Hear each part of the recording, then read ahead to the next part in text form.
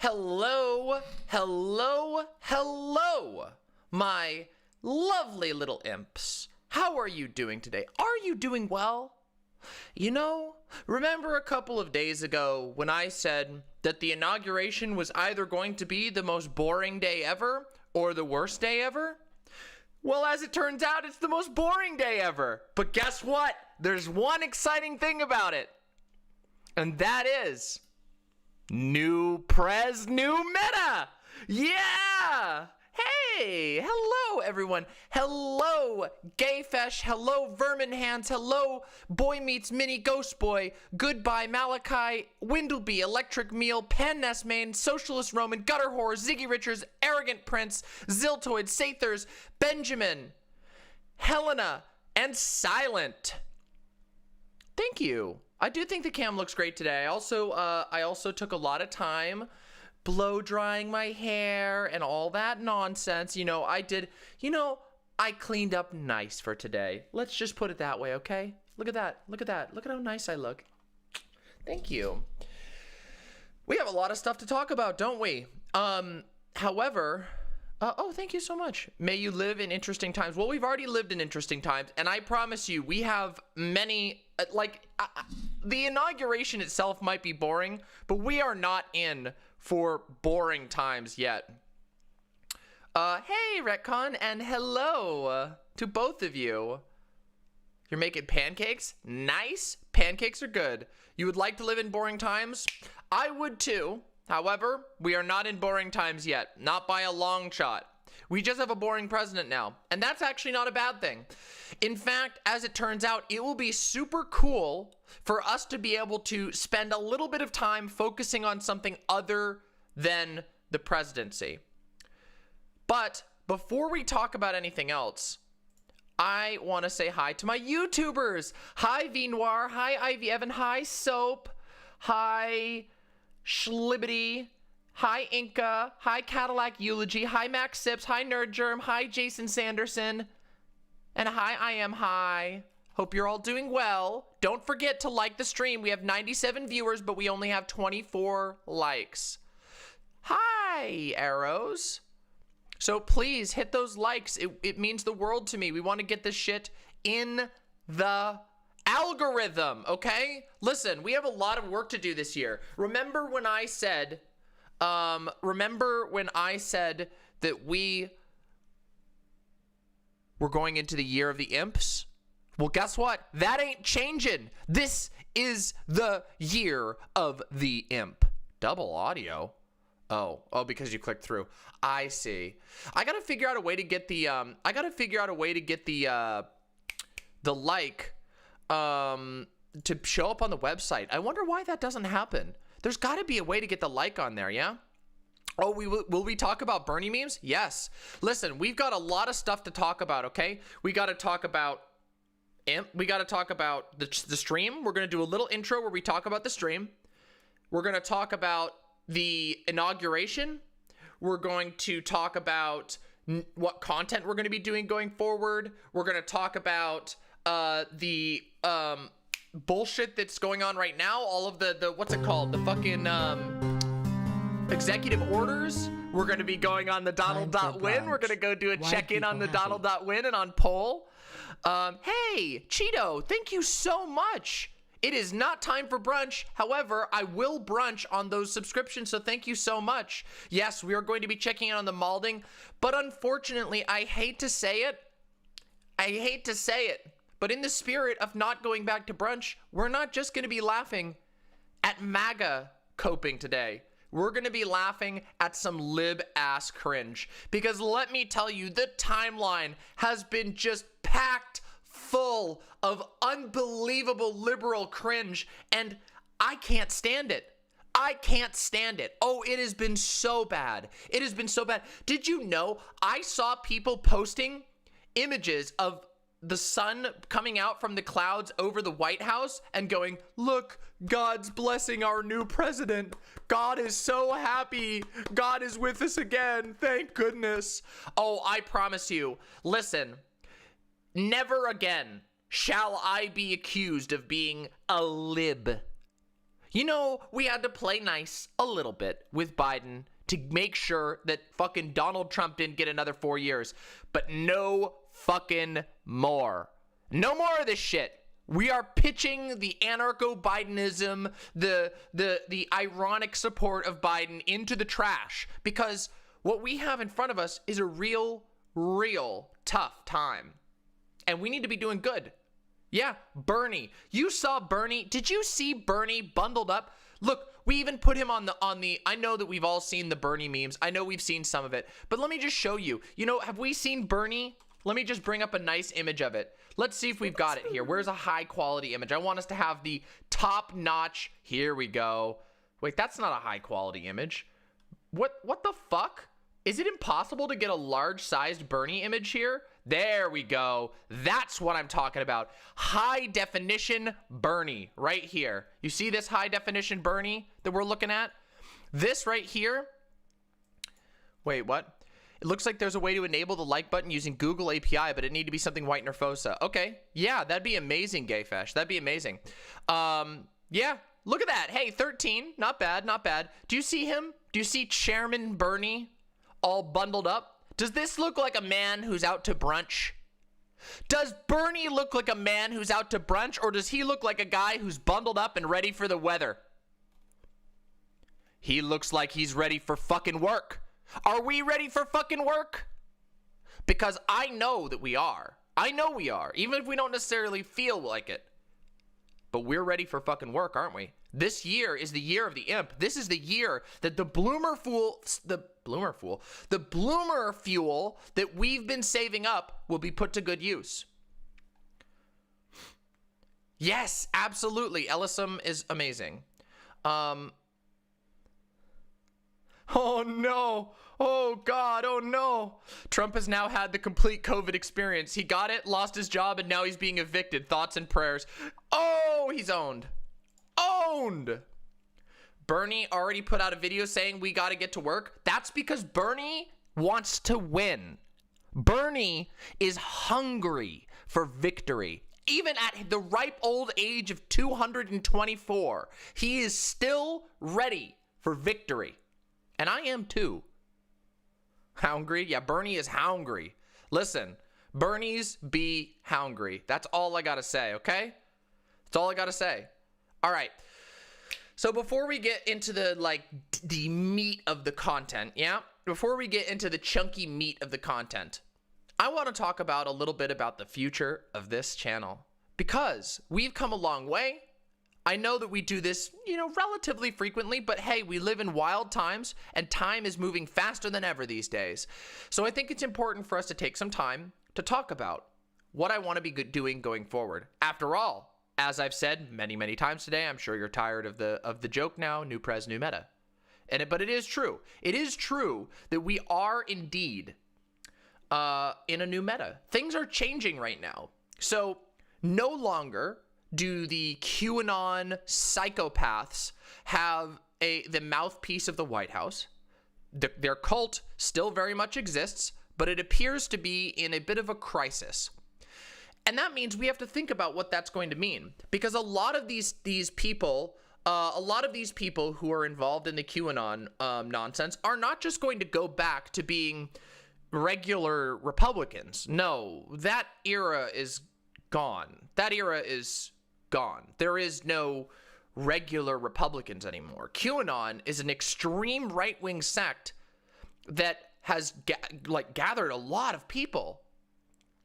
So one thing that I want to focus on doing in the future is inoculating people like a vaccine, like an immunization. I want to help inoculate people to conspiracy theory.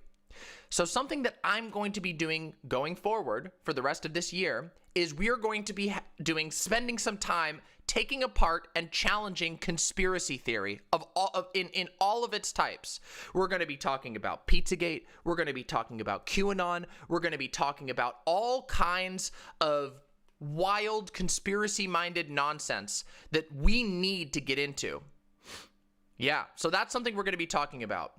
Yeah, we're switching from the, well, we're not just doing that. The bread pills still got to go out because the bread pills are where you get your nutrition, but the vaccine prevents you from getting sick. Yeah. So we have to talk about a lot of this stuff. Hollow Earth. Yeah, we're going to talk about a lot of that fun stuff. And something that I want to do, well, Mothman and stuff like that are a little bit more they're a bit more innocuous.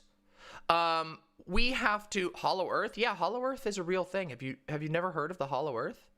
Hollow Earth theory is a real thing that people believe. People believe that the Earth is donut shaped, basically. Like it's like a big donut, and there's a society built on the inside that worships the sun, which is not actually the sun, it's actually the core of the Earth.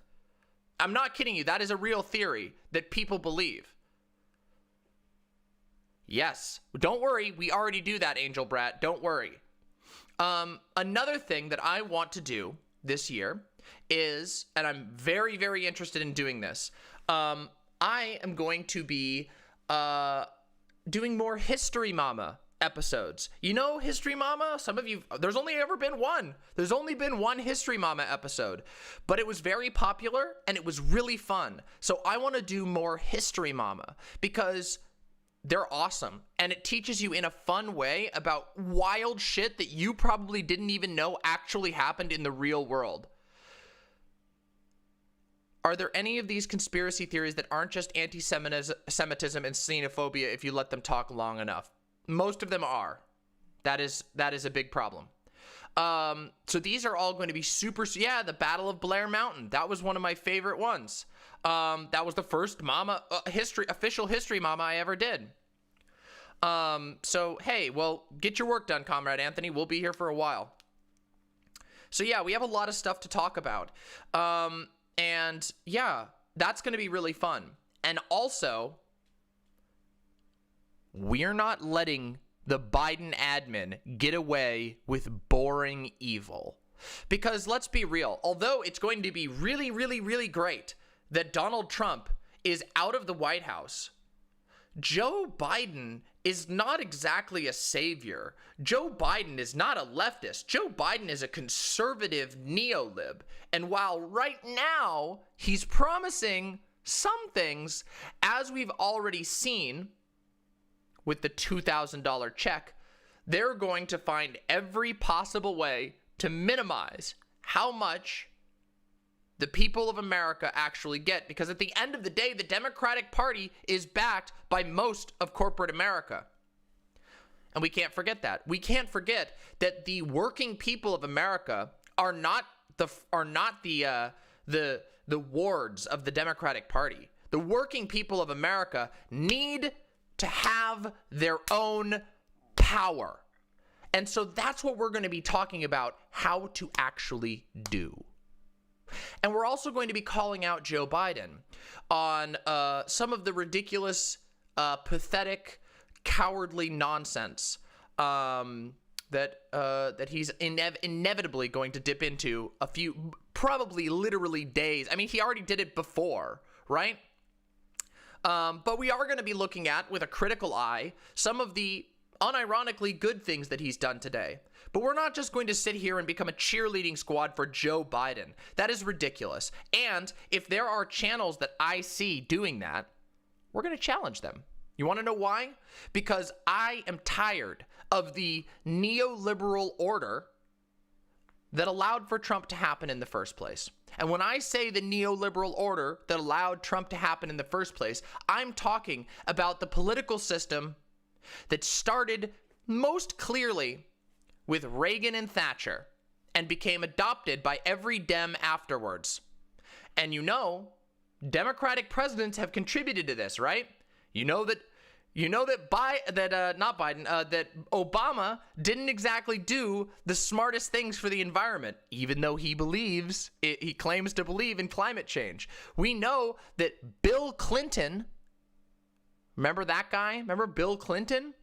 Bill Clinton helped make sure that deregulation could happen, which has put us in the position that we're in right now. Yeah, true. Fun Thatcher fact. She's still dead. And this is still very, very much the party of Bill Clinton. I mean, keep in mind that Biden comes very, very much. Thoughts on Biden putting a bust of Cesar Chavez behind the desk? Cesar Chavez? Cesar Chavez? Wait, isn't that the... Wait. Oh, Cesar Chavez. Wait, really? He did that? I don't know. Wait, I thought Cesar Chavez was... Okay, who am I thinking of? Who's the guy I'm thinking of? Who's the other one?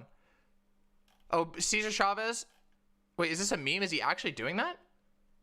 I don't see anything about that. All right, if you have a link to that, I'd love to see that. That'd be kind of cool. I was thinking, no, there's Hugo Chavez, there's Cesar Chavez, and then there's Cesar, hold on, there's a Cesar guy who's like a, who's the guy, the dog guy? Yeah, Cesar Milan, that's the other one. Yeah, that's the one. I was getting them mixed up, the dog whisperer guy. I was like, why is he putting a dog whisperer? I mean, they do have a dog, which is kind of cool. They do have a dog. And then the other thing is I wanted to let you know that today I attempted to get storage for my computer, but I wasn't able to yet. So I am putting in an order for upgraded storage, and I will be ordering probably tonight the lights so that we can have a much cozier stream. Likewise, we will be at, once we hit 1,200 Discord users, we will be expanding the Discord, and I have an announcement. I have a really, really cool announcement. Actually, I have two announcements. Let me just show you real quick. Let me show you. There's gonna be a food channel. First of all, I want to show you this. Look at this. We've been upgraded to a B- on Social Blade. Yo, what? The imps finally moving up. Finally been upgraded from a C- to a B-. That's really good. And the way that this happens is because of engagement. So comments, likes, subscribes, all that shit helps my grade go up, helps YouTube like me more. Hey, let me read these super chats. Imagine watching the inauguration, then seeing everybody literally do the "let's go to brunch, racism is over" meme. I mean, Adam Flores, that has been my experience. That has been my experience today. So, yeah, we're going to talk about that. No, it doesn't, Gutter Whore, unfortunately. This is really good. And look at this. Look at how many fucking subs we've been getting. Look at where we're at.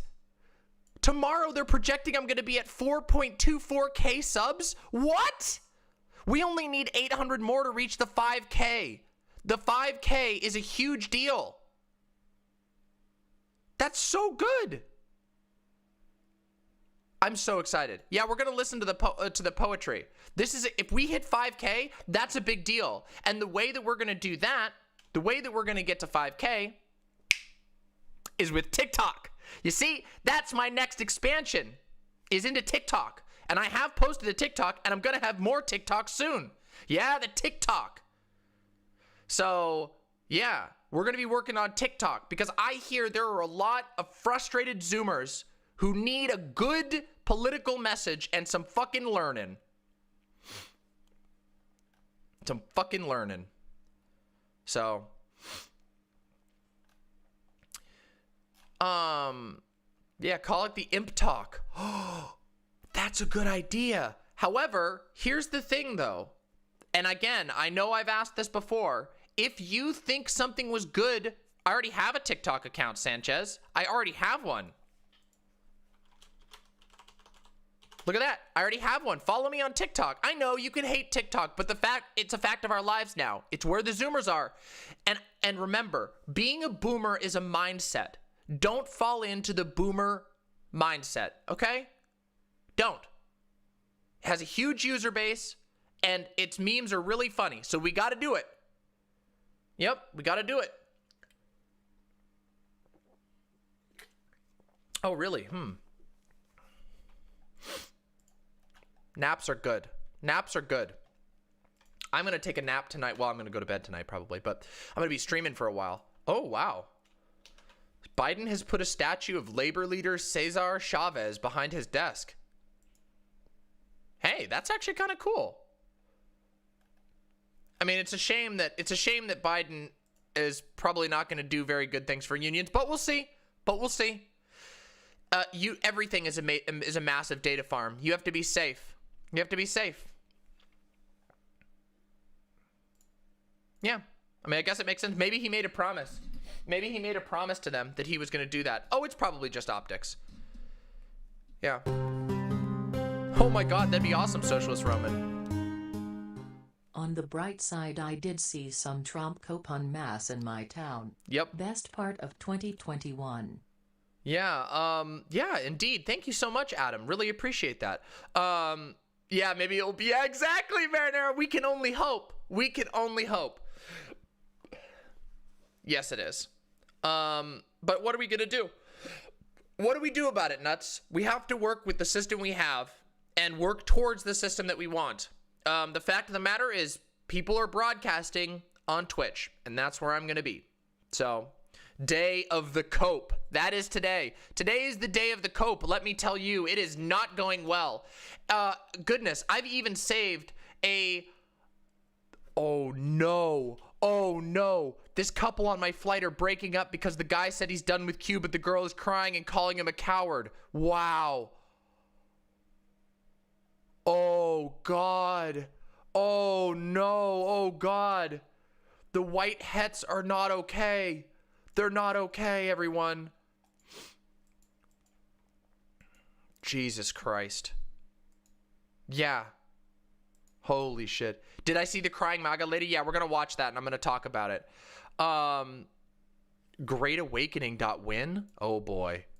I got to take a look at this site. Is this the Q equivalent of the Donald.win? We got to take a look at that. They never were okay? Yeah, I know. Break apart big tech? Okay, but that's much harder than you think it is. That is much, much harder than you think it is. To just break up big tech. However, we are going to be talking about it. That is another thing I wanted to mention that we're going to be talking about in this coming year. One of the next things we're going to be talking about this year is net neutrality. Because now that we actually have a Dem in office, it is actually possible for us to make progress on net neutrality. And a lot of people in the last 4 years have kind of forgotten about net neutrality because there was no hope of us ever getting it under Trump. But it's actually possible. It's actually possible. Now, if you don't know what net neutrality is, the concept of net neutrality is the idea that the internet itself, the actual infrastructure that makes up the internet, is neutral. AKA, it is a public, it is the property of everyone, and no one can actually own it. Even if a corporation is the one who paid to put down the lines, they don't actually own the internet itself, even if they were the ones that put down the lines that do that. Net neutrality has been pitched out the window since Donald Trump came into office. We almost had it under Obama, and it seems like Biden is actually somewhat favorable to it. And that's a good thing, because as it stands right now, corporations like Comcast and Time Warner and AT&T and Verizon are able to claim that the internet is theirs because they built the cables. They put down the infrastructure, so it's theirs. And what that means is that with no net neutrality, if there is no concept of net neutrality in America, that means that they can throttle your internet for whatever. They think that they don't want you streaming, they can choke your internet out. If they don't want you downloading a certain thing, they can choke your internet out on that. The possibility of the Patriot Party coming to prominence? Also, if my CPU is bad, am I able to join site chat? Yes, site chat will work perfectly fine with your CPU, and we'd love to have you. Yeah, we'd love to have you. Is that too loud? Is that too loud? I'm sorry. There, I fixed it. I lowered it down a little bit. Thank you very much, Adam Flores. Please join site chat, and keep in mind, you can also do this link, Adam. There's a link right here. Right here, this static. if you just want to have site chat open, but you still want to watch on YouTube because the site's too slow for you or whatever, you can just open chat using demonmama.com/chat/static. That will let you have a window with your chat open, and you can stay on YouTube if you want to. It's up to you. You get to use how you feel comfortable. So, yeah, the battle of net neutrality has been more or less at a standstill. People have been, companies have been trying to not let it backslide, though it absolutely has. It absolutely has. There's no way around that. It sucks, but that's just a fact. Yes, it does, Drakasai. Yes, it does. I heard a bunch of states and internet companies had a lawsuit. Well, there's been a million lawsuits. There's been so many lawsuits. Unless you're a lawyer, you probably can't keep track of it. But we might be able to get a lawyer on in the future to tell us about all that stuff. So that would be really, really fun. But we'll see about that. The individual lawsuits are a little bit less important than the larger concept. What I want to push for in this coming year, now that we're under Biden, is educating people on net neutrality. Because net neutrality, the thing is, we actually can't make much progress on the internet until we secure net neutrality. And let me explain this. I would love that, Sathers. I would love that. I don't know if that's even possible, but if it is, I would love that. Well, okay, the EFF has some issues. Just be aware that there are some limitations of the EFF. But to be fair, the EFF has pushed for net neutrality, and that's a good thing. We got Bernie fan art. Oh shit, I'll have to take a look at this. But the most important thing right now, in my opinion, is that we educate people on what net neutrality is and why it's important. Yeah, I'll do a whole stream about that at a later point. Right now, I don't want to get into it too much. Yeah, look at this fan art of Bernie. Look at that. What a good guy. So, in the name of making a TikTok worthy section, we're going to do a quick little 1-minute rundown on why net neutrality is important and what net neutrality is, okay? So chat, I'm not going to look at you for a second, all right? Just for 1 second, no looking at chat. I'm going to ignore you for just a second, okay? Here we go. Y'all, if you like the internet, you should be supporting net neutrality. Net neutrality is the idea that the internet itself is neutral, that it belongs to the public. No single corporation can control everything that goes on the internet. Now, it doesn't mean that there aren't some things that will inevitably be banned off the internet, but it does mean that no one company gets to decide what goes and what does not go on the internet. Net neutrality makes it possible for us to have our own rights on one of the most important pieces of public infrastructure that has ever been invented in the history of humanity. You understand that the internet allows us to connect and share information in an unprecedented manner. And that is why net neutrality is important. The net should be the property of all people, not just, now they're putting the dicks in, but not just the property of independent corporations. And that's why you should support net neutrality. Keep an eye on it. Donald Trump made it impossible for us to make any progress towards net neutrality. But now that we have Biden in office, we can. So talk to everyone you know about net neutrality, okay? Including your representatives and senators, because it is going to be very, very important if you enjoy the things that you do online. Also, come check out me, Demon Mama, on YouTube. There we go. And of course you filled the screen with dicks, but that'll be funny, and I think people will find that hilarious. Y'all remember what Ajit Pai did to us? Yeah, you know what? Maybe we should take a little segment and, well, that's okay, because guess what? You can vote her out. All right, let me note that one down real quick. The timestamp on that was about 35 minutes or so. Approximately, wait, where's the TikTok list? Where's my TikTok list? Where's my list of TikTok timestamps? Whatever. Here we go. All right, I'm going to make a new TikTok list. Here we go. TikToks. Okay, 35 minutes.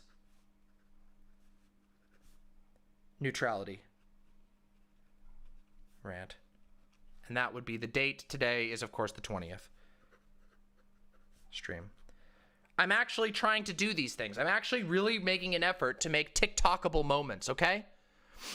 You want to see some cringe? You want to see some real cringe? Let me show you. Let me show you real quick some of the cringiest shit that you've ever seen.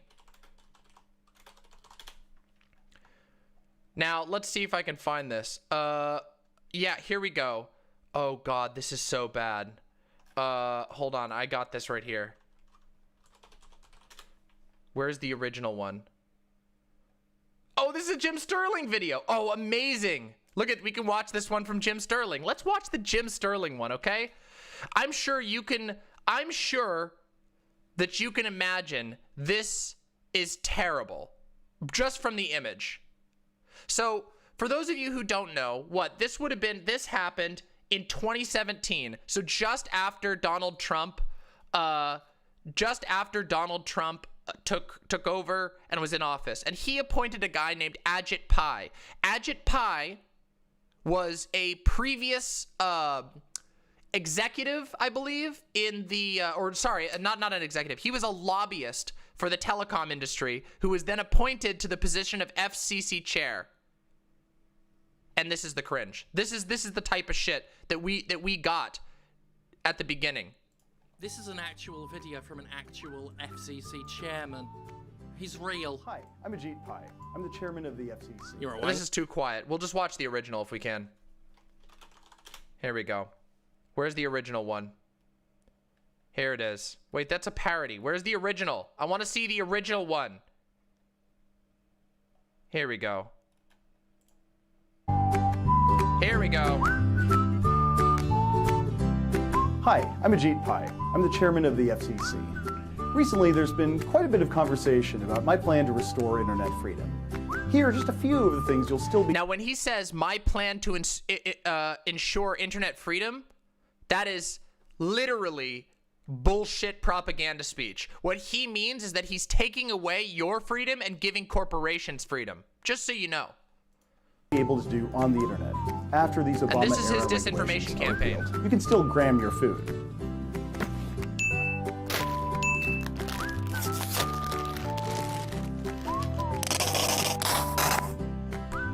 Quality. Are you selfieing or just... You can still post photos of cute animals, like puppies. You can still shop for all your Christmas presents online. Yes. Got that bulk deal on fidget spinners. Yes! Fidget spinner joke. Haha, fidget spinner joke. Those Eclipse glasses are so cheap.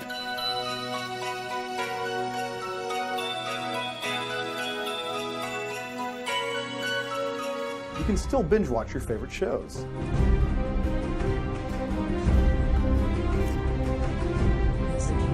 You can still stay part of your favorite fan community.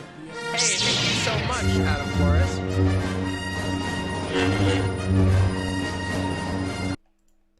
Wait a second. Stop. Stop. I don't want that. I don't want the illusions of time.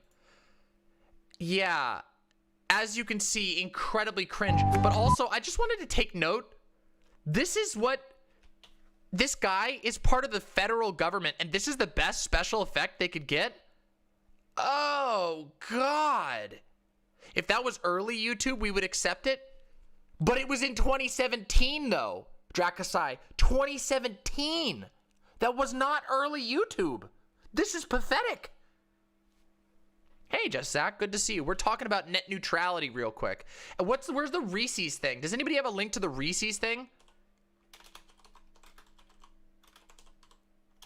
The Reese's mug?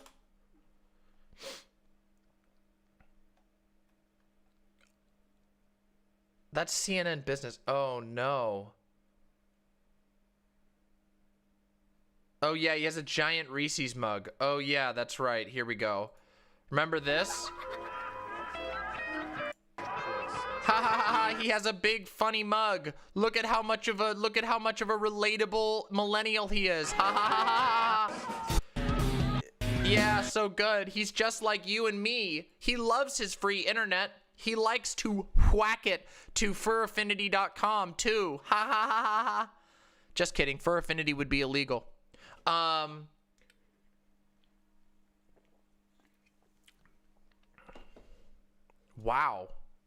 He almost Reese's for you? Oof. Oh, yeah. Didn't he do a big... Yeah, he did a bigger one, didn't he? Large cup win? I have one large cup, but I don't have a giant cup. I should get a giant cup. John Oliver kicked his ass. John Oliver wins!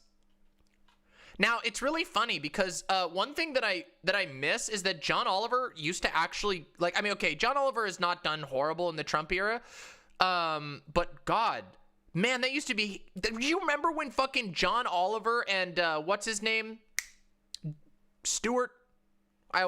What's his fucking first name? Jon Stewart? Jon Stewart, literally the same thing. Jon Stewart did literally the same name. Jon Stewart used to talk about this. They used to talk about net neutrality because it was important. Stephen Colbert. Yeah. Like, seriously. This is fucking important shit. And guess what? We have an opportunity. We have an opportunity to potentially, just maybe. Gay Fesh is not furry phobic. I know Gay Fesh is not furry phobic. Anyway. Yeah, so I know Gay Fesh is not furry phobic. No, I think he was doing an impression of Agit Pie. But maybe I'm wrong. Maybe I'm wrong.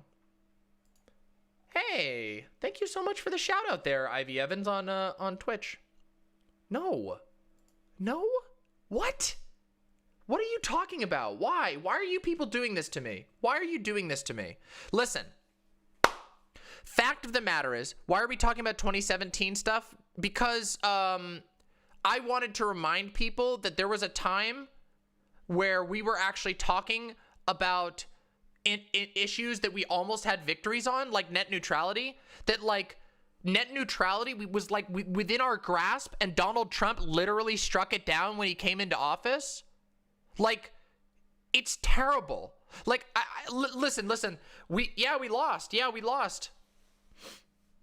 Yeah, it's. I think we can win this. Yeah, I absolutely think so. I think it will be possible under Biden for us to win net neutrality. And keep in mind, net neutrality is good for a lot of reasons. Net neutrality. Now, if conservatives ever gave a shit about free speech, then they would care about net neutrality, but they don't, because they only care about free speech when it's literally them and that's it. No one else. The fact of the matter is, think about it like this. I want to explain something to you. With net neutrality, it is very, very difficult to enact any form of censorship. You can't get away with censoring LGBT content like YouTube did. Like YouTube literally did. Because net neutrality means they don't get to decide that. They don't get to throttle your access to that. I was curious if you thought Kyle Kulinski is a full-scale class reductionist. He kind of had a class reductionist take the other day. Well, send me the take and I'll answer it. Angel Brat, send me the take and we'll go over it.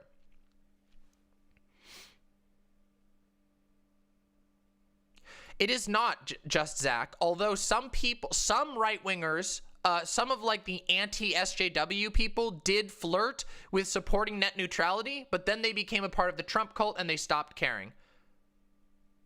Yeah, they stopped caring, as always. All right, we'll take a look at this, Angel Brat. I'll take a look. We can react to this next. We got a lot of stuff to do today and a lot of time, so don't worry. We'll react to this. Yeah. I agree that every utility needs to be free. I can't even imagine. Can you imagine what it would be like if internet was a guaranteed right? And I think it should be. Just so you know, like, I want you to think about this for a second, just how important the internet actually is. The internet allows for so much stuff that has never even existed in the history of all of humanity. The internet allows us to immediately communicate with one another. And I've explained it like this before, but think of humanity, the whole of humanity, as like a body. The internet is like having a nerve network. You can communicate with people across the world at nearly... Okay, I'll be very careful with that. Thank you very much for that, Sam LW. I'll be real careful. Thanks to the internet, you can actually connect with the other parts of the human body. Yeah?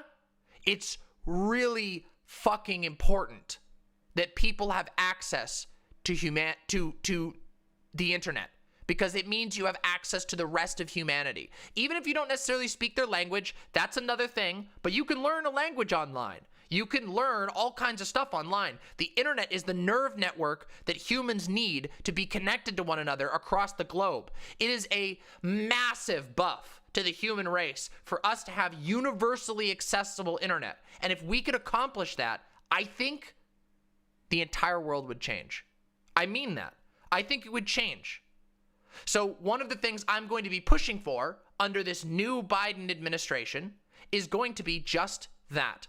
It is going to be pushing for making it possible for us to actually have a free internet. All right, we'll take a look at that. We'll take a look at that. So that is something that's very, very important to me that I haven't really been able to talk about because there's been no point. How would you justify that for communities that don't want the internet, though? Well, wait, that's why it's a human right. They can deny it if they want to.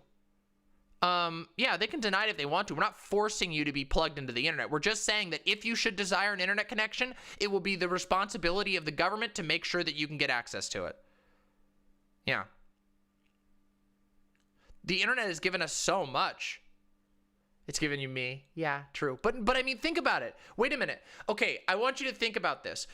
Think about how many people have been able to learn a lot of stuff from TV and from radio. The internet is that times like 1,000. The tools that you can access on the internet for learning, for growing, for self-empowering, for enlightening yourself are unmatched. There is nothing else that is as good as a tool for that. And the internet allows that to happen. Just Wikipedia alone. Exactly. Wikipedia has just totally and has just absolutely blown open what we understand as like access to information. Previously, if you wanted access to an encyclopedia, you would need to drive to your local library, go in, find the volume that had what you're looking for, open it up, cross-reference it to other volumes from other encyclopedias to make sure you were getting the accurate information. And now with Wikipedia, you can log on, you can look up something that you're interested in, and you can find its citations, its counter citations, arguments against it, and everything else in an instant. Like right now, like I could literally pick anything. You want to learn about the diet of fucking white-tailed deer? Bam. And then you can follow links for 5 hours if you want to, but that's great. Yeah, and Google Scholar, although Google has its problems, but net neutrality would help with that. We need to win net neutrality. That is going to be a huge thing going forward. If everyone had internet, then tech companies might pull some funny business. Like what? Like what? Likewise, Martini Peterson, I would never have discovered what it meant to be trans without the internet. The internet is incredibly important. The internet is so important. And without having it be a neutral property of the public, we can't make much actual progress. So that's why I want to fight for it really, really hard. Yeah, move it, troops. We need to save the internet. Well, we're one part of it. Like collecting personal data. Well, the interesting thing is that net neutrality opens the door for regulating businesses on how they can calculate, on how they can collect information. Because as it stands right now, oh, absolutely, Table Knife. Absolutely, 100%. Well, they were already trans. They just know they're trans now. But yeah, a neutral internet right now, as it stands, corporations can just say no. We're not going to allow this type of information on our network, and it's on our network, so it's ours. Your data is being transmitted on our network, so we own it. That will not be the case if we can actually get a neutral internet. But we have to be able to say that the internet is neutral before you can get that sort of regulation through. Net neutrality opens the door to change all of the things that we hate about the internet. I'm serious. Do we need a US GDPR? I think we could do better even than the GDPR. The GDPR has some really big issues, but I do think it's a step in the right direction. The GDPR is a step in the correct direction. There you go, Jaunty Horror. Yep. Too many extremely powerful companies have too much of a vested interest in not allowing us to win. I don't really think we have enough people in power to decommodify the internet. You would be surprised. You would be surprised, because here's the thing. We can leverage the interest of the US government versus that of the corporations. It's actually possible to do that when you don't have Donald Trump as the only representative of the US government that is in charge. This could be a global change, but for now, the thing is that if America does it, then everywhere else could easily adopt it. Yeah.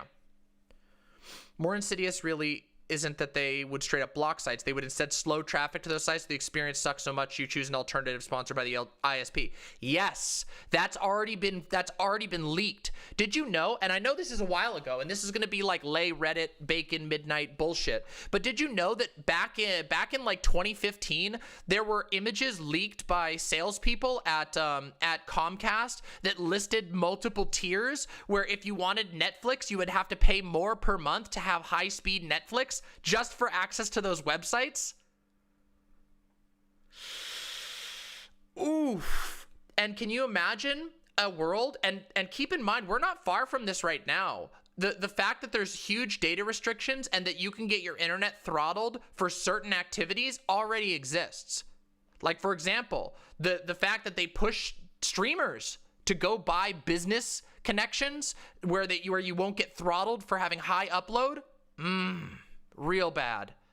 Yeah, the throttling is just real bad. So, and it gets worse too, because keep in mind that there's so many ways you could talk about this. You want to talk about porn?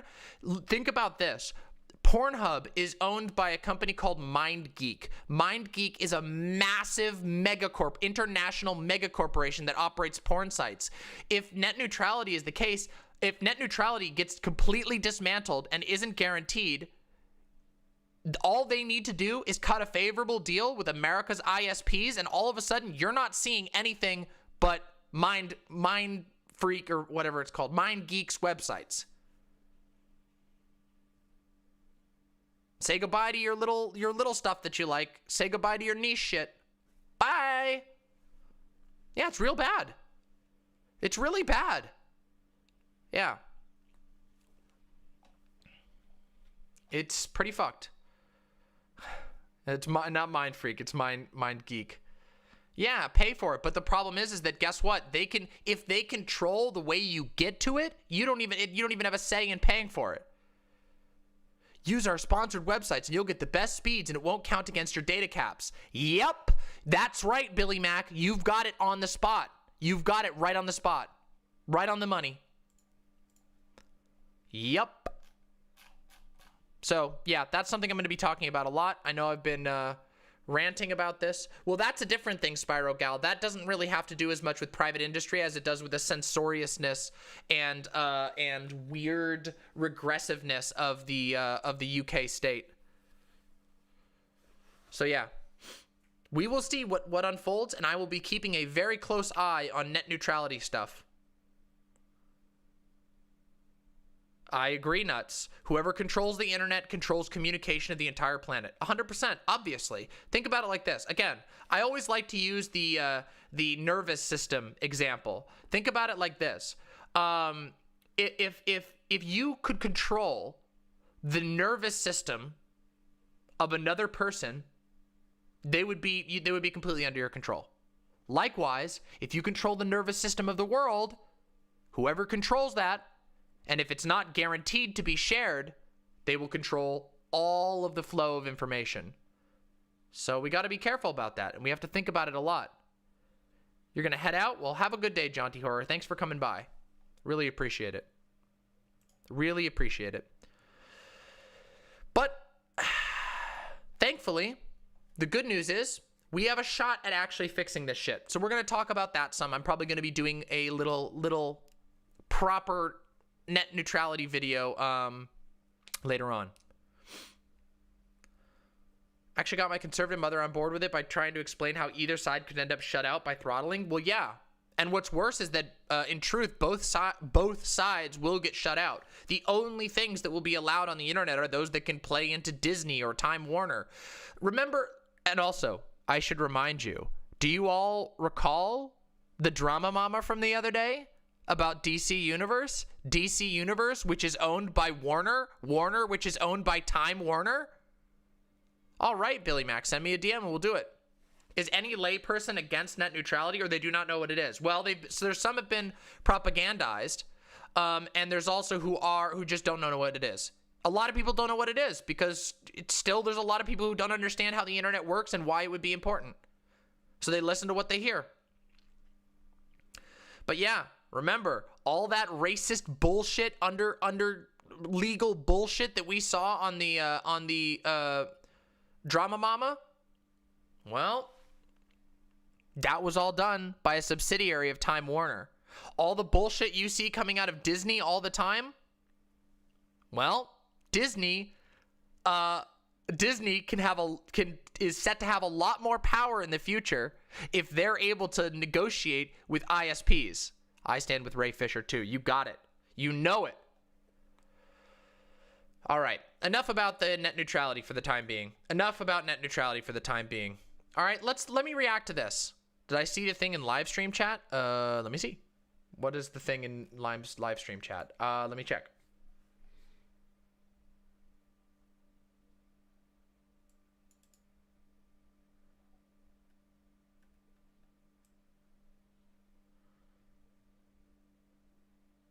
January 18th?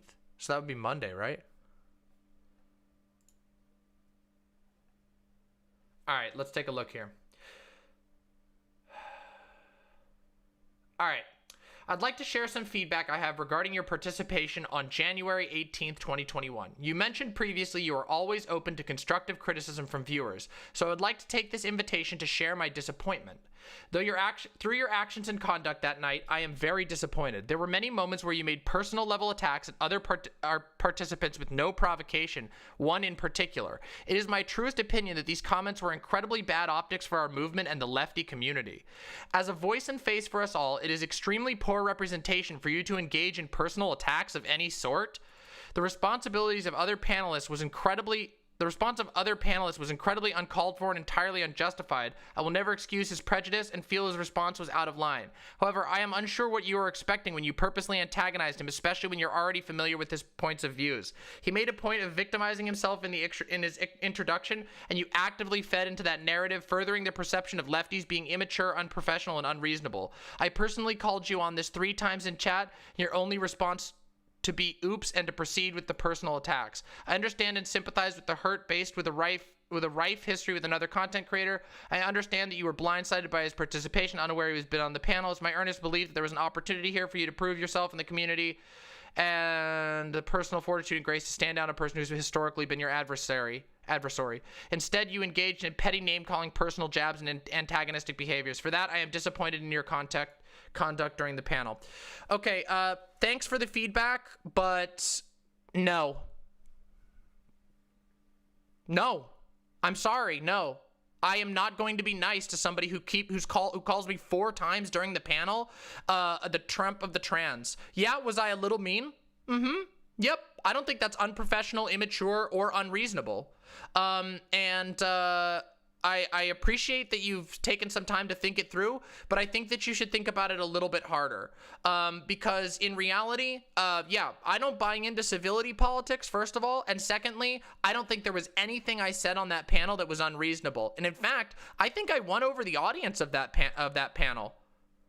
Yeah, I think I won that over pretty well. In fact, all of the panelists seemed to agree with me that night. Am I mean sometimes? Yep. And I'm going to continue being mean sometimes. That is a fact of reality. I am not going to be the lay down and take it type like simpering behavior. Yeah, do you know who populates these spaces? Yeah, even Counterpoints took down his take on me. Holy shit. So, look, I appreciate your feedback, but I disagree with you really, really strongly. And I get more feedback than you can possibly imagine. I can't even tell you how much feedback I get. No matter how nice I am, people will always tell me I'm mean. These are debate spaces. That is a debate panel. And when somebody goes in on there, are they going to get a couple of personal attacks if they decide to attack me personally? Yep. Being mean isn't necessarily bad optics. There are times where it is very justified, and not only that, but inspiring to be mean to one another, to be mean to another person. You just have to know when it was, and I think it was perfectly the time. But I do think I would like to tell you one thing that I really disagree with. As a voice and face for us all, it is extremely poor representation for you to engage in personal attacks of any sort. With all due respect, you can shove that line straight up your own ass. So there you go. I am not the face of or voice for all trans people in the world. I am not the face or voice for all women in the world. I am not the face or voice for the entirety of the left. I am the face and voice for myself, and in some very limited respects, my community. And that's about it. So that one, I really disagree with that point, but the rest I appreciate. I just disagree with you on that. But yeah. So there. I answered the live critique. And never let it be said, by the way, I'm sure some of you saw me in Vosh's chat. I pop up in Vosh's chat and I even get critiqued there. The critique never ends. In fact, holy motherfucking God. Do you want to know just how my life has become, oh, he objectified me as well. Yeah. Listen, it's really funny, but like since I even crossed the like 1,000 follower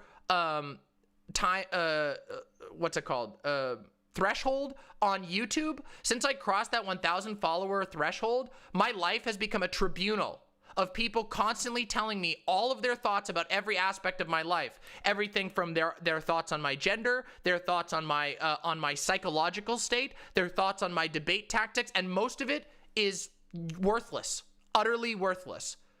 However, I do appreciate well thought out ones, but next time, maybe just think about it a little more, because I am not a voice and face for all of you. And, a lot of people do, Eurus McProl. You'd be amazed. Yeah. So, yeah. But yeah, I have no qualms with being mean as I'd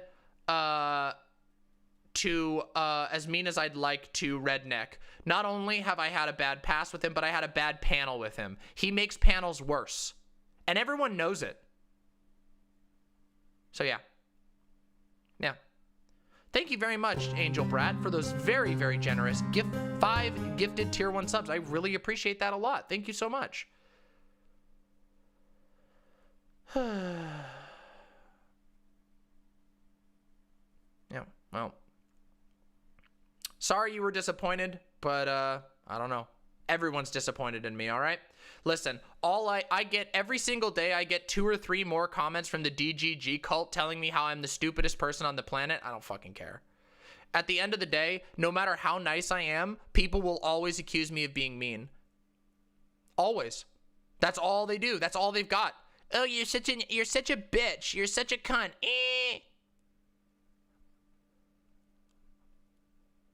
Yeah. DGG, Destiny.gg. It's the Destiny website. Fuck Baby Groot. I don't like Baby Groot. Your meatball impression is Thank you so much. Thank you so much. Mama. And look, listen. I am a bitch though. It is true.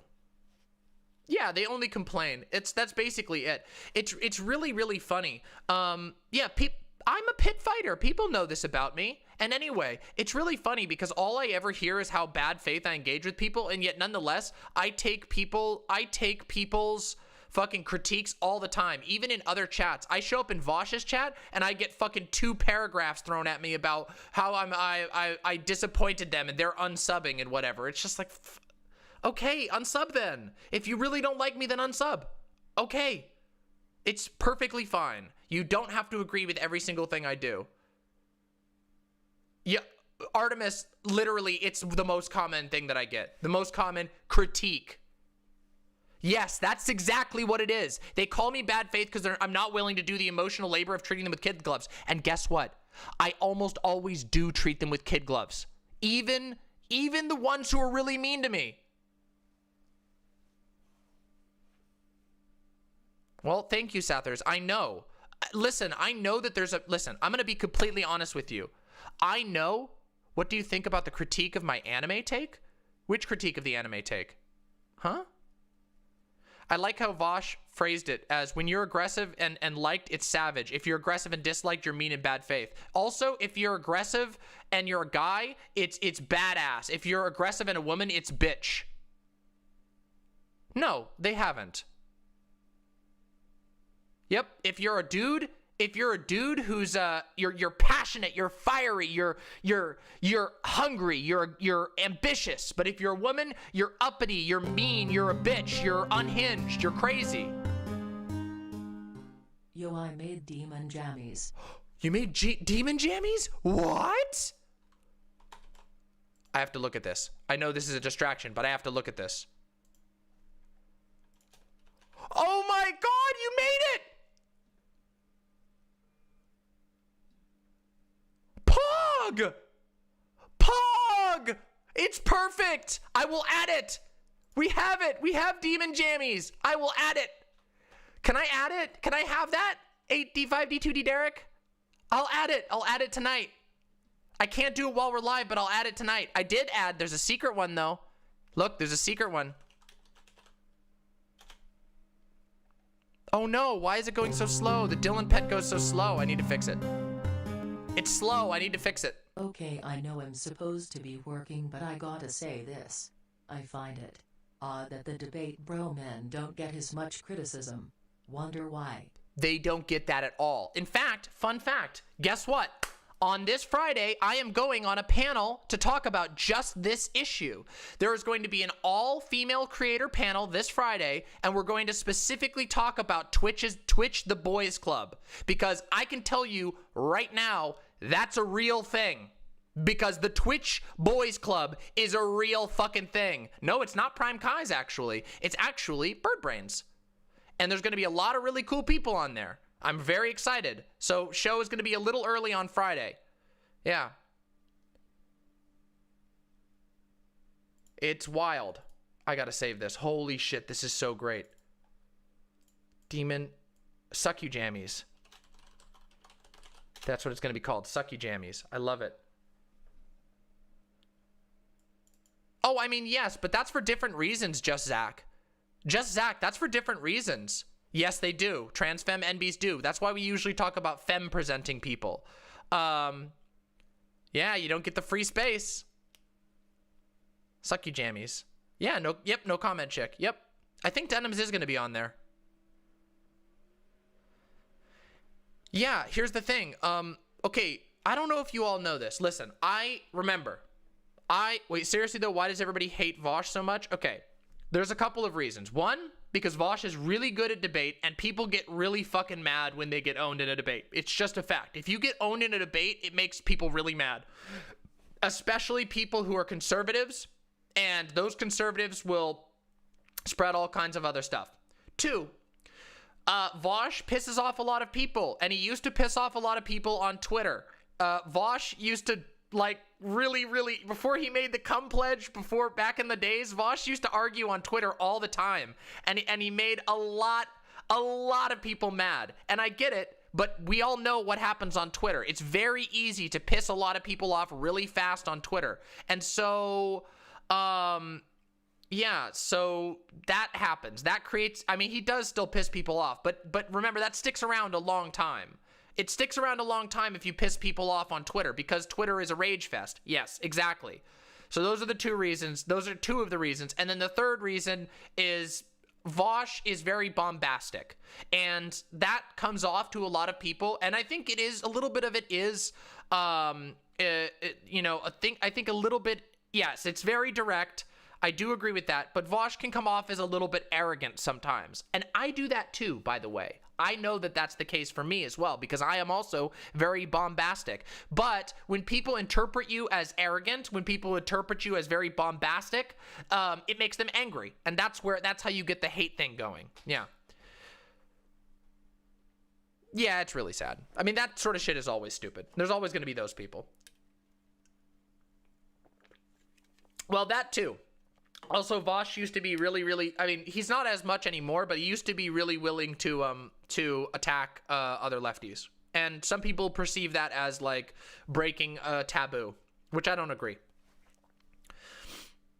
Yep. Oh, I agree. That's, when people go after Vermin, it's fucking bullshit.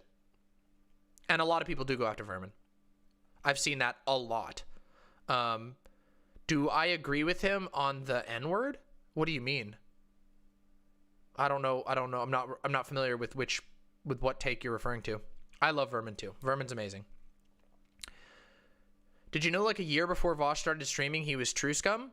Well, a lot of people were. I mean, I used to be a fucking trans medicalist when I first became trans. The tactical N-word moment. Oh, I don't even think Vosh. Yeah, most trans people were trans med at one point. It was the predominant ideology for a long time. True scum is trans medicalism. We'll talk about that. Actually, we can talk about that in a second. Yeah, I have too, Pan S Man. It's fucked up. I'll explain that in just a second. Yeah,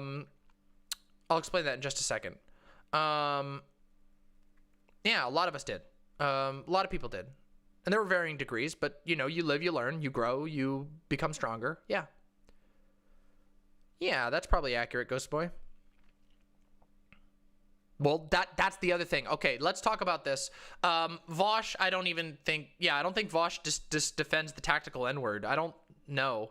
In that moment, I thought it was like, I don't know. I feel like people made a big deal out of it, but it probably wasn't worth it at the end of the day. Yeah, I don't know. It's really, that sort of thing is fucking impossible to analyze. In general, I tend to believe that you shouldn't say the N-word. Yeah, in general.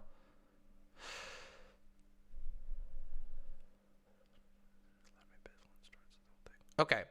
He defended it in that debate, but not in general. He says it was probably a bad look. Yeah, I think it would be a bad look. I think it's a bad look. There's no real need, yeah. Okay, so let me talk about this. Transmedicalism. Transmedicalism, aka true scum.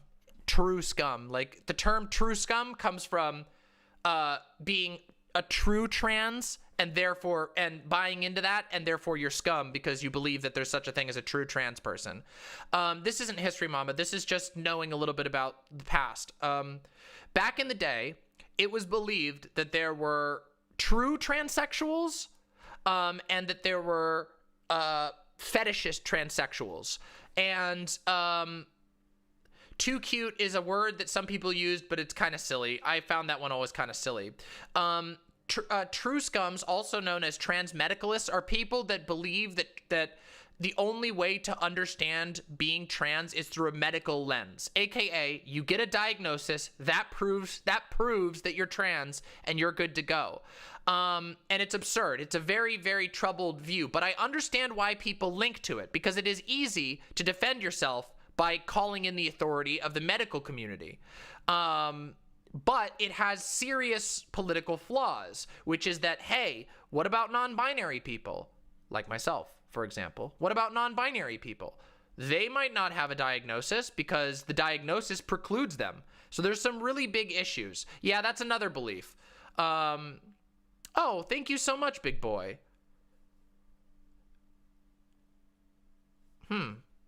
Yeah, I don't think I would talk to Destiny again after all that shit. I don't really feel like it's need to. A too cute is the opposite of true scum. A too cute is like, was an attempt to like reclaim the opposite of true scum. Do you think the discourse around neopronouns will always be muddled? Probably not. Probably not.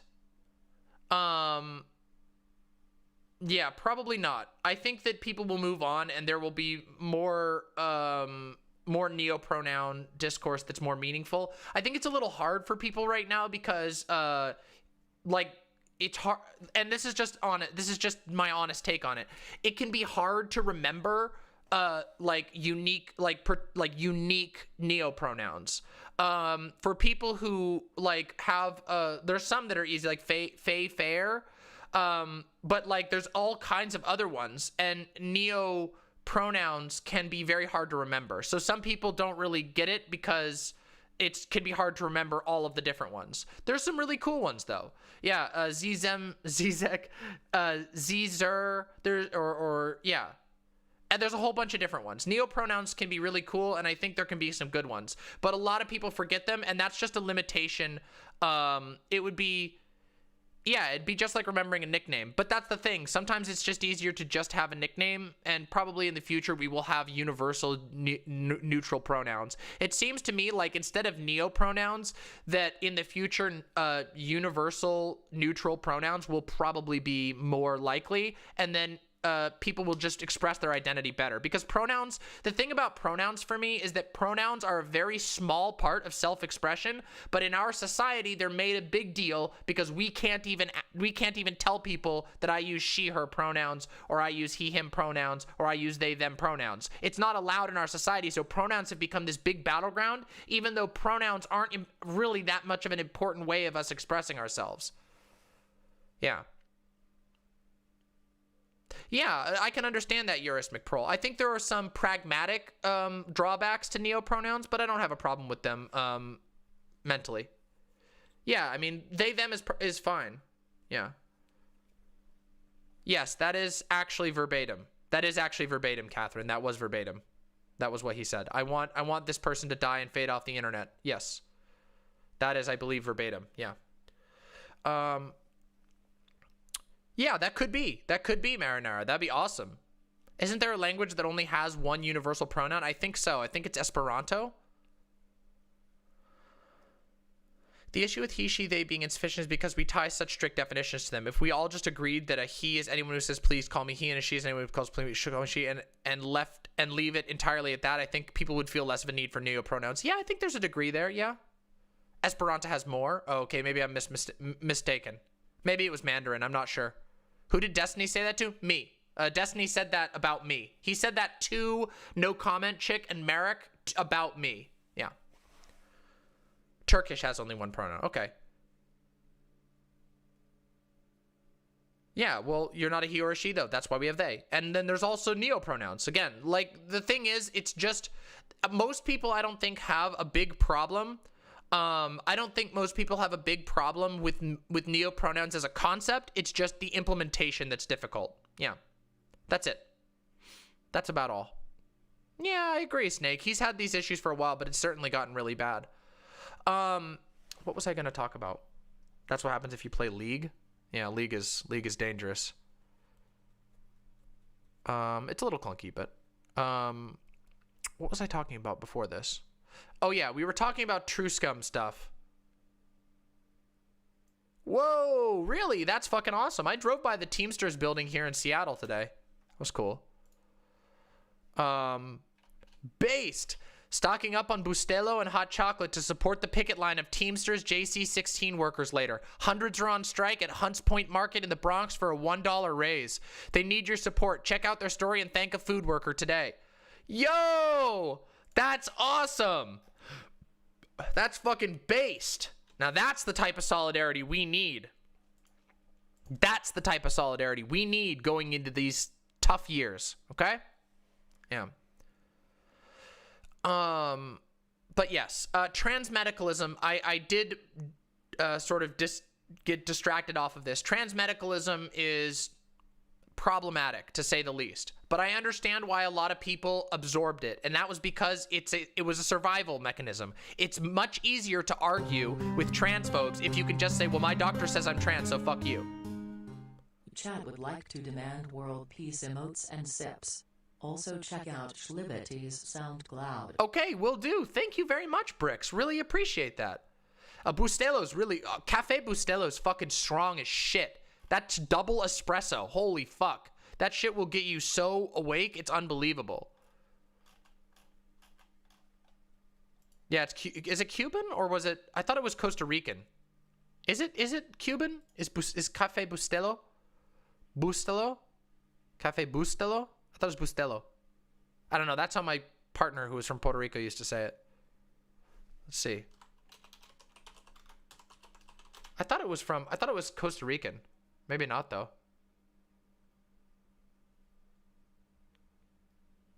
Oh, it is Cuban style espresso, but it's from, yeah, anyway, whatever. Okay, yeah, true trans stuff is silly. I've seen people say if you call someone they, it's misgendering. Can we all agree they, them isn't misgendering because it's entirely, okay, oh, I can explain this argument. Some people will say that using they can be misgendering if it's used like a bludgeon. Like, for example, if you introduce yourself to somebody and you say, hi, my pronouns are she, her, here's my name, etc., and somebody only says they, and they won't respect that you use she, her pronouns, that, yeah, yes, it can be degendering. That can be bad. Most of the time, that's not what's actually happening, and it's just that somebody forgot. But I can understand some people accusing someone else of that because I think it can be. And it does. I've seen this happen, by the way. I've seen this happen where I think that it is deliberate, but it's very hard to prove, and also most likely they've just forgotten. That's the main thing. They've probably just forgotten what your pronouns were or whatever, and they're trying to be safe. So, yeah. What's a good tell that it's happening on purpose instead of accidentally? If you remind somebody multiple times and they keep going back. If you go, hey, sorry, I prefer she, her pronouns, and then they continue saying they, there you go. As a cishet person, all the research on society and science dealing with trans people and queer people in general could be total made up bullshit, and I would still accept these groups because I just want everyone to be as happy as possible. There you go. It's the best way to do it. It's, like, the fact of the matter is that, like, the excuse that it's really complicated. Getting into transphobia is so complicated, but I agree. I don't really care about what science has to say about trans people outside of how it can help trans people. That's the most important part to me. The science doesn't give me like some sort of golden ticket but I understand why some people come to that conclusion. And you know what else? It's kind of like this. Do you want to know another example of this? Another example of this is the line trapped, a woman trapped in a man's body, or a man trapped in a woman's body. That line, it does not, like, almost no one actually identifies with that particular phrasing. That phrasing was used politically because it makes sense quickly. You can quickly sell that politically, that it's like, yeah, it's like a woman trapped in a man's body. But that's not actually how most trans people would describe themselves. And even trans people who've sometimes used that, it's just an easy way to get people off your case. In the 90s, no, it's carried through for a long time. It's still used all the time. It's still used pretty frequently sometimes. It's fallen out of popularity recently, but yeah, it's used as a more or less a political descriptor. Yeah. Yep. Yeah. So yeah. Yeah, most people don't feel like X trapped in X. It's just like, I don't know, it's a lot harder. Getting people off your case. Yeah. I mean, fuck, there's so much of that, right? Like, I mean, there's the meme in the trans community about people always asking about the surgery because they do that. Do you know how many people I've had ask me about my genitals who I don't even know? They're just like, oh, did you have your surgery done? That's an actual thing that happens. People are fucking weird about it. Again, I told you all, oh yeah, this actually connects back to what we were talking about before. A lot of people here who watch me now don't know, but if you saw that shit with Redneck, did you know that Redneck, like, not only did Redneck tweet publicly about the state of my genitalia, but he also went on to Dylan's show and over 1,000 people watched Dylan and Redneck argue about my penis? That's pretty fucking weird. That doesn't happen to anybody else. No one, I have never ever heard of any other content creator who wasn't trans have a public tribunal on the state of their genitalia. Real weird. Really weird. Yeah, no joke. Non-binary. Then you said non-binary. Okay. Yeah, it's not quite the same context either. It was very yikes. I agree. It was incredibly uncomfortable for me. One of the weirdest feelings ever. But I can describe non-binary. Okay, so I describe myself as a non-binary trans woman. Now, that's because I have had, I've literally had gender recognition or gender confirmation surgery. I've had an orchiectomy. I've been on hormones for 5 years. I identify as femme. I prefer she, her pronouns, but I don't like the binary. I don't feel comfortable on the binary at all. And I don't believe that just seeing myself as like hyper femme or locking myself into the role of woman is accurate. I do prefer feminine roles. I do prefer femininity overall. But let's be real. Like, who I am is much more complicated than that. I am not just my gender. And therefore, I believe very strongly in being non-binary, in not limiting myself to one side of gender expression or one perceived part of the binary. And that's why I'm a non-binary trans woman. I don't believe that you have to flip one way or to another. I think that you can float anywhere in between. I just also happen to prefer being generally identified as a woman and referred to by she, her pronouns. So it's not super, super complicated. It's just a way of being clear about what I believe and what I think. I am a gender abolitionist. I do believe that in the future, I think that in a just future, an ideal future, we won't even have a concept of a binary anymore. People will just express as they desire. And it'd be awesome. Because people, as it turns out, once the expectation of a binary is gone, most people pick and choose what they like. Do you know how many like mask guys like painting their nails? Do you know how many mask guys like having beautiful eyelashes and beautiful eyebrows? Do you know how many mask guys love brilliant colors and flowing clothes? A lot do, but they don't let themselves enjoy it because it's too iffy. There's too many risks involved. I think sometimes people forget.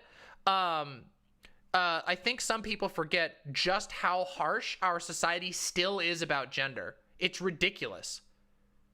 Yeah, men can be as feminine as they want to. And guess what? They can still be really masculine and have things that they want from the feminine side of the spectrum. Gender is a caste system. Well, it is horrible, yeah. I don't know how you I don't know the definitions of all that to be able to make that. That bright color stuff awakened for me the moment I got the coolest canary yellow shirt. Hey, there you go. Hassan in a dress mood, yeah. I think viewing roles as gendered is weird in general since we can see that how they get gendered even changes culturally. Like, I do things that are, I guess you could call Anglo-feminine, like baking sweets and decorating them, but that would be seen as masculine if I were Jamaican instead of American. Yeah, it's a total mess. Gender doesn't make any sense, and it's mostly been imposed by Abrahamic faith. That has been the largest thing that's imposed gender rules on our society, is this, like, highly stratified Christian, nuclear family-focused nonsense. I guess the nuclear family part is kind of more recent, but, you know, strict roles have been around for a long time in Christian society, and in Islam as well. Did I see poll molding about this? No, I didn't, but we can take a look.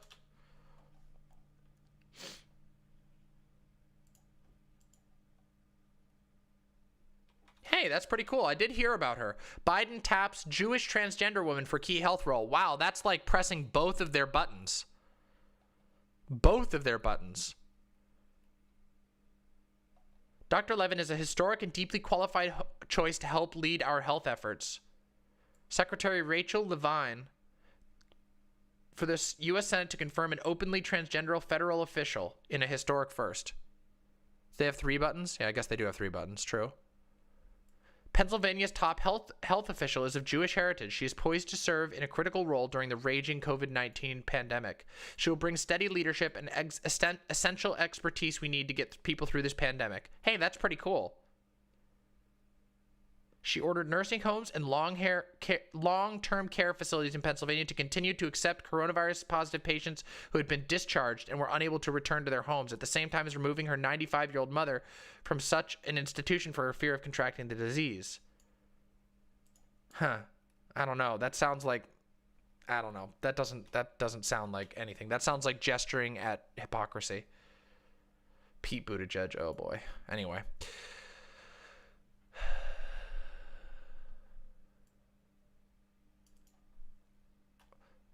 I think in a weird way, some of the most metal and manly subcultures end up being a way for men to engage in things that usually only women do, like having long hair, painting nails, and using eyeliner. Yep. Yep. True. That is true. And good for it, because expression is incredibly important to humans. Self-expression is unbelievably important to humans, and it hurts us when we can't do it. Hey, we got a whole list.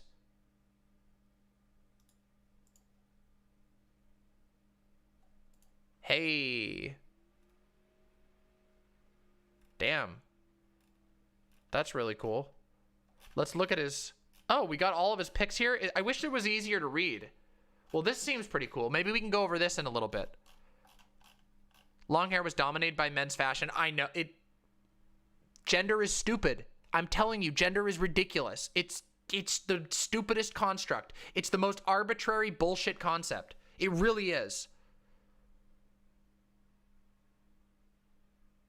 Miserable pile of secrets. True. The gender binary is nonsensical.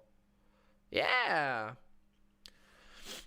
It has functionally no use. It's really, really sad. Yeah, it is. Hey, YouTube chat. I'm growing out my hair while I still can. Hell yeah, do it. Hi, Inca. At least 3. Don't play games with me. I support gay marriage. That's really good. There are -3 genders? Oh, shit. Somebody broke the numbering system. Oh, fuck.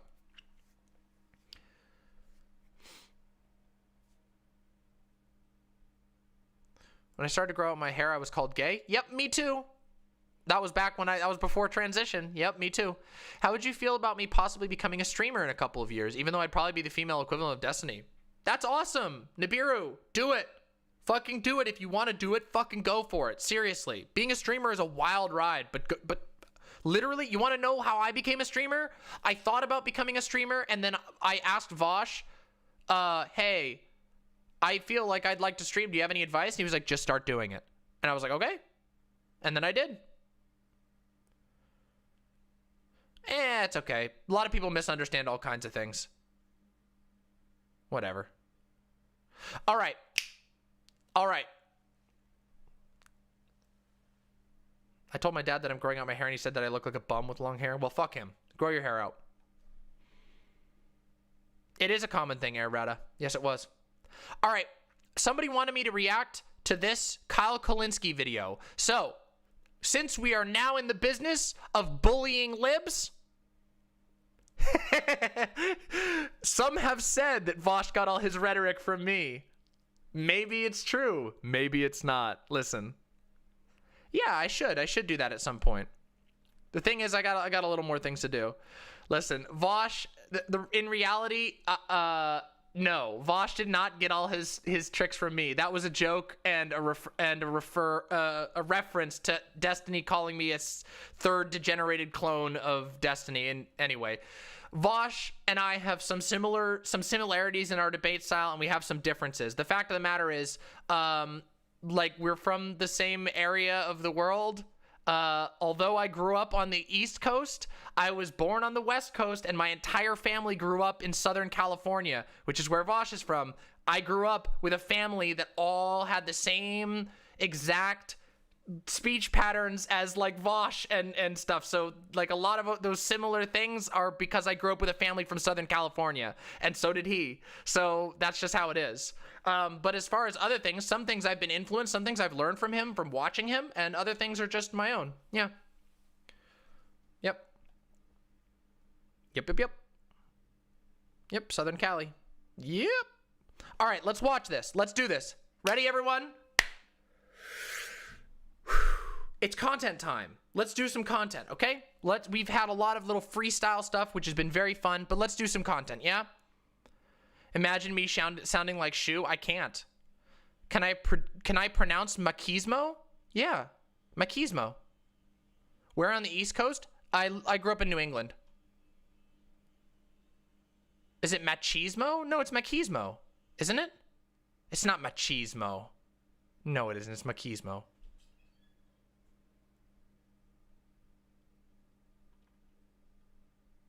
There's cheese in it? I don't think there is. Everybody always bullies me about the way I say everything. You know, that's one of the weirdest things of being a streamer. Everything. Every word. Well, I guess people are hanging on my every word. All right. Enough. Enough! It's fucking content time. Okay? It's content time. Enough about the cheese. Let's listen to this take. I want to try and interpret this take. It's not, I've never reacted to a Kyle Kalinske video, so let's do it. Let's do it. Let's react. Yeah, this is probably his class from reductionist CBS and YouGov that I want to share with you. I think these numbers are cause for concern. So the question here is, as you see it, the biggest threat to... Boomer!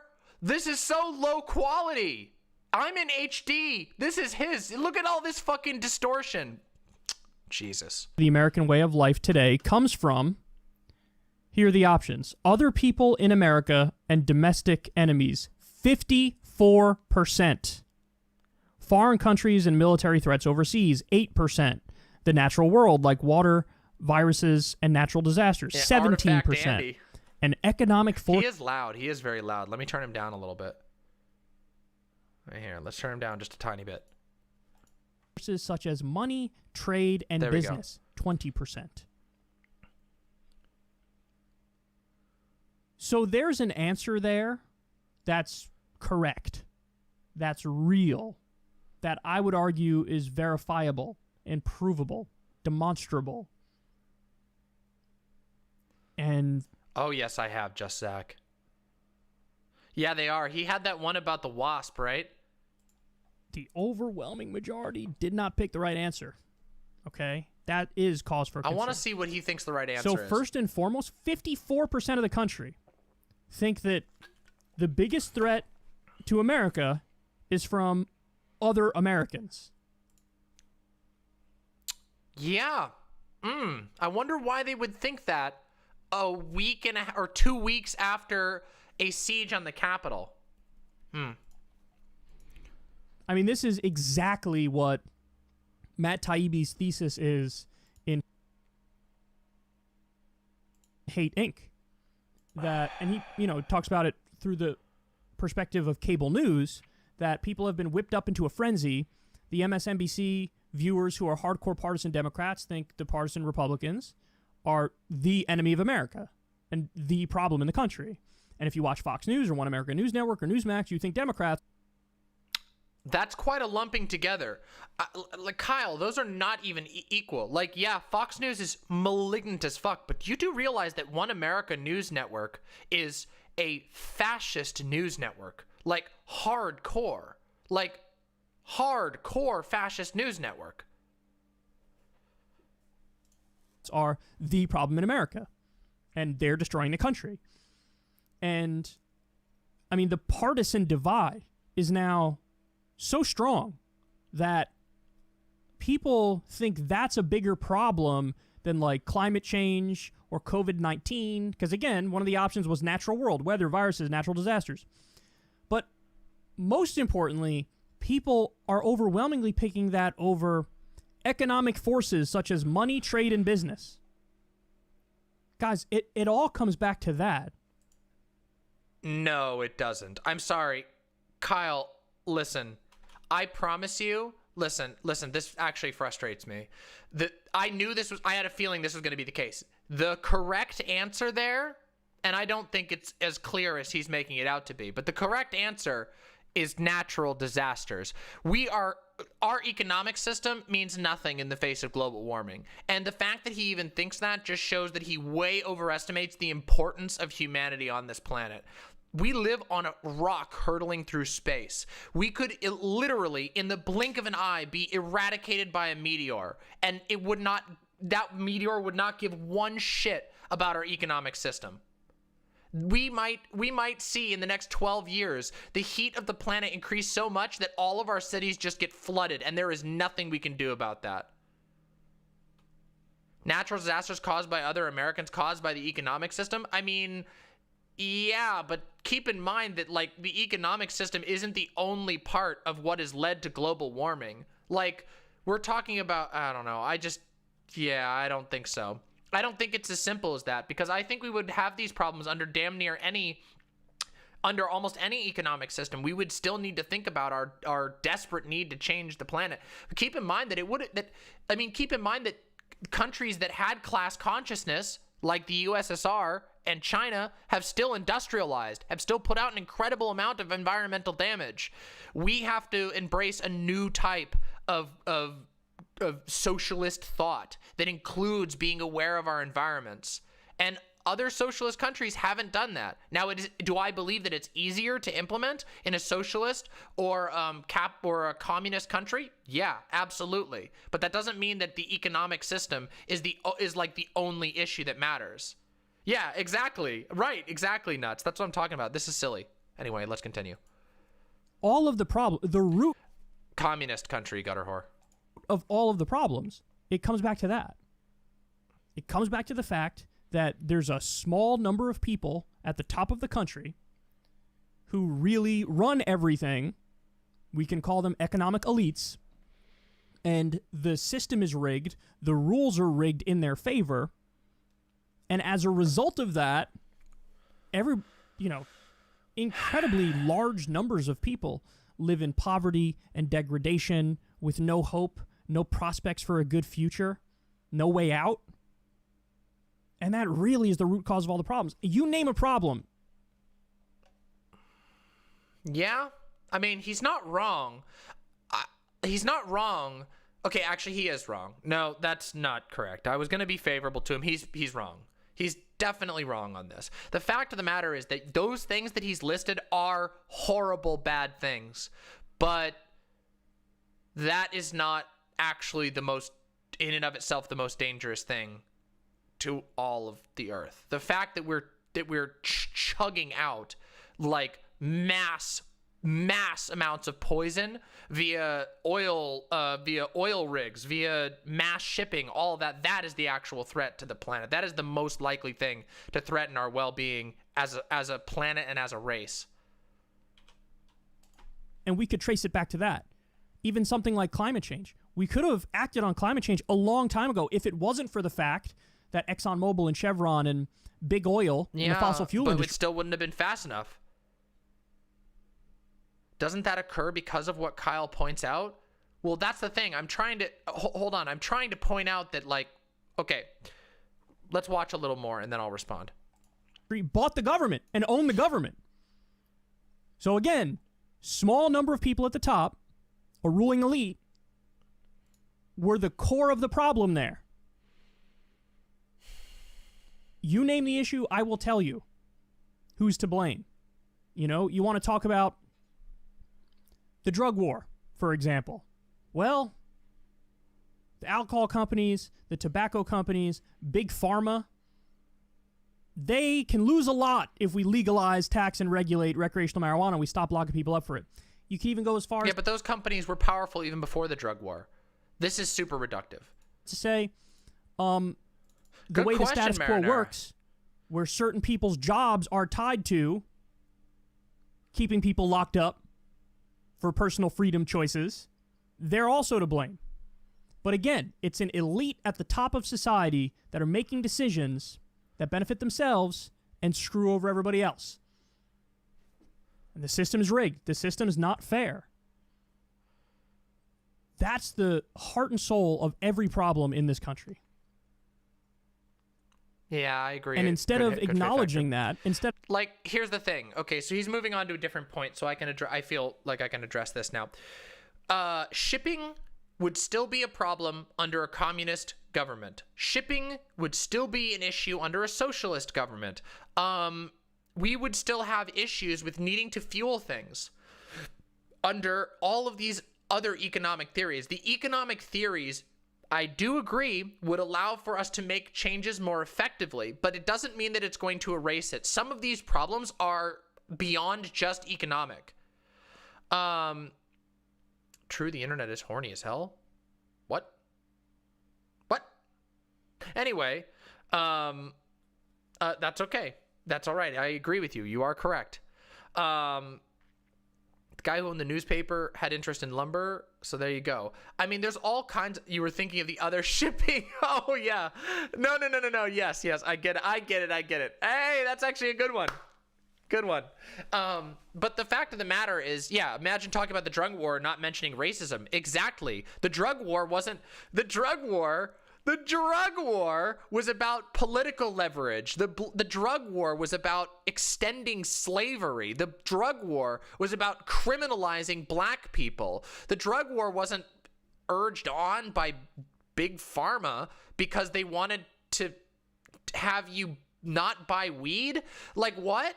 Like, no, that's ridiculous. The drug war was so much more than that. The drug war wasn't about big pharma, although I will agree that now big pharma is fueling it going forward. But but big pharma had a huge influence in the United States long before the drug war and anti-war protesters. Yeah.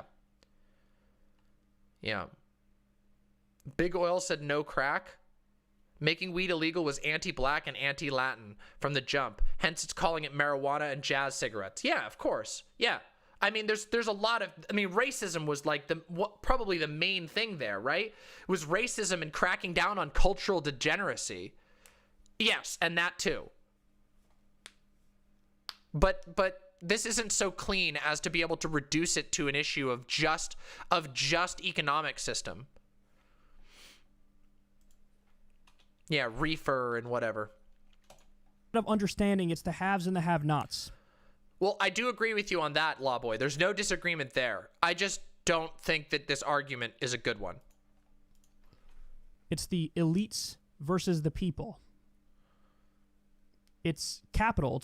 It's the 1% versus the 99%. Instead of understanding that, it's the owner class versus the workers. Instead of understanding that, now the majority of Americans say, no, the bigger divide is the partisan divide. And that gets... I mean, the partisan divide is preventing us from being able to engage a lot of these questions. Like the partisan... Again, I said this on my panel the other day. I said this on the panel that I was on the other day, that the right is holding back every single other political ideology outside of basically feudalism. The American right now wants us to return to having an emperor. They want a fascist country. That's holding back neo-libs. That's holding back democratic socialists. That's holding back socialists, anarcho-communists. Everyone is being tied back by the current of the American right. Of want it here now. I had a delegate call if off topic. Hold on, let me hear that. Let me hear that real quick.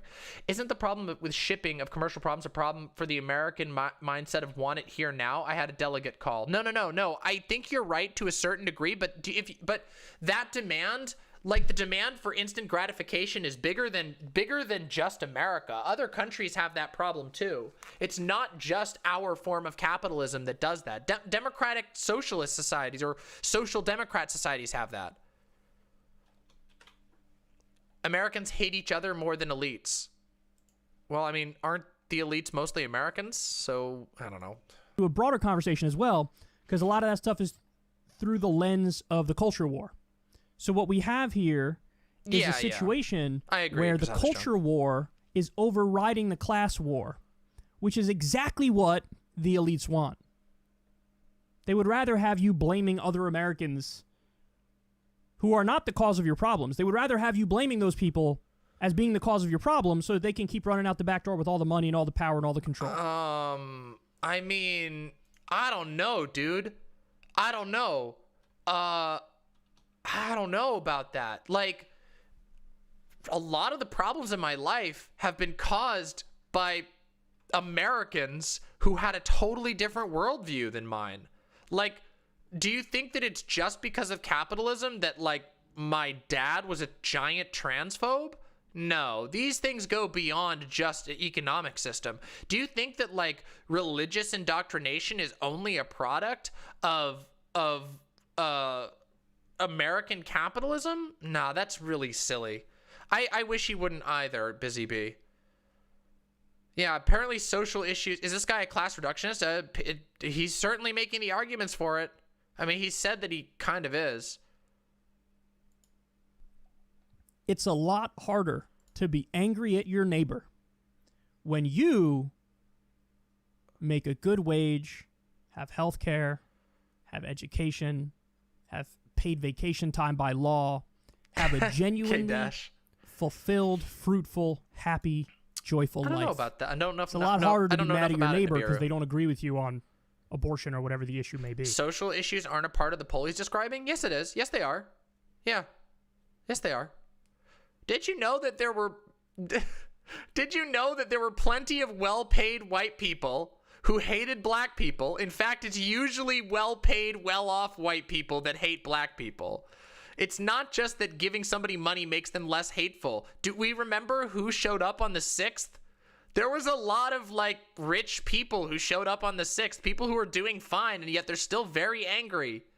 They're angry not just because of the economy, but because of indoctrination. And indoctrination goes beyond just economics. It's a lot harder. It's amazing how well the tricks of the elites have worked. Separate us when it...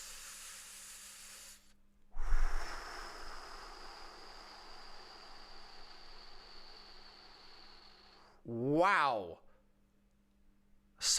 I'm sorry, but the tricks of the elites, that is the worst phrasing a leftist can ever fucking use. Jesus Christ.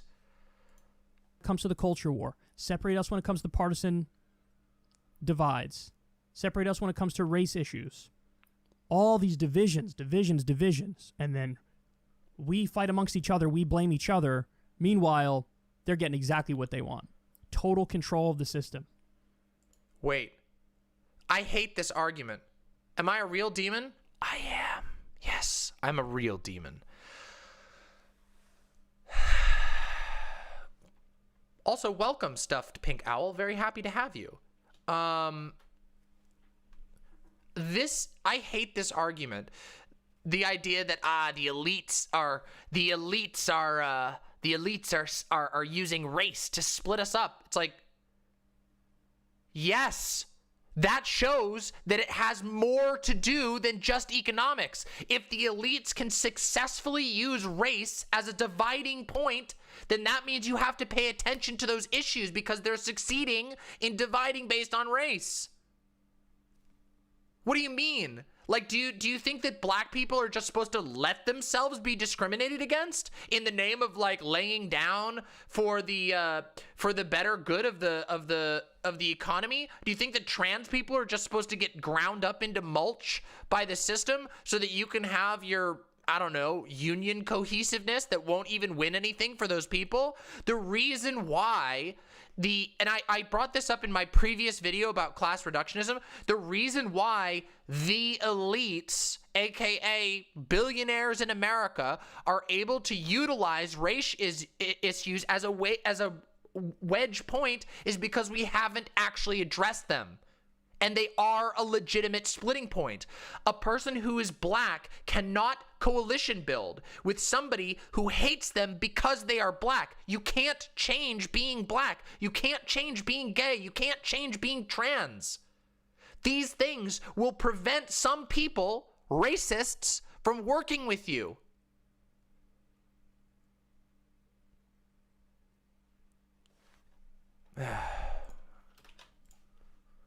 They have all the power, all the money. They've rigged the system against everybody, not giving anybody a shot. And the numbers. And guess what? They give trans people, they give black people, they give women less of a chance than anybody else. As it currently stands, even less. And your approach does not answer the question. Show it worked. Again, only 20% of the country is correct. Only 20% of the country is correct, which means 80% of the country is wrong in terms of the biggest threat to America. This it's purely division and class talk, ignores the literal numerous instance of, say, racism. True. Bad take, Kyle, as always. Yeah, I agree. This is a bad take in my opinion. Thank you, Adam Flores. I agree. Thank you very much. Yep. It's the corporations. We're going to talk about that in a History Mama Stuck Monkey. It's the moneyed interests. It's the elites.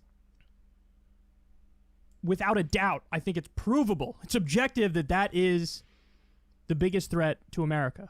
But instead... This is Kyle Kulinski. He's the leader of the Justice Dems, and he is increasingly espousing class reductionist arguments, which is really weird to me because he's not even a socialist. That's very weird to me. We're overwhelmingly blaming each other. Other Americans for it. Yeah. That's terrifying, man. That really is. The only piece of good news I would say, is that only 8% of the country thinks foreign countries and military threats from overseas are the biggest problem. So that means even all the propaganda, Cold War propaganda, whatever it might be, fear Iran, fear this, fear that, only 8% of the country thinks, yeah, the biggest threat is from some other, some sort of threat of a military strike against us or whatever. That's positive. Because that means, and that shows, like, polls also show Americans are generally anti... I think he is. I think he considers himself a social democrat. I don't think he's a socialist, no. War. They want to get out of the wars. That's good. But it's not good that we've sort of completely fallen for the culture war.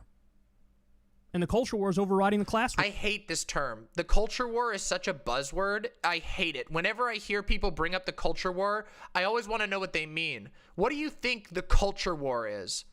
What's the culture war? Is the culture war when people say, we really want the police to stop killing our kids? Is it when black folks rise up and say, no more, we're not going to take you kneeling on our necks anymore? Is it when trans people say, hey, we're tired of dying, we're tired of having our community full of just of impoverished and sick trans people who can't get the help they need? Come on. And that has negative consequences, and it's time to address this and fix it. Okay, yeah, Kyle might be pro-BLM, but he's making an anti-BLM argument here. Just Zach, he's making an anti-BLM argument here. He's saying that, we really need to put aside these culture war issues. We've forgotten. You think I'm being too uncharitable? I don't think I'm being too uncharitable. He's making an argument for class reductionism and downplaying serious cultural issues. I hate this. The culture war, like, rhetoric, that's shit that anti-SJWs use. I know, I'm sure he probably doesn't mean to. But I don't care if he means to. That's the thing. I do care to a certain degree, but like in that I don't think he's like a terrible person. But at the same time, it's like, hey, I'm going to address these arguments as they are, and that argument these arguments are bad. These are arguments that tell people like myself and to just shut the fuck up and put it aside. These are the types of arguments that lead to a society that forgets disabled people. These are the types of arguments for a society that forgets women's rights. This is the type of this is the colorblind argument. This is the, if everybody would just be colorblind. There's no culture war. When somebody brings this up to me, I disregard what they have to say. I agree. I agree, Adam. Unsupported hate mongering. He's right about economics. Obviously. Wait a minute. I talk about this all the time. Economics is a huge issue. Obviously. I talk about it more than anything else. I talk about capitalism more than anything else on this channel. I am quite sure of that. Besides maybe, I don't know, whatever. I talk about capitalism more than just about anything else on this channel. More than trans issues, even though I'm trans, more than anything else. And it's just... The second I still think he's wrong. I'm just trying to see why he's saying the wrong things. I mean, maybe he just thinks he's right and he's wrong. Confused. Thank you very much, Corvus. Thank you very much, Corvus. Really appreciate that. Secondhand embarrassment is way too much. Imagine being that ideologically confused. I mean, it does feel like ideological confusion to me. This feels like ideological confusion. I think the culture war is real to some extent, but it's not that easy to parse what someone really means when they use it as a term. Well, the culture war is just a buzzword that means what it's a stand-in. It's like saying them. It's just like you fill in what you want it to be. It's a propaganda term that lets the listener fill in whatever the fuck they want. The culture war, what does that mean? What is culture war? Is me protesting like bathroom bills? Is that culture war? Is that a culture war for saying that I don't think it should be made illegal for trans people to go to the bathroom?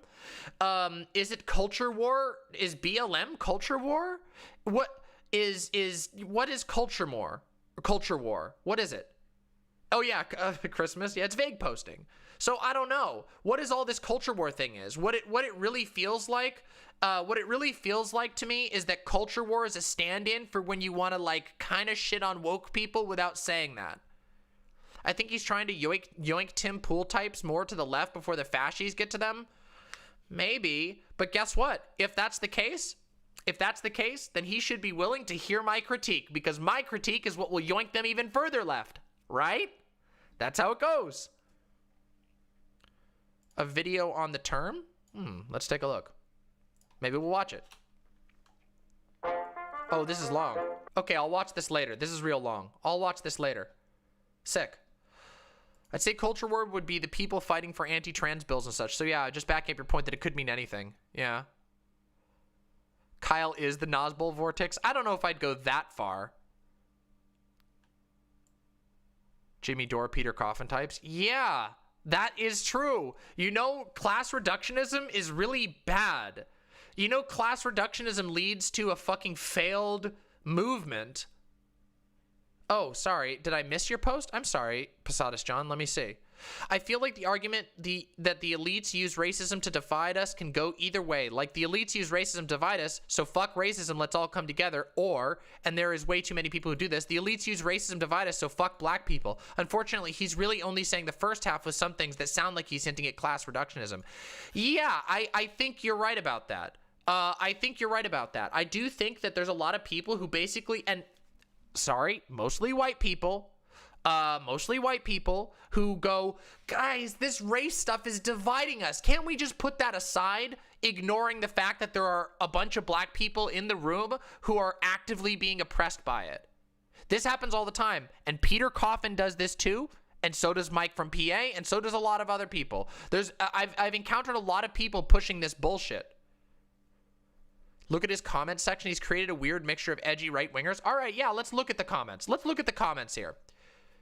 It seems like a loaded question. Economic forces such as trade and business just does not sound that threatening. They're not asking if you're more worried about what Jeff Bezos and Tim Cook and corrupt politicians are doing versus your fellow man. This means the elites are currently winning. This is exactly what the elites wanted, for us to turn against ourselves. You're completely missing what Hess saying. Hess saying it is bad that people fall for the culture war. I'm pretty sure we all agree with that. I don't... What do you mean, fall for the culture war? What do you mean by fall for the culture war? Spaghetti Western, what do you mean by fall to the culture war? I don't know what that means. That's the problem. The problem is I don't know what that means. Also, Adam Flores, is it possible to say that the culture war phrasing is to normalize some fascist rhetoric when they, fascists, say international banking? I don't know, but that's playing with fire. That is playing with fire. I don't get that sense from Mike from PA at all. Well, I think he's backed off on it a little bit, to be fair, Kaboka, but he had a whole, like, literally like 2 months ago, he had a whole class reductionist thing where he literally said he was a class reductionist. Phrasing is to normalize some fascist rhetoric when they, fascists, say international banking? Yeah. I don't know. Yep, the elites distracting Americans from the real problems. That's the way the elites want it. All the elites looking down from their ivory towers laughing at us. This is fasci rhetoric. This right here is the ivory tower of academia. Yikes. Divide and conquer, son. They fell for the old divide and conquer tricks. No, you are. You are all falling for the divide and conquer. War on Christmas type? That's not what that means, I don't think. I don't think that's what they're referring to, but maybe. What did you expect? The American working class would join forces to overthrow the elite in some socialist revolution? Well, our government wouldn't want it any other way. Divide and conquer is the name of the game. Establishment Dems and Republicans are two cheeks of the same ass.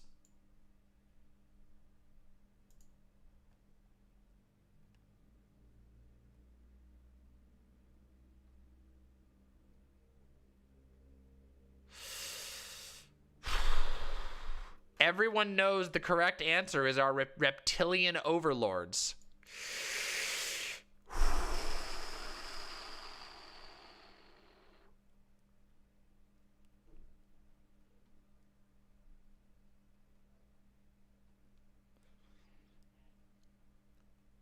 This just means the American brainwashing is successful.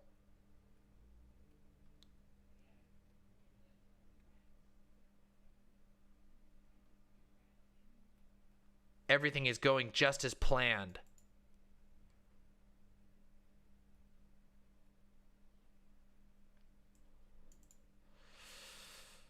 Ooh, boy.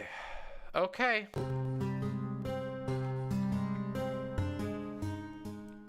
As in the culture war isn't real, everything you said about it is true, but people still think it is real. Kyle's saying we shouldn't care about it. I don't think that's what he's saying. The issues that make up the culture war are important. I don't know. I think it's important. It's a lot of reptile and elite talk. Yeah, it makes me nervous. I know the reptilian thing is a joke, but isn't it also a Nazi dog whistle? Yes, that's because David Icke, it's not just a dog whistle. Like, I know that it's been divorced from it, but keep in mind, I'll go over that in just a second, Busy Bee. Keep in mind that the reptilian thing was literally, originally, the argument was that Jewish elites were literally reptilian aliens. The reptilians were an alien race, and David Icke believed the Jews were that alien race. Like, it's not just a dog whistle, it's actually just anti-Semitism. And now it's been divorced from that because of stuff like you know, They Live and stuff like that, where there's been some attempt to divorce it, but it's become a bit of a meme, but it still is really, really, really close to its ties. Yeah, unfortunately, it's not. No, it's not. When I think of culture wars, I think of pro-anti-Vietnam demonstrations, sexual liberation, stuff like that. When I say I think it's real, I mean as a social phenomenon that has impact on the way people interact with politics. I think Kyle's take that the elites dictate culture war down to the masses is way too close to Nazi shit. I don't think it has much utility as a term, is mostly used by right-wingers to signal to nonsense. I agree, Busy Bee. This is the thing. This is why you don't hear me talking about culture war all the time, because I don't think it's good. Okay, let's analyze this. Let's dig in on this a little bit, okay? Let's analyze this. The culture war is designed to encapsulate a whole bunch of complicated issues that are sometimes argued about online and downplay them, right? That's what you use the term for. It's like a colloquialism for a whole bunch of things. So depending on what you mean by the culture war, you could be downplaying a lot of important issues. So, I don't know. Like, I don't think the culture war is useful as a term. I think Kyle's inability to take on social issues makes his community cozy for some reactionaries who hate black people, gay people, but like M4A and a $15 minimum wage. If that's the community he wants to get, yeah, I don't know. When I hear people say culture war, it's usually to make fun of Tim Pool types who think that racism, trans right is just liberal elites or an attempt at controlling or destroying. But now I think it's concerning that the rhetoric is getting pretty similar to our own. Well, not mine. You're not going to hear me harping on about a culture war. I don't know. I don't think it's a good thing to downplay serious issues. I don't think it's a good thing to downplay, like, trans people on the internet trying to advocate for their own rights. I don't think it's a good thing to downplay black people fighting for their rights on the on the internet or in real life. It seems weird to put all social issues in culture war category in the name of what? In the name of placating racists? In the name of placating transphobes? That seems like a bad tactic to me. That seems like a really bad tactic. And again, I don't know if that's what Kyle Kulinski intended to do, but this does seem like an example of of white privilege, you know?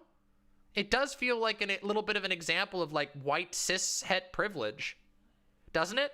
The idea that you can tell other people to sit down and shut up in the name of winning some economic battle, when they might not live to see the next generation, that their kids might grow up in abject poverty. Yeah, lack of perspective. Do minorities really need rights? Pepega.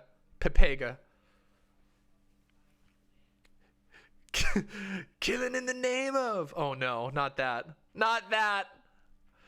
Personally, whenever someone says something about the culture war or the bigoted rhetoric that comes with it, I typically just say something along the lines of the culture war is just something that billionaires, Fox News, whatever uses to get you past going against your fellow man. The black man is just trying to get by.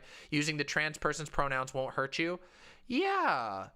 I mean, I think that's true. I think that the culture war word is more or less a dog whistle. Not a dog whistle. It's a turn of phrase that downplays these things and pretends that they're like, okay, here's what I think of. When I hear people use culture war, I think of people trying to equate BLM with, like, I don't know, Steven Universe fans fighting online. That's what it sounds like when they're trying to do the culture war. It's about trans people in a video game, and they're trying to. But the problem is that it reduces all of that down, and I don't think that's a good thing at all. It's thought terminating. Yeah, we shouldn't use that sort of shit, or if we do, we should use it very careful. I think the co-opting for, say, reptilians or some tankies gives a necessary cloud for normies who will slowly radicalize them to show whatever murderous or racist intent. The term never really to me showed a definite academic or social term, just a cloud to I think I understand what you're saying there. Do you mean that like people use it just as like a catch-all? I think that's accurate if that's what you meant. Yeah, I think that's what you meant. But if that's not what you meant, please clarify it. Yeah. I think people use it as a catch-all. Like they say the reptilians as like a dog whistle that you can just kind of, exactly, just like culture war, you can insert whatever you want. It's a buzzword. It's a meaningless thing. The borders of what's considered culture war has changed a lot over the years. It's an attempt at forming a theoretical political center which equates reasonableness with whiteness and maleness. I agree with that. I think that's accurate. Culture war is whatever you want it to be. Yeah, it's like cancel culture. I don't like that. I think that we shouldn't. I don't think we should use this stuff. So Kyle Kulinski, shit take. Personally, I don't think you did a good job. I think you're a good person, Kyle Kulinski, but damn, holy shit, you got to be careful with this rhetoric, because this rhetoric is fucking dumb, and what it comes across as to basically every minority is that you don't give a shit about our issues and that you want to downplay them as frivolous culture war issues. Well, guess what? My ability to get the medication I need to live is not a culture war issue. The rights of disabled people to be treated with basic respect is not a culture war issue to be downplayed. The rights of black people to be taken seriously in the workplace and beyond and in society is not a fucking culture war issue. These are really important. These are really important issues. So I'd appreciate if you wouldn't use rhetoric that downplays these issues and tries to frame them as some sort of frivolous culture war. I think that makes sense, yeah? I think that makes sense.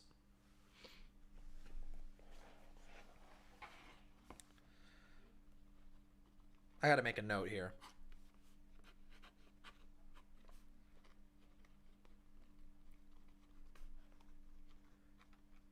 There we go. Yeah. All right. Yeah. So those are my thoughts on it. We're gonna have to compete with some of this stuff because I know that this is gonna be a big issue. I've seen this kind of shit all over the place.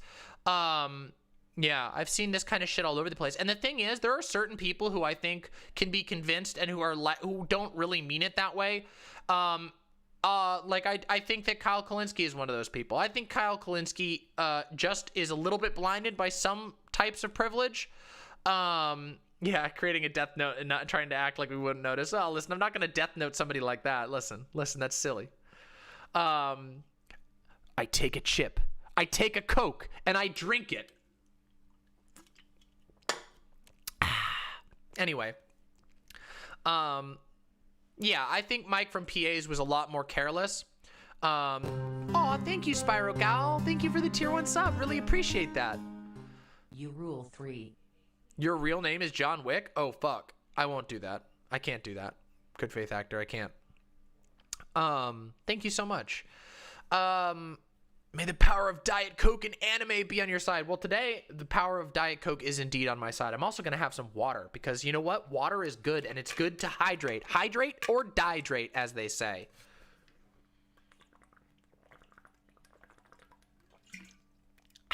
Delicious. Water is amazing. I love water. Okay? I love it.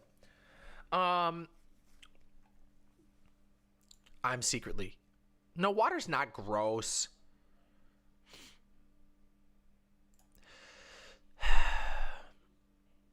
Dihydrogen monoxide, the most dangerous chemical. Did you know if you breathe in dihydrogen monoxide, you'll die? You'll die? Oh, it's so bad to never drink water. It's really good for you to drink water. But if you drink a lot of tea and stuff, you're probably fine. All right, there was a couple other things I wanted to talk about today. But you know what? We need a break, okay? You've heard that Angie Speaks is a class reductionist. What exactly has she said, though? Oh, my God, no. No, I can't. Okay, Angie Speaks has had, like, the longest running string of bad takes I can possibly imagine. So many bad takes, I can't even dip in on it. Like, holy fucking shit. I bet I could go to Angie Speaks right now, and there would be bad takes. Let's see. All right, let's see.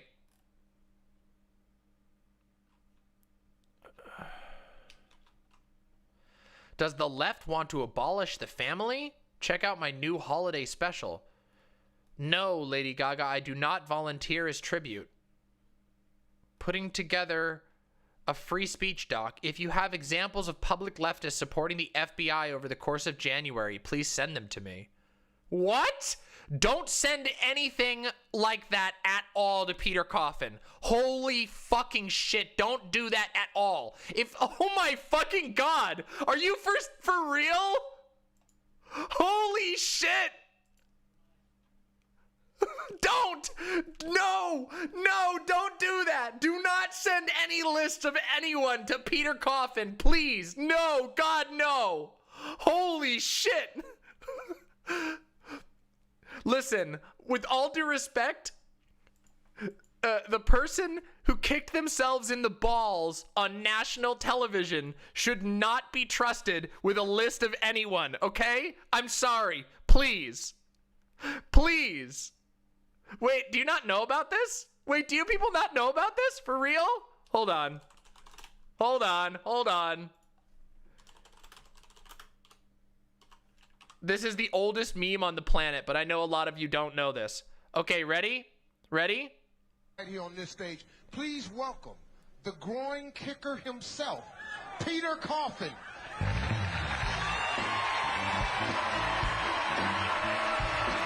And yes, this is the same one. This is the same one. It's hard to see his face in this version. This is real. This is real. This is unironically real. I wish I could get a higher quality version. Let me see if I can find a higher quality version. Hold on. Let me see if there's a higher quality version. Hold on. Let's see. Where's the high quality version? I know there's a higher quality version. Somewhere out here.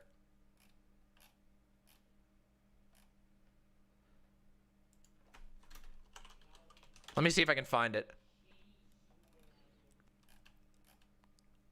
I guess this is the only one that's up right now. They probably get taken down pretty frequently. Please welcome the groin kicker himself. Here you go. There, now you can see. Look, it's definitely the same Peter Coffin. Yeah, he is Steve Harvey. Coffin is they, yes. By the way, I gotta show you this. Step over here. Did you notice how Peter was walking out? This is the look of a guy that's fitting to kick himself in the nuts.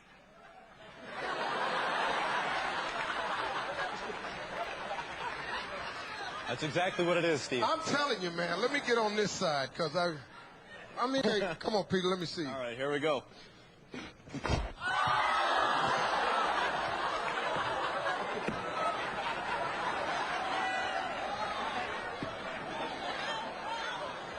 I'm just gonna stay here for a second.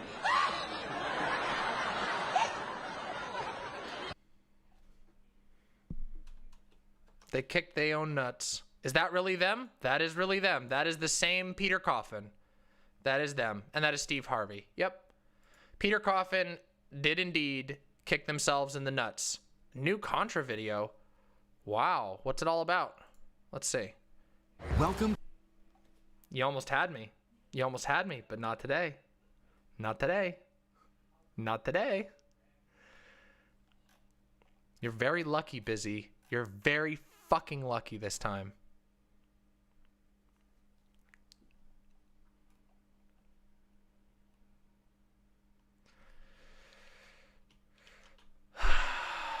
Okay, I have to look. Okay, this is cringe. This is really cringe. Okay, this is actually terrible. I'll give Angie one time. Okay, one time. I know that we all knew they slept in separate bedrooms, but just hearing it confirmed that Melania had a separate bedroom from Spanky is freaking hilarious. The Bidens will, of course, raw dog like wild animals while watching Wolf Blitzer. Nothing but curled toes, cramped calves, and gallons of frothy spunk. Because, you know, love. Now that is cringe. That is one of the liberal cringes I was talking about.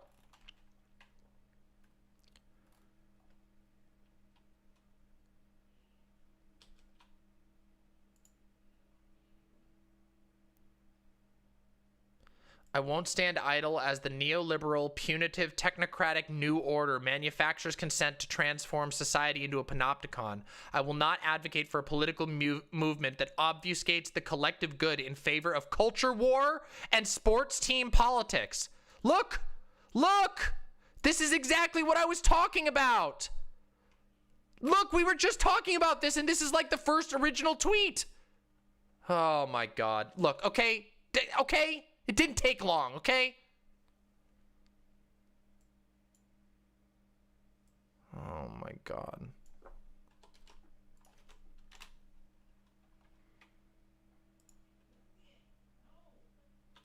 Oh, that was a fake one. That was a fake one. They faked it. They faked it. It was faked. Fucking fakers. Don't you steal my lib cringe. No, she can't. I don't think she can. But do you want to see one that isn't? Hold on, let me show you one that isn't fake. Hold on, I'll get you it from the source. You just watch. I'll show you. Hold on, I'll find it. I promise. I hope. Well, maybe I won't. Maybe I won't find it.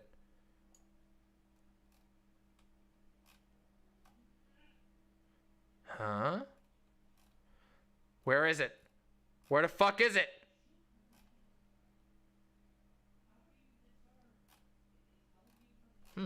It's gone. Maybe they deleted it. Maybe they deleted it. Never mind. I guess there isn't. I guess we're not getting any liberal cringe today, everyone. Sorry, the liberal cringe is canceled. The liberal cringe has been canceled. They've all deleted it. A lot of people don't understand what neoliberalism is. Yep. A lot of people don't get what neoliberal is. Oof. Oof. Oof. Oof. Oof. Oof. That's bad. Oof. Cringe canceled. No, we'll get some cringe, I'm sure. Don't you worry. Anyway, the fact of the matter is, I hate this shit. I really hate this shit, okay?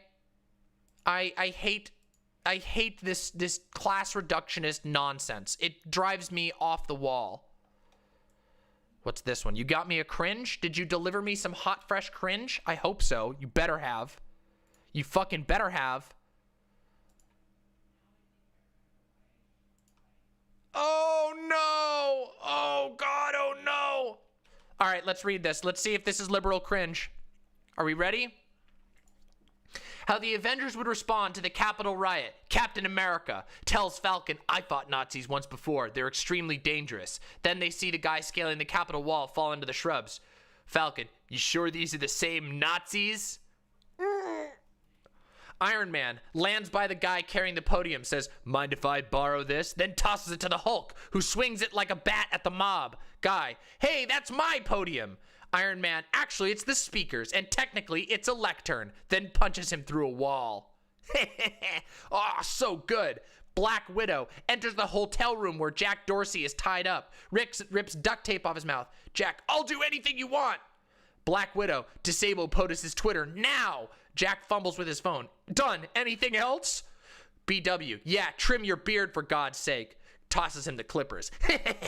Oh, so awesome. Tip, tip. Milady, milady, milady, milady, milady, milady, milady, milady. Hulk grabs a selfie stick from one of the guys and beats him over the head with it. Deeming it too small, he grabs another guy's Confederate flag and takes out a whole swath of rioters. He tosses the flag to Cap, who uses it as a javelin to impale a fleeing Ted Cruz. What? Hawkeye hears Iron Man in his earpiece say, "Looks like Orange Julius is tweeting from another location." Hawkeye, "On it." He locks in on Trump through the White House window and fires an arrow, knocking the phone out of Trump's hand. Hawkeye, "Damn, that felt good." Thor comes face to face with the Viking guy, says defensively, "Pfft, what a stupid outfit." Star-Lord, "He's dressed exactly like you." Thor, "Not likely. I don't wear rabbit hats." Rocket, "It's a raccoon." Thor, "Whatever. The point is, I do not look like him." Just then, Drax approaches the Viking guy and casually says, "Hey, Thor." Star-Lord shoots Thor a "told you so" look. Groot whispers, "I am Groot." Oh, God. Can I do TikTok poses like this? What's a TikTok pose? I don't know what a TikTok pose is. You'll have to teach me. They both laugh. Thor angrily wields Stormbreaker and Viking guy runs off, calling for his mommy. Doctor Strange sees Josh Hawley running down the Capitol Hall. Strange opens a time portal and Hawley runs straight into it. We see Hawley tumble into the year 1984. Wong, "Now that is Orwellian." Strange, "No, it's not. Has anyone actually read that book?"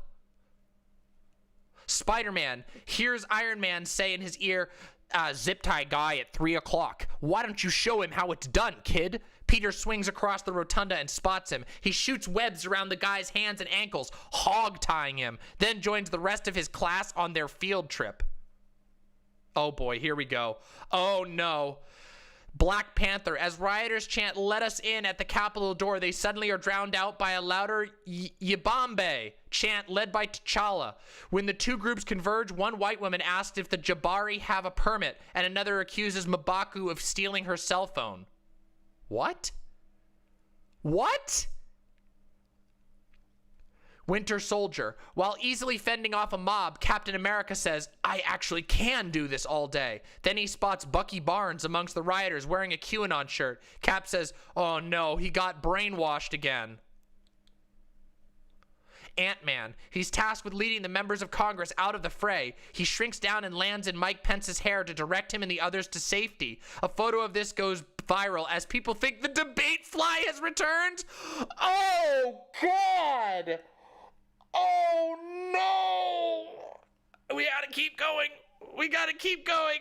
Captain Marvel. The squad confronts the guy in Pelosi's office and demands he give her back her mail, or we'll take it back. Guy, you in what army? Then Captain Marvel, Gamora, Scarlet Witch, Valkyrie, and every other female MCU character descend into the room one by one.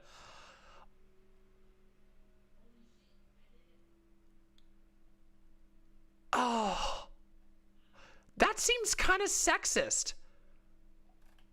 Thanos sends out a tweet distancing himself from Trump.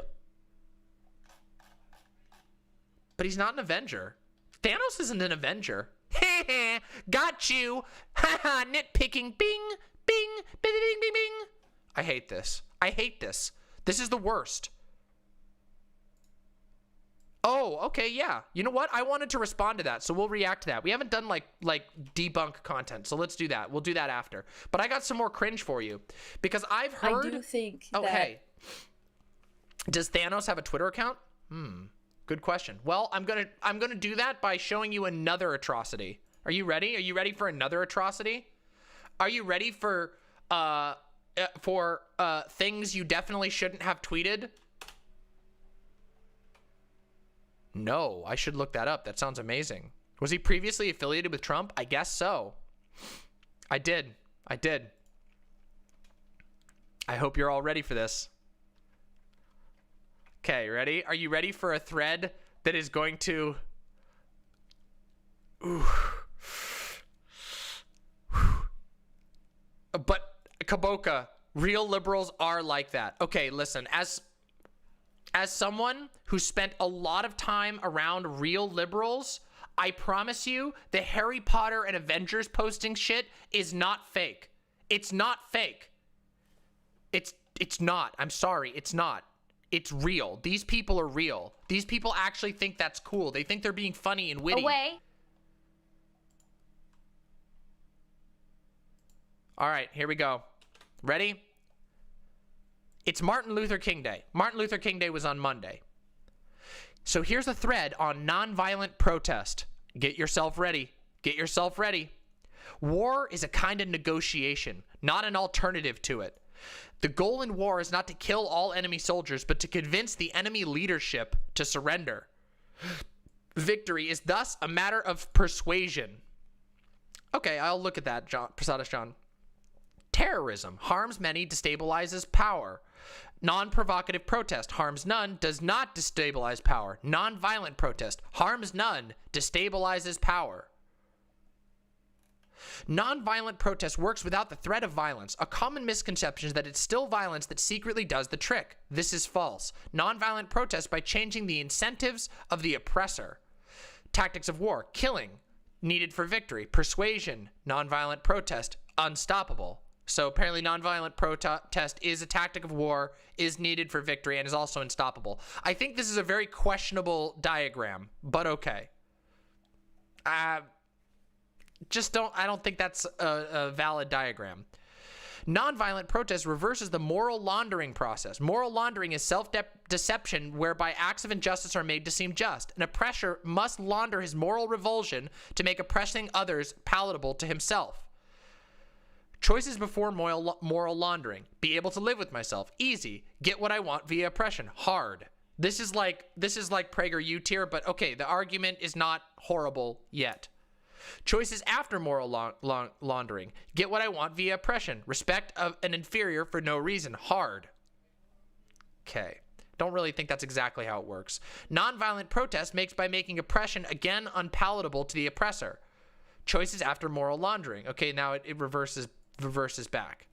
Nonviolent protest requires enormous discipline on the part of the protesters. Protesters cannot succeed without rigorous self-examination to make sure they are not committing injustice or in any way justifying the violent reactions they provoke. Now, I don't agree with this at all so far, but it's not the worst. You just wait. Nonviolent protest must be provocative. If nobody cares, nobody will respond. Nonviolent protesters must be prepared to suffer. Watch this speech from the movie Gandhi. It will hurt like all fighting hurts. You will not deal blows, but you will receive them. Nonviolent protest must be admirable. Protesters demand respect by demonstrating respectability. The courage to be harmed repeatedly while offering no retaliation is one of the few actions that can make an oppressor reconsider a false sense of superiority. 9. Nonviolent protest is unstoppable because, practiced improperly, it cannot fail to change the incentives. And now, get ready for the ride to go hog wild. 10. Bitcoin represents a new kind of nonviolent protest, one written in code. Bitcoin changes the incentives of central banks, which today exploit the public by abusing their absolute financial power. Oh, fuck! Centralized banking before Bitcoin. Inflate fiat currency, gamble with people's money, encourage consumption. Easy. Resist temptation to print money, forego profits, stay small enough to fail, reward saving. Hard. Bitcoin changes the incentives of central banks by changing the incentives of the public. Incentivizing the discipline required of nonviolent protesters. Lose 4% per year. Trust banks to store money. Spend money. Accumulate debt. Easy. Take major political action. Self-custody. Save money. Invest. Hard. The public after Bitcoin. Buy Bitcoin. Self-custody. Transact trustlessly. Save money. Buy Bitcoin. Stack sats.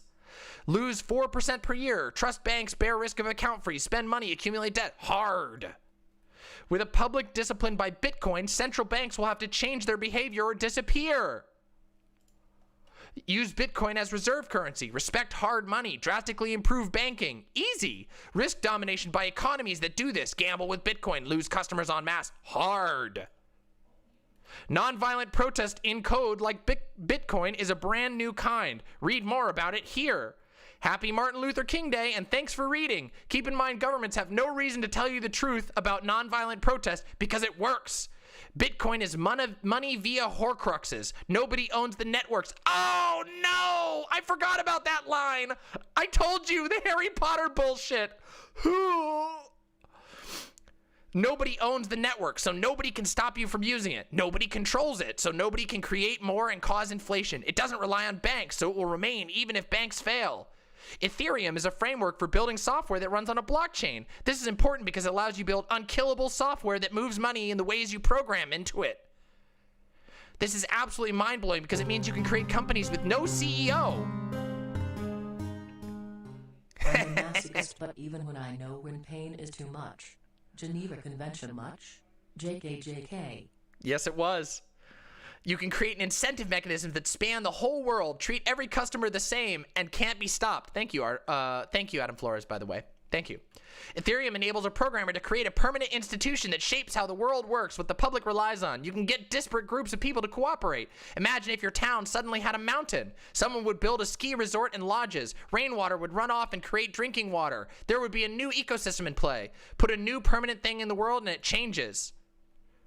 If suddenly your town had a river, there would be an interstate trade on boats. If it had a coastline, there would be beaches. Ethereum allows us to do that with software. Poof, a new permanent public useful thing. Here's a bit more on Bitcoin. Ooh, boy. Happy Martin Luther King, everyone. Buy Bitcoin. Buy Bitcoin. What are the best rebuttals to Bitcoin? My video on Mt. Gox, which is going to be out tomorrow. Yikers. Yikers. Don't buy Bitcoin, please. Be careful. If you're going to buy Bitcoin, be very, very careful. Holy fucking shit. Please be careful. Bitcoin idiots are the dumbest people on the internet. Holy fucking shit. Holy fucking shit. Bitcoin idiots are the stupidest people on the internet. There's been an ongoing conversation on the Discord, on my Discord, which you can gain access to right here. Right there. It's right there. You can get on the Discord. There's been an ongoing conversation about the stupidest groups of people on the internet, and I think Bitcoin idiots might be them. They might be the stupidest group of people on the internet. Yeah. Mama Coin? You want Mama Coin? Yes. Mama Coin. Buy Mama Connect. Oh God. Oh no. Thank you, Silent, for sending this one out. Silent was the one who located this incredible lead for me. What's up, Mama Connect? Oh God. Bitcoin people have a huge overlap with libertarians and ANCAPs. Dude, does anybody remember when we used to have the Bitcoin Queen and Bitcoin King come in? Crypto Queen and Crypto King? That was a wild ride, wasn't it? Listen, I always find you good stuff. Yep. Crypto King and Crypto Queen. Husband and wife team. Always came in to hawk Bitcoin. There were these people who used to come in and wanted to argue with me about Bitcoin, and they never showed. They never actually showed up for a debate. No one ever shows for debates. Sucks. You don't think anime is as good as people make it out to be? That's like saying you don't think movies are as good as people make it out to be. Anime is a massive, like, industry. Bitcoin, best coin? Uh-oh. We got more Bitcoin? What do I think is the psychology of Bitcoin lunatics? Gambling addicts. No joke. Gambling addicts. Gambling addicts. I'm sorry. I'm sorry, but it's true. Hey, have fun sledding and be safe, Lemons.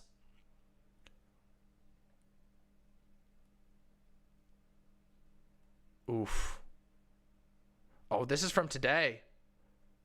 Oh, no.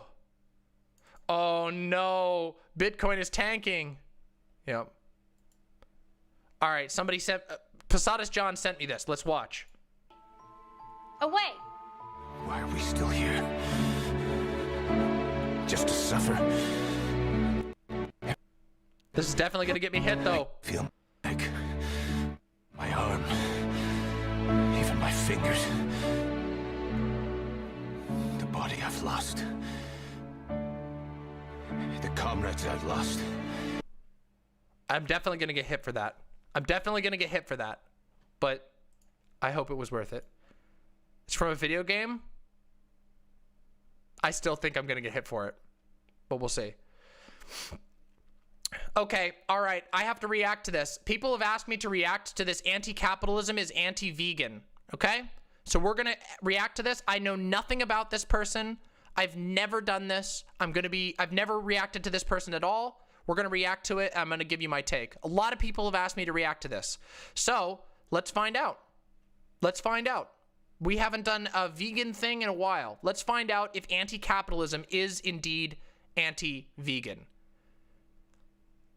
Who is this? Who is this person?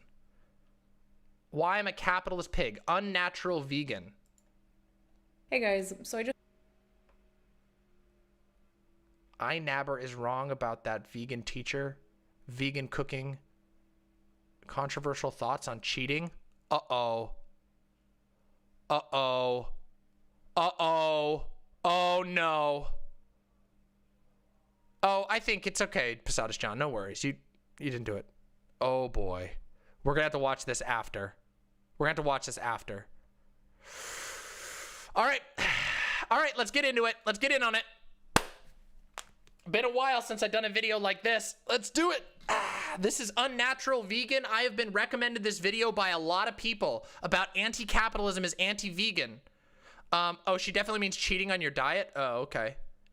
I think she was once into objectivism. Oh!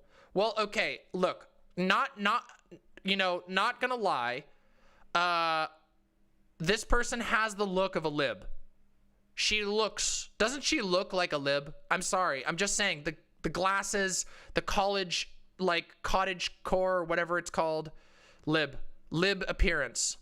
So yeah, we'll see. Let's see the arguments. Maybe they'll be convincing. Let's go. I'm not disagreeing with you, Walker, at all, but definitely looks like a lib.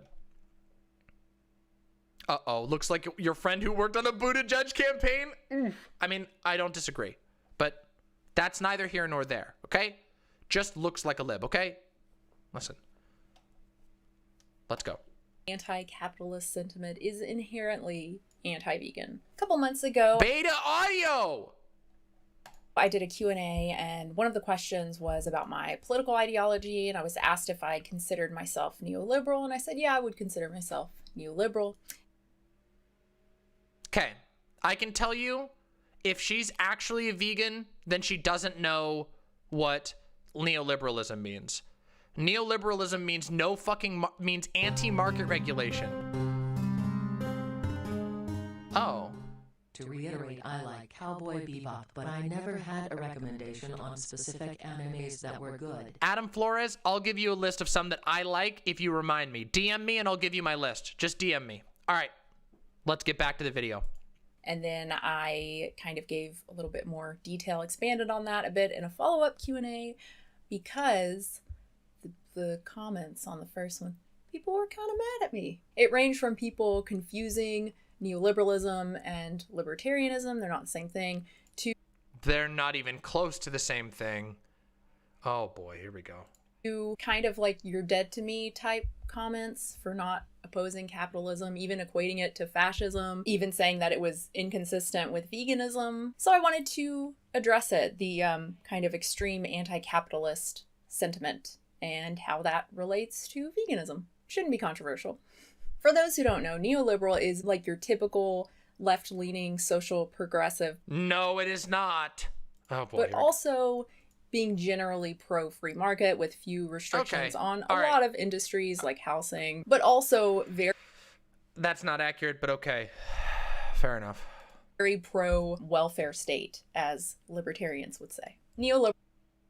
No. No. That is not what neoliberals are. Not pro-welfare state.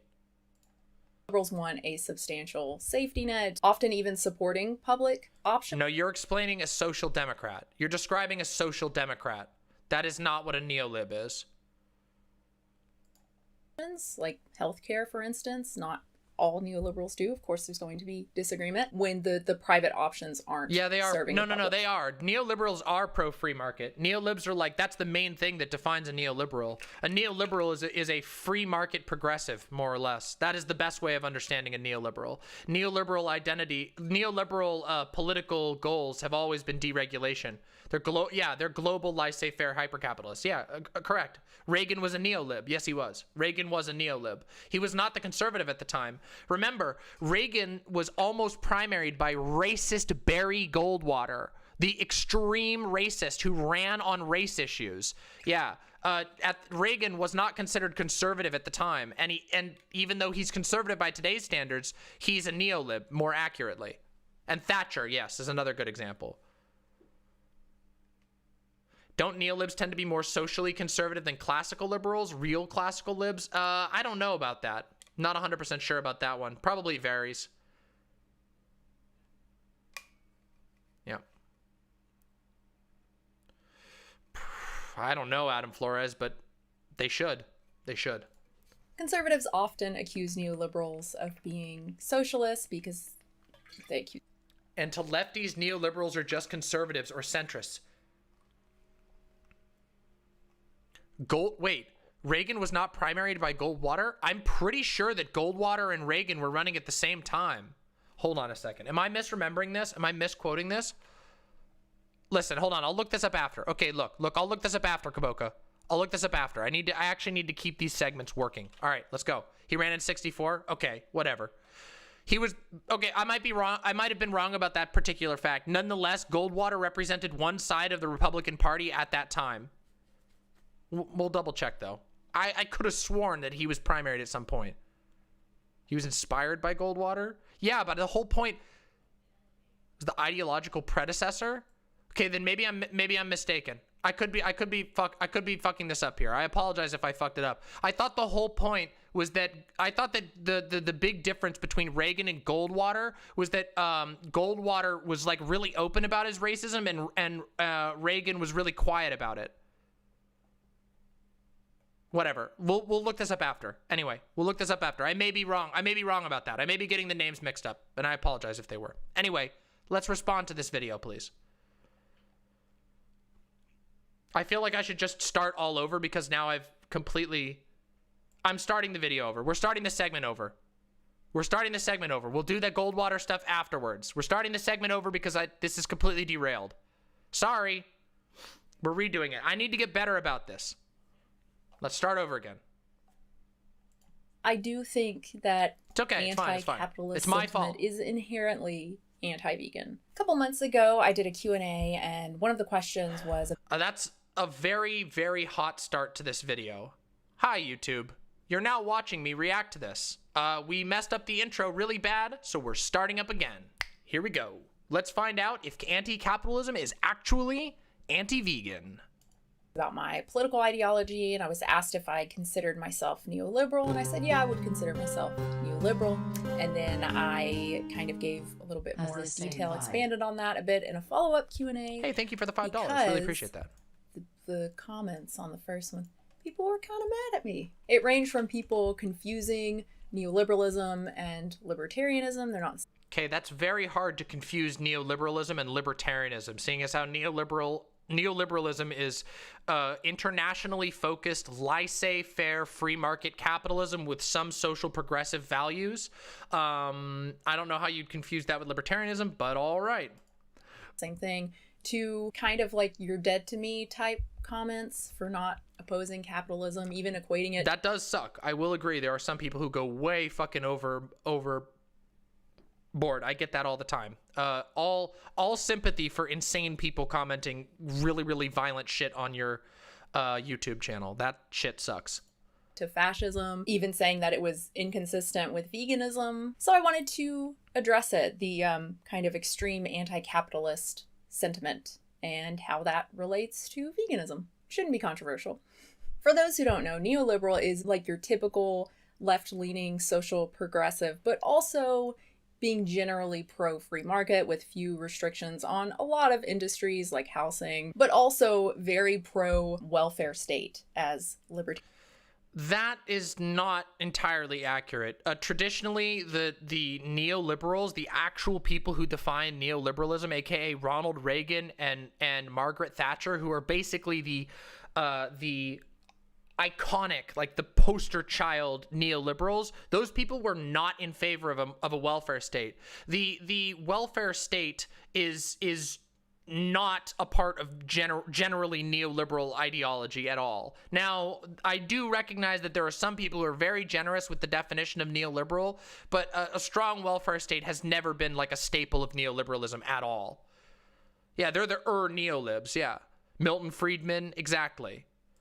Libertarians would say. Neoliberals want a substantial safety net, often even supporting public options, like healthcare, for instance. Not all neoliberals do. Of course, there's going to be disagreement when the private options aren't serving the public. Conservatives often... This kind of, what this feels like so far, and I know we're only a minute and a half in, but what this feels like is like, it feels like she is very attached to the term neoliberal and wants to kind of define it to be what she is versus actually understanding what neoliberalism is. Yeah. What's the difference between neoliberalism and libertarians? Okay, well, there's a big difference between neoliberals and libertarians in the way they go about things. Okay, this is really complicated. We will talk about that as we go on. Right now is not the time for that discussion, but yes. Accuse neoliberals of being socialists because they accuse everyone of being socialist. And to lefties, neoliberals are just conservatives. Well, yeah, because neoliberals tend very conservative. They do tend conservative, especially economically. That's one of the big things. Neoliberals and lefties clash. There is a massive overlap between neoliberals and American libertarians. Yes, American libertarians, yes, there is some overlap there. But libertarians, to their credit, libertarians do tend to be more of like the small business types. They tend to be like, yeah, go out and start your own business. Whereas neolibs are like, go get a job at Microsoft. That's like a good way of envisioning the difference between an American libertarian and an American neolib. An American neolib is like, wouldn't it be great if you got a great job at Google? And then hey, Grime Dango, great to see you.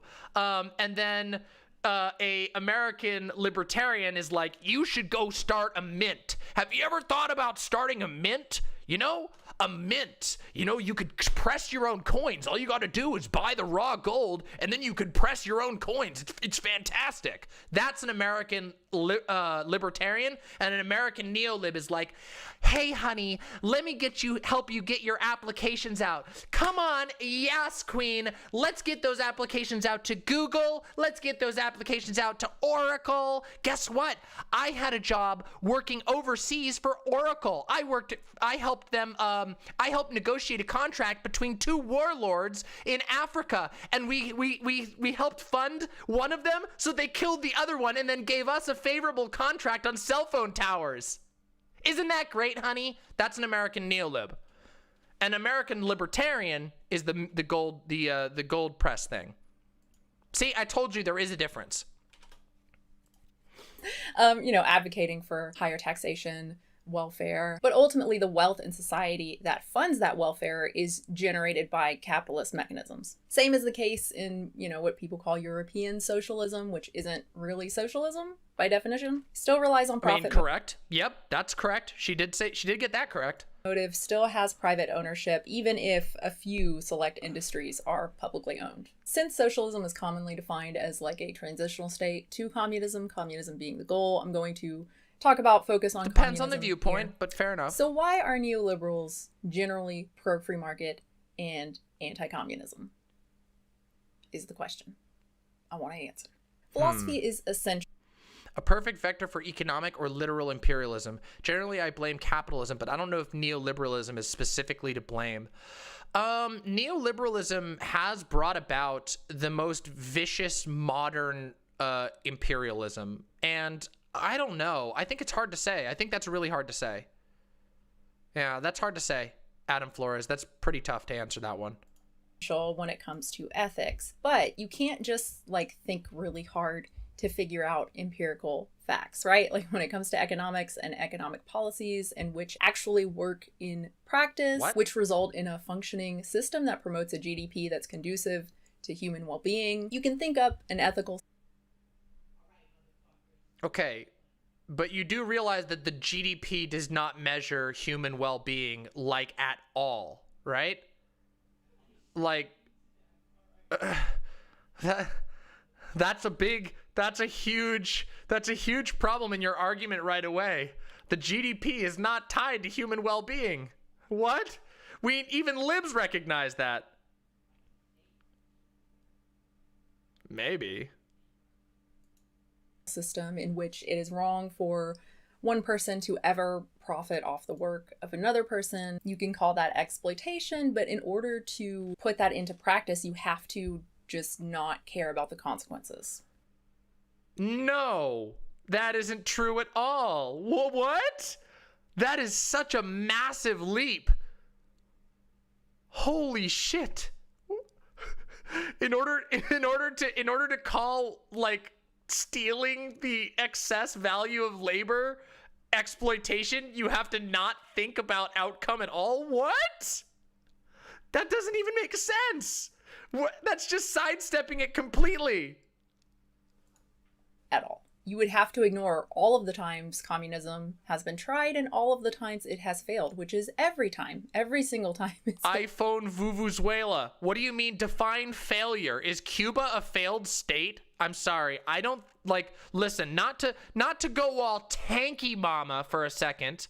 Not to go all tanky mama, but I think it's pretty unfair to say that Cuba has failed when Cuba has weathered a complete blockade from the primary trade epicenter of the world and still has better healthcare for its average people. They have no homelessness. They have no illiteracy.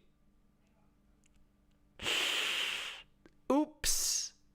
Ooh. Yikes. Rojava. Yeah, what the fuck? This is so stupid. This right here is ideology speaking. There's no argument here. This is just ideology. Pure ideology. Schniff, pure ideology. Been tried. It has failed. It has caused immeasurable suffering and death.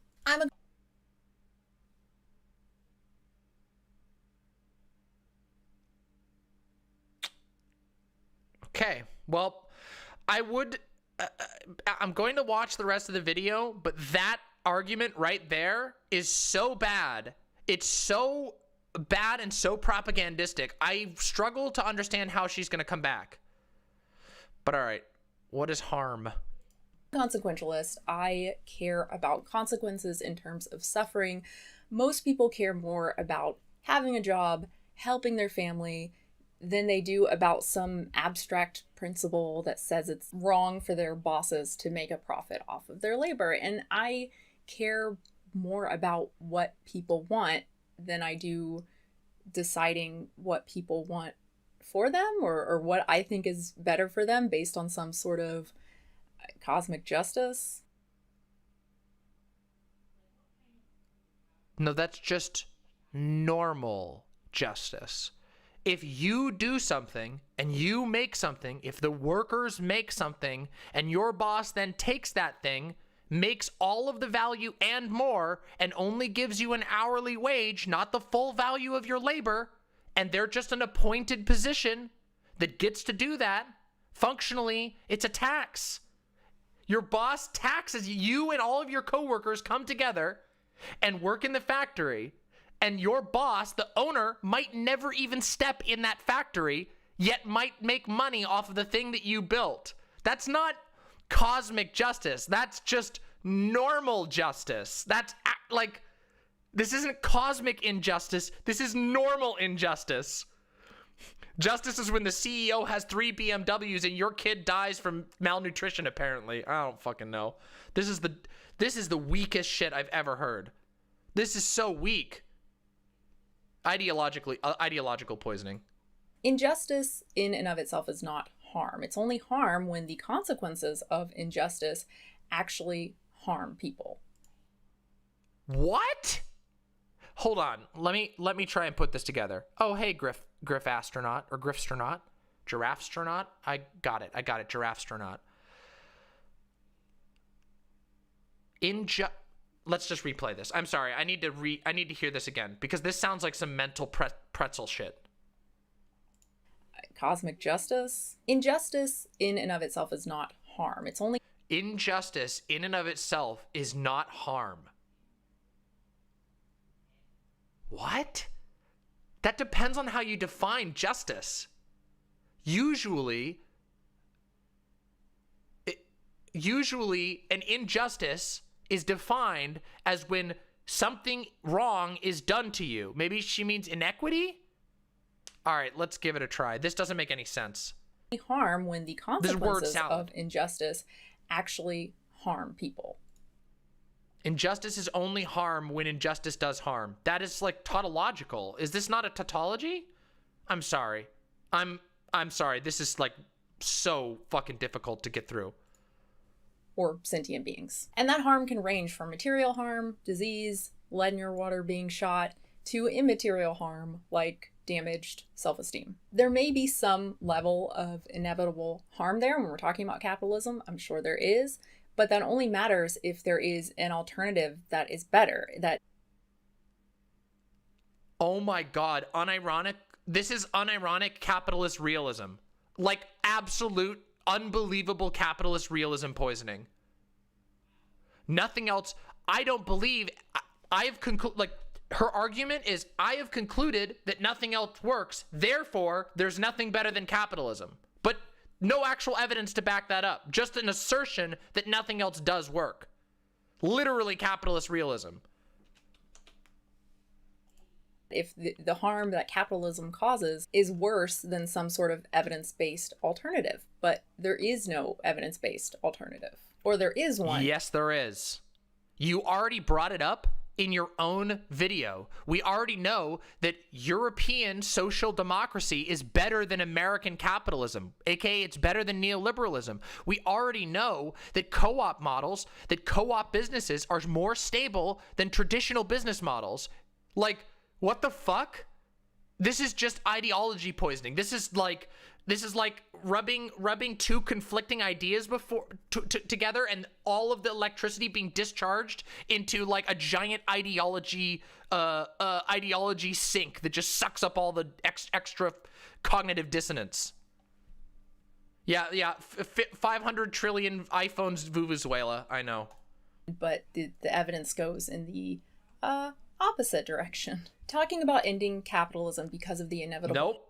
Just the end of the video. Like, just the end of the argument. Didn't just said, oh, the evidence goes in the other way. No evidence actually presented. Just going to tell you that it does. Just going to assert that it does.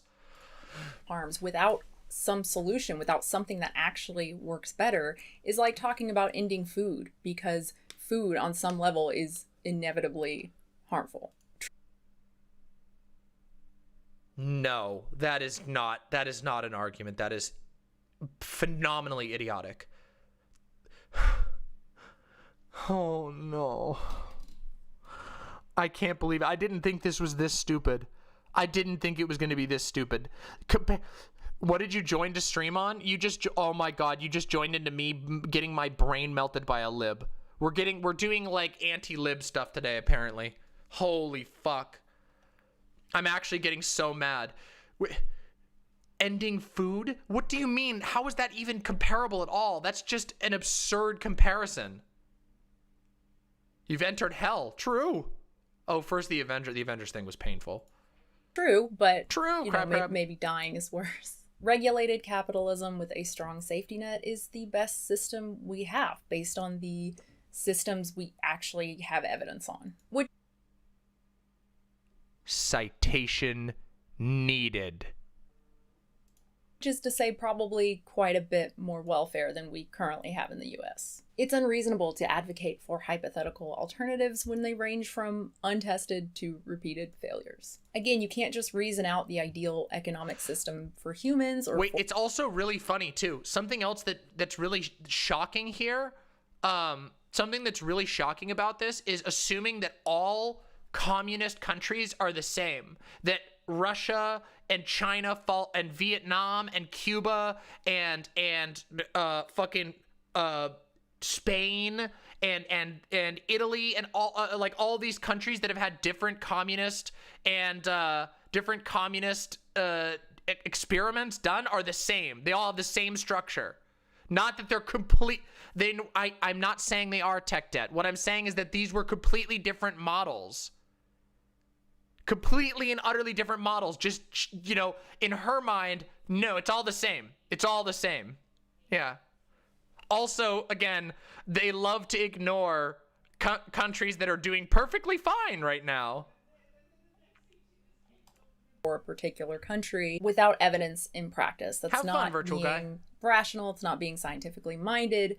It's being dogmatic. This is actually hilarious. This is actually hilarious to me. Imagine talking down to people in a video about being scientifically minded and not even citing any of your evidence, just literally asserting that everything that you believe is fact. That's about as dogmatic as you can get. This is about as dogmatic as you could possibly get.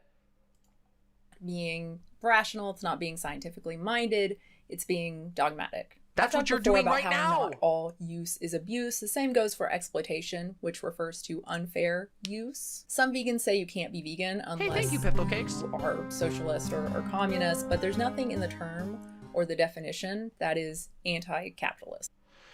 Veganism is a philosophy and way of living which seeks to exclude, as far as is possible and practicable, all forms of exploitation of and cruelty to animals for food, clothing, or any other purpose, and by extension promotes the development and use of animal-free alternatives for the benefit of animals, humans, and the environment. In dietary terms, it denotes the practice of dispensing with all products derived wholly or partly from animals.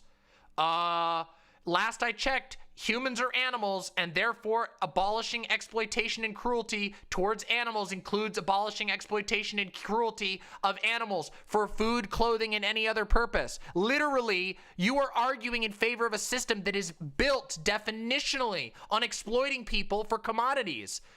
The commodity form is literally, definitionally, exploitation of animals for commodities. What are you talking about? This is incoherent. So the argument is something like, veganism means no exploitation. Exploitation is capitalism. Therefore, veganism means no capitalism. Two very big problems with this.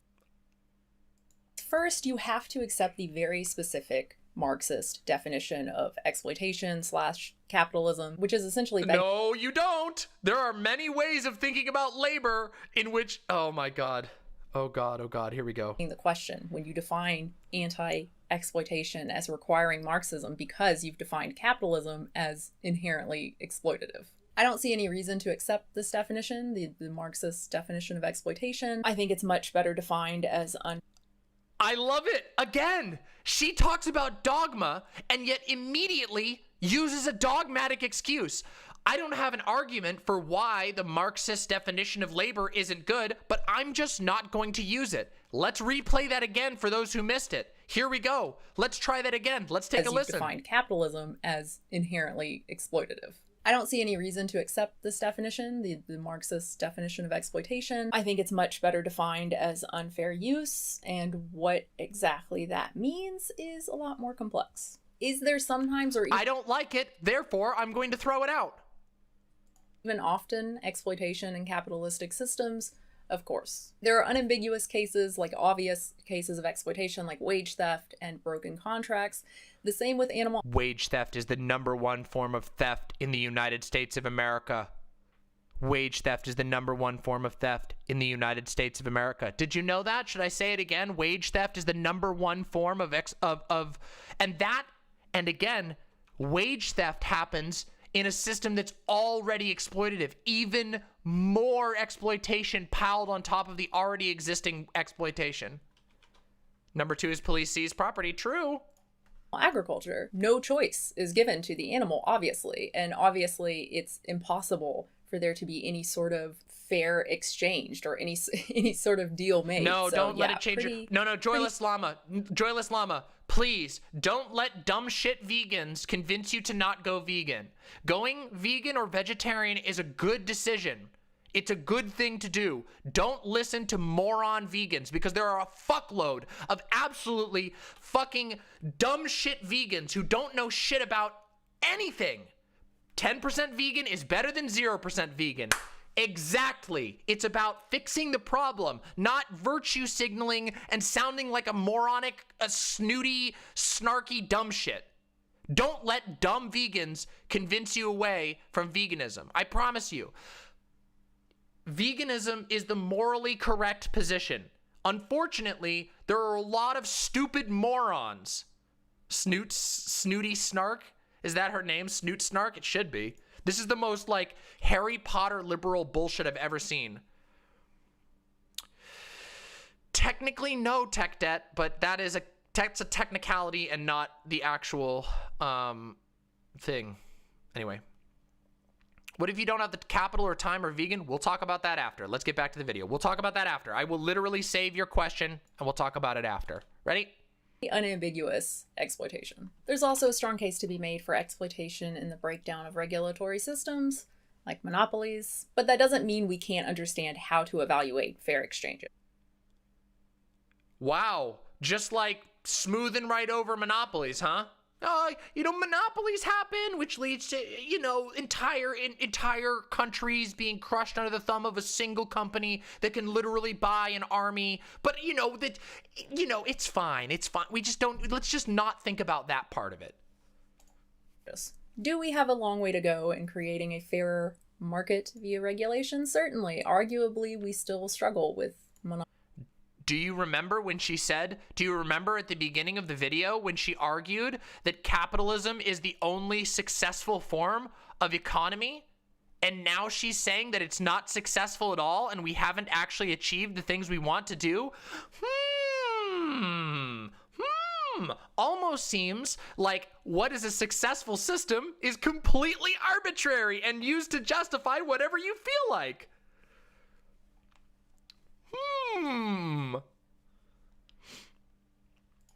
Monopolies. But that doesn't mean communism is the answer. Which brings me to the second problem. There is no evidence for a practicable alternative. The reason we can say animal agriculture is wrong is because we have well-established alternatives. We know— What? What? What do you mean? No, that is not how it works. Are you saying that oh my God. Are you saying that you couldn't make an argument against slavery because you didn't have a South that didn't have slavery to compare it to? This is the stupidest argument yet. Oh my God, this might be the dumbest one yet. At least previously her arguments had the spine to just say, I find other arguments inconvenient and therefore no. This is like one head. This is like one half head. Oh, humanity can survive on a plant-based diet. We can grow plants, we can grow only plants, we can feed the world's population, and we can do it without animal products. We just need a shift in the market, one product instead of another. Ah, yes, my favorite. Ooh, I love this conversation. Oh, this is my favorite part of the vegan market poisoning. It's the keys. It's when corporations dangle keys in front of a vegan's face and they go, ooh, oh yes, you can save the world with a brand new flavor of Ben & Jerry's vegan ice cream. And then you ignore the fact that Ben & Jerry's is fucking owned by another corporation that's smushing animals for fun in the side. Oh my God, it's so stupid. Oh, shiny new Fanta. Yeah, it's so dumb. Oh my God. Do people like, this is one thing that vegans don't realize. For every vegan who starts buying vegan only products, there are 10 people born who are going to be raised in a family that will eat meat for their entire lives because meat is subsidized by the government. It's literally mathematically not going to happen. You're never going to win with a market solution. You can't buy your way out of the meat industry that is choking America.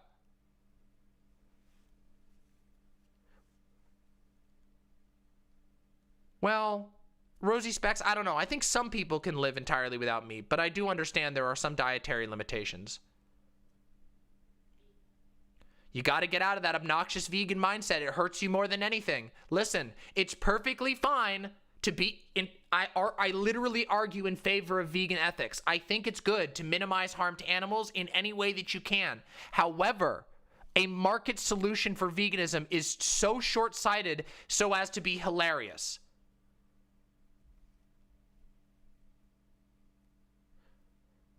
Yeah, that happens sometimes too, Adam Flores. Yeah, there is some questionable legalization, but again, those are mostly technicalities.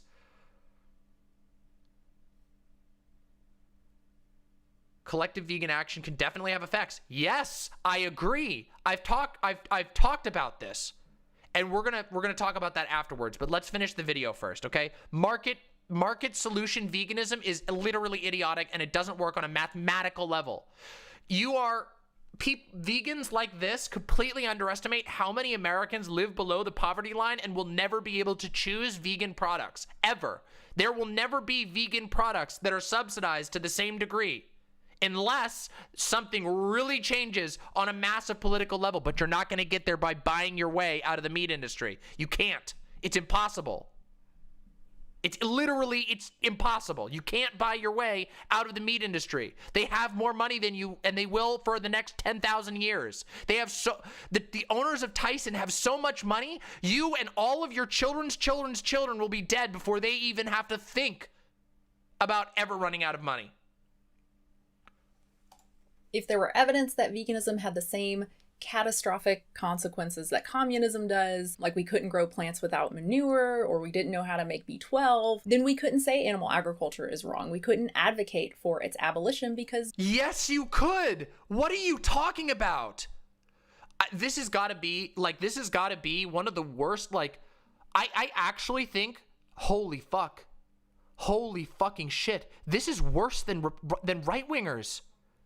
This is worse than a lot of right-wingers in the argument. And I don't mean that morally worse. I don't think this person is morally worse. You're right. It's going to take till next week. I got to stop. But this isn't an argument. That's not an argument. Oh, God. Oh, it hurts. Even Tim Pool has better constructed arguments than this. We would have no viable alternative unless or until, clean meat were a thing.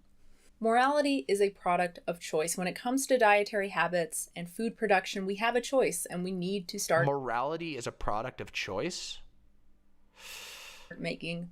Don't do it, Kaboka. When it comes to economics, the claim that we have a viable choice in communism just is not true. None of this means that we shouldn't research economic theory and try to find something better. I am familiar with, I didn't know by its name, but I did know there were meat packing companies that have more money than entire countries. Yes, I did know that. I have Somniostatic.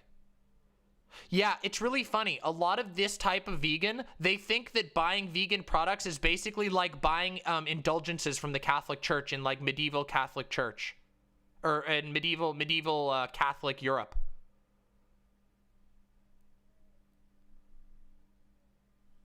One of the top comments. Oh. Yeah, true. Oh, I see. I get it now. Just like in the hypothetical can't be vegan world, hopefully we would research how to make B12, how to farm without manure. What it does mean is that it's wrong to advocate for abolishing capitalism. Wait, why would it be wrong? Wait, why would it be bad? Why would it be bad to farm with manure? That's not like, that doesn't harm animals, right? To gather their manure? Whatever. Based on some hypothetical work and basically a leap of faith. I'm not the vegan police. I don't like to tell people they're not vegan or fake vegan or anything like that. That said,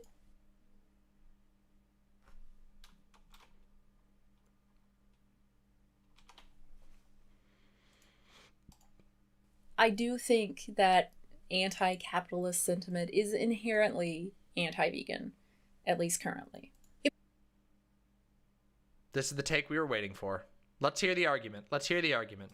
If we also mean the human animal, when we talk about animals and the definition of veganism, and, you know, clearly anti-capitalists do, otherwise human economics would be irrelevant, then cruelty to humans is not vegan. Trying to push an entire society into, at best, an unknown situation, putting countless livelihoods and lives at risk within that society based on personal ideological reasons. You mean like you have done for this entire video? You mean like you have done for this entire video? Holy, oh my God, no. Okay. Gotta let it play. Cruel. Gotta let it play. The desire to tear down, for no credible reason, any and all capitalistic systems without regard for the human suffering that has always inevitably... Wait! Really? Just Black Book of Communism? Straight up, just Black Book of Communism. Oh my God, Venezuela. I didn't think it was gonna get this bad. Gorillion dead. ...resulted is cruel. I know the... Okay, listen. Of all things, so, you know, this whole video has been intellectually offensive, but using pictures of like scary events in Russia as like an argument without realizing that there have literally been decades of debate over various aspects of... it's so bad. It's so bad. This is so bad. Intent is not cruelty. What have you stumbled into? You've stumbled into the depths of liberal brain poison. This is what we're going to be dealing with for a long fucking time. This is the new meta. You want to know? You know, you're used to that fucking Ezreal Triforce meta. Not anymore. Now, J-Derv, I'm not even close to a tanky. I am not even close to a tanky. Do you want to debate, J-Derv? You want to debate? J-Derv, you want to come on? Hey, buddy. You want to come on? You want to come on? How do I get on? Join the Discord. Join the Discord. J-Derv, let's get on here. Whoo, blood. Blood, mama. All right. Oh, it's been a while since we've had a debate. Let's do it. Oh, yeah. Come on, buddy. Let's get in here. Come on in. Join the waiting room. You got to join the server, follow the instructions.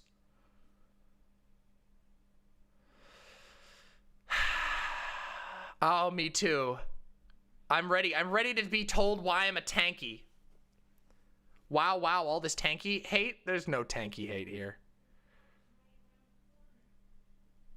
Come on, I want to be told why I'm a tanky. Please.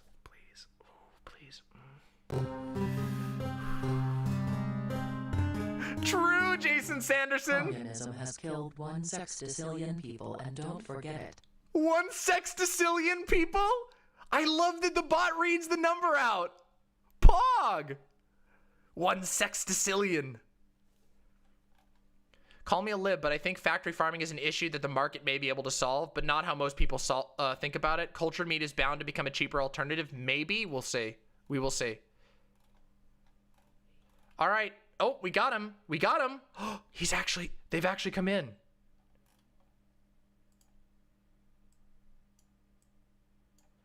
Hello, J-Derv.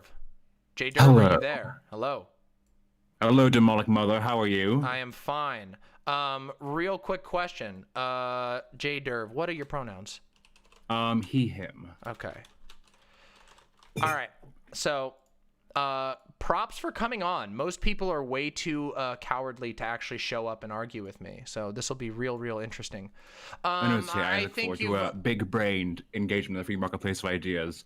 And maybe I could like rewind you just like a little bit. Sure. My beloved, my darling. Earlier on, you were going on and on about Cuba. How do you say that? You said, quote, Cuba is a success. Can you like clarify what you mean by success for me? Actually, I believe I said it all depends on how you define success. I think it's pretty hard to argue that a country that's managed to keep its people fed, housed, and taken care of health-wise has, especially in the face of a decades-long embargo from the epicenter of trade in the world, is a failure. Now, there are some arguments, but that I think you could make against Cuba. For example, I think their record on certain human rights issues, particularly LGBT rights, although that does seem to be changing these days. We'll see how it goes. Is worthy of criticism. But I don't think that just blanket calling Cuba a communist, an explicitly communist country, a failure is fair. And that's something I see in these kind of historically illiterate lib shit videos all the time. I mean, that's fair enough, but then, like, what can I then do to say that a country is a failure? In my mind, I compare it to other countries in the comparable region. So I would look to say, okay, well, let's compare Cuba to Brazil. Let's compare Cuba to Argentina. Let's see how it is doing to its non-communist neighbors. And you say, okay, well, obviously it is lagging behind. Comparable to Brazil? Same hemisphere, why not? Wait, so then do you think that Greenland is comparable to America? Because we're in the same hemisphere? I think Greenland's pretty comparable to a European economy. Why can't I compare, I don't know, Cuba and another South American economy? That's phenomenally dumb. You do realize that. I'm sorry, but that's ridiculous. You do realize that Brazil is like first of all, one of the largest countries on the planet. Massive population, huge land mass, like 10 times the size of Cuba. Cuba is an island nation. Can we not scale down? Can we not do like percentage-wise comparisons? Like we can compare a small country to a big country. But you said comparable nations, comparable neighbors, and you picked a place that's not even in the same fucking region. What do you mean same region? In the same hemisphere? Do you think? Right? Wait. Does North South America? That's not comparable. Do you think then that like India and Australia are like directly comparable to one another? Oh my God, then who can I compare Cuba to? I don't know. Why don't you pick another Caribbean nation? It is quite rude to me. You say, well, I really can't define success. What do you mean? You say you can't define success when I ask you, okay, well, how can I define success via comparison? Actually, there's no comparison you can make. Yes, there is. There are all kinds of... Okay, then who can I compare it to? There's all kinds you could compare it to. You could compare it to another island nation of the same size, of a similar size. Yeah, absolutely. And also, what are you measuring for? I know you're getting like mad about my response to this other person's video, but this video did not present any arguments. There were no comparisons made. In fact, this just absolutely crater brain take from this vegan person was making an argument that all examples of communism have failed, and that's just simply not true. Like even no, just the overwhelming majority. Yeah. No, not really. Actually, I mean, it all depends on how you define. All depends on how you define. We have comparison. Really? We have because of course the 20th century happened, so we have comparison, right? Not In many really. cases, we actually have like direct comparisons. North Korea, South Korea, West Germany, East Germany. We have direct comparisons of these competing systems. South Korea. There is no debate on this. There's what do you mean there's no debate. Okay. You're going 100 miles an hour and you're spitting out the same stupid moronic bullshit that this person was doing in their video as well. What are you confused about? It's not. I promise you, there is absolutely nothing I'm confused about, and I think you're probably the most confused person here. First of all, if you think that I'm a tanky, you're barking up the wrong tree because I'm not even close to an off-con. Not even close. Well, you're certainly an apologist for like genocidal regimes. Aside from that, maybe no. Do you have any? I don't know where you are on the tag sphere, but you're somewhere in like the gravitational pull. I'm going to be completely honest. You sound like a completely triggered little baby right now. So maybe you should dial it down a little bit and try and actually understand. Am I not allowed to have my passions flare? Please don't passion police me, Queen. I'm ready here to engage in the free marketplace of ideas. You're here to make my audience cringe, as it turns out. Like, holy fucking shit! This is one of the cringiest engagements I've ever had. Am I the mad one? Am I the go on? I mean, yeah, you do seem to be. I mean, you accuse me of I don't know. Every single word you say is literally dripping of spite. You accused me of making apologia for genocidal regimes, and that is not the case. You just did. No, I literally didn't. Give me an example of one that I did. Yeah, weren't you just like denying the Holodomor like 2 minutes ago? Denying the Holodomor? Do you listen? Can you give me a quote for that? I would love to hear you. Sorry. I would love to hear you. Maybe I'm befuddled. I don't know. I just saw you like someone just played like a screen, like, what was it? A best of communist genocides. And like, well, this is actually contested by who?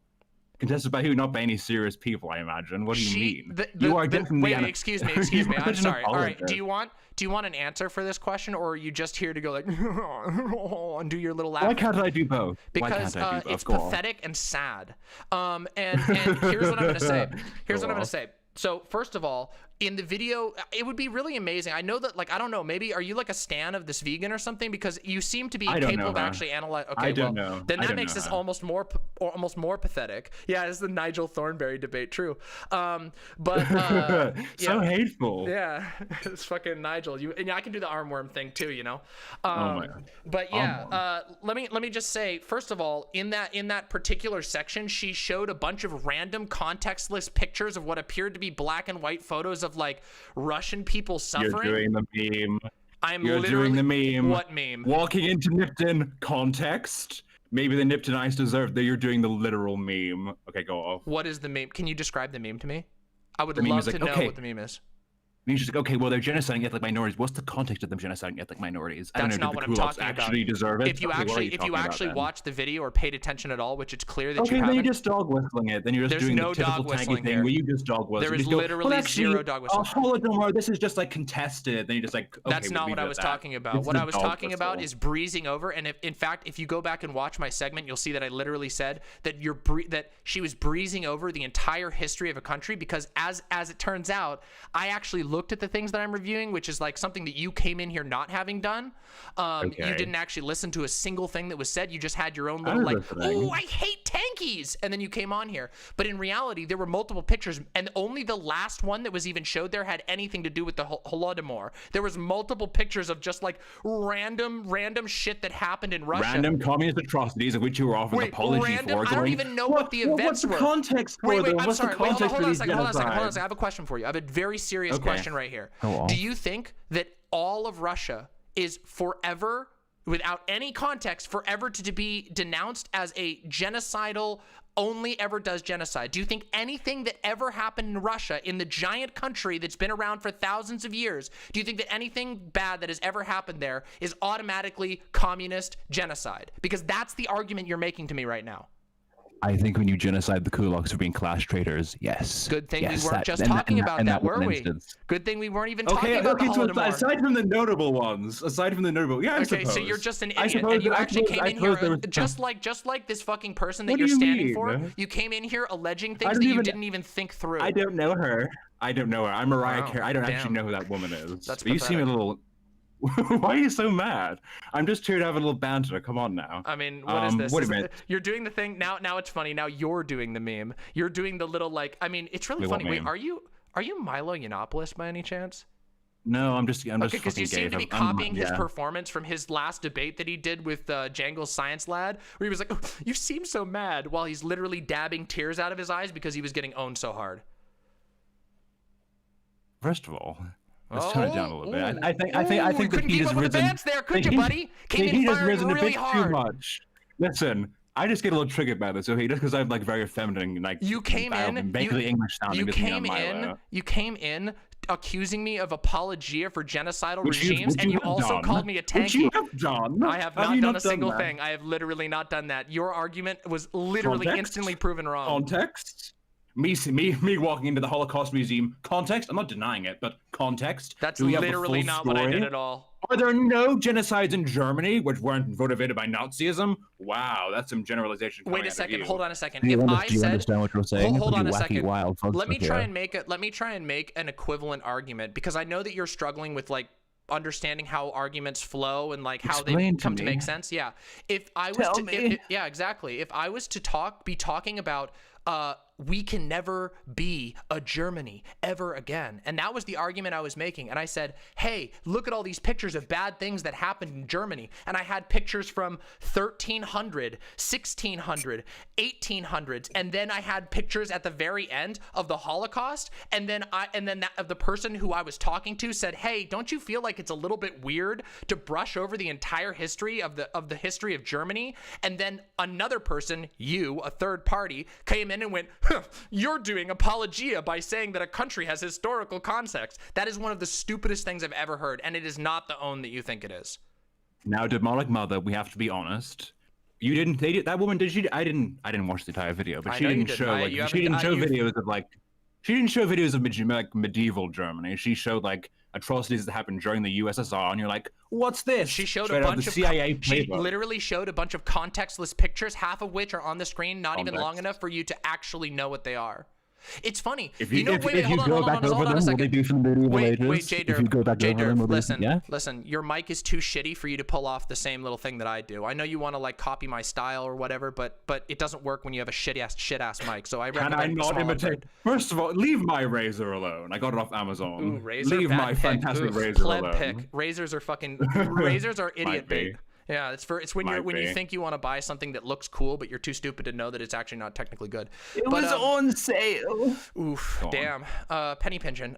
Listen, when it comes to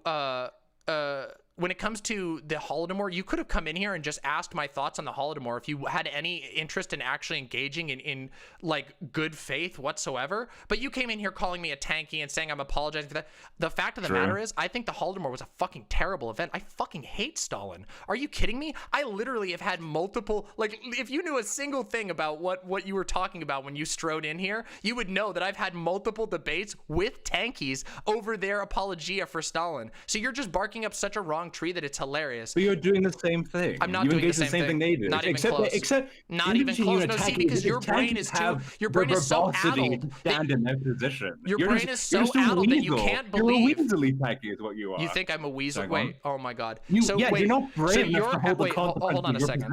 Yeah. Do you think that my position is that I'm a secret tanky pretending to be a lefty who leans anarchist, which is how I always describe myself, and I talk about anarchic solutions all the time, and you walk in here and watch one stream and you think I'm being a weaselly tanky because you're too stupid to understand that there are two different arguments being made and that you actually didn't listen close enough?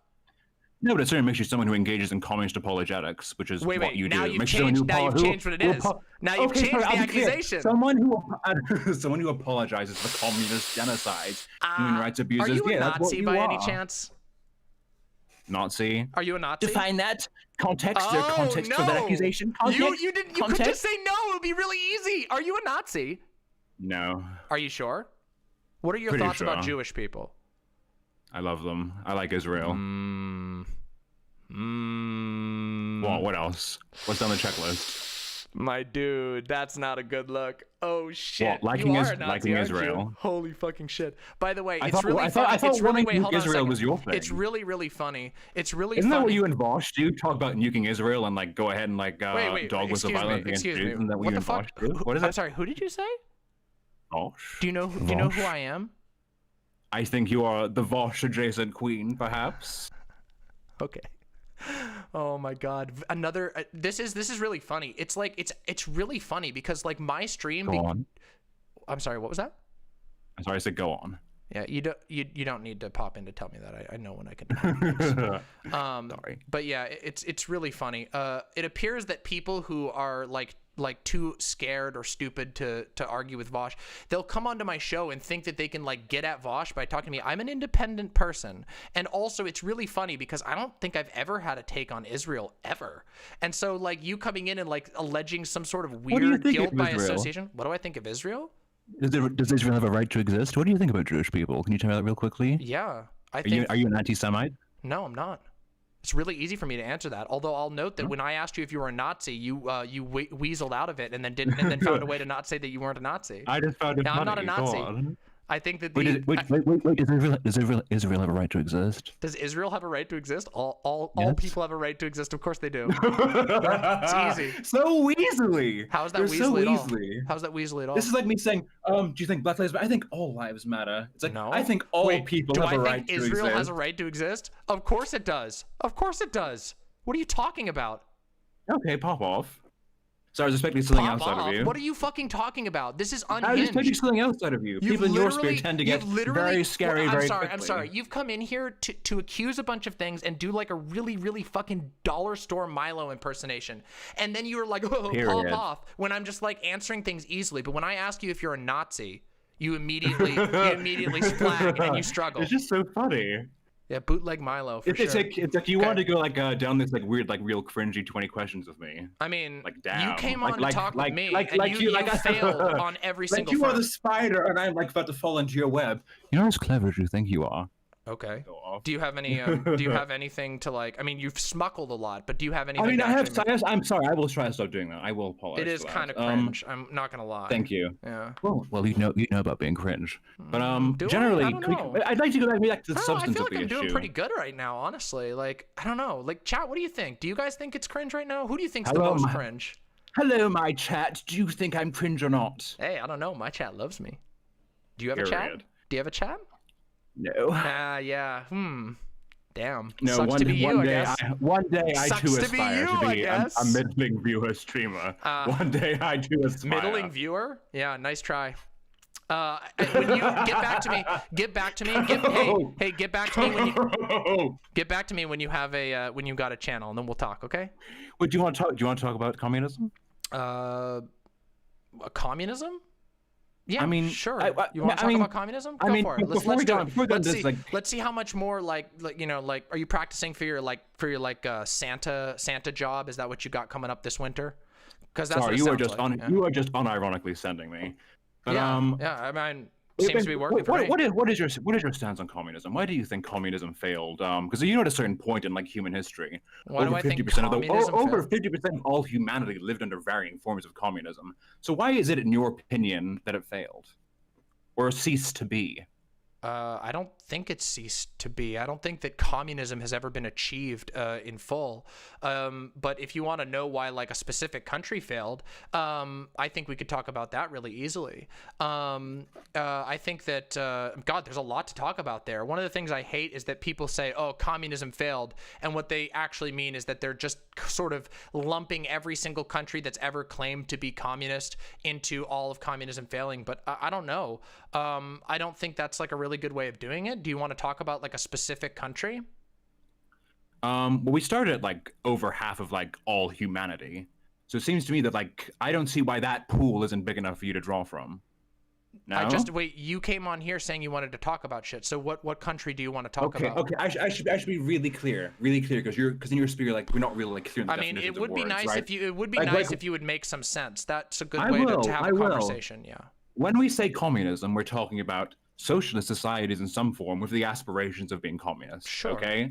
So we're talking about the USSR, Okay, that's one. Yeah. the general wider sphere, First World, Second World, The Cold general War, what that sort of sphere? jazz. The general I know what sphere? it's called. What was it called? It was like First World, Second World, Third World. It was called like the free world versus the something or world. I don't really know. I don't know what communists were called Okay, it during that sounds time. like in the I'm going to Cold be War. completely honest. I don't feel like you're equipped to actually have a historical discussion about any of these countries. Which one? Any of them. How? If you can't even remember the terms that you're going to use to describe them, that seems like you're not quite ready to discuss them. I don't know what the communist world called themselves during the time. Yeah, well, Was it just hey, communist? Guess what? I don't know. Fun fact: there isn't never been a single block of communism. Now, you could argue the Soviet Union was a solid block of federated countries, but there has never been a single unilateral communism. Just like there's never been a single unilateral capitalism. Of course. Yeah. Yeah, that's why we had the Second World. We had communist countries. We had the Second World, which were like even within those affiliated, countries, right? there was never a single like sphere of influence.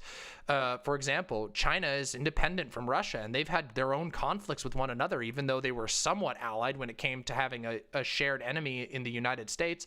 But these countries conflicted all the time, and these conflicts still rage to this day. Like, you have just like an idiot's understanding of history, much like the vegan that we were watching who you got mad about before. And that's what I usually find. I usually find that people come in here mega triggered and are really, really super mad and want to come on and talk all kinds of shit and call everyone a tanky or whatever without actually knowing anything, usually have no understanding of history. Like, their understanding of history is like something along the lines of like Johnny Appleseed went all over America throwing apples and the trees popped up and that's how apples were made. And that's like your entire understanding of world history, is like some like cartoon children's book version of history.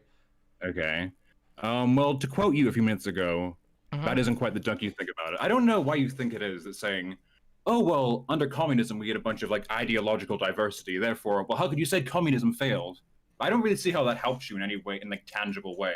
Well, no, I'm just saying, if you have an example of a country that was claimed to be communist and why they failed, I'd be more than happy to discuss it. I do this all the time.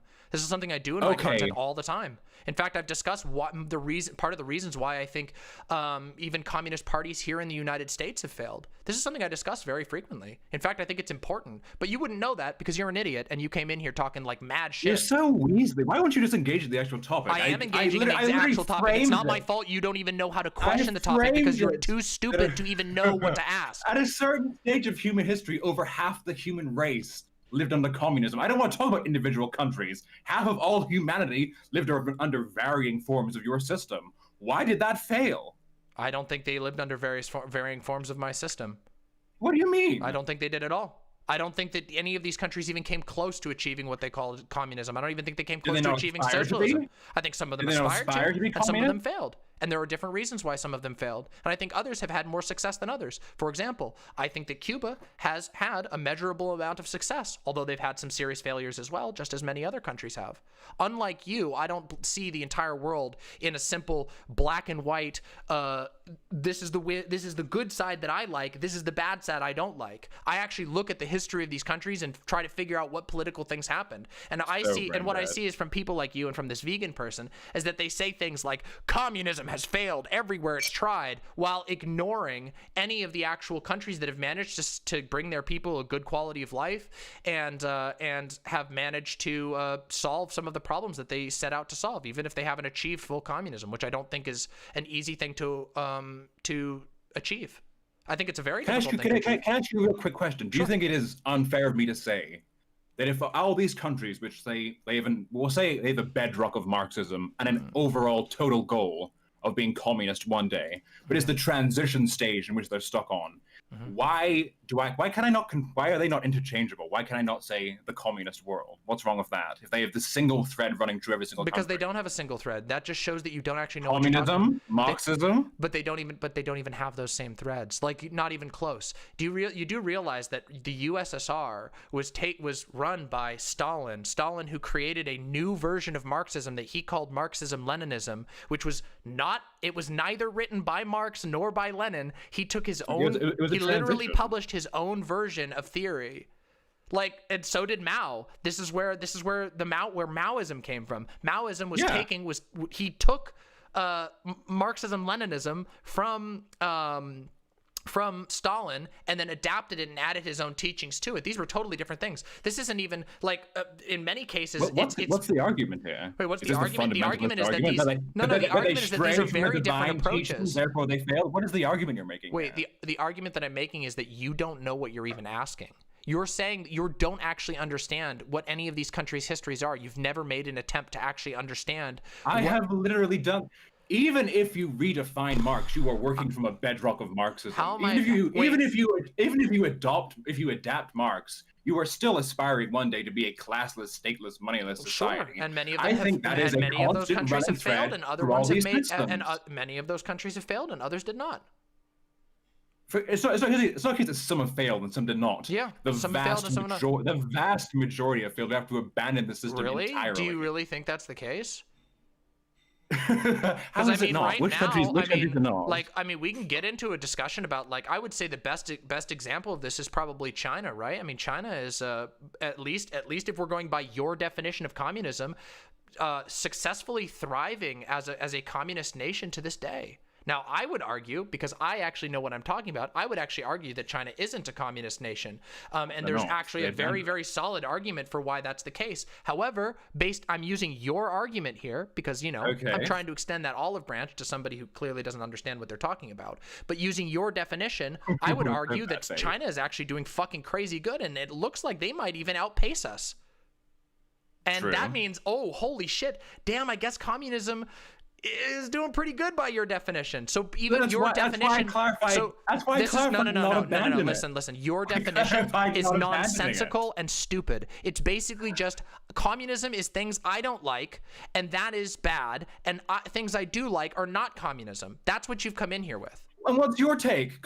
You are making this like it's the communism does not exist. I'll talk about individual countries. I'll talk about these ways, like individual things where I can like bog you down in like the minor details. Yeah, because you want to know what I like to talk about? I like to talk about minor details. I like to talk about the entire human race lived under some variation of your system at a period in history, and it collapsed. And instead of dealing with it, I just showed you that by your definition of communism, that is not true. China did not collapse. China is a powerhouse right now. It's a world powerhouse. They didn't abandon it. They are still a democratic centralist country.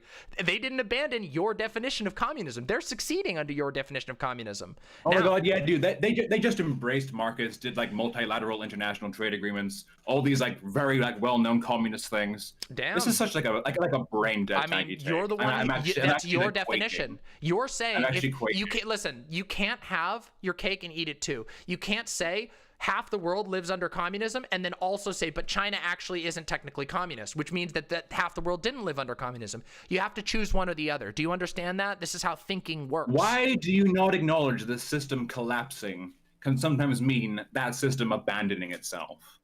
Like, what do you mean, dude? I mean, it's like you're saying to me that like Poland is still communist because Poland still exists. No. Like, what do you mean? No, because if we were to switch over to talking about, say, the USSR under both of our definitions, I would argue that communism did collapse in the USSR, and there's wildly complex reasons for why that happened. Because it's a country that literally is the entire northern section of Asia.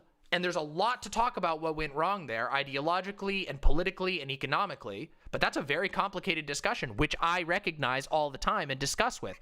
That doesn't mean that Then why can't you have it?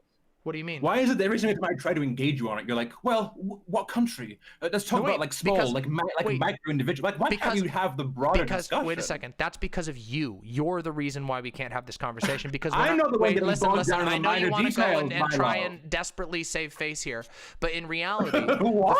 The fact of the matter is that multiple times here, I have offered you a way for us to talk about something specific, and instead you just go, "Ugh, half the world lived under communism," and that's about all that you can say. Engage with that. Engage with that. That's a good starting point. I think that claim is incorrect. There you go. Bam. Done. It's incorrect. Yeah, I think your claim is incorrect. Because of course communism has ideological variations. In which case I can say that actually in the modern world, most of actually the neoliberal world doesn't really exist. Okay, hold on, my friend. You were stumbling so much, I literally couldn't understand what you were saying. Take a deep breath, calm down. I know this is probably your first time on a stream, and I understand it can be stressful. Take a deep breath. It's gonna be okay. Can you give me 1 minute to get some water? Yes, please go get some water. I think that would be very good for you. Go get some water. Go. 1 moment. Go. Thank you. God bless. What the fuck? What the fuck is this?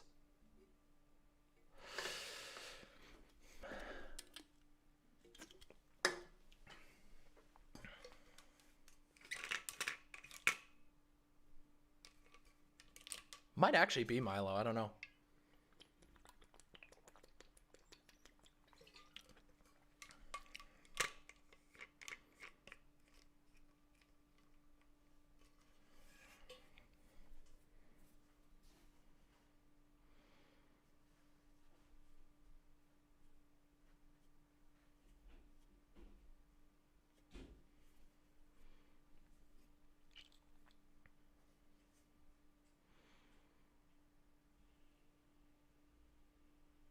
Well, yeah, but Space Pirate Captain, I already did that, though. I already acknowledged that. I've literally talked about that. Hey, that's great, Catherine. I would love to hear it. Does he? I don't know. I didn't catch that. I've been focusing on the lack of arguments, but... Oh, okay, that's fine. Yes, both will be. We'll have to cut this one out and then continue the vegan thing afterwards. Hello, Queen. I'm back. Hello. You are welcomed back. At ease, my subject. Thank you. Thank you.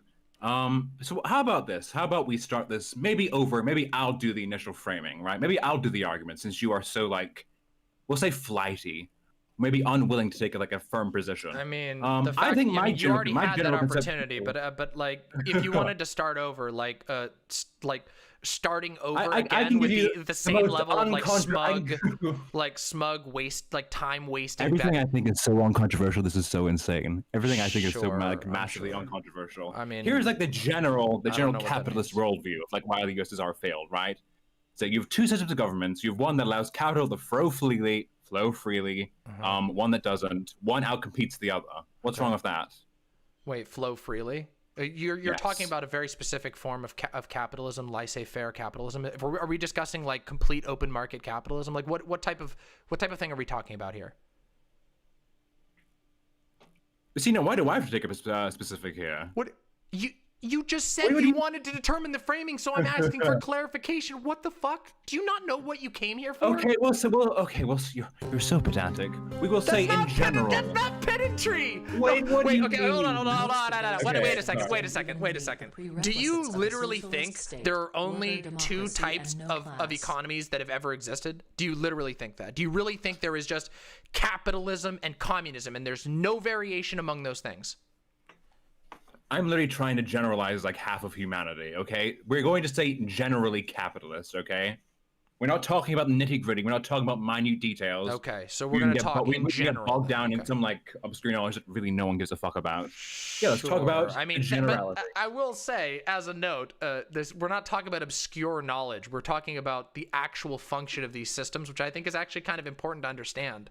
I know that like it is comforting to like wrap yourself in like a blanket and like pretend that the world is like a fairy tale where there's a big bad dragon of communism that you can slay with your sword of free market, but that's not really how things work. Being slayed. Yeah, I mean, I am literally like standing atop the dragon. Really? Okay. Do you think that America? Do you think America's in like a good place right now? Do you think that like all of the capitalist countries in the world are in a good place right now? I look across the world and I see millions lifted out of poverty. Yeah, world's doing pretty good. How do you feel about capitalist Brazil right now? A country in which a vast swath of the population literally lives in favelas where they're constantly cracked down upon by a military police. How do you feel about capitalist Mexico, a country where half the country is torn in half because of capitalist fueled drug cartels that are literally waging war, a civil war within the country? Like if you're trying to split the world into capitalist and communist, and we're going to be highly, highly reductive and like blue team, red team, and not break this down at all, I don't think that the record is going to look very good for capitalism, because capitalism has only brought a very specific certain group of people out of poverty, and that's very, very, millions very, of poor people, very hundreds of millions of poor people in the southern world. Do you want to know people how? of color in the world lifted out of poverty. And I'm being lectured by a white leftist about how them being lifted out of poverty is, in fact, maybe a double-edged sword. I mean, on one end you're not starving, but on the other end there's like inequalities. You know, which of course is like a flaw in my system. The fact that my system is not a perfect system is a flaw in and of itself. Wait, because we are of course. But you are willing. But do you see how this is doublethink? You're willing to hold that against any failure of any state that claims to be communist counts against communism. But now you're saying, now when it's your turn, any failure, even the mass failure, the horrific abject poverty of capitalism is somehow excusable. Millions out of poverty, development worldwide, the global south. And what did I say? I have a very specific critique of this, which is that it has only brought very specific people out of poverty. And guess what? It has put many, many others in poverty. This has been something that's been critiqued about capitalism for a very long time, that capitalism finds pockets of the world that it pushes into essentially slavery, and those people are exploited in order to bring other people maybe a little bit out of poverty. But again, it's very select. And guess what? The main beneficiaries of the system of capitalism is not everyone by any means at all. In fact, the main beneficiaries of capitalism are objectively, mathematically, and this is even according to capitalist theorists, the very top percentage of the world. People like Jeff Bezos, people like Bill Gates, people like these multi-billionaires who are able to amass incredible amounts of wealth. Those are the people who benefit the most from this system. And even if some people, some select groups of people are lifted out of poverty, we have to ask how you even define poverty, because that is actually a huge issue when we're discussing capitalism. A lot of people in, say, for example, China, have been lifted out of poverty by means that they now receive a wage when they didn't receive a wage before. However, they would have owned a farm before that was theirs, that they got to farm off of, but now they've had to move in to a tenement building where they're living in a 2x2 room, working at a factory, which technically they're out of poverty now by the, by whatever standard the UN uses for being out of poverty. Ahistorical. No, this is just not true. Wait. Okay, you can say it's just not true, but do you have any actual evidence of that, or is this just years feels? ago, people in China were fucking starving to death by the millions. You're saying, well, people are 50 years starving to ago, death in they America owned right now. farms, they were starving to death. Can we start from that, like, uncontroversial? I don't know. Do you have any actual evidence of that? The Great Leap Forward, Mao Zedong. Like, isn't it like the worst fucking like genocide, and even not genocide? It's like mass death in human history. Yeah, but wasn't that caused? Wasn't that ignited by a famine? Caused by what?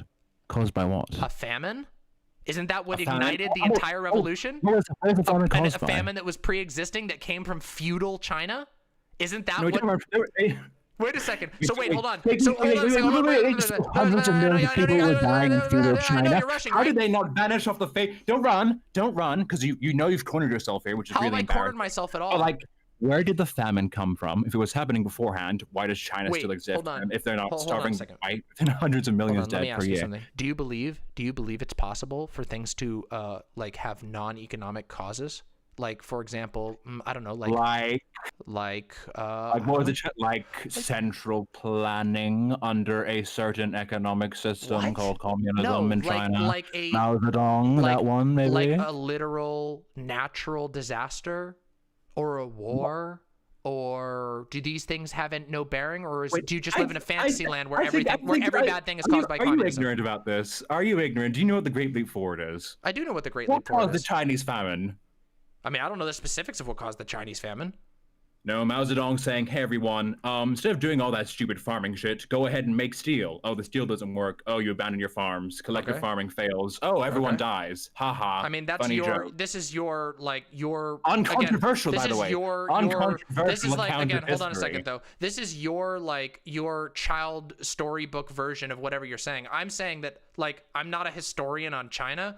I don't know what caused this specific famine. I'm guessing probably... I'm guessing that realistically, I'm gonna say you're owning yourself. I'm just saying, can you shut the fuck up? Like, can you shut the fuck up? Like, I'm actually trying to comment, and you're like done doing this storybook bullshit. Oh my god. This ain't it, sis. This ain't it. What ain't it? This. Is that an own? Is that your idea of like an own? You're owning yourself here. I guarantee that. But go off. Okay. Is that how the dragon of communism? Don't pivot. Wait, is the spirit of communism in the room with you right now? Let's stay on subject, please. Can you describe to me how a failure in central planning under a Chinese communist government, Mao Zedong, causing mass famine and death, how that is not the fault of communism?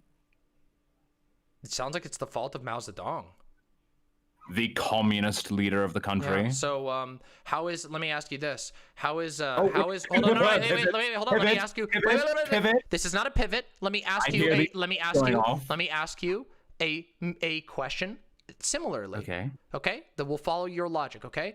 How is the palm oil industry, which regularly involves the rape and murder of children in the modern day right now, as currently going What on. about Excuse me. No. I'm asking you. Wait. You're No. so weaselly. This is not You're so weaselly. This is a weaselly. simple question, and you literally cannot engage with it. It's pathetic. You're not again. You're pivoting. You're This doing is not a pivot. whataboutism. I'm Well, literally. say You this is asked bad, me. but You when asked it's me. other You things asked also me for bad, some. I'm cringing, my Oh my darling. God. I'm cringing.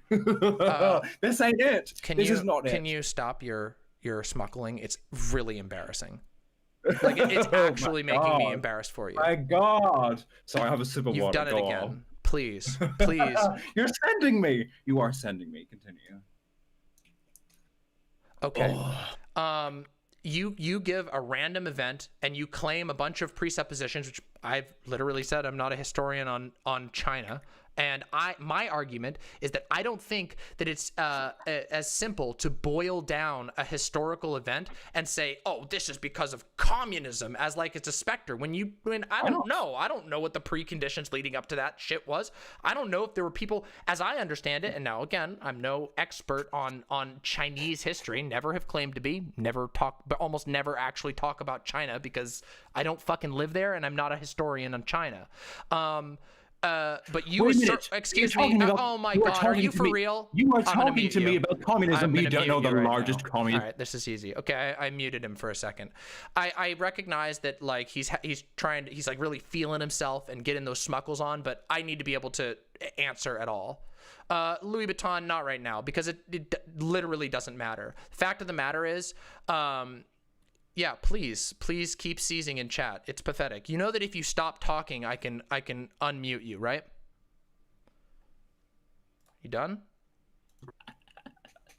Oh, you're still not done. He's still not done. All right, so we're gonna let him calm down for a second here. This is really pathetic. But yeah, it's like I've never once claimed to be some sort of historian on China. I have a feeling there might have been some material conditions that may have motivated the revolution that happened there. But you know, let's just pretend. Let's just pretend that your version is the correct version. Look at the super chat. I will in a minute. But let's pretend that your storybook version is the correct version. So what? So China failed? And? Can you hear me? Am I muted now? You're unmuted now.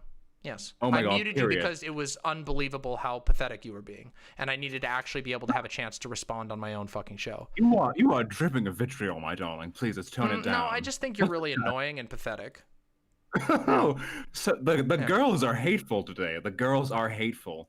Listen, I want to bring you on What? a central point. You basically, when I began this conversation, you said, Can you explain, Well, what you meant by that? Wait, hold on. All right, Before what we do you move on, do? can you explain what you meant by that? Wait.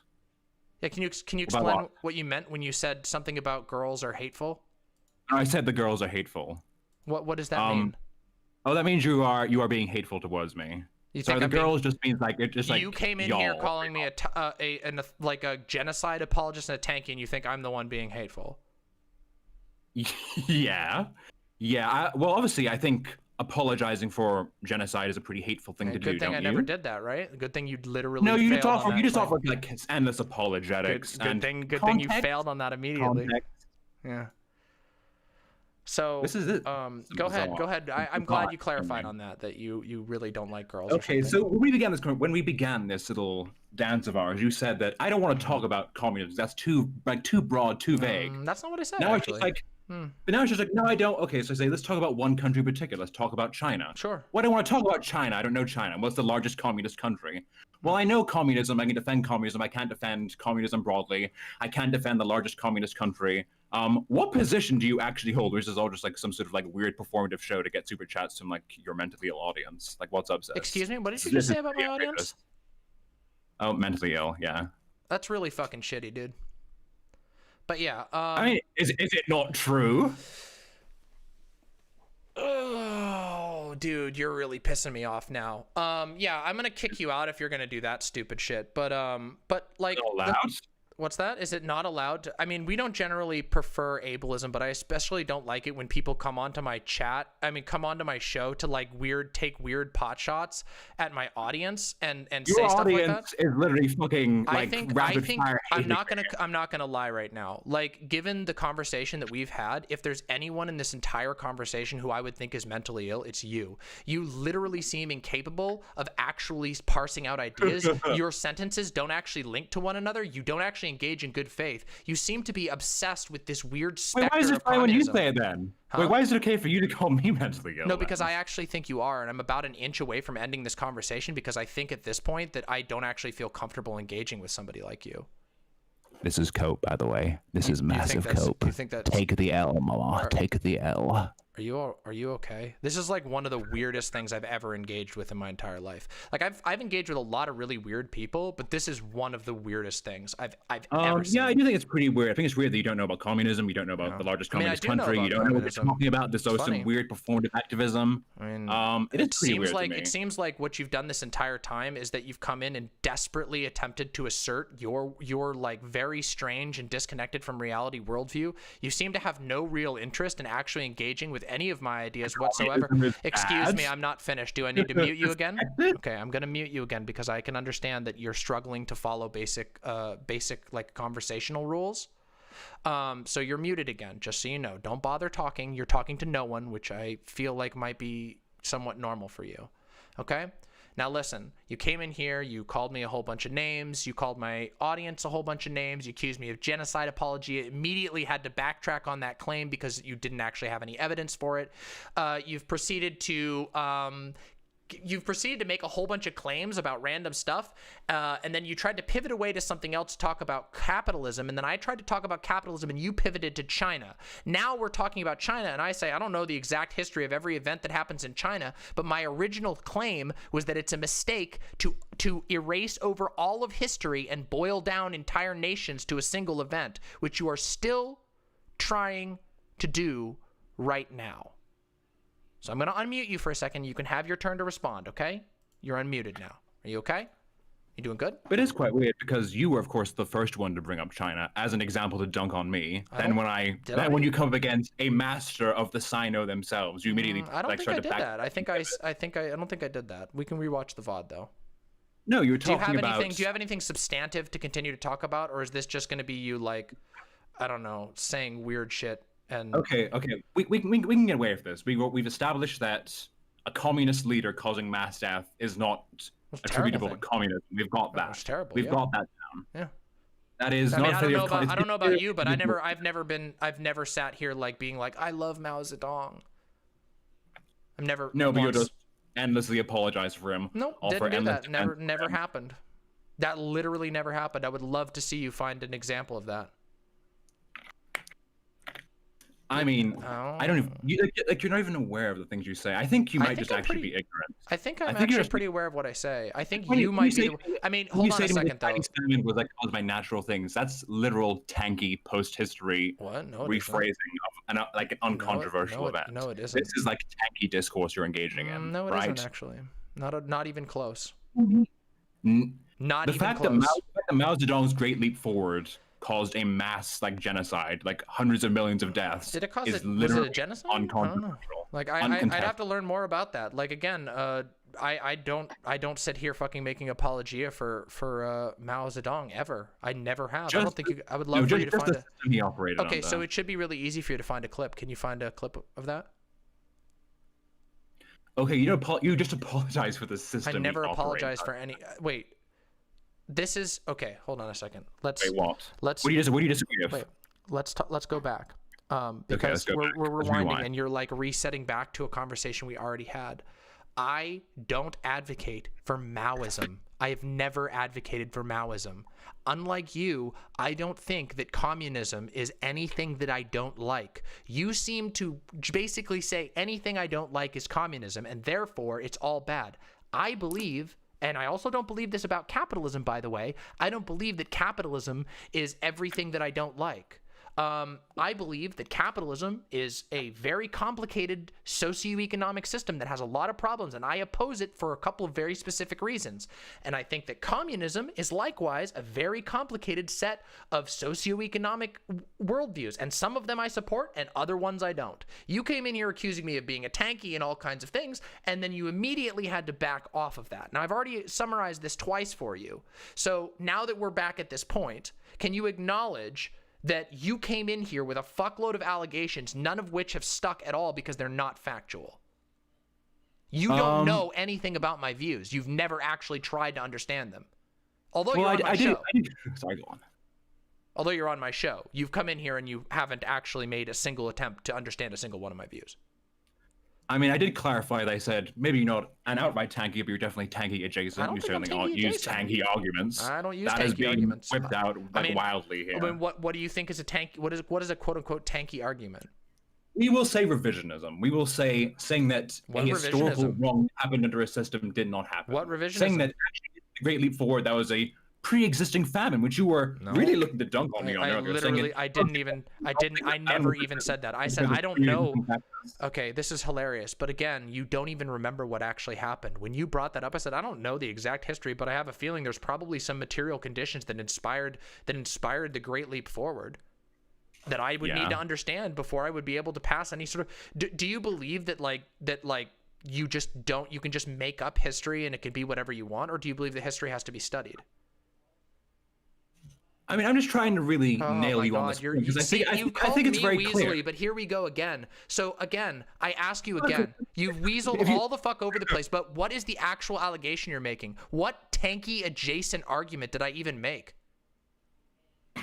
That isn't you making one up. You started this conversation. No, answer the question, dude. Stop it. Answer the question. What tanky adjacent position have I argued for at all? You have engaged in wild revisionism. No, I haven't. I just showed you that was incorrect, and we know because we can go review the VOD. Left and right whenever I talk to you. I don't know, dude. This is tanky 101. You're definitely in the tanky sphere, undeniably. Okay. And I think many of your audience, from what I'm seeing, the wild shit in chat, this is actually ridiculous. So this is what it comes down to. You don't actually have an argument at all. I've now asked you. This is the third time I've asked you to make a single argument, and all you do is go, "You're definitely a tanky. You're definitely in the tanky sphere with whatever like." There's no. You're asking me to make comments on you. You came in here to accuse me of things. I would assume that if you were going to make accusations of me on a public platform in front of an audience, that you would know even a little bit about what you're talking about. I've listed what you've done. This is what I've seen. Apologetics, revisionism, all of which you have empirically done. No. Go over the VOD. I encourage you to. Sure. Because you've engaged in these actions. Wait, hold on a second. Listen. You're saying this. You're making an accusation. But then when I ask you, can you give me a specific? I then respond and show you that that is not even close to the argument I'm making. All you're doing is asserting that you're right and I'm wrong. You're saying, I'm right. That's all you're doing right now. You're just asserting that you're correct, but you don't actually have a single piece of evidence for that. Otherwise, it would be easy for you to pinpoint something that I did. I never made apologia for any fucking authoritarian regime.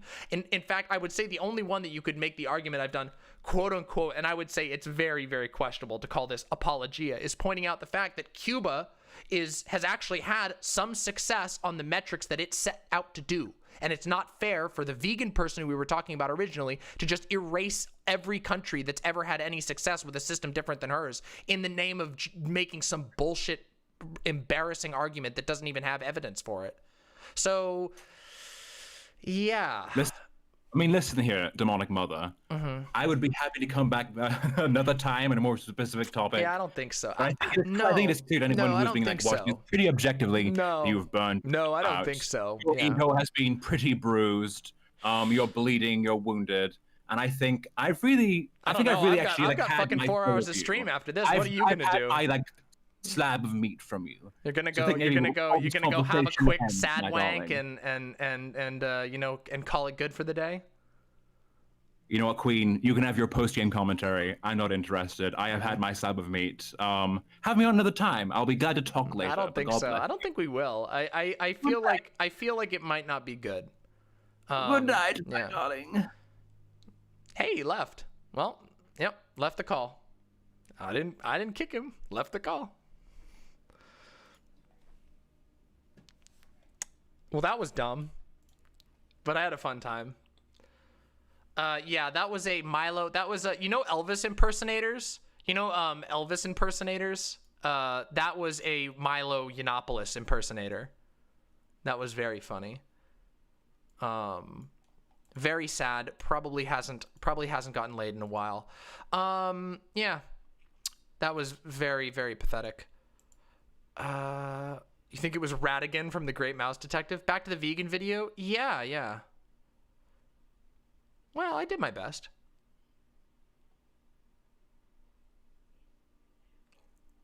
No way. That's wild, Vermin. Holy shit. You think they're a Destiny fan? J Derv isn't trolling? Oh god. Oh, it is the same name. Asking for an answer is harassment. People tag me. Oh, okay, so this person's just an idiot. Oh my god. Okay, he was trying to be the onion dude? No, he wasn't. No, that wasn't even good. Breaking news. Milady. Oh no. Oh no. Oh shit. Oh fuck. I hope you tag me in on that. I'll go check it real quick. Oh fuck. Oh shit. Oh god. Milady. True. I'm a major simp. I'll retweet that. That was interesting. Yeah, How?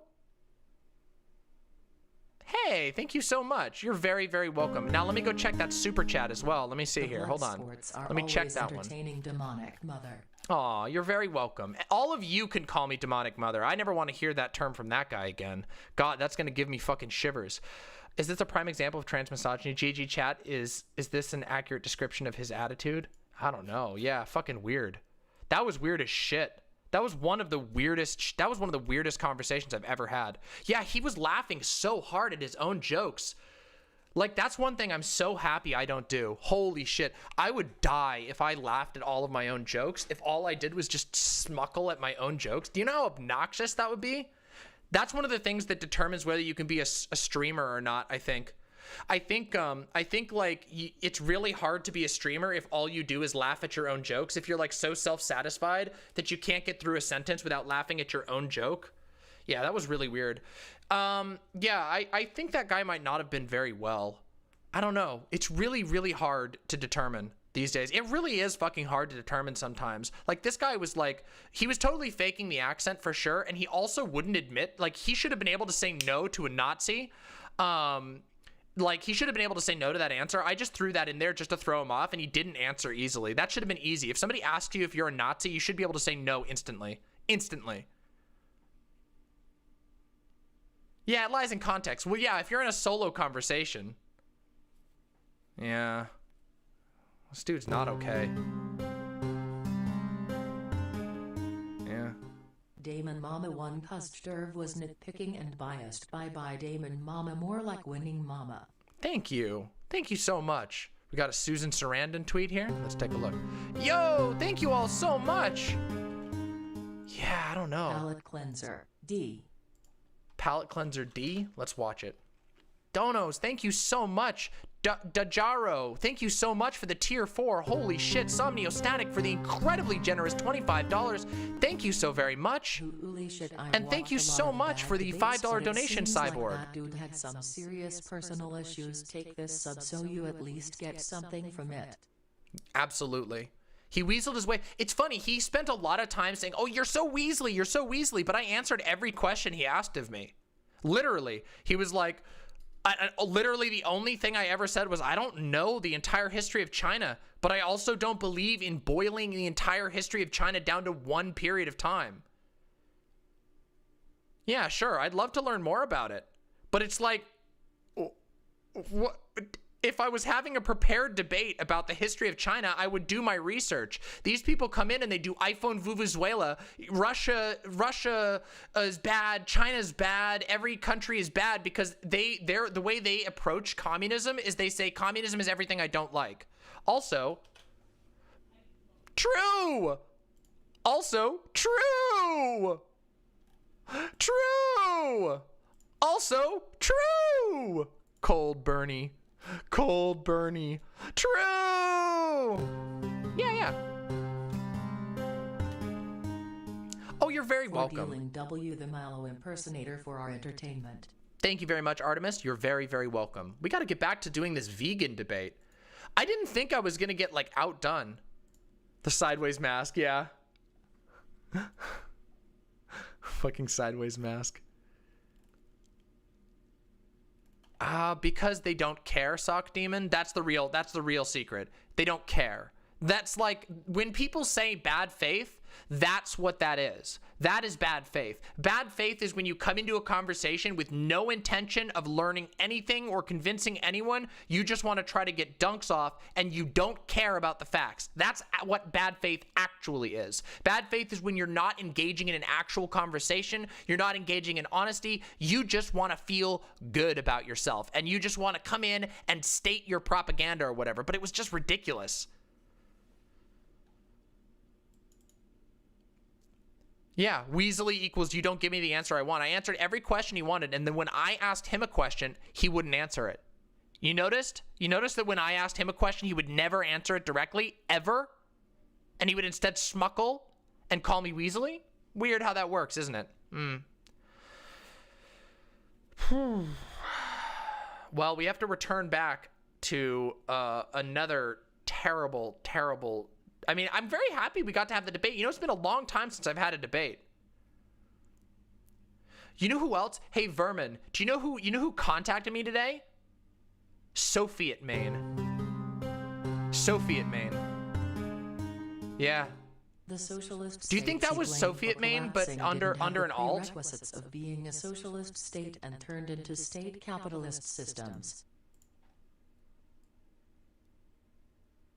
Yeah, I mean, I agree with you on that, Adam Flores, and I think that a strong historical argument can be made for that. Yeah, he's still alive. I know it's kind of wild. I didn't think so. I'm happy he's still going, but he told me that he told me he was gonna Oh Jesus, that's not good. Yeah, I won't talk about him anymore then. Do you think that Vermin Hands? Is there a possibility that that was Soviet Maine in an alt? Yikes. Yeah. Also, Benjamin, you're right. That one joke was probably a little too close to the line. But I don't know. He called all my chatters mentally ill. That made me so mad. Like, that made me actually mad. Like, I don't get mad when people insult me, but it makes me really, really mad when people insult my community. Like, what the fuck? I actually get mad. I have to figure out how to, like, not be thrown off by that. I know. Two wrongs don't make a right. It was... Wait, oh no. Oh no. Yeah. Yeah, I probably shouldn't have said that he talks to people on his own. That probably was kind of bad. I made a joke. I was like, I know you're talking to yourself right now and you're probably used to doing that. It was a bit of an ableist joke, I think. It's probably a bit ableist. Yeah. I can take critique. I'll do better not to make a joke like that next time, okay? I promise. I'll do better, I promise. That one was a little close to the line. I don't know. Is that? I don't think they told me. I thought they did. How about you just get to stop being a tanky? Yeah, true. Were they an Aussie? I thought they sounded like a fake British person. Yeah, no, it was probably a little bad. Yeah. Demon Mao Mao. Yeah, apparently I'm the Mao apologist. Hey everybody, tune in tomorrow for another episode. Apparently episode 900 of Demon Mama apologizes for Mao. Yeah.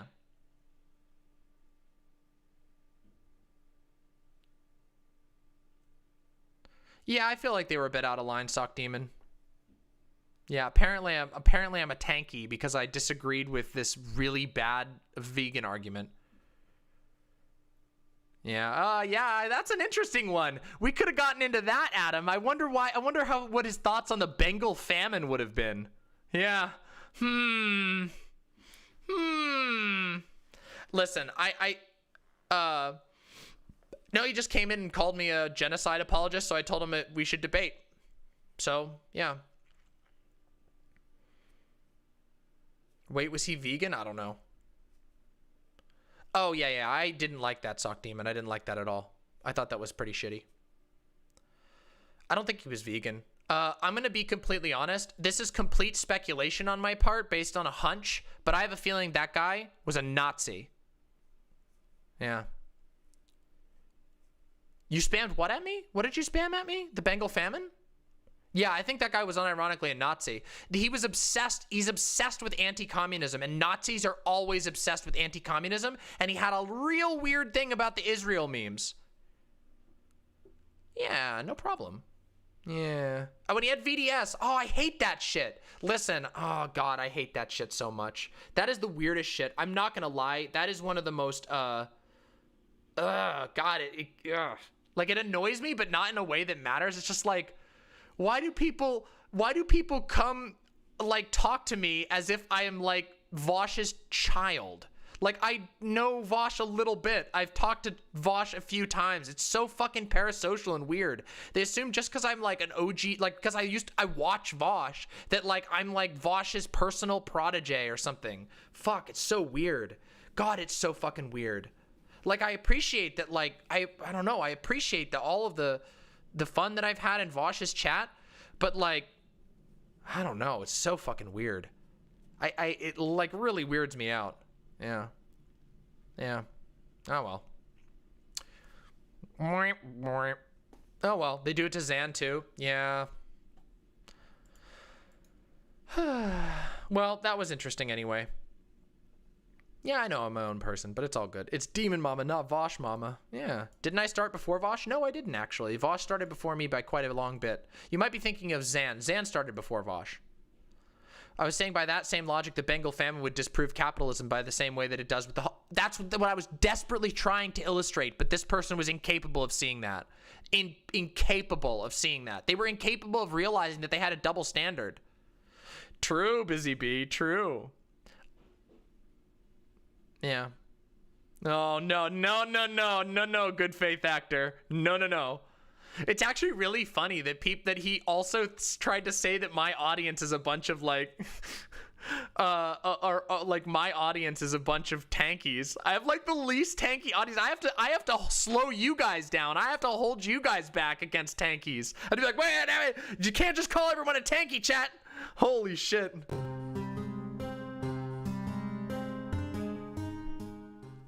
Why don't leftists talk about pirates?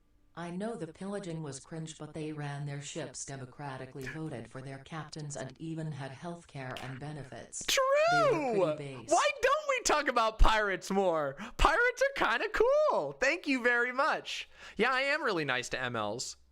Yeah, I have to hold my chat back. What the fuck? Anyway, all right. We want to go back to the cringe-ass veganism? Want to go back to the cringe veganism?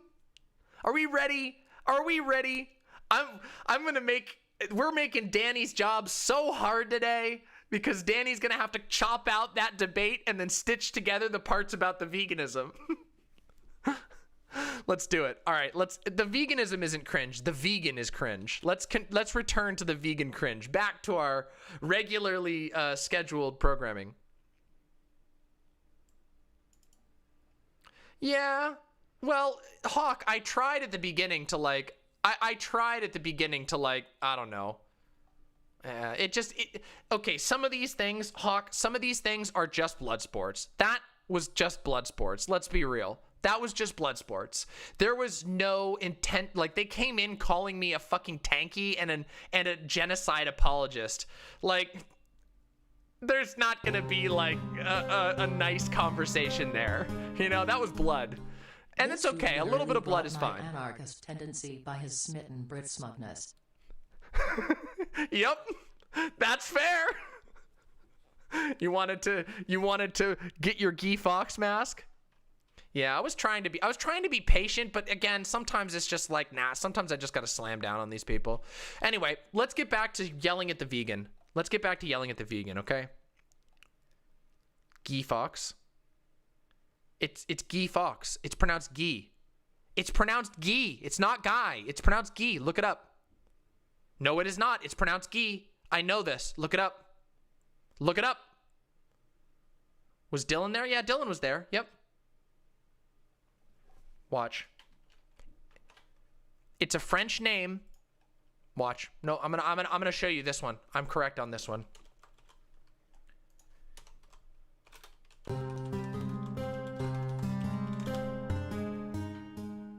Honestly, leftists are kinda Eurocentric. Sikhs did establish anti-classism in their religion well before most Euro thinkers. I want to learn more about that. Hey, thanks, Adam Flores. I'm very happy you enjoyed it, and thank you for the support. I'll be doing it again later this week. Was Guy Fawkes? Hold on. How do you pronounce Guy Fawkes? Hold on. This is School of Pronunciation. Let's see what they say.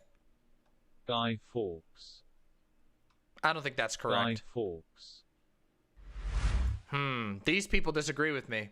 This one disagrees with me. Let's see. Guy Fawkes Night. Guy Fawkes Night. Huh. I was literally taught in high school that it was Guy Fawkes. Guy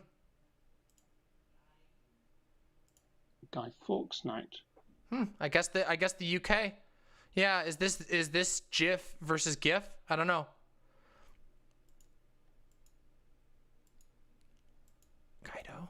Guido? Yeah, I thought it was Guy. I thought it was because Guy is a French name, and therefore the correct pronunciation is Guy. Maybe I'm wrong though.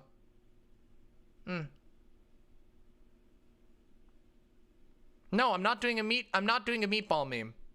Not that meatball is a meme anyway. I know he wasn't French, but whatever. Fuck it. Let's continue the vid. All right, we're returning to the vid now. Oh, if it's a French name, it's Guy. Yeah. All right, whatever. I've spoiled my chat with meatball. Meatball. It's meatball. It's not meatball, it's meatball. This is so simple. You really, really need to understand this. Holy shit.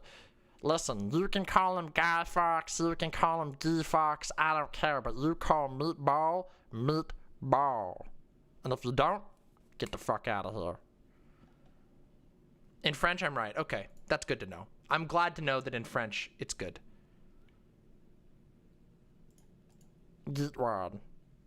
All right, let's do this. Ready? We're back. We're back. We're back. Here we go. Vegan time. Vegan time. Hold on. Yeah, vegan time. Let's do vegan. Vegan.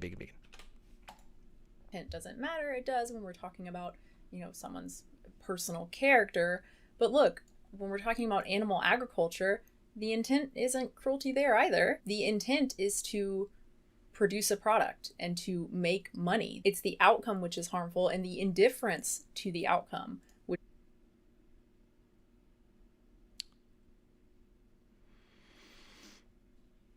I'm lost. I don't remember where we were in this argument when that person came in. Which is cruel. I don't think intent is any excuse in the face of overwhelming evidence of harm, and ideological blindness to that harm is no excuse. And going back, wouldn't that be the same for capitalism though? Isn't that exactly the same for capitalism? So how does that support your argument? Oh no. Back to the second part of the definition of veganism, by extension promotes the development and use of animal-free alternatives for the benefit of animals, humans, and the environment. So no part of veganism as a moral choice makes any sense outside of a standard economic model of supply and demand. Without What? That is incredibly limited. Oh no! When you tie your veganism specifically to capitalism, you can't be a vegan unless you're a capitalist. Oh, this is worse than is anti-capitalism anti-vegan, because at least under that take, you could say that the current anti-capitalist movement is simply anti-vegan, but she's literally saying capitalism is required for veganism. Oof. That's sad. This is the worst vegan ever. Oh my God. Capitalism, eating plant-based is just symbolic, promoting personal consumer actions and boycotts and alternatives as morally meaningful makes no sense. The presumption of a capitalistic context, a capitalistic society, is part of the definition of veganism. God. Oh no. Oh God. She was so close. Holy shit. Wait, just listen to this again and then I'll explain why. Hold on. Just listen to this again. Oh no. Symbolic, you know, promoting personal consumer actions and boycotts and alternatives as morally meaningful makes no sense.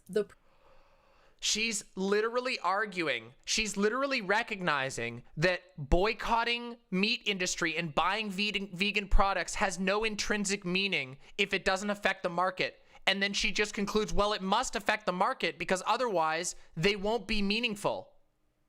Oh no.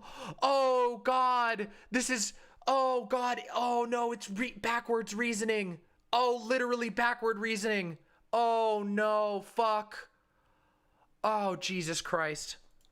Presumption of a capitalistic context, a capitalistic society, is part of the definition of veganism. A denial of capitalism or opting out of capitalism in principle, not only does this make vegan ethics irrelevant, it fails to do good in the most cogent way that veganism acts on the world, by changing production. It's a failure.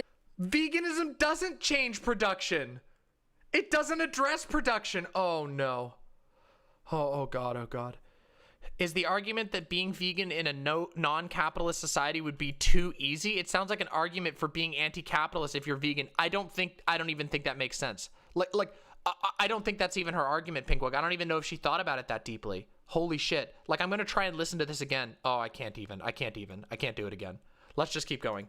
It's a failure to be vegan in any sense, from ethical principle to consequence. So again, I'm not going to call vegans who happen to be anti-capitalist not vegans, but the ideology of anti-capitalism seems inherently at odds with veganism, at least for now. I don't have any political ideology. I'm not, you know... I have no political ideology. How you know someone has a political ideology is when they tell you they don't have a political ideology. That is the surest way of being sure.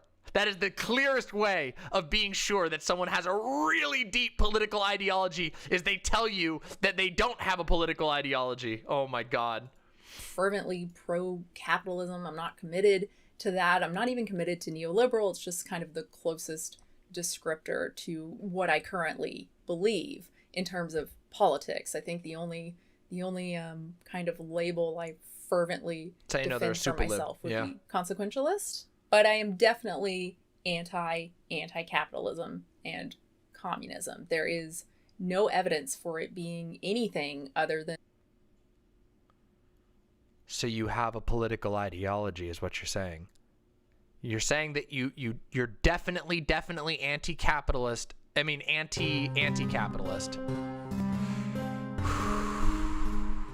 Tristan Won't Shut Up has a couple good videos on the planned economies of Walmart and Amazon and how they could be used for people instead of profits. It's a little hard to do that, but I've seen a video about that. I can't remember what it was. But thank you very much. Thank you very much for the super chat there. Really appreciate that, Jason. Really appreciate that a lot.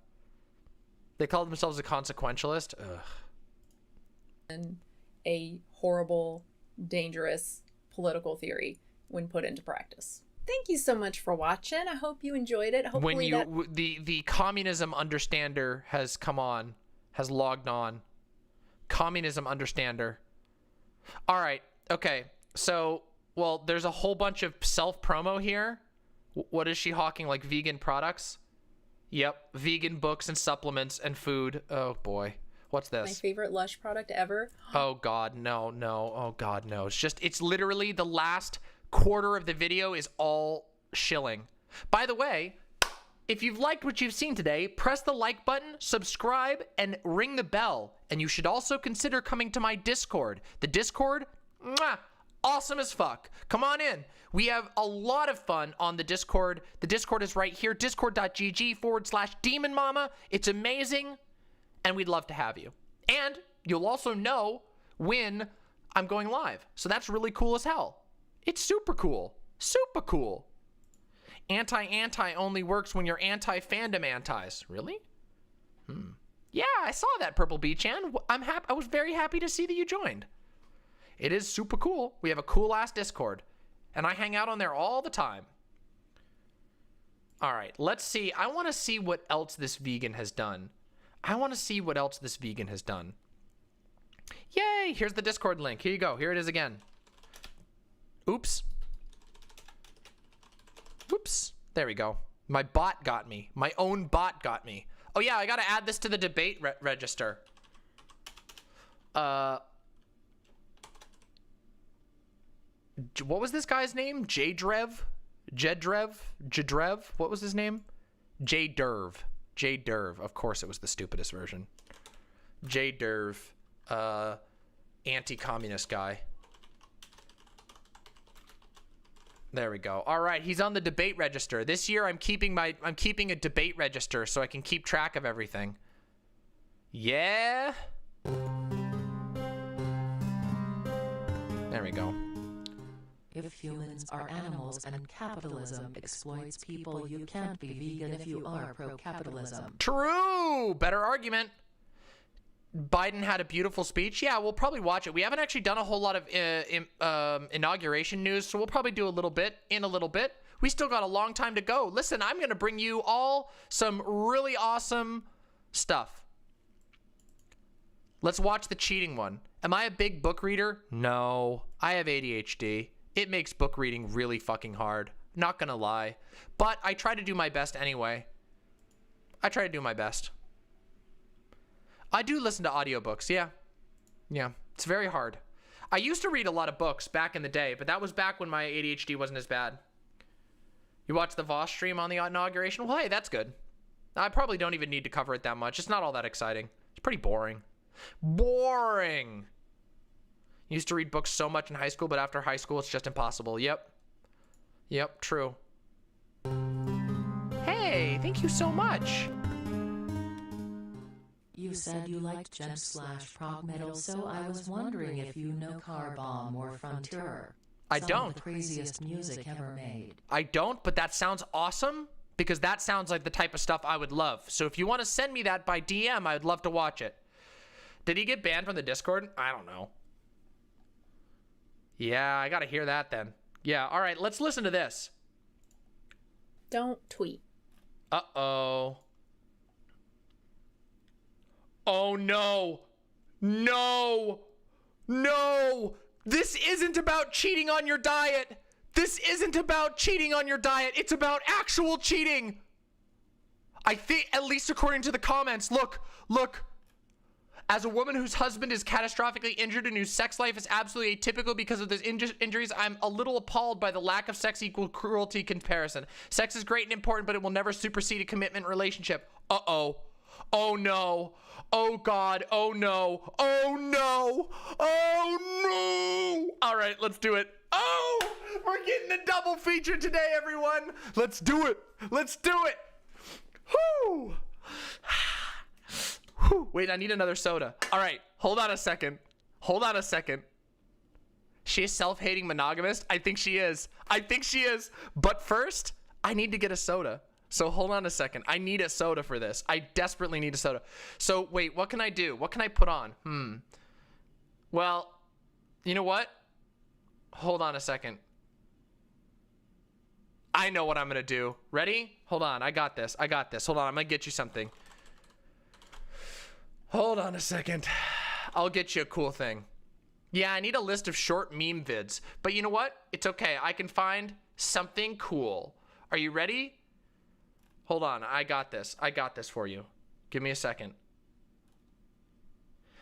Oh, Hampter on repeat. That's a good call. Hold on. I think I got one. Hold on. Give me a second. I got one.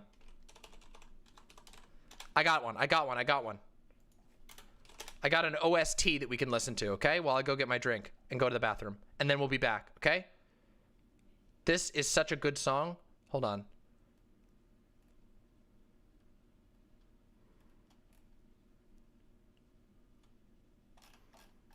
I think it's this one. Hold on.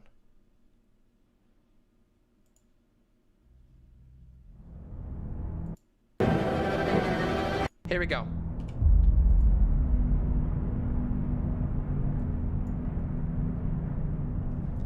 Burp. BRB.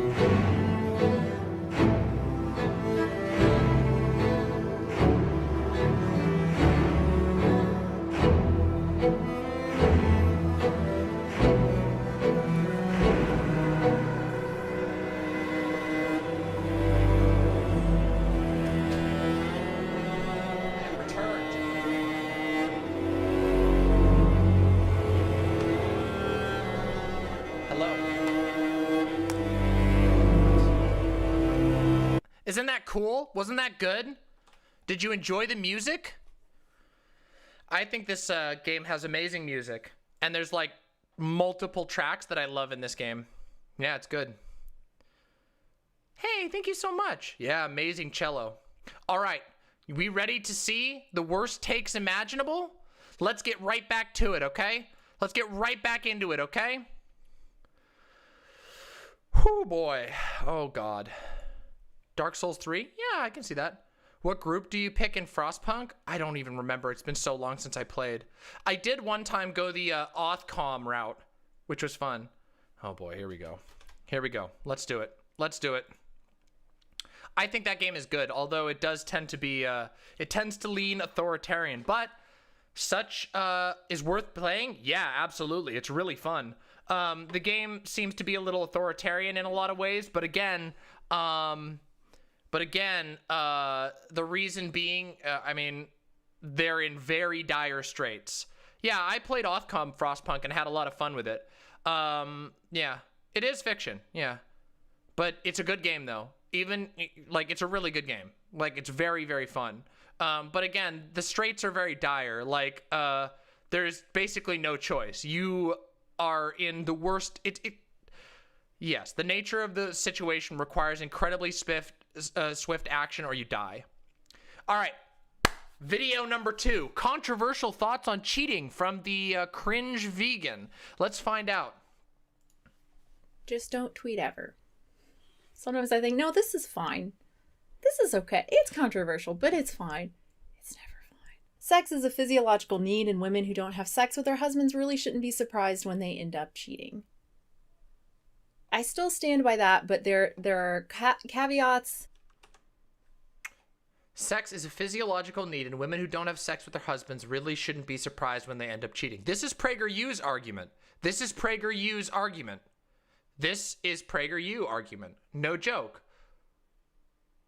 We applaud women who leave or even cheat on men who don't satisfy them sexually, but the reverse is not true. Do people do that? I have never, ever heard of a woman being praised for cheating on men. Ever. I have never heard of that. What? We expect men to grin and bear little to no sex for years and shame them as deviants and selfish if they give in? Why don't they leave? It's not so easy. Not having sex doesn't mean there isn't some immense love there. And sharing a home, kids, and grandkids? If we aren't going to have sex with our spouses, maybe we should 1, divorce, or 2, let them fulfill their needs elsewhere? You can do number 2 without cheating. You can live number 2 without cheating. Yeah, you're supposed to be able to communicate. Oh my God. Here we go.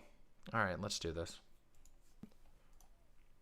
I still stand by that, but there are caveats, and I shouldn't have tweeted. If I was going to talk about it, I should have made a nuanced video, but instead I tweeted. We applaud women who leave or even cheat on men who don't satisfy them sexually, but the reverse is not true. We expect men to grin and bear little to no sex for years and shame them as deviants and selfish if they give in. Why don't they leave? It's not so easy. Not having sex doesn't mean there isn't still immense love there, and sharing a home and kids and grandkids. If we aren't going to have sex with our spouses, maybe we should 1, divorce, or 2, let them fulfill their needs elsewhere. So again, I stand by all of that. I will say, I said we applaud women who leave or even cheat on men who don't satisfy them sexually, but the reverse is not true. Again, there's some nuance there. I have seen, because a lot of people were like, what? When do we applaud women cheating on men? I have seen on Twitter, which Twitter is not real life, of course, like not even close, but I have seen in the more like... I have a feeling this is the type of person who does think that Twitter is real life, even if she says she doesn't. Sorry. Kind of fakey, feminist, crazy kind of sphere. You know, the ones who are like, yeah, men are all bad, right? Where it's like, oh yeah, you go girl. You know, I think if you've been on Twitter long enough, you've probably seen it. But again, Twitter is not real life. That is not representative of the norm. As someone else said, the whole, you know, cheating slut thing is way more pervasive in our culture, and I think that's absolutely true. So I should not have said that. I should have just left it at we expect men to grin and bear. Was there? Sockdem, if you have a link to that, maybe we could look at it. To no sex for years, and then we see them as deviants, as morally bankrupt, as selfish when they end up cheating. Oh, I also... Didn't I clarify? Wait a minute. This is a problem too. I often end up tweeting controversial shit like right before I have to go and do something else. I just finished recording a video. So like right before I went to record, I was like, I'm just going to tweet this. Oh, I said, to be clear, I don't think cheating is right, just that I understand it and that expecting a man or a woman to remain in a sexless relationship is pretty cruel, honestly. Again, stand by that 100%. I guess I should say, why am I making this video? I'm just making this kind of off the cuff video to explain a little bit more. Often I will tweet things and then just be like, yeah. Why do people like this even give a shit about marriage? Why would someone like this ever get married? Why? Why bother getting married? Like, what the fuck? Oh my God, it's so stupid. It's just, oh no, we'll have to go over her Twitter after this. Oh God, am I gonna, oh no. Yeah, stupid government things. Oh, Jesus Christ. Oh, fuck, that wasn't the right spot. I put this note in the wrong spot. That's not, oh God. Oh boy, let's continue. Controversial and people don't agree. Whatever. I don't care. I'm not gonna make a video about it. It's too much work, which it usually would be, which is why I'm just kind of talking right now. Like I made a video, I made a tweet. I did it. Is it okay to not want to be in a sexless relationship? Yes, of course it is. But leave them or have a conversation, a meaningful conversation. Okay, I'll take a look. We'll take a look at that afterwards. Okay, we'll take a look at that afterwards. Maybe that's something to continue talking about this. I think it's important to talk about these kinds of things. These are like the sort of social issues that I think are important. Don't cheat, yeah. Tweet. We should all return to monkey. I tweeted that. True. I thought women who talk Sometimes about just constantly, but not always, you know, being Most afraid to never, leave their house because they were afraid of being like assaulted by a man, sexually assaulted by a man, that I feel for them, but it's really irrational and we shouldn't be encouraging that type of thinking because it doesn't make sense. What? You're very, very, very unlikely if you live in the US to walk out of your house and be sexually assaulted. And I got a lot of responses talking about, well, really people were talking about other sexual assault situations, which was kind of proving my my point. Domestic situations, which is usually how people are sexually assaulted. They're not walking on the street. They're assaulted by a boyfriend or a girlfriend. Okay, so the feeling I'm getting from Unnatural Vegan is just that genuinely stupid. Just genuinely stupid. What you got for me here, Sarcomatose? Uh-oh. Wait a minute. You gave the follow. No. Anyway. Or a husband or someone else they know. The same with kids, you know, the same with kids in sexual assault. It's usually someone they know. But I just didn't say all that. It's like, yeah, whatever. People can believe what they want to believe. I don't know. Sometimes I get that kind of this is the same person you'll attitude. We just did the veganism one. I usually like pointing out when people are wrong. So I'm just getting old and lazy, maybe. But yeah. Yep. Yeah, I wanted to make this video just to clarify. Okay, moving on. Another thing, a lot of the comments were just like, well, cheating is wrong. We should expect people to go to therapy. And I think that's true. I mean, it depends on the context, but I don't think it's always an issue of therapy. It can often be very, very simple. You have a woman or a man, but look, it's usually a woman who is no longer interested in sex, does not want to have sex. And you know what? Maybe that's fine. There might not be anything wrong with that person. Often when women get older, and men too, but more often for women, you do lose a sex drive. And like, that's okay. If that doesn't bother her, that's okay. But then you have a husband who has not lost a sex drive and still wants to have sex. These aren't like mental health issues. This isn't. Yes, it is. Yes, it can be. That can be a mental health issue. Yes, it can be. Absolutely. They absolutely can be. Something that talking it out is going to fix, other than saying, hey, I have this issue and it's really making me unhappy. What do we do about it? And unfortunately, not a lot of women are going to say, oh, okay, I respect that. And I understand that this is an issue for you. And yeah, you should be able to fulfill that need. Actually, I think more women would be open to that than you'd think. I don't know. I think this video, I think we know the answer to that, Blue. It's for her. This video is for her. That's who it is. This video is for her. This is her vlog. This is her internet journal, and all of us have to be subjected to whatever her stupid thoughts are. No, most of us are going to say, oh, well, sucks to be you, man. And it may not even be, you know, maybe the person who doesn't want sex is still like, okay, yeah, we'll still have sex, but maybe it's not so enjoyable for the other partner because they know that their partner's not into it. They want to have sex with someone who's into it, maybe. Again, I don't think this is necessarily an issue that therapy is going to solve. I think the issue is pretty clear. This person wants sex and they're not getting sex. How are you going to fix that? Oh my God. Hets. Hets. Hets. Ah, the hets. Oh God. Masturbation is not going to fix that. Toys, not going to fix that. Which is why I ended with, you know, I think there are ultimately three I will options. cool my Divorce, anti-het. let your partner fulfill their needs elsewhere, or the partner decides to just grin and bear it. The other thing I wish I had talked about, and why I do think, you know, my initial comment that yeah, exactly, they can they shouldn't be surprised. The reason I really say that is because it's kind of stupid, and again, I don't think that's fair. I'll get to that in a minute, but my initial feeling is, why say it? This is a prepared video. Why say it? Oh, why would you say something that you immediately retract? I think we should take a moment to recognize the traditionalist conservative part of the ideology that keeps people monogamous, even if other paths would be best for them. But we should be more open to talking about that and push that discussion first and foremost, not say, okay, well, cheating is okay. We did that, though. I had a really long, what I think was a really good conversation about being poly just the other day, and I'm sure we'll have it again in the future. But I don't know. These people dominate the airspace.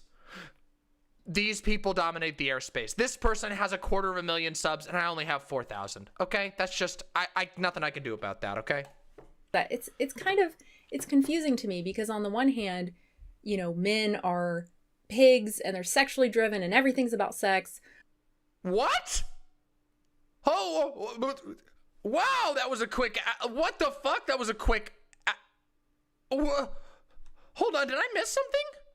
In a minute, but my initial feeling is that it's confusing to me because on the one hand, you know, men are pigs and they're sexually driven and everything's about sex, but also we expect them to just not have sex and just they're not going to cheat. But I don't think that's quite fair because it's not like we don't have a culture that encourages this idea that there's one perfect person for you, and when you find that perfect person and marry that perfect person, you're never going to look at anyone else again, right? He won't look to anyone else because he's just going to want you. So maybe that's why women are able to hold these two views simultaneously. Like, yeah. I just...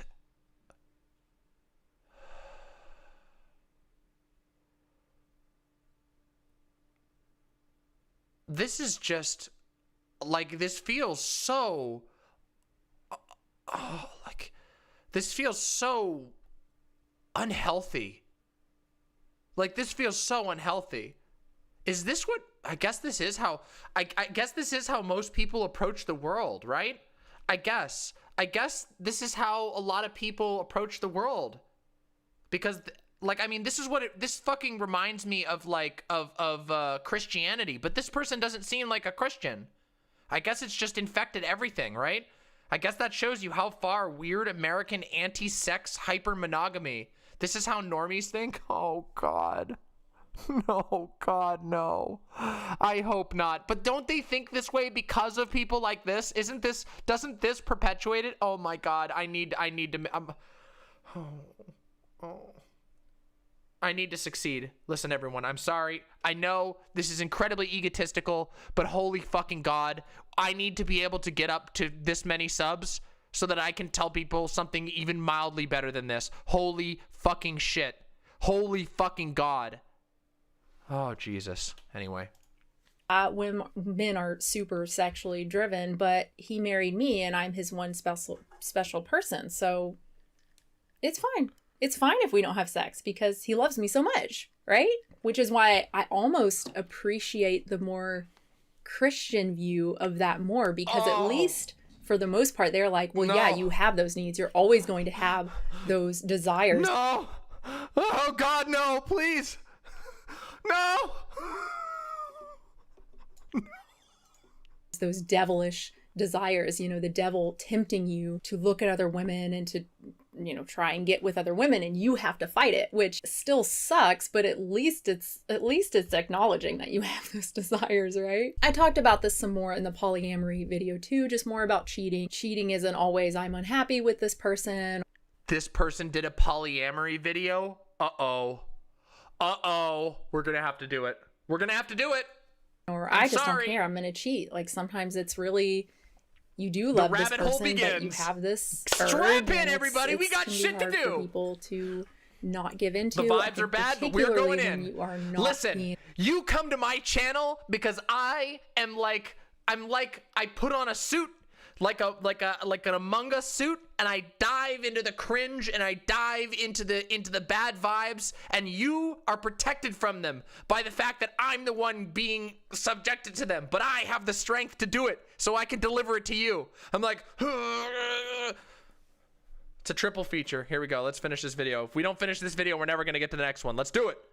Sexually fulfilled at all. Again, it's not okay, and men and women who are feeling that way need to learn to speak up. And they, you know, unfortunately, if the situation doesn't change, you're not in the right for then choosing to cheat, right? Like you have to be a big boy or a big girl and say, okay, I'm done. Clearly you don't respect me enough to acknowledge that this is unfulfilling for me, and I'm not as happy as I could be, and this is causing me a lot of problems. You know, if someone doesn't acknowledge that or doesn't care, then they don't respect you, and you are very welcome, Vorbuddy. You are very welcome, Vorbuddy. There will always be massive gay energy here, okay? You shouldn't be with that person. But again, that's really hard, especially when you've lived a life with this person. You have a house you've lived in for who knows how long. You have children, you have grandchildren. You love this person. That's hard. I guess my ultimate point is that, you know, it's easy, I think, to feel sad for someone who's cheated on, but I think often we should also feel sad for the person who has cheated. It's her teeth are nice? Yeah, she's got nice teeth. Do you want to know what gets you nice teeth? Money. That's how you have nice teeth. You have nice teeth if you have money. That's the clearest. I know this sounds silly, but the single clearest sign that you have nice teeth is money. Or the single clearest sign that you have money is nice teeth. See my fucked up ass teeth? My teeth are all fucked up.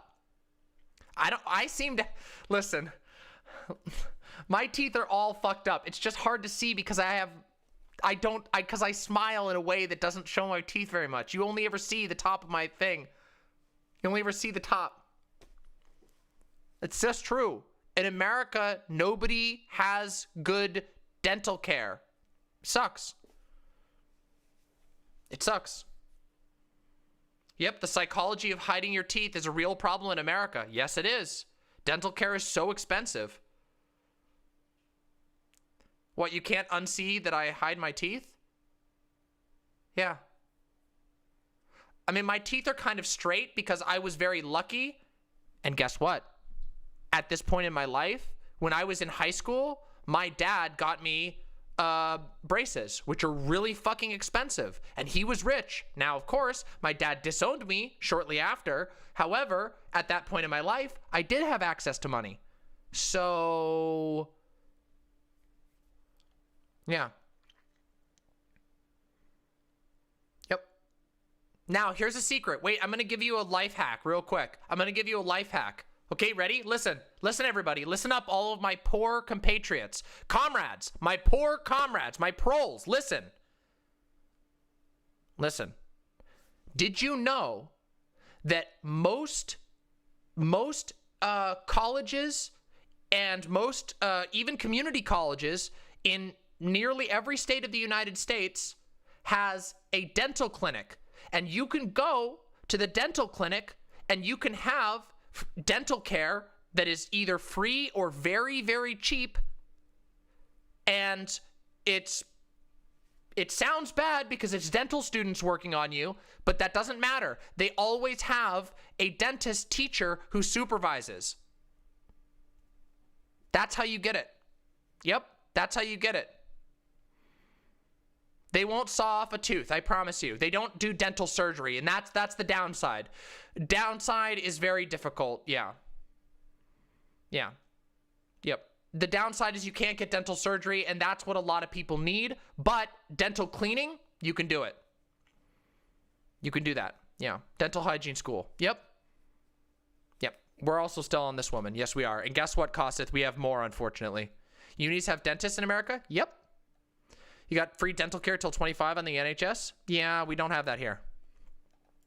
Probably rarely a case sorry, of just a Costeth. raging psychopath who doesn't give a shit. This attitude just reinforces the idea that it's normal and acceptable for men to cheat if they're not getting sex from their significant other. I mean, it is normal in that a lot of people do cheat, but no, it's not acceptable. But I could see, Yeah, I agree. can see General, how people 85 D2D would Derek. take it that way. Again, there's no reason or excuse to be deceitful or dishonest to someone if you're in an agreed monogamous relationship. Absolutely. Again, It's that terrible, person is in retcon. the wrong, but I don't think they're morally.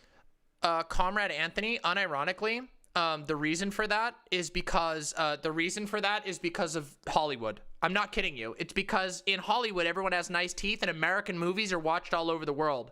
That's why. But Hollywood actors are rich. That's why. Bankrupt. I should have said that.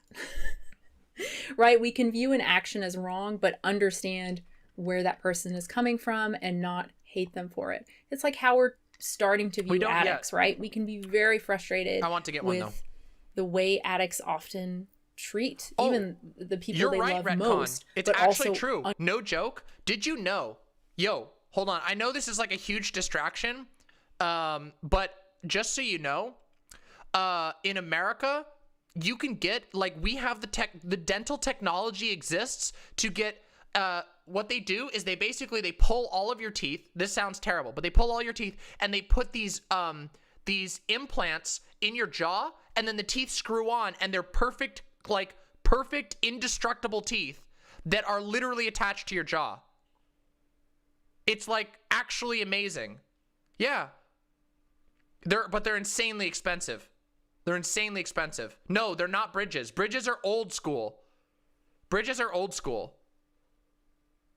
They're not dentures. Dentures are old school. Bridges, old school. Yeah, it's literally artificial teeth. They're made with a ceramic that's like it's cyberpunk teeth. I'm not kidding you. We have the technology. We just don't have the fucking money for it. They're dental implants. They're amazing. Yeah.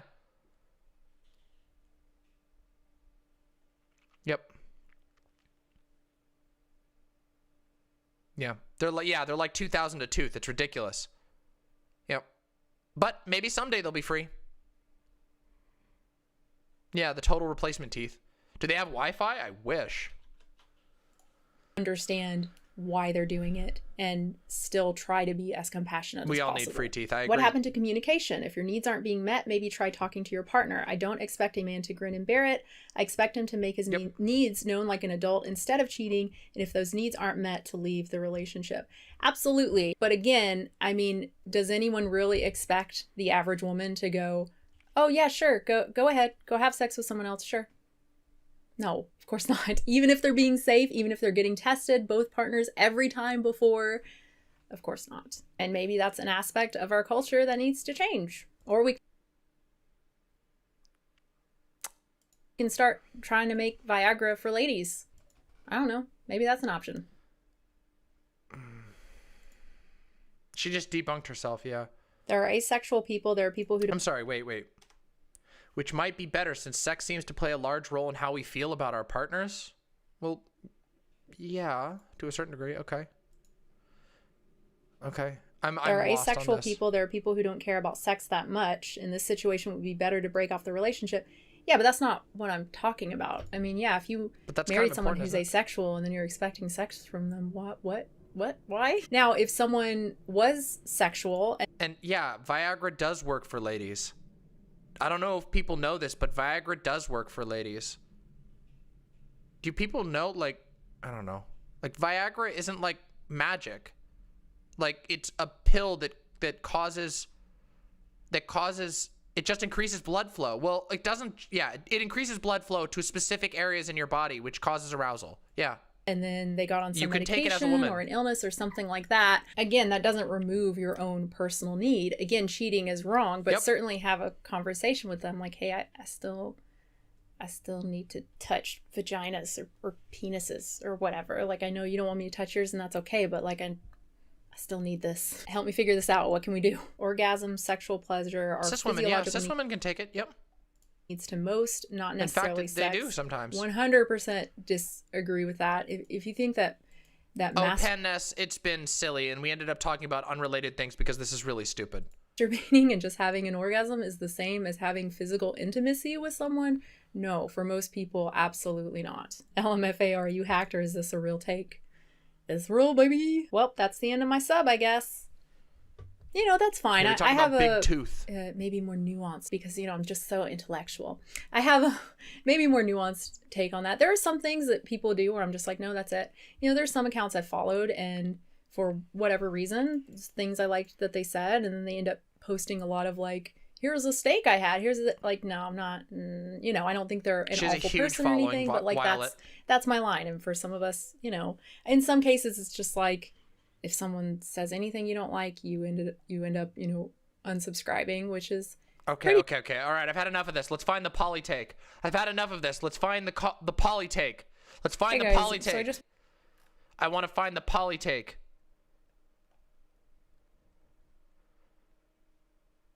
Where is it? Where's the poly take? Does a vegan diet prevent coronavirus? Oh no. My controversial vegan opinions. Oh boy. Oh no. Where's the poly video? Where's the polyamory video?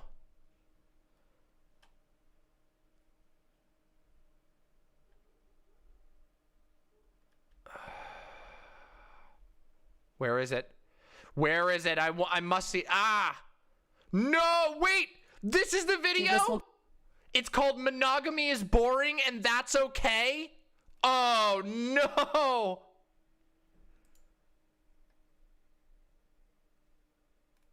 Oh, no, it's a response video. Oh! Oh, no, it's a response video. Oh. Oh, no. All right, we're not going to necessarily do all of this, but we're going to see. to say this is my opinion and you can't criticize it because it's my opinion, but then I'm going to criticize you for your opinion because you don't have any evidence for it. Quite a few of you wanted me to talk about Monogamy is Sexy by Hannah McNeely. Hannah McNeely is vegan. She's been vegan for a long time. All right, we'll do 1.5 She's Ellen speed. Fisher's sister. Yeah, very intriguing title. There's also, I'm assuming it's a follow-up video. I don't know, but not the next one, but the one after that, When You Disagree With Me. I'm assuming that is a response to the Monogamy is Sexy one, just based on the first, I think I watched maybe the first minute or so on the video. Just based on that, I don't know what else is in there. So again, I watched the first little bit and thought, yeah, okay, maybe I'll just talk about this because it's more, I guess, personal stuff anyway. I thought it'd be interesting because I'm not someone who's like personally a super fan of polyamory or open relationships or whatever you want to call it. I am someone who's monogamous and have no intention of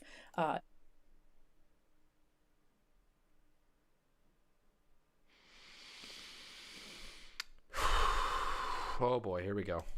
Changing that. It's just, polyamory is not personally appealing to me. What's the, joke? I can barely manage one relationship. How could I possibly, manage more, even just one more, but like 3 more, 4 more? I don't know, however many is the average number. Like it's a joke, but it's like, seriously, I'm already terrible at just having one partner. I can't imagine having more than one. That said, I am not like anti-polyamory for other people. I think it can be a really positive thing. And I don't think Hannah would agree with that. Anyway, let's watch the video. I will say, though, that I see more discussion about open relationships and polyamorous relationships vibrating throughout social media spaces a lot more than the beauty of monogamous relationships, which is likely due to the fact that there's this belief that monogamy is this institution that we have to fight against and question. If you're on Twitter or something, well, you're talking about probably a lot of people who are more left-leaning and they may believe that, but like most people get married. I don't think most people are like, this is an institution we need to fight. Maybe if you survey younger people, maybe it's leaning more that way. I don't know. To me, that sounds like Christians being like, we're a marginalized group. No, they're not. I believe one might consider themselves an enlightened or evolved being for coming up with the innovative idea of going to bed with other people. I think that's where I went, oh, okay, is this the video? Oh no. That's just very dismissive right off the bat of why people would be polyamorous and...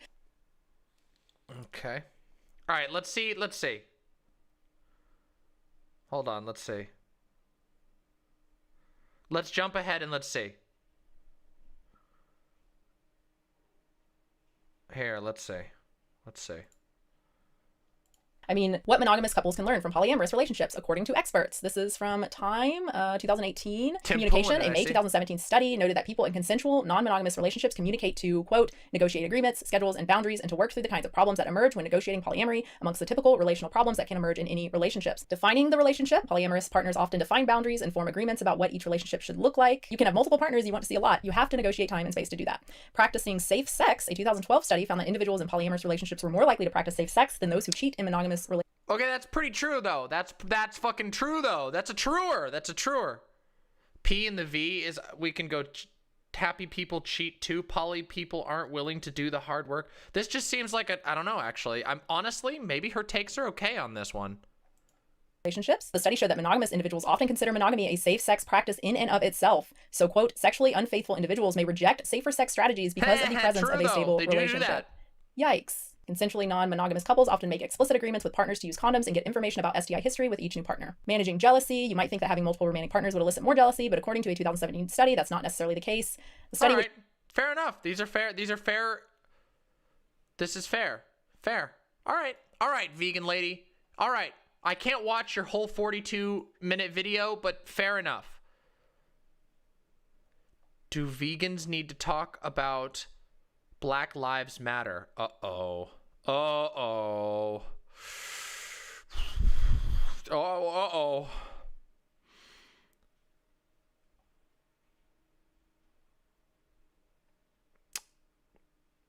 Okay, I think we've had enough of vegan lady, okay? I think we've had enough. I think we've had enough of vegan lady, okay? Listen. I think we've had enough, okay? Have we had enough of vegan lady?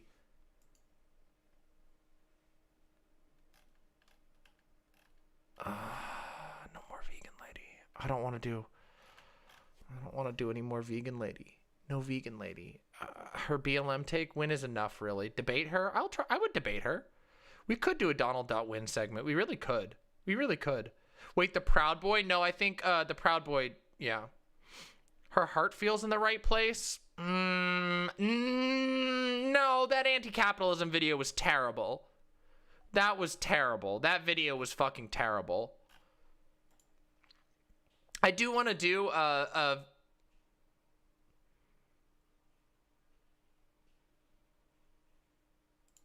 Hey, it's Peter. Uh-oh. Oh, no. Oh, Peter Coffin has a new video out. Uh-oh. Oh. Ooh.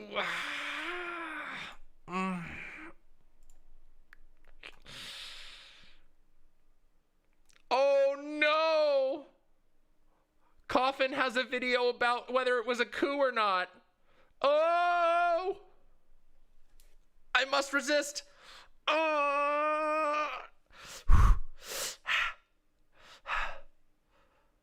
Oh, it was really bad. She Who Knows No Name. It was really bad. No. Oh, do I do it? This one's only a 5-minute video. Okay, this is a 5-minute video. I can do a 5-minute video. Hey, it's Let's Peter. do it. How you doing? So the nightmare's over, isn't it? Joe Biden is the president of the United States of America. The Cheeto is out, and now I guess it's time to push them left, right? Because that's something that can happen. You might detect a little bit of sarcasm in that one. That's because, no, it's not going to happen. There's evidence that Biden is even abandoning the public option aspect of his health, so don't even think you can get Medicare for all out of this thing. And Medicare for all is just like the basic bare necessities of a decent healthcare system in an imperialist nation. Not enough. So welcome to Mini Peters, the spiritual successor to Many Peters, where I'm sort of sitting down, being more impromptu, and talking about things that I think are important to talk about. Here, I'm not going to do long videos. I'm going to try to keep these around 5-6 minutes. Seems like that'd be easy to do. Gloopy. I don't need to write them. I just need to, speak my mind a little bit, get it out of my system, and see what the response is for maybe taking material into bigger and more important projects. Okay. I am getting a lot of doomer energy here. Let's find out if that's true. The thing I'm thinking about right now is like the shift in the world. Yep. Everything went absolutely batshit nuts today. Like, did you notice how they're trying to play everything off as though the world is like actually materially better now. Like they keep posting all of these photos of like Joe Biden holding hands with Dr. Jill looking out over the Washington Monument Nice at flag. night. Like they're trying really hard Wait, to present did I miss the something? total. What did I miss? What did I miss? What did I miss? What's the flag? Oh. Oh. I missed that. I saw that. Oh. Opposite of the chaos of the quote-unquote coup. I don't know, I just feel like we're looking at like a tectonic shift in the entire mode of how everything's going to be presented. And I kind of think that for people who don't think that liberalism is enough, i.e. hopefully you, the viewers of this channel, people who think that maybe, I don't know, communism might be a good thing, I kind of think that this shift might be useful. And I'll tell you why. Like, they have tried so hard over 2020 to sort of recuperate the radical aesthetic of leftism, of socialism, of communism, trying to get people who are starting to subscribe to these programs back sheepdogged into the old DNC. And because it's not really super obvious, people don't seem to actually really take to criticism of it. I criticized that Among Us stream a while back with AOC, and people thought that I was trying to say that AOC is somehow now an evil person or something like that, and that's bullshit. But what I was doing was criticizing the fact that these things are appearing, which are I don't know that they're conscious. Maybe they are, maybe they aren't. I don't really give a shit, because the result is people see this stuff and they feel like, oh wait, maybe the best we can do is the Democratic Party. And it is not the best we can do. We should be demanding more at all times. And the reason I think this shift... I don't think that's what people take away from the AOC stream. Really don't. I really don't. Might be useful is because there's such an aesthetic weirdness about it. I know that people are going to see this who are even vaguely critical of the liberal order. They're going to look at things, they're going to say like, that seems fake, or I don't understand that, or just stuff is going to be weird and confusing. Like, how are they taking that route and expecting that we're going to accept it? And we don't want to turn into QAnon. We want to engage in material analysis and move towards a program that will actually improve the world for everyone. Q tells us stuff that all... Is there a risk of us becoming QAnon? I should hope not. I should hope not. All of it's lies, is what I'm saying. You keep interrupting me. Because you're lying! Because you're full of shit! That's why! Because every goddamn thing out of you people's mouths doesn't come true. And it's always, oh, there's energy, and oh, now we're done with Trump. You said he was the Messiah. You said he was invincible. You said it was all over. They were all going to Gitmo. Now, oh, he's part of a larger thing of Q. I will not suffer your Q people after this. I knew what you were day one, and I know what you are now, and I'm sick of it. I'm sick of all these witches and warlocks and pumpkin popsums and everything. Oh, God. And like I said, I'm trying to keep this video a little bit shorter. So my thought was, why not let's try to actually use that YouTube algorithm and push some engagement into this thing by asking you guys if you've seen any of the examples of this weird aesthetic incongruity where they're just trying to suck up all of our sentiment into this like sort of click like and subscribe and donate to my Patreon consenting mass for this new neoliberal order, which is not really new by any means, but officially it seems like a new thing. So if this is truly a conversation, then I say let the conversation begin. Anyway, thanks a lot, everybody. If you want to support what I'm doing here on the channel, whether it's these quick hits that I'm going to try to start doing at least one a week, maybe even more, as well as my larger projects, the streams I do with Ms. Okay. All right. That was extremely boring, actually. That was really boring. I don't know what was even argued. I don't know what they were even arguing. Well, whatever. We tried. We gave it a shake, a blind run. America needs to heal, and I want you to think of me as your caring nurse. And I'm a sexy nurse, too, like the dames in those old-timey World War II movies, with the big old bazoombas and an ass that don't quit. I'm wearing some black lace or something under my snug little frock. Biden. Heck, maybe I'm wearing nothing at all. Zoned out. Unprompted singing, smoking hot president nurse. Now that's what I was talking about. Now that's our president. I love this one.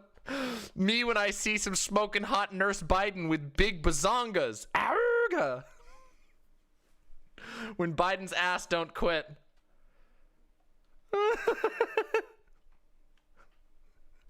Oh, God. Awoo! There we go. Listen, whoever sent me that, I can't remember who sent it to me, but thank you. But thank you. Thank you for whoever sent me that. Did he actually say that? No! Are you kidding? Oh, my God. No, he didn't actually say that. No, he didn't. No, he fucking didn't. No, he fucking didn't.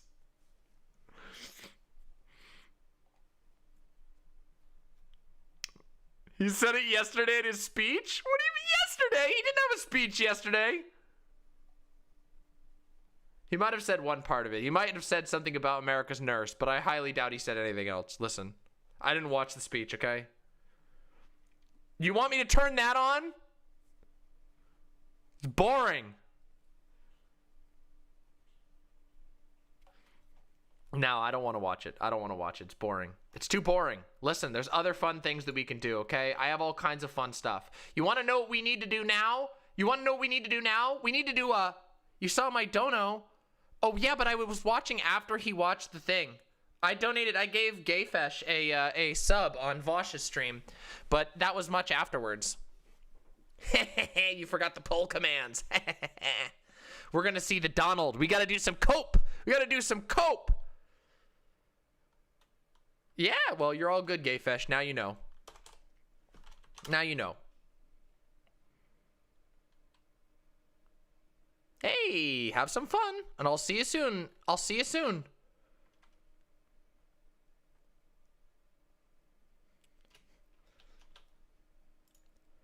Tonight. Ooh. This is the one of the top. Oh my God. Oh shit. It really has collapsed. Look, 200. The top post only has 280. Previously on the Donald, the top posts would have been in the 3,000 to 4,000s. This is getting nothing. Sometimes more. Sometimes as high as 7 or 7 to 8,000. Oh my God. Oh no. The posts above. These are the pinned posts though. These are. Oh wait. Oh, okay. Sorry, I didn't realize this was a pinned post. Okay. Oh, okay. Never mind. Wrong. False reporting. I accidentally opened a pinned post. Whoo. Say no to hopium. Mainline clownium. Oh, wow. Wow. That's a front page fucking transphobia.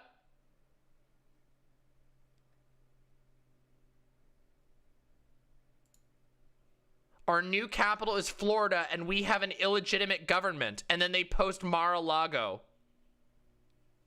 Oh, my God. Oh, God. Born to meme. War never changes. Trump memes. Oh, God. Oh, God. Absolute alpha male. Trump spends final days. Ooh. Oh. What? What? A disgusting day for America when you have a pedophile and his incest-loving crackhead son standing on a stage at the White House. This is my favorite part of this whole thing. Look at fucking Mitch McConnell's face. Hold on, it's hard to see. Hold on. Look at Mitch McConnell's face. This is the look of a man desperately trying to figure out what the fuck he's gonna do next. He's like, shit, what do I do? What the fuck? He knows the Trump cult doesn't like him anymore. Oh, fuck, he's so fucked. He's minority leader. Lol.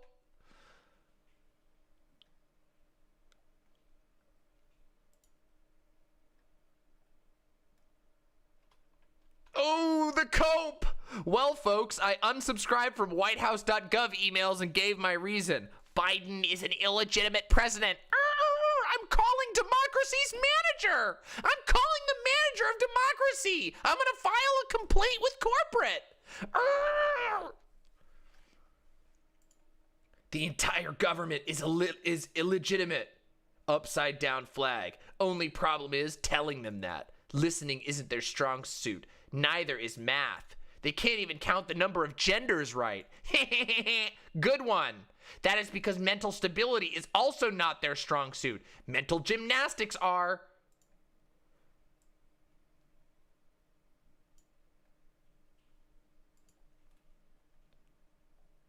Wow.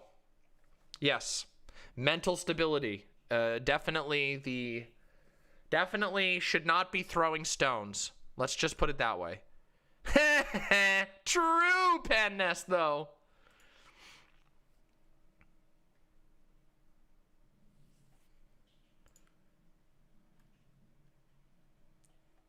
Nice meme. Nice meme. This just in. One of his first acts as president, Joe Biden replaces the MLK bust in the Oval Office. Proud Maoist Joe Biden.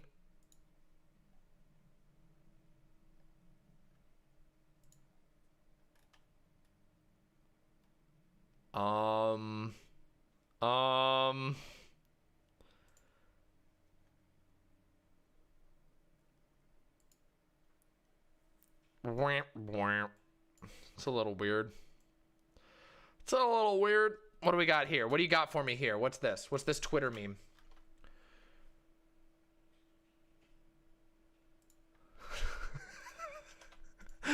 Barron Trump standing at the foot of Biden's bed tonight asking if they're his parents now. Amazing. Incredible. Oh, is chat covering things up? Here, I'll do it like this. I have a better way of doing this here. Watch, ready? Look. Now we can go like this. Watch. See? There. Now chat will not be invisible. There we go.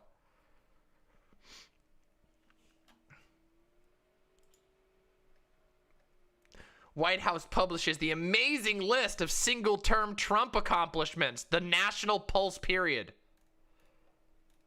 Unprecedented economic boom. Before the China virus invaded our shores, we built the world's most prosperous economy. America gained 7 million new jobs, more than 3-time government experts' predictions. Middle-class family income increased nearly $6,000, more than 5 times the gains during the entire previous administration. Delivered a future of greater promise. This is just a giant piece this is a giant cope piece. This entire thing is just to pat Donald Trump on the back and try to make him feel better. Look at this. Life-saving response to the China virus. Restricted travel to the United States from infected regions. Suspended all travel from China, saving thousands of lives. Repatriated over 100,000 American citizens stranded abroad. Yeah, except they were told not to repatriate because that would have been worse. It would have been better if they didn't fly home because they made people sick. Contracted with Honeywell, 3M, O&M, Helyard, Moldex, and Lidl to increase our nation's production of N95 masks. Yeah, you contracted a bunch of people who failed to meet that. 400,000 dead right now, I know. Oh my God, this is so bad. Project Airbridge. This was a disaster, by the way. Project Airbridge was a complete disaster. Just so you know, this was the project that stole shit from overseas and then auctioned it off to private vendors, which often sent it back overseas. This Airbridge was a disaster. An absolute disaster. He's unprecedented. True.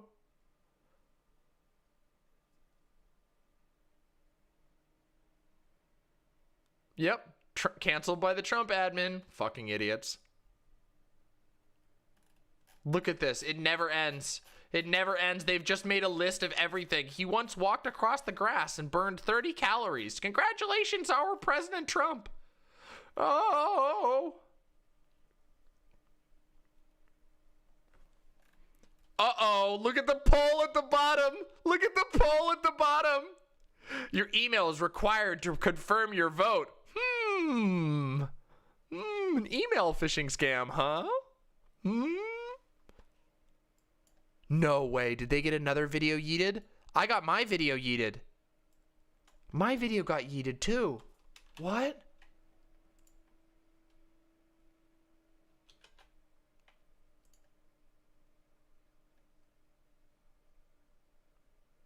Oh no. God damn it. Fuck. Mine, that happened to me too. I got my video removed.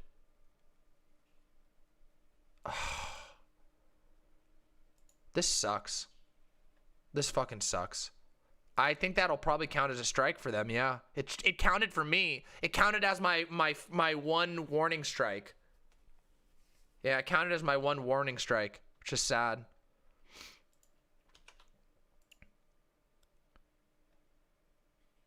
They're trying desperately to keep the doomer off. That was the serfs. My video got taken down too, but so did the serfs.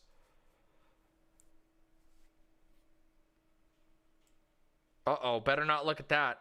I'm not looking at that. Whew, that was a close one.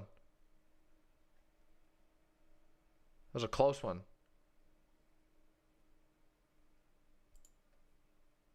I bet you can't find a picture more cuck than this. Bet I can.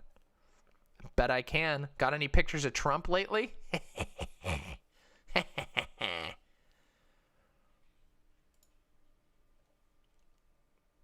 That was this is Garth Brooks or whatever, but it's Pence in the background is who they're saying. They're saying Pence is cucked because he's at the inauguration.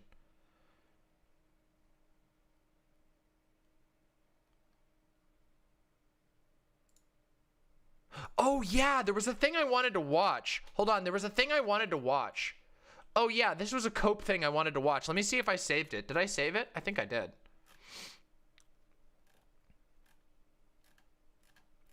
Where is it here? Do we still have it? Hold on, let me get it. Where the fuck's the video?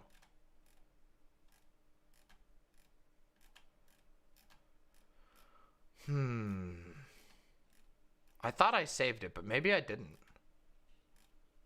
Yeah, here it is. Yeah, here it is. Watch this. You ready to see something wild? This was put out on the hashtag Trump's New Army. Hashtag Trump's New Army.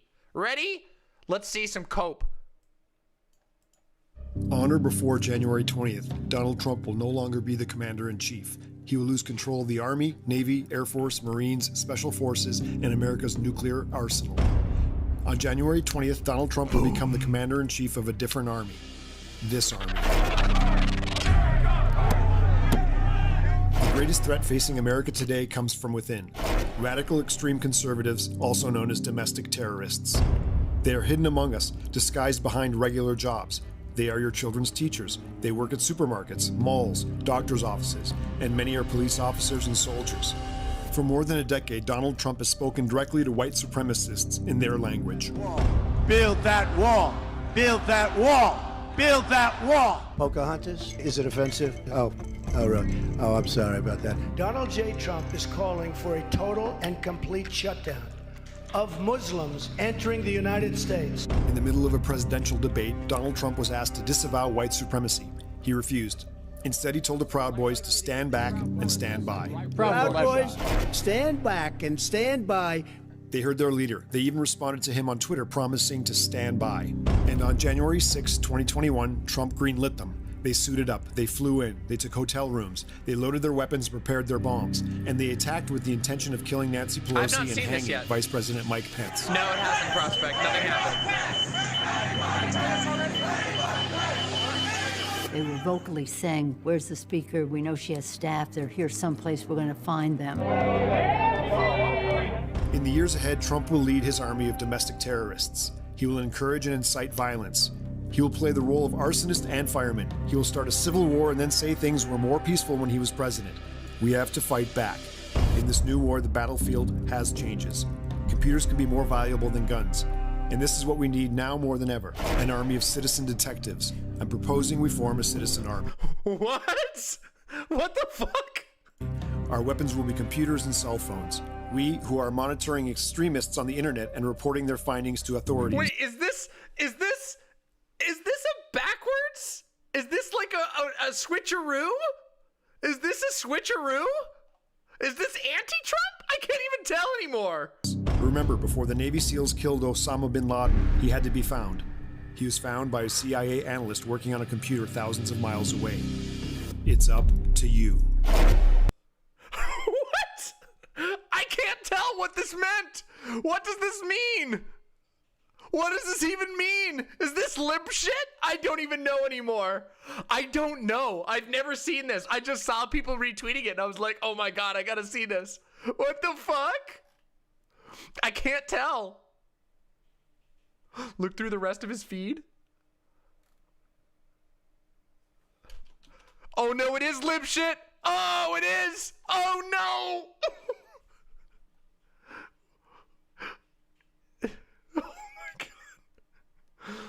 The junior feds. Oh my God. Oh my God.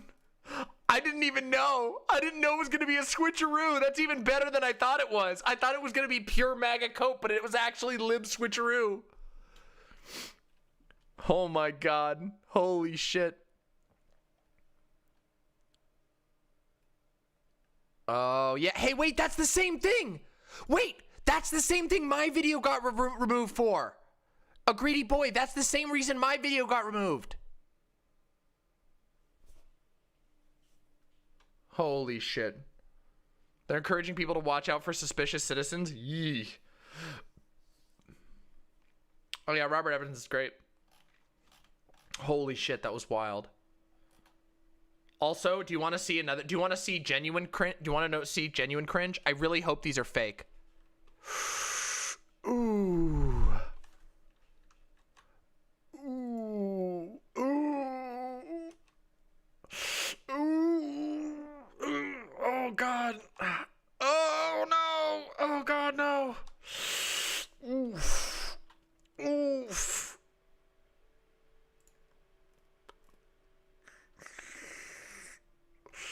Oof. Oh God. 3 is the only correct answer. Also, there was one that I wanted to watch. This one did the rounds, okay? This one did the rounds, and we got to talk about it, okay? This is the one that did the rounds, and we got to watch it. And we got to talk about it a little bit, okay? Have we seen this one? Have we seen this? Have we seen this one? If you see this, please save us. I don't even see our American flag anymore. Biden's talking with some kind of crazy flag. This is America. This is our land. Please, President Trump. Please, please, I hope you have a plan. God, please save us. Save us from the devil, please. Y'all, I'm about to have a panic attack. This is our country. It's probably fake. Yeah. This is awful. God, please save us, please. President Trump. Yeah. Okay, so, couple things. This is both sad and funny and third, probably fake. But let's be real. Like, there are a lot of people right now who have been totally roped in by the Trump cult. And they're probably going to become more extreme. They're probably going to become more extreme, unfortunately. But the thing is, on one hand, it's like, feel bad for people who are in a cult. And then on the other hand, it's like, but these people probably fell into the cult because they were like disgustingly racist and transphobic and homophobic probably. But then on the other hand, it's like that was probably acted on and made worse. And then there's the other hand of like, yeah, but these people might actually pull out a gun and try to kill you. And then on the other hand, it's like, but they were told to do that by the cult leaders. But then on the other hand, it's like, yeah, but they're actively seeking out these cults because it confirms their biases. It's a lot of hands. So all I can really say is, how many hands do I have? A lot. It's all free will with that many points. Yeah, it's all fucked. Didn't you say you're against civility politics? Yeah, I don't like civility politics. But I don't think this is civility politics. I think this is being able to acknowledge that, like, there are probably a fuckload of people in this country right now who are currently having mental breakdowns over the fact that the Q shit didn't come true. Yes, exactly. 7 vaginas. Yeah. And the thing is, I grew up in a cult, so I know how roped in people can be.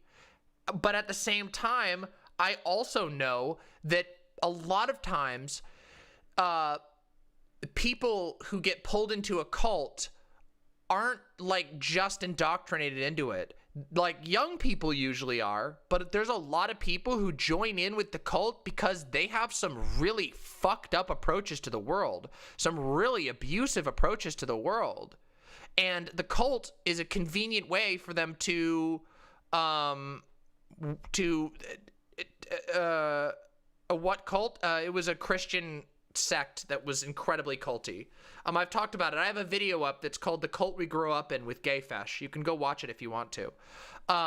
Both Gayfesh and I grew up in different branches of the same cult.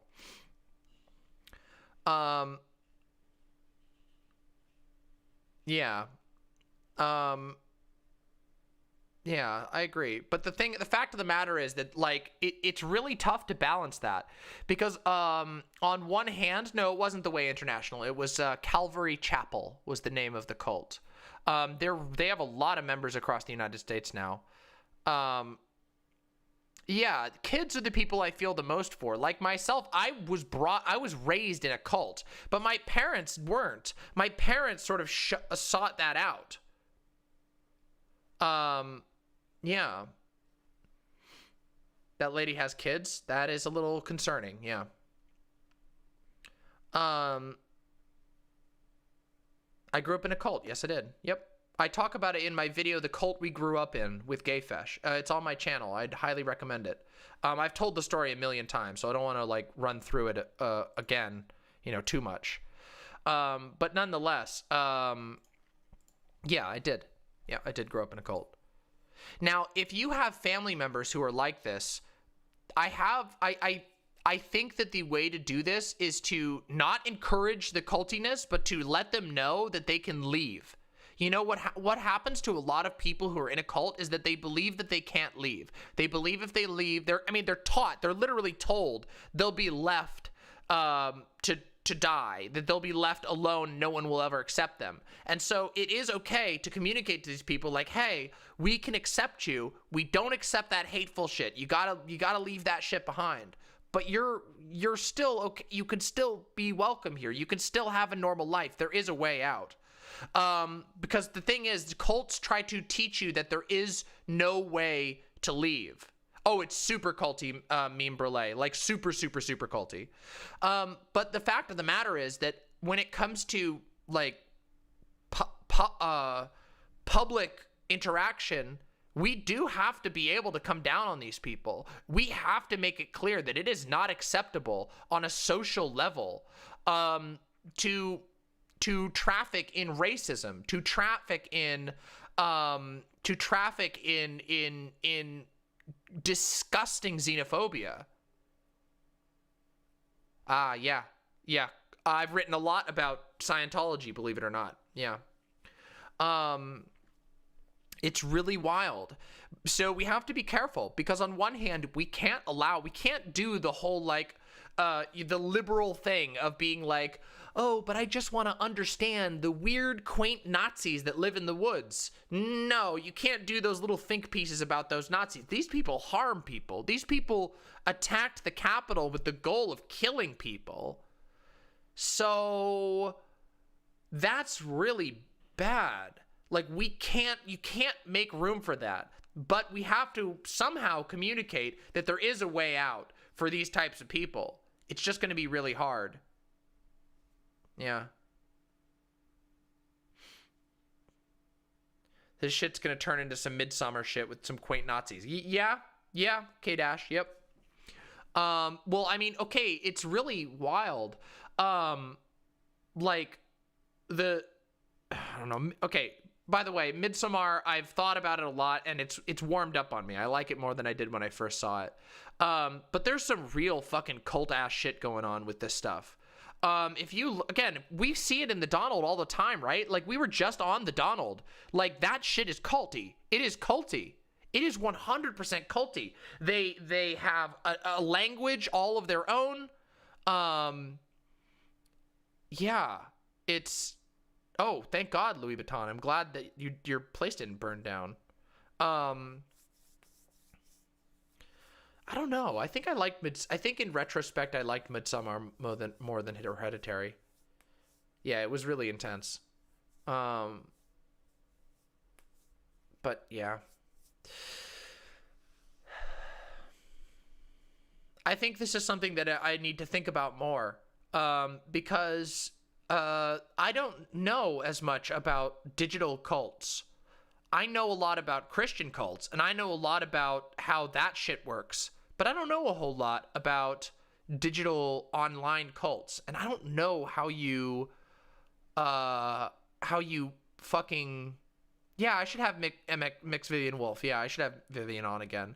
But it's difficult, and I don't know if anybody really has the definitive answer on it. I do think there's a huge risk. I do think there's a massive risk of, like, a lot of these people spinning off into even worse things than QAnon. And there are things worse than QAnon, if you can believe it. QAnon is really bad in that it's like addictive. But QAnon was, like, very, I don't know, it was very limited on what it advocates. Like, as far as what they want people to do, it was all on Trump. But there are all kinds of other cults out there that advocate explicit violence, that advocate for, day of the rope type of stuff. And that's really fucked. Oh no, I hope they're okay too. Yeah. Yeah, they do. Yeah, and they'll yes, exactly, Somniostatic, and they train their followers to be sneaky. Yep. Which makes it a lot harder to get them out. Literal Nazi haven. Yeah, we got to do more dives into, like, BitChute. See, BitChute, I've found, is just so full of conspiracy stuff, and I feel like debunking that stuff is going to be really important.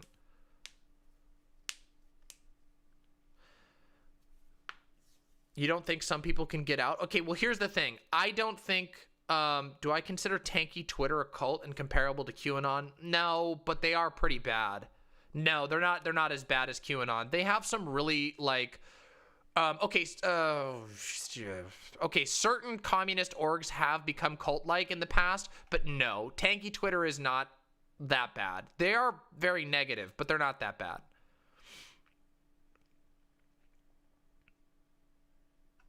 Yeah. Yeah. Tankies don't relish in as much conspiracy. Yeah, they usually don't. Some of them do, but most of them don't. Tanky Twitter is pretty bad. Well, I mean, the thing is, but they tend to keep their damage to Twitter. You know what I mean? Like, okay, like, they do sometimes go beyond, but they don't do shit like, they don't ever go to anybody's house or anything like that. You know what I mean? Like, they harass people on Twitter and they do shit over the internet. Oh God, that's so bad, Penness. Oh boy. They're terminally online. Yeah, they'll like, the worst they'll do is like try to swat you or something. But it really depends. I think it's hard to get people out. The fact of the matter, the hard truth is that for the most part, like, people like me can't, okay, I can answer that question, but people like me can't pull people out of a cult. We can't. We don't have the ability. The only people that can pull people out of a cult is themselves and people who are very close to them. That's just a fact. No matter what the type of fact is. The hard truth is that it is not within our ability. It is not within mine or Vosh's or anybody. Nobody can do that. Only people themselves can work themselves out of a cult if they're in the right headspace, and their loved ones can help them work out. But it's very difficult. But what people like myself can do, what people like me and Vosh and whoever else you want to talk about online, we can prevent people from getting to the position of being vulnerable to the cult in the first place. Yes, and we can provide info once they themselves are ready to start questioning. Yep, there you go. You got it, hippie punk. So that's the thing. When I say hasn't pretty much all conspiracy stuff been debunked, the goal of that is not to pull people out of the conspiracy, but rather to provide materials for people who are already leaving the conspiracy and to prevent people from ever getting into the conspiracy in the first place. Inoculation, and then confirmation once they're out. It is, and I know this because of firsthand experience. Okay. I know this from firsthand experience. I grew up in a cult. Do you know what got me out of the cult?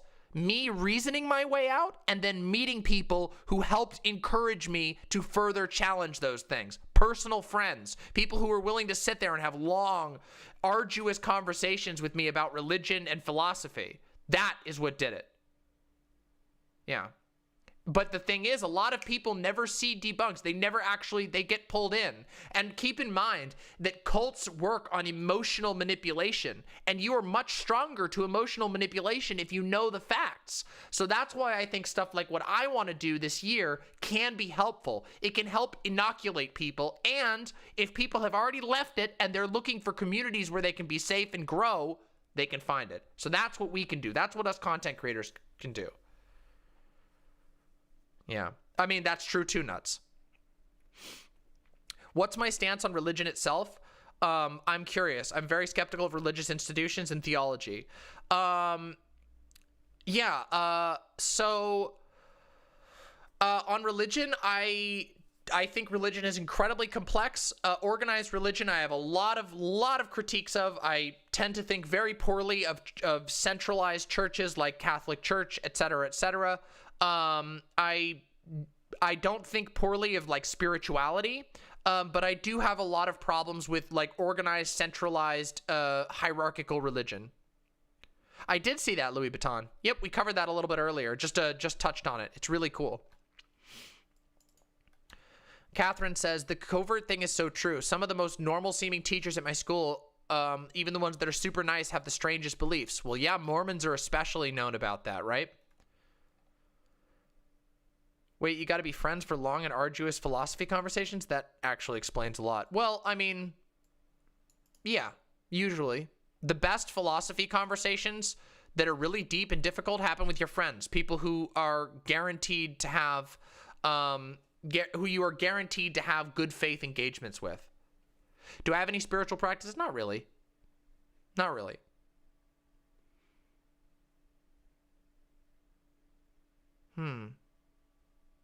Well, that's good. I'm glad you didn't get pulled into that, Corvus. That would have been bad. As a semi-religious person, religion is very difficult to talk about. Yeah, it is. Religion is complicated. Religion is really complicated. I have a lot of critiques of religion, but most of my critiques of religion are in dogmatism and in capital T traditionalism. Those are my two big things that I focus on when talking about religion. There are many forms of religion which don't lean on either of those things, and I think that's pretty cool. I think that's pretty cool.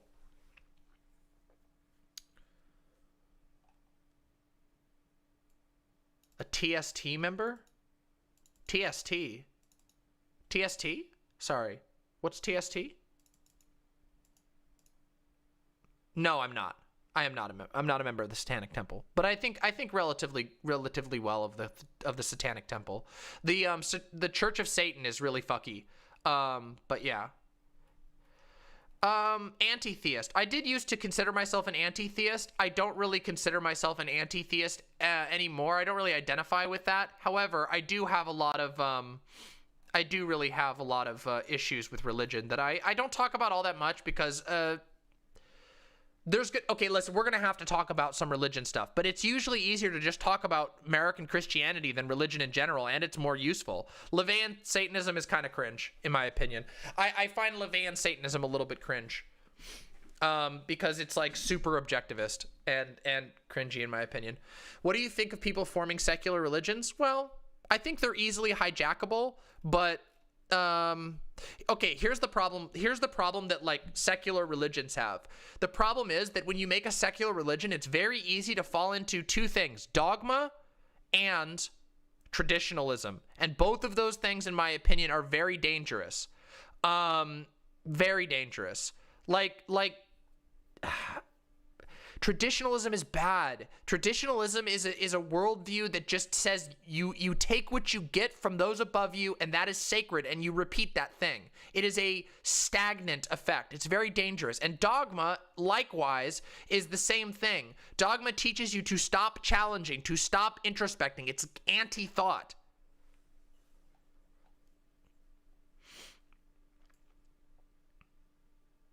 Yeah, that's a fair thing, Gayfesh.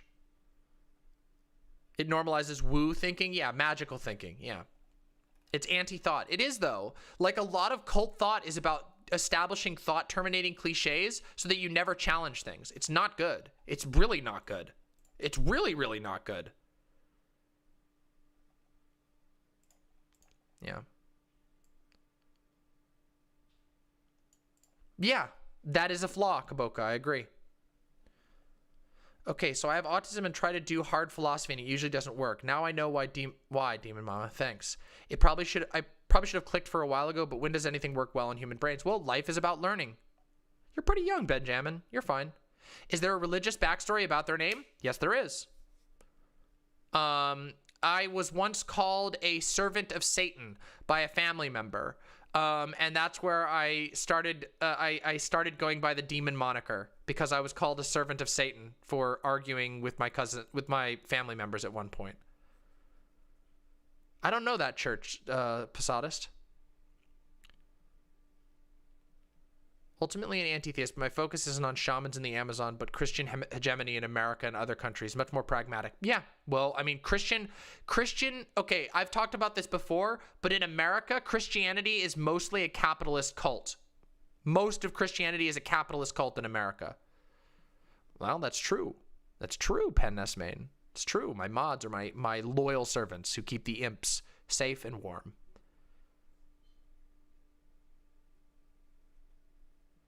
Leftists admit all organized religions are cults. I mean, yeah, hierarchical dogma is horrible. It's very dangerous. I do agree with you on that. I personally think, at least with Abrahamic religion, with a deity that predetermines your destiny is ironically nihilistic. I think I'm an existentialist and that I believe people should force their own destinies. Yeah, I think that's fine. I have heard of Pastafarianism. Touched by the noodly appendage? Yeah. Cozy imps. Yes, the mods help keep it being safe. How did capitalism get so tied to Christianity? Well, specifically here in the U.S., it's because of the prosperity gospel. The prosperity gospel is what made that possible. Prosperity gospel is basically it's a belief that if you're good, God will bless you with riches, and that took over, and basically all kinds of churches were able to do that. Also, keep in mind that hierarchical church structures that are conveniently conveniently free of tax is a great way to make money and accumulate wealth, which allows you to then reinvest. So that's what happens. Yeah, it is conservatism, the religion, yeah. Yeah, well, that was a difficult time, Catherine. That was during the time when I was being disowned by my family. So it was kind of wild. There was a lot more than just that. I took strength in that one, believe it or not. I wore to quote Game of Thrones, I wore it as my armor, and now I'm Demon Mama. So there you go. There you go. I was taught that if God loves you, he will sweep you off the knees because you fall to the floor and inhibit your body with sacred tongue. Oh yeah, tongues, that's a thing. I will say atheism did lead me to become a leftist. Me too. Demonic mother. That was so weird. That guy was so weird. Oh my god. Holy shit. Jesus Christ, that guy was weird. Liberal Twitter today. Mission accomplished. True. I do remember Atheism Plus. Oh, Atheism Plus. Okay, Atheism Plus was horribly managed. Oh my god. Atheism Plus was a horrible project, but it was but it had some okay ideas, okay? It had some alright ideas. Speaking in tongues gave me such anxiety because I was led to believe it was something that would come upon you, not something you just did yourself, and I kept begging Jesus to give it to me. It never happened. I thought something was wrong with me. You know, it's really funny. Gayfesh, I never did. My church didn't believe in that. It's really funny that that's such a difference. I mean, it makes sense to me that there would be different beliefs depending on the pastor because Calvary Chapel is so like focused on the pastor being the leader, but my church never had that. In fact, my pastor hated that shit. Oh, this is post. Okay, that makes sense. Okay, that makes sense. I remember after coming out as trans, my mother said I'd been possessed by a demon pretending to be trans. Can't imagine how that would have felt if I was religious at the time.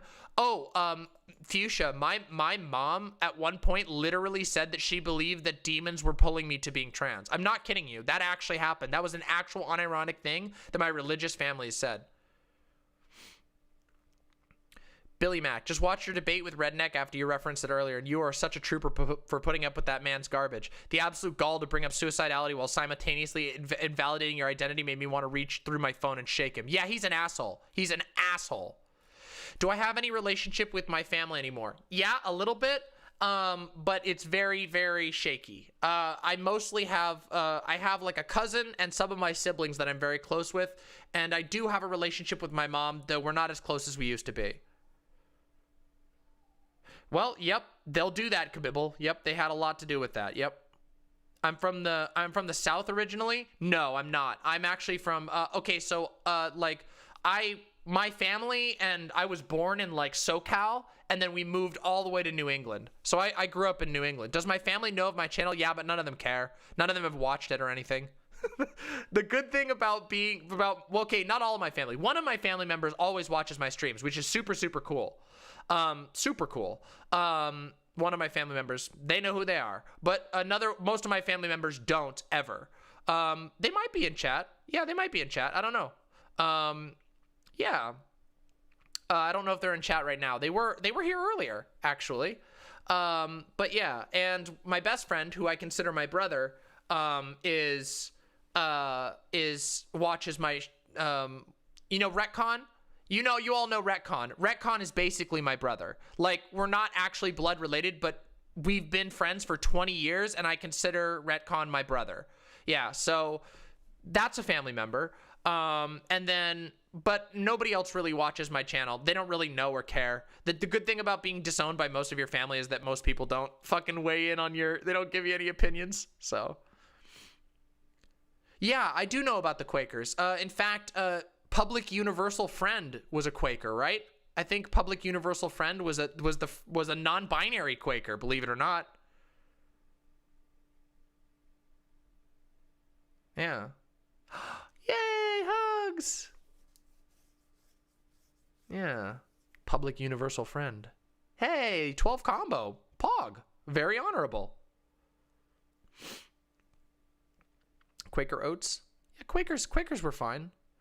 I'm glad you seem to be in a much better place, and it's inspiring to hear you turn something that could be traumatizing into a positive. Well, there was definitely some trauma to it. Thank you, Sucky Brad. I appreciate that. There was a lot of trauma involved, but I've also, I don't know. I've also come a long way and learned that you can overcome trauma over time. I mean it. You can. I know some people don't believe it, but you can. And this is a message to all of you imps out there.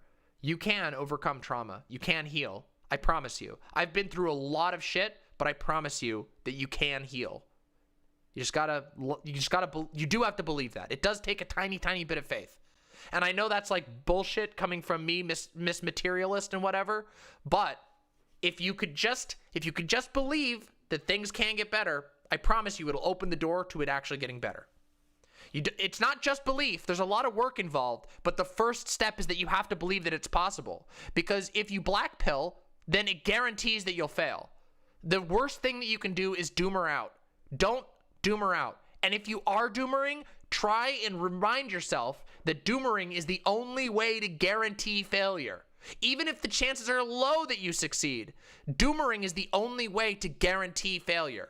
Because if you doomer, you're done. You're giving up. You've thrown in your hat or whatever. You've thrown in the towel. Yeah.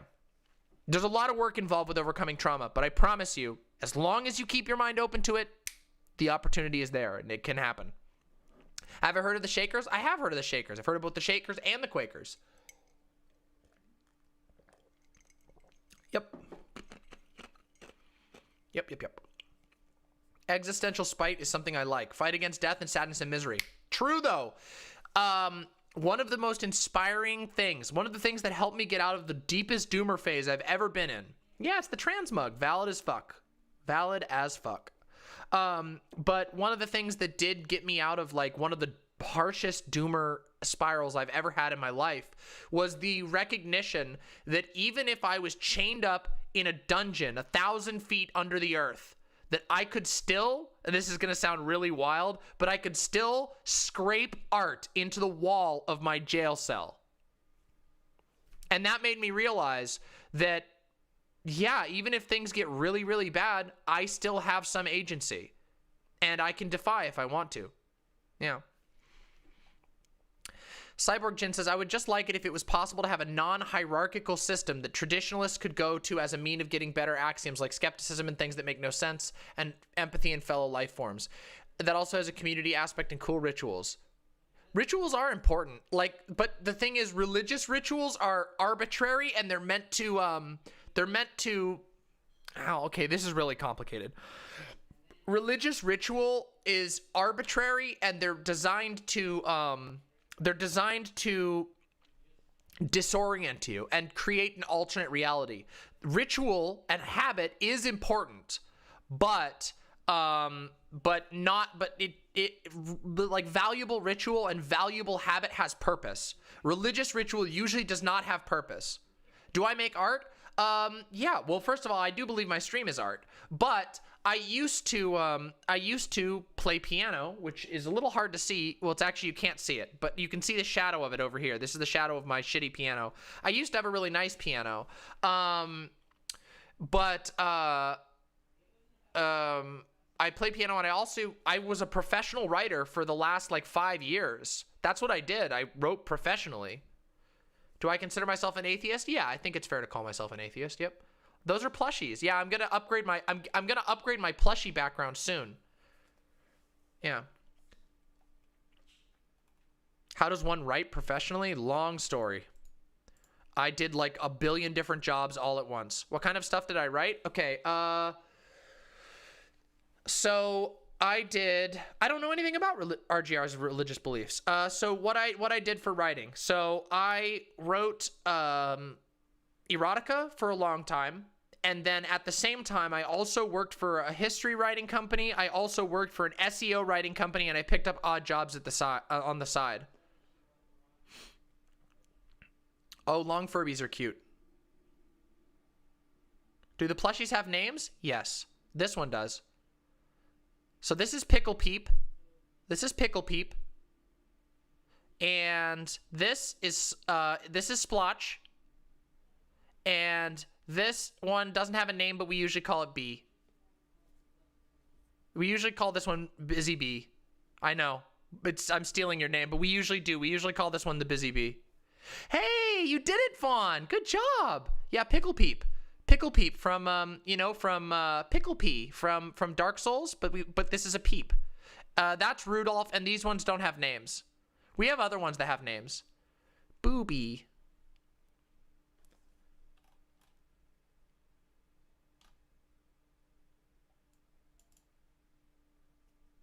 Let's see.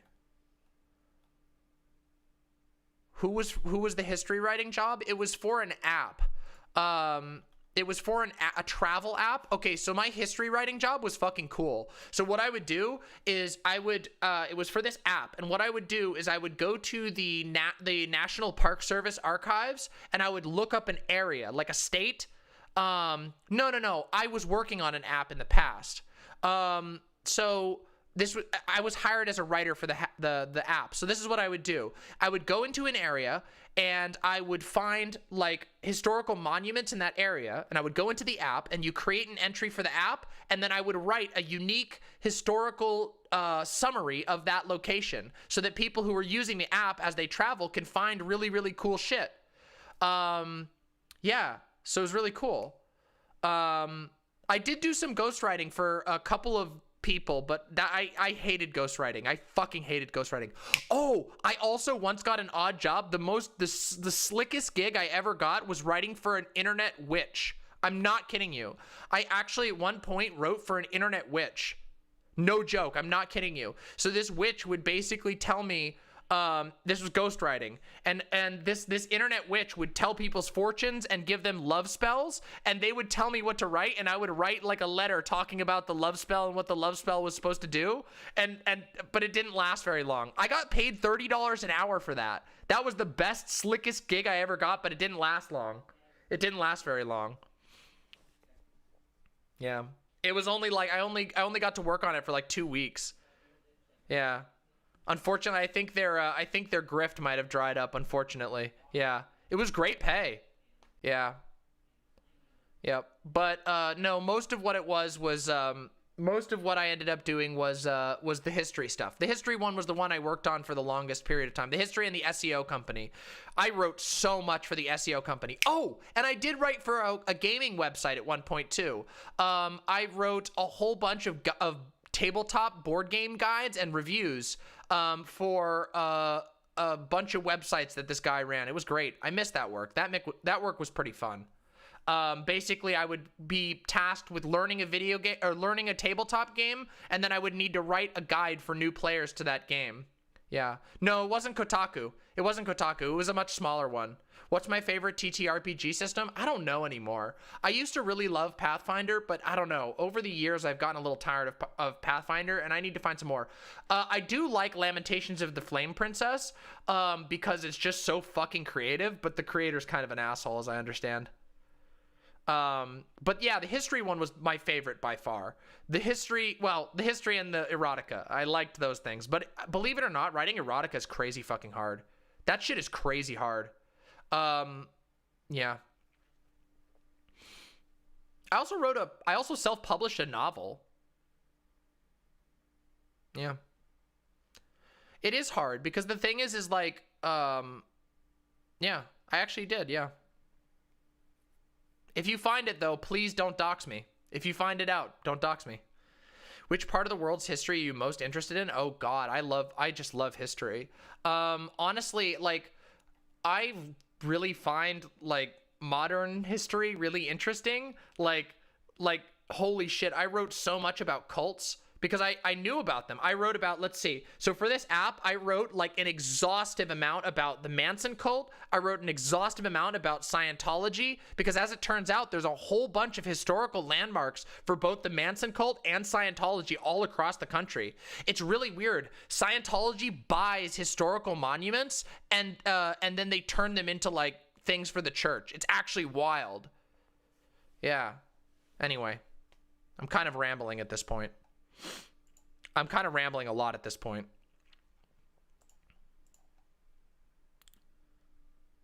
You read all of Helter Skelter? It's crazy. Oh, it is wild. It's wild. Yeah, I wrote so much about it. The Jim Jones? Yep. I know about Jim Jones in Jonestown. Yep. I haven't seen Once Upon a Time in Hollywood. Yeah.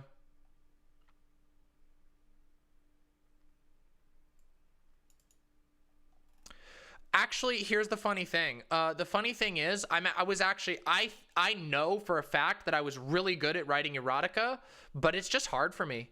And also the money was so bad that I couldn't make a living off it. So I spent the last like 5 years dirt poor. And honestly, I didn't think I was gonna ever make a living doing anything else. So thanks to all the imps for supporting me in doing this. Because it's nice to do something that's so much more rewarding. I loved the erotica writing a lot. I really, really did. And I was very good at it, but I burned out so hard. Fun fact about Heaven's Gate. Okay, ready? Ready for a cool story about Heaven's Gate? I went to the site of Heaven's Gate, and in my closet right over there, I have a stone from the demolished foundation of the Heaven's Gate mansion. I do.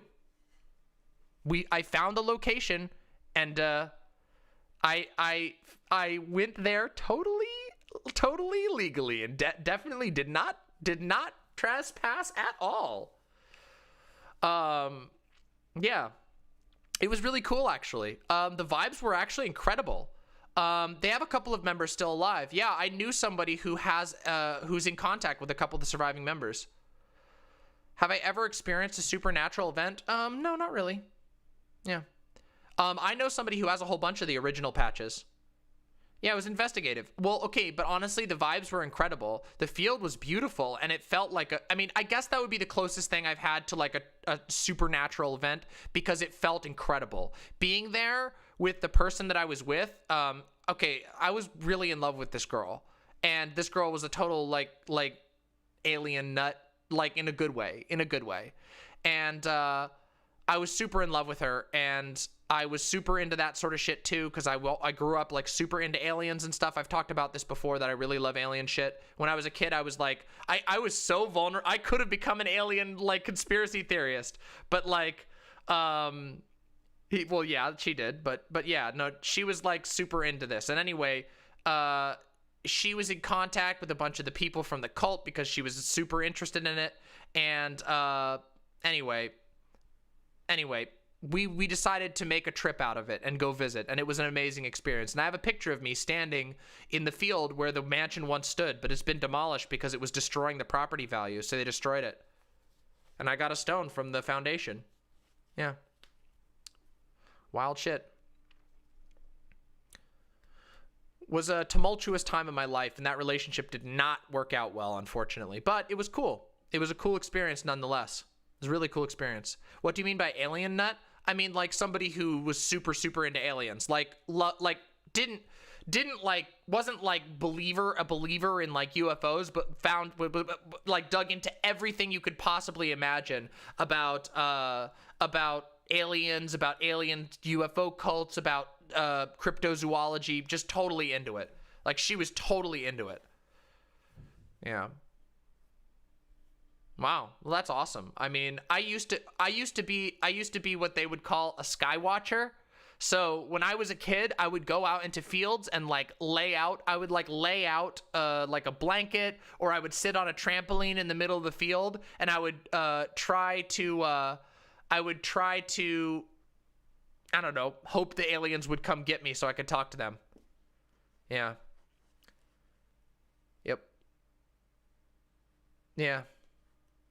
I used to be like so into aliens. Like I used to I used to literally try to be like, aliens, come get me. Aliens, come on. Literally when I was a little kid. Yeah, you did send him. I gotta listen to him. I haven't had a chance to listen to him yet. Oh, I see. Yeah.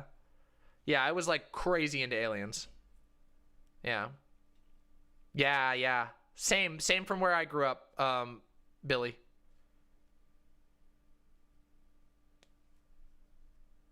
Oh, we're definitely making that a segment, AT5D2D Derek. We're absolutely getting that segment, 100%. Oh, good night, Angel Brat. Thanks for coming by. I love your alien emojis. Wouldn't it really suck if we were the only sentient life in the universe? Yeah, but we probably aren't. Let's be real. We probably aren't. I just don't think, I just don't think that, like, I don't know that, I don't think that other aliens have figured out like faster than light travel. Like that's a huge step. Yeah, exactly. Oh no, I have 2.3 million subs on my alternate universe YouTube account. Oh. Well, I don't know. It's possible, Gay Fesh, but it's possible. Posadas John has entered the room. Yes.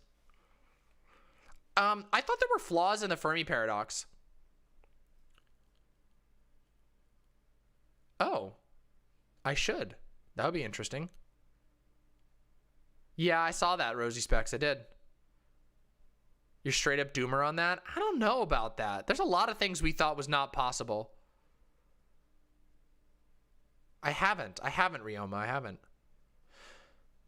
I do want to do another alien segment because it's really fucking fun. Yeah, I know, Aber. It sucks. There are massive flaws in the Fermi paradox. That's what I thought. I thought there were big mathematical flaws in the Fermi paradox.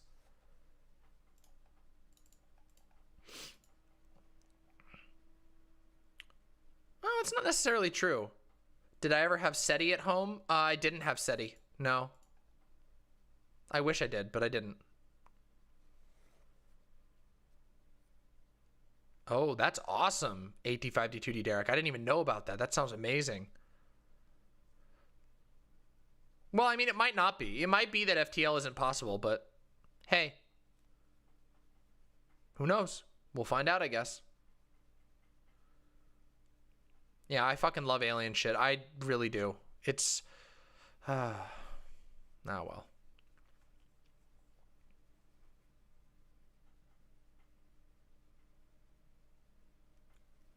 Well, that's true. That's a really bloomer way of looking at it, Goddess Trans Girl. That's the bloomerest thing. Do I watch Star Trek? I grew up on Star Trek. I literally, like, okay, do you want to know one of the first toys I ever got as a kid? No joke. Do you want to know one of the first, big toy purchases I ever got when I was a kid? It was a giant, what the fuck was it? It was, let me get the actual ship. I always say the wrong one by accident. I haven't seen Voyager. See, the thing is I mostly watch TNG and the movies. But I never watched the other ones yet. I want to, and it's on my list, but I watched like TNG over and over and over again when I was young. Hold on, it was called hold on. It was wait, it's this ship. Hold on. It's this ship. Yes, this is the one. Okay, this is the one. It's hold on, there's gotta be a larger version of this. Hold on, let me show you. This thing. This ship right here. This. Right here. See this? See the Klingon bird of prey? I had a Klingon bird of prey toy that was huge. Hard plastic, hidden little buttons built into the design that would make it make cool noises. It was solid plastic. This thing was a beast. And it was my favorite fucking toy. It was amazing. It was way nicer than this one. This looks like shit in comparison. The toy I had was so cool. And my cousins got the Enterprise. Could it cloak? It did have a cloak noise. Obviously, it couldn't actually cloak. But yeah. That's so awesome. That's so good, Lone Cat. Yeah, we used to have a bunch of Star Wars and Star Trek toys, and so we would just play with them together. We didn't give a shit about canon. We would just be like, we didn't give a shit. I also had a classic Star Trek phaser toy and a TNG phaser toy. Super cool. Ooh, I love lambic beers. Lambic beers are so delicious. I love that quote, Goddess Trans Girl. Carl Sagan is like my bloomer fuel. I know. Yeah, that'd be really fun, Gay Fesh. We should do that at some point. Yeah. I have seen Power Rangers, yep. Uh-oh. We got QAnon. Uh-oh. Uh-oh. You really think presidential inaugurations determine the presidency? Pfft, okay, keep coping, libtard. This is so true, though. That's so true. True, though. True. That's it. That is what they do. Oh, God. Oh, my God.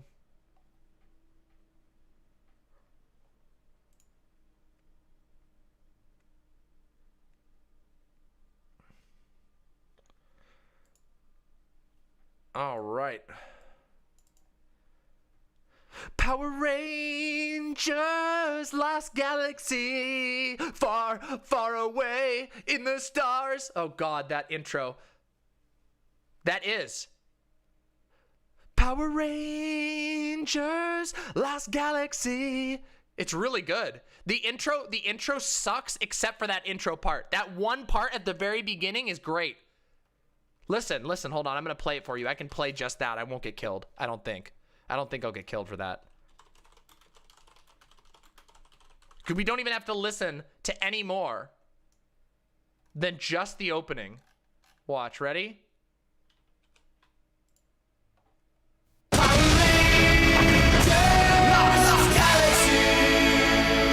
See, that's all you need. Power Rangers, Lost Galaxy. I'm sorry. I didn't know it was going to be that loud. I'm sorry. I didn't know it was going to be that loud. How am I supposed to know? And then it blows up. Why are they Starship Troopers? I don't know. Good question. I don't fucking know. Looks like people are causing shit.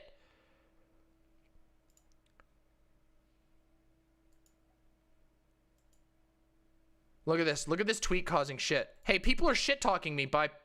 What? What is going on here? Let's be honest, Prime Kai's doesn't have the guts to put me and Demon Mama together on a panel to smash up his precious rightoids. Want to see this panel happen? Upvote, like, and retweet. If you want to see this, you'll have to force it. What? Go, go, Power Rangers. I don't know what the fuck. What the... It's probably not a matter of guts, but more so a desire to have content that isn't screaming and dunking. If I knew there was a lit match and gasoline, I wouldn't put them together. Defeating arguments doesn't have to involve smashing up rightoids.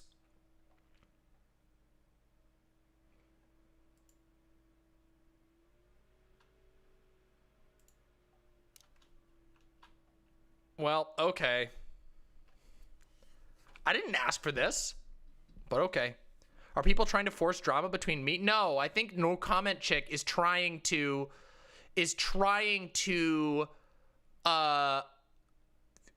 get me and her on a panel together, and then Senpai Chow is like shit talking me. What is... I don't know. I think he has... Dude, this guy has... Oh, God. These people are... Oh my God. Is it bad? Is it really bad if, like... Oh, this is so bad. I shouldn't say it. I'm not going to do it. I just find it funny how many people shit talk me, like, hardcore for no reason and talk down to me about being annoying and bad. But I am, like... I've actually grown out of this, like, mid-channel size. Like, what? Like, I don't know. People talk to me like I'm like some idiot who doesn't know how to stream. But I've been streaming for longer than most of these people, and my audience is bigger than most of these people. I hate it. I hate this shit. I fucking hate people talking down to me about this shit. So fucking weird. I don't know. It's fucking weird. You know, doesn't that get annoying? Yeah, exactly, Gayfesh. It's fucking annoying. Oh, that sounds great, Socialist Potato. You want Cat Baby? Sure, let's take a look at Cat Baby. They should, but they never will. That's probably true. I mean, a lot of these people are still in the DGG cult, so... Baby! Baby! Pentagon head baby. Good baby. Good baby. Excellent baby. They're just clout chasing? Yeah, probably. Let's see. Let's see if they're just clout chasing or not. Well, he did say that one of us is a lit match and one of us is gasoline. That seems kind of like shit talking. And he had no reason to. He was not tagged in or anything. Like, look at this. He wasn't tagged in this. Nobody asked him. He just quote retweeted this. He just quote retweeted it for no reason. Just to talk shit. Who can possibly think that me blowing up on Redneck is in bad faith after Redneck went on a public stream to talk about my dick? That Redneck literally called me and all of my friends men in dresses. Jesus fucking Christ. Yeah, it sounds like we'd be yeah, exactly, Danny. True. Jealous. Yeah, you're probably right, Benjamin. You're probably right. The transes. I'm the Trump of the transes. What's this what's the Senpai Chow? What's his actual thing? What's his actual Twitch at? What is his Twitch at? What is this guy's Twitch at? Senpai Chow? Senpai Chow? Did I spell it wrong? I probably spelled it wrong. Oh, there he is. Oh, dude. Oh, dude. Oh, dude. Oh, I can't show this. This is bullying. No more. No more attention. No more. It is clout sharking. It's clout sharking. Holy fucking shit, it's clout sharking. Oh, Jesus Christ. Oh, that's so mean. I can't do this. All right, good night, Billy Mack. You're very, very welcome, and I'll be bringing you more soon. Yeah. Oof. Nah, it's too mean. I'm not doing it. I'm not doing it. No way. That doesn't deserve it. Listen. We're out of here. We're out of here. Not doing it. Do I support Puerto Rico for the 51st state? If they want to become a state, absolutely. 100%. But there are trade-offs. So I understand why some people are reluctant. It's been a very controversial issue because there are trade-offs in being a part of the United States as a state.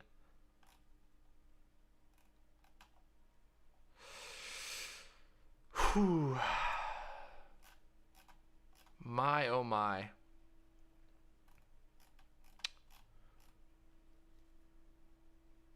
Yep, I'm not doing it. Yeah, I'm not doing it. I really do try to be better about that, but sometimes it's really hard. I just realized that I actually, like, the thing is, I actually have a reasonably sized platform now, so I'm trying to be as responsible as I can with it. You all have been very kind to me. Yeah, you all have been very kind to me, and I really appreciate that. Yep. Yeah, it is. It's kind of complicated.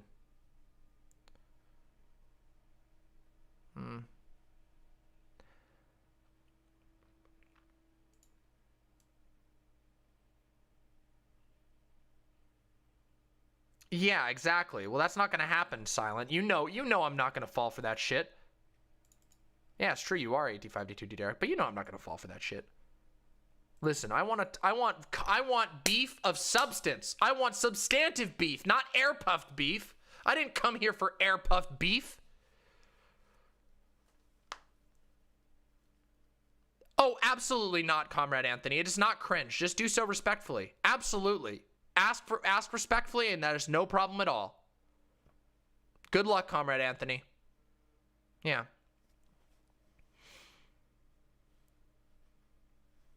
Well, the thing is, though, that weird thoughts on slur reclaiming, I love it. I love slur reclaiming, but you got to do it responsibly because you can hurt people's feelings.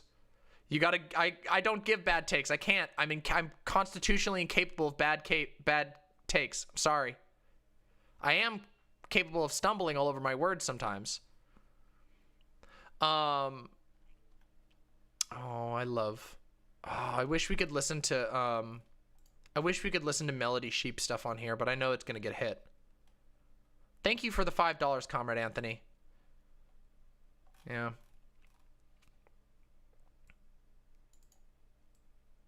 Yeah, true, Sarcomatose. We want the real deal. But the funny thing is, again, the Destiny drama is the least profitable drama that's ever happened. Like, ever. Nothing good came of that. I mean, one video got boosted in the algorithm and that's it. No one followed me. Nobody fucking followed me. Nobody fucking... I just keep getting a lot of hate from it. It was the most useless shit I ever did. People think that Destiny is gonna be like... a worthwhile person to talk to. His cult doesn't give, they don't follow you. They don't treat people well. They just hate. Oh, okay, that's true, Silent. What can I say? Except it did, yes. It did make content for a lot of other streamers. Yeah. He's in an all-out war with that Bob guy, which means it's basically two guys trying to piss on each other from across the room. That's basically what it is. Like, imagine two men standing in a cold room on opposite sides, like 5-6 feet away, and they're trying to piss on each other. And that is how you understand the drama. Yeah. That's how you understand the drama. Yep. Yeah, if you really want to. Yeah, sure, send it to me, Pan Ness. I don't care. We're on hour 7, all right? Let's do some fluff, okay? Yeah, exactly, Danny Fallen. Yep. True.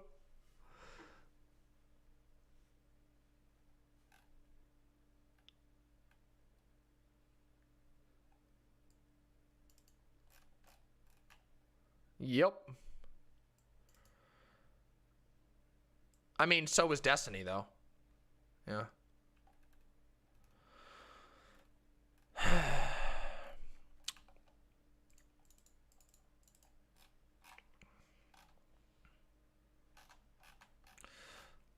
Yeah, it's really fucky. It's really, really fucky.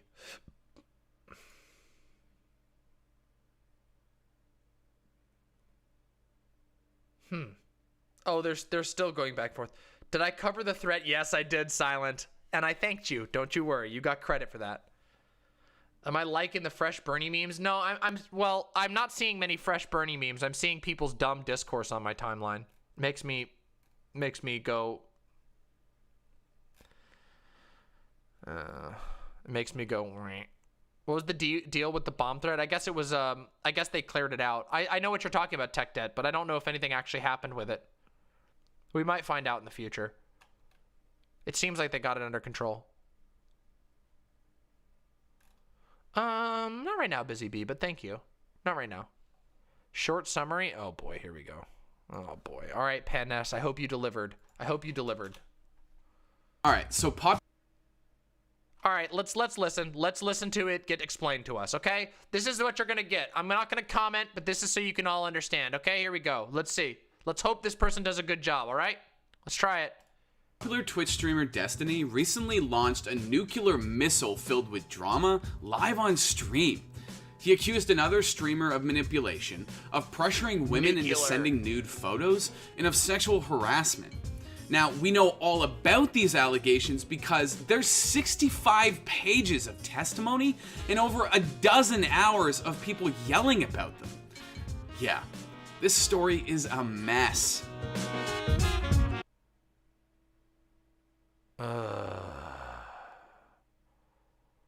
You know what? No, Pan Nest, no, I can't do it. Fuck this. No, fuck it. I don't care. I just don't care. I don't care. I would rather watch something else. It's fine. No, this is too boring. This is too fucking terrible. I can't do it. It's too boring. It's too boring and it doesn't do anything for us or anyone. You know what I would rather watch instead? I would rather watch. It's okay. It's okay, Pan Ness. I forgive you. I know you typed your own name, but you meant to tag me. Yeah, I don't care. I just don't care. It's too fucking stupid. It's too motherfucking stupid. I can't do it.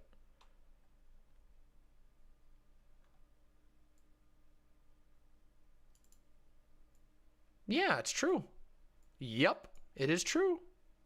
Bernie can never be replaced, but who do you think will best fill his place on the political scene once he's gone? Well, let's find out once he's gone. He ain't gone yet. And you never know. He might live a long-ass time. He's pretty tough. He's a pretty durable dude. Could be AOC. Could be Ilhan Omar. Could be a lot of people, honestly.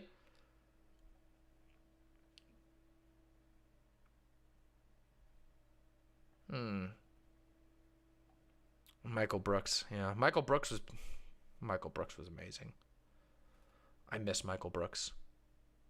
Oh, yeah, I wanted to tell you all, I figured out what we're going to game.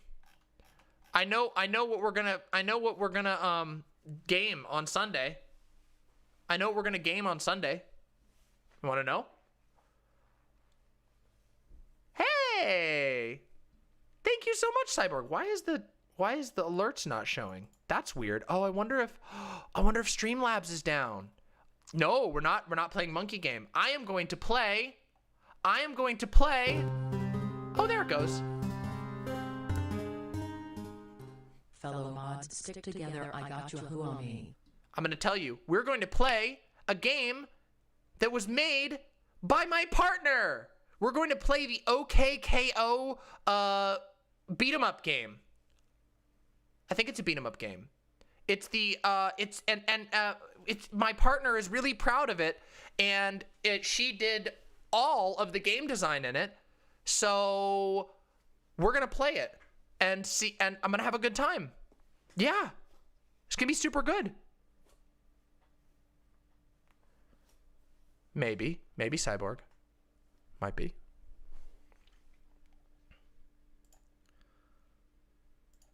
Yep. So yeah, it's gonna be cool as fuck. It's gonna be cool as fuck. It's a real one. No, it's a real game. It's the official game. My partner works in the games industry. She's amazing. Yep.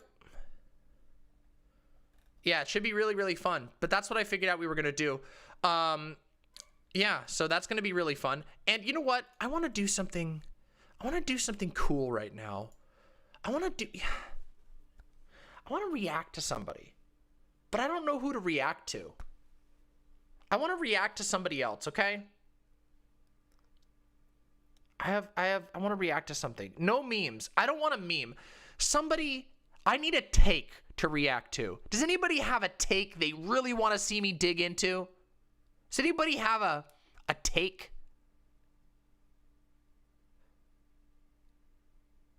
Wait, there was another clip related to the vegan lady? Oh, shit. I don't want to do vegan lady again. Calvin Gara. I don't know enough about Calvin Gara. I don't know enough about that person. But let's take a look. Claudia Conway. Oh, God.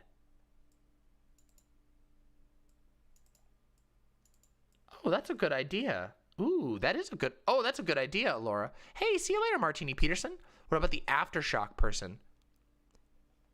Wait, wait, really? Is it? How wild?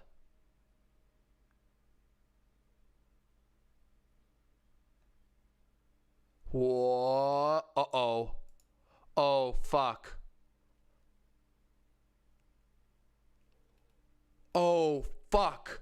Wait, for real? Oh, fuck. If I take a look at this Snips, this better not be... Who's Aftershock? Who's this Aftershock person? I don't know them. Uh-oh. Uh-oh. This is the vortex. The commies are coming? Uh-oh. Holy shit. This is a lot of stuff. It was this. Let's take a look. I want another baby? Oh my God. What? Okay. All right. Okay. All right. Okay. Okay. All right. I've got some contending things here. How deep? Hello. Wait, hi. how deep is the hole for the Claudia Conway stuff? How deep is it? Fur baby? Oh shit, this seems wild. Baby! Baby! Tiny dog! Oh my God, what a cutie! Oh. Ooh. Oh, shit. It's super deep if I go down the rabbit hole? Oh, fuck. All right, well, do you have resources? If you have stuff for me to react to, I'll do it. I'll do it. I'll do it if you have it. Is there a PragerU knockoff channel? Maybe. Let's take a look.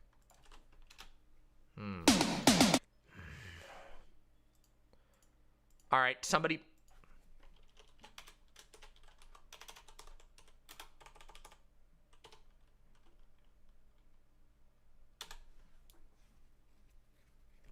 Fucking asshole. You asshole, you dick.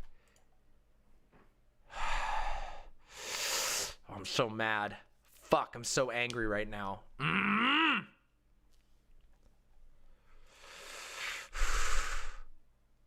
didn't ban, I just muted. Maybe. I don't think I want to do UBI. Sounds boring. All right. I hate this. I hate it. Oh, it's so annoying. Oh, I hate it. All right, let's watch this Claudia Conway thing. Let's see. Like, the clips shared on Tuesday by the teenager are heavily edited. I couldn't fit it all into a 60-second video. I will release the full clips, but they are hours and hours and hours long. Whoa. And it's clearly my... Yo, Cyborg, thank you so much. For the memes, also it's that boy Pepe a laugh. Yo, thank you so much, Cyborg. Thank you so much for that. How long of a video do I want? I don't know. Let's see. Oh, okay. Yeah, Seth Rogen's boring. Let's watch this. Like, the clips shared on Tuesday by the teenager are heavily edited. I couldn't fit it all into a 60-second video. I will release the full clips, but they are hours and hours and hours long. And it's clearly my... Like, okay. The clips shared on Tuesday... What? Okay. So when are the clips? Where are the clips from Tuesday then? Where the fuck are the clips from Tuesday? Where are the... Is this it? I'm fucking recording. Yeah, you're never gonna record another fucking thing in your life. It's going for a forensic analysis. One fucking bit for you to tell people I'm a bitch. What? There's something wrong with you. Yeah, You're there mocking is. me. You think I'm mocking you? I'm trying to have a conversation with you. You know what you've done to yourself? A COVID recap with Kelly. Asshole, you beat the shit out of my daughter. I can get you taken out of here today. Stupid ass thing you always say. I wish. Because then she you know would... what? Fuck you. I told you that. You don't fucking listen. No, What the fuck is wrong with you? I didn't get coronavirus from the president. Everybody got coronavirus from somebody who flew in for that event. That's not true. I didn't get coronavirus from the president. You're wrong. You only knew what people thought of you. Wait, there's an entire saga right here? Oh, you got it all. Okay, so this is from her thing. Okay. Holy shit. Oh, boy. Oh, fuck. Oh, shit. Okay, let's do this then. You've got other problems. It'll take you, by the way. The only place that'll take you, that you weren't going to post about your family anymore. You just lie to everyone, and everybody sees it. Everyone sees it. Grateful bitch. And since you're lucky, your mom's pro-life. Fuck you! I thought it was over! It's over! I thought we had who's following you, dumbass! A COVID recap with Kelly. I'm fucking recording. You're never gonna record another fucking thing in your life. Oh, Going fuck. For a forensic analysis. One fucking bit for you to tell people I'm a bitch. What? There's something wrong with you. Yeah, You're there mocking is. me. You think I'm mocking you? I'm trying to have a conversation with you. You know what you've done to yourself? Do you know what you've done to yourself? I'm 15. No. Oh. Immature. Before you get it all over the sheets that I cleaned. Can you stop? No, you don't ignore me. Asshole. I text them all day long. And they're paying attention to you because they know that you need extra help. What'd you call me? What do you want to know?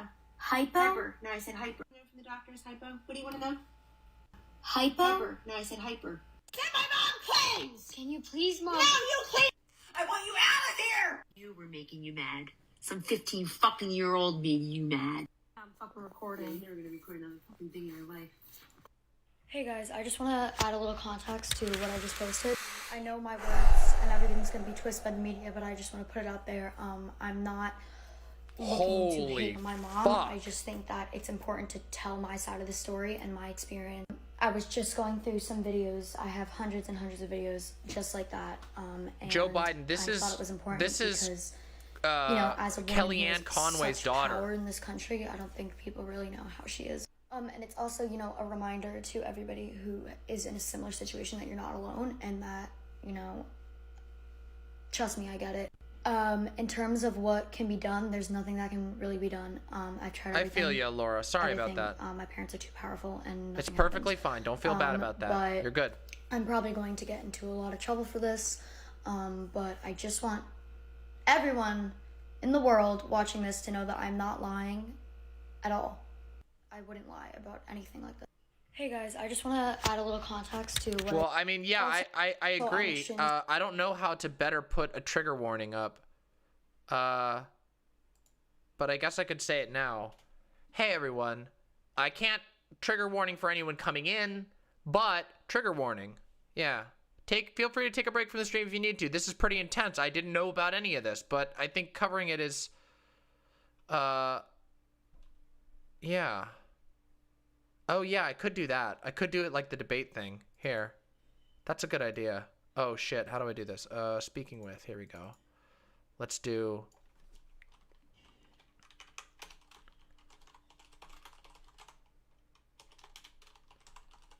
Here we go. Here we go. Wait a second, hold on. I gotta edit this to be a little bit easier. Maybe I can put like here. Hold on. This is boomer as fuck, I'm sorry. Yeah, here we go. Because it's all going to be on TikTok, so we can put it all right here, right? Yeah. Is that going to be readable? Is that fine for now?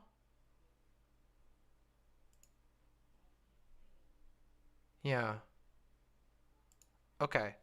Seems fine for now. I do need to get a... I need to figure out... oh, I could make it. Yeah, I could change color, I think. Oh, I don't know how to change the color in this. This shit is so... Oh, wait. Here we go. Here it is. Hold on. Red. Bam. Outline. Got to outline in black. Hold on a second. There we go. There we go. Much better. Much better. Okay. So we'll put this right here then. Content warning abuse. Very easy to see. Okay. Well, I can't give it a shadow. I don't have that complex. I don't think I have that complex stuff. Yeah, I don't have the ability to do that. I need to make a custom one for that. Oh, I guess you can do a background color? Oh, wait a second. Okay, hold on a second. Look at that. There we go. Hold on a second. Ah, I've de-boomered. Here we go. Bam. There we go. All right. Okay, we've done it. De-boom. There we go. I've done it. I've done it. Lorge. Now everybody can see. Okay? Let's continue. Okay? Everyone, we're continuing. No boomering. No nay to the boomer. I can't make it flash. I have no way of doing that. Scared after posting that. Very anxious. Don't know what's about to happen. Yeah. And she's probably gonna publicly say that she's not abusive, whatnot. But that's kind of like what manipulators do and like narcissists. So, I'm not looking for attention. I'm not looking for anything. I just, you know, I'm in a situation that's really physically, mentally, and emotionally abusive, and I think that it's important that everybody sees that. But there really isn't anything I can do, so I just, you know, thought I should put it out there, because I was contemplating putting things like that out there for, you know, one being the reason that I do live in an abusive household. But yeah, I know that all my mom's friends and my family is going to say that I'm lying, looking for attention, but I'm not. I have proof. That's my story. Thank you. Also, I'm extremely scared after posting that. Very anxious, don't know what. And before the media posts this, like the Daily Mail, the New York Times, whatever, because I know they will, it's just what I'm used to. That was not in any way to bring down my mom, or, you know, they like to call me a rebellious teenager, whatever, who's making up shit. I hate that shit. But I'm not. Okay, I'm not making up anything. I'm just telling my side of the story. I'm showing what I have, and I'm not trying to cause anything. I just think it was important to make that public. So the Daily Mail, whoever, the media, if you are going to write about this, I would come to me first, and I can give you on record insight, because wow, I don't really feel like getting death threats this week. And I didn't heavily edit the recordings, just some parts were silent, or some parts were irrelevant or too bad. Now that listen, now that is fucking heartbreaking, okay? That comment about oh God, about, oh, like, I don't feel like getting death threats this week. Holy shit. Yeah, by the way, something that the media genuinely deserves, like the media, the mainstream media, the modern sensationalist media has no journalistic standards almost at all. And a lot of these fucking shitty-ass magazines and journals online will just treat children like shit. They just treat children like property. It's terrible. And yeah, this happens all the time. And it happens... You know, I mean, arguably, I would argue it even happened to that, the MAGA kid? The MAGA kid who was getting yelled at? Oh, the media does. Yeah. They don't do any due diligence. They don't try to protect their sources. They basically, there was a MAGA kid, yeah, Sandman or whatever. Like, the kid seems like a bit of an asshole, but, like, the media did him dirty. They didn't even, like, try to, like, they didn't even try to cover it responsibly. They just were like, whatever, we're just going to plaster this kid's face all over every newspaper in the nation as if it matters. And it was just like a kid being an asshole. Nothing. He was just an asshole. He didn't do anything wrong. He was just an asshole. And he looked like a smug asshole. But he got a fuckload of death threats and all kinds of bullshit. It was actually really bad. Yeah. Really fucked.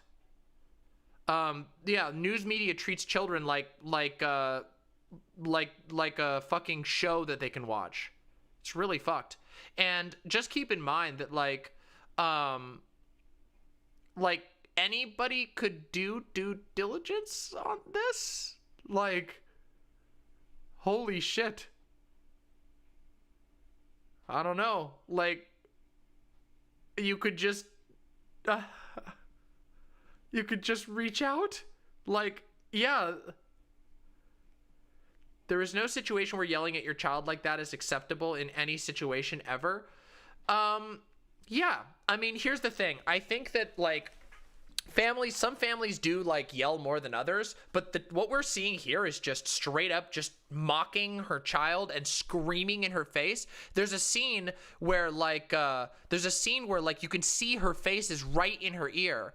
Like, the thing is, like, a lot of people, like, the fact of the matter is, like, parenting is fucking hard, and there's going to be times where you fuck up. There's going to be times where you yell, like where parents yell at their kids too loud, or kids like throw something at their parent and like it could hurt them. There's like, that shit can happen really bad. But when this is happening, like when this happens like all the time, or when you're getting hit, yeah. That's really bad. And the thing is, like, if this becomes systematized, like, what we're looking at here is not just one example of a parent losing their temper and fucking up and then later making it up to their kid. We're seeing a parent psychologically abusing their kid, calling her a hypochondriac over shit. Yeah, and we haven't even gotten into it yet. My family's gotten into mutual yelling matches, but when one person's backing off and you escalate, that's another matter entirely. Yeah. I mean, listen, like, my family was not very healthy, but, I don't know much about that, honestly, Kaboka. I don't know much about that. Yeah, throwing stuff at her, calling her a bitch. She got hit in one of these videos we saw already. Yeah, that's really bad. That's really bad. Like, fuck. I don't know. It's really fucked. And again, as somebody who's experienced like severe abuse like this, yeah, that's just what's been filmed. Yeah, that's just what's been filmed. As somebody who's experienced that type of abuse, of being screamed at, of being like seriously accused of all kinds of things, of being gaslit. No, I've heard of Soph. I just didn't know anything about her story. I just don't know anything about her story. Yeah, it's really hard to deal with. And the thing is, these things go beyond just like, again, these things go beyond just shouting. Like when you see something that's so bad that somebody is being screamed at in the place that they're like clearly just trying to disengage. Yeah, it's really fucked. Her mom will refuse to take her to the hospital when Claudia legitimately believes she has medical issues. Like, she was having trouble breathing and her mom refused to do anything about it. Yeah, that happened. Yeah, she got COVID from her mom. That actually happened. That was like verified. She got COVID from her mom. Yep. Holy fuck. And here's the thing, like hypochondriac is an actual thing that can happen. But that's, you gotta deal with that sort of thing responsibly and kindly. Like, holy shit. And also, there's another thing too. There's a statement that goes around that's called, that people hear sometimes, that's called, conflict is not abuse. And that's true. There is a big difference between people like mutually conflicting and crossing the line sometimes, or shouting each other, or being rude or bad to one another, and then making up and resolving their issues. When we see abuse, this is generally one-sided. And that is what appears to be the case. And in this case, there's a definitive power imbalance. Your mom is one of the most powerful people in the country, and you're a 15-year-old. Yeah, that's what I'm saying. I'm not arguing this at all. I'm trying to, as fairly as I can, reason out why this looks so particularly bad.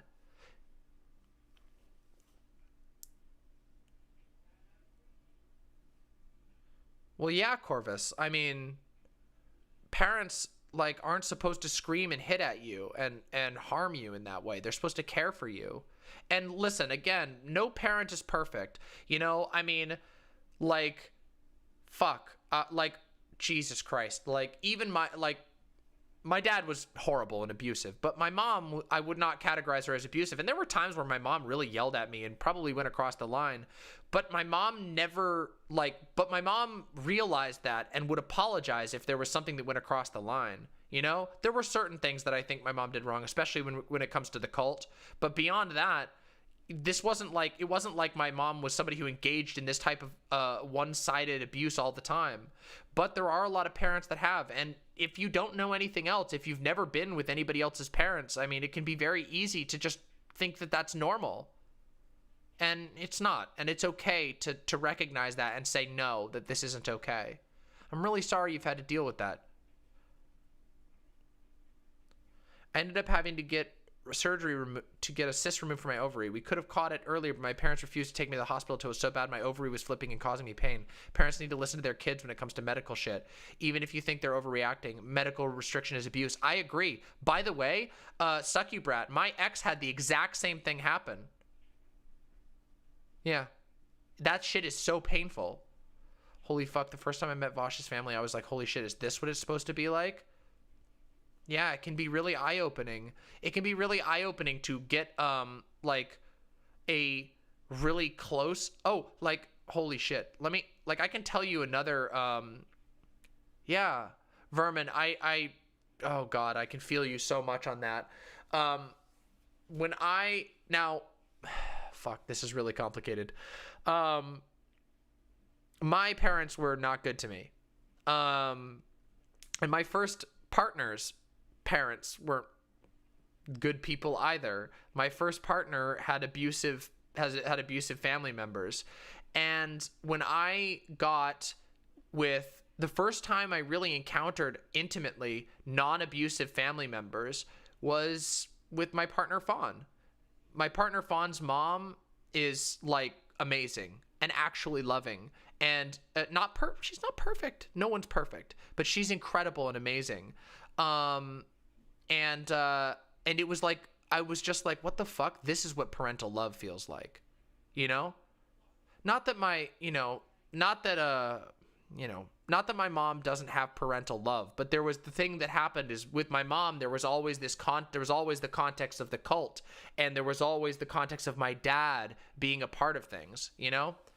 But seeing my partner's family, like, being healthy parents who genuinely support, like, yeah, Louis Vuitton, I grew up in a cult. I have a video about it. It's called The Cult We Grew Up In. I think Gayfesh had the link. They were so mean to you. I'm sorry, Vermin. That's horrible. It's so painful. Yeah. Well, you deserve more than that, Vermin. And you too, Corvus, you know.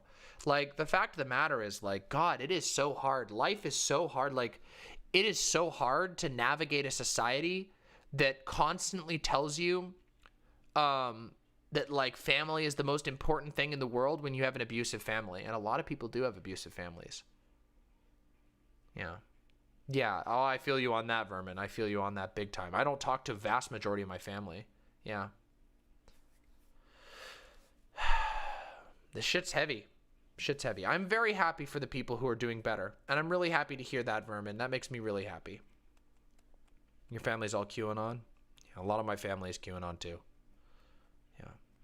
Thankfully, you know, cycles of abuse can be broken. They can. It's hard, but it can be broken. Just like I said earlier, remember, just like I said earlier about trauma can be overcome, so can cycles of abuse. They really, really can. It can be very hard, but they can. Yeah, it does. It really does, Voltarine. It really does. It can be hard to understand. Oh, I'm sorry, Ziggy. That's so hard. Holy shit, that's hard. Yeah, Mother's Day and Father's Day. I don't even remember when Father's Day is anymore. Fuck that shit. Anyway, let's continue with this. Let's continue with Claudia. To post, you know, I'm not trying to put her in jail. But no, I can't fit hours and hours worth of videos into 60 seconds. But I'm not looking for sympathy. I just think that, you know, it's important to share your story in whatever situation you're in. But thank you for... Maybe I should reach out to her. Do you think I should reach out to her? Maybe I should just be like, hey, shoot me your evidence. Let me do a section on this. Huh. I wonder how I could get into contact with her besides on TikTok. I'm such a small figure on TikTok. Twitter? Maybe.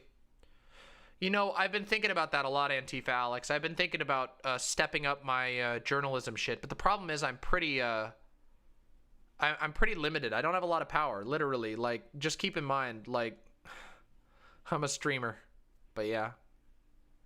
I do want to do... I am interested in that Louis Vuitton. I would love to do that someday. Someday I would love to do, like, real journalism stuff, but it's real hard. I try to do the best I can as a part of my stream, but, you know, I'm limited.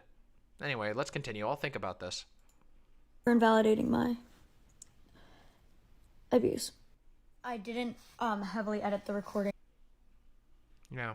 I love the internet. I love the internet. Oh, that's terrible. Come on, skinny love. Hi, I saw this comment on another video, but this was just on the recent one. I will not leave social media on my own accord.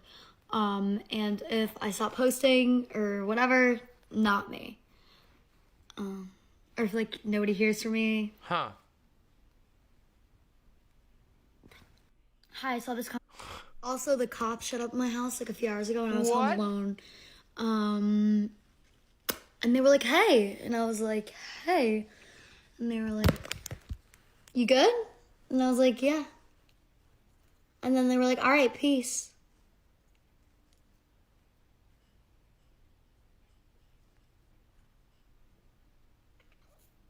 I'm really scared. But I also feel really, like, guilty, even though I shouldn't. And I feel like an awful person. But like, I'm not. It's just like the effects of gaslighting, I guess. But I deleted my videos because I'm really scared. And I'm trending on Twitter, which scares me. Oh, shit. But I'm good, I hope. She's upset. She's been upset for a week because we had a tough call with her school. They basically told her. Last night I saw she had been upset. The facts. She came down at 1:30 in the morning. At that point, I've been up for 22 hours. I want to be your mother. So let's go to family. Holy therapy. shit. And I want to do that. I would like to do that. And we talked about it. She called that night and texted me and said, I'm sure your sister's 11th birthday. Not real. The people on TikTok who built her up, She went through a very hard time right before you were here on November 2nd. They wanted to cancel her because she had a party and they didn't see enough masks, and people are jealous of her. We love her. I was here when that whole. So that she can have our private quarters. You know how it happens? Get rid of the phone, get rid of the internet, get rid of all that. I pay for my phone. I don't pay for my computer. That's the school. So yo, what? Fucking cops, dude. ACAB. Holy shit. You can take that, but I pay for my phone. I bought this. And then the next part is? I pay for it. You can't take it. Let her go. This came out of nowhere. It didn't. It's been happening. She's upset. She's been upset for a week because we had a tough call with her school. They basically told. Just gonna be shut up. I'm not looking for attention. I'm really not. I'm looking for safety. That's it. Holy shit. And I've literally shown you proof. If you want more proof, I will give more proof, but I don't know what else to do. Just gonna be shut up. The cops were advising her to take away her internet access. Like, the clip shared on Tuesday by the teenager are heavily edited. We saw this one already. Is it terrifying? No, I don't think so. It's the way it is, you know? I am not allowed to leave my house, but I do have amazing friends who would drop anything for me. Yo, okay. Wow. All right. Holy shit. Wow. That's really, really fucked up. Yeah, ACAB. The Proletariat. He's a lefty who has 90K followers on TikTok who might be someone big enough to message her and let her know you're interested. Okay. Yeah, look, the Proletariat. Okay, I'll keep an eye on this. I'll think about it. I don't know. Is Sean being stupid? Send me the stupid takes. All right, we'll talk about the stupid takes. If we got stupid takes, even regular parents without even regular children without powerful parents go through similar worse shit and just don't have the platform to get out. CPS and cops don't do anything. CPS more so because it's an organization that's completely gutted. Yeah, it's really sad. Yeah, it's really fucking sad. Let me check that, Somniostatic. Well, I basically made my thoughts clear. Let's hope that let's hope she can get the fuck out of there. I did see this. Yeah, all of the Trump people got sanctioned, including Pompeo.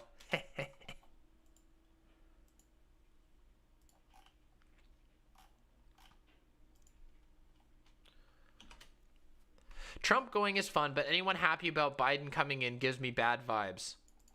And then this is Radical Review. Radical R. Who's Radical R? Okay. No one is saying Biden is going to solve all our problems, but it's a step in the right direction. That's what people are happy about. It isn't a step in the right direction. It's a shorter step in the wrong direction. Oh, the content warning. Oops. There we go. Sorry. You're actually just fucking brain dead. This is objectively the most socially progressive candidate we've ever had. He's already filled his admin with a bunch of great picks and with a bunch of great step forward in terms of foreign pol, economics and social welfare. Not good enough, sorry. Well, this guy came in really fucking hot. I don't exactly get mad that this guy fucking, I don't know. This is not that bad of a response. Sean right here, though. I don't think this is that bad. I don't know if this is that bad. Is that bad? I don't know. I don't think it's that bad. No, I don't know. Oops. That's back up again. Damn it. Hey, a Colt XVI. This is like Sean's brand. I don't know. Is he creaming? Yeah. I know. I just got it. Maybe. It's for shit posting. Yeah, I don't know. It's not that bad. This isn't that bad. I do agree a little bit, though. I mean, but isn't that everyone, Gay Fesh? Except for me. I'm the best on Twitter. You should always follow me on Twitter because I know the IMPS code. Ha the IMPS code. IMPS code, baby. Yeah. See, IMPS code. Plus, you can get cool-ass announcements from me. Yeah. See? And you get to see all my cool art that people do. And I always retweet it because I'm cool. Missed the end of the incredibly smug British guy. He cried and then quit. He cried and then left the call. That's what happened.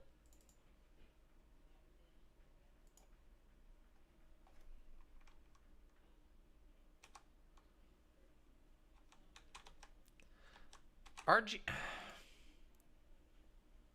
Wait, really? Is she? Is Conway trending on Twitter right now?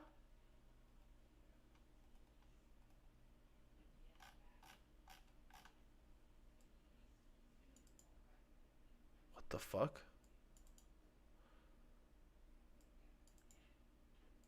Yeah, that guy was so fucking annoying, though. That church militant? Yeah, let's watch it. This is only an 8-minute. Let's watch this video. Let's react to this thing. You all want to react to this? I don't know what this is, but let's find out about it. I'm going into this fresh. Let's do it. That was, I don't know. No offense, Gayfesh, but I didn't think it was that good. Let's find out what the fuck this is.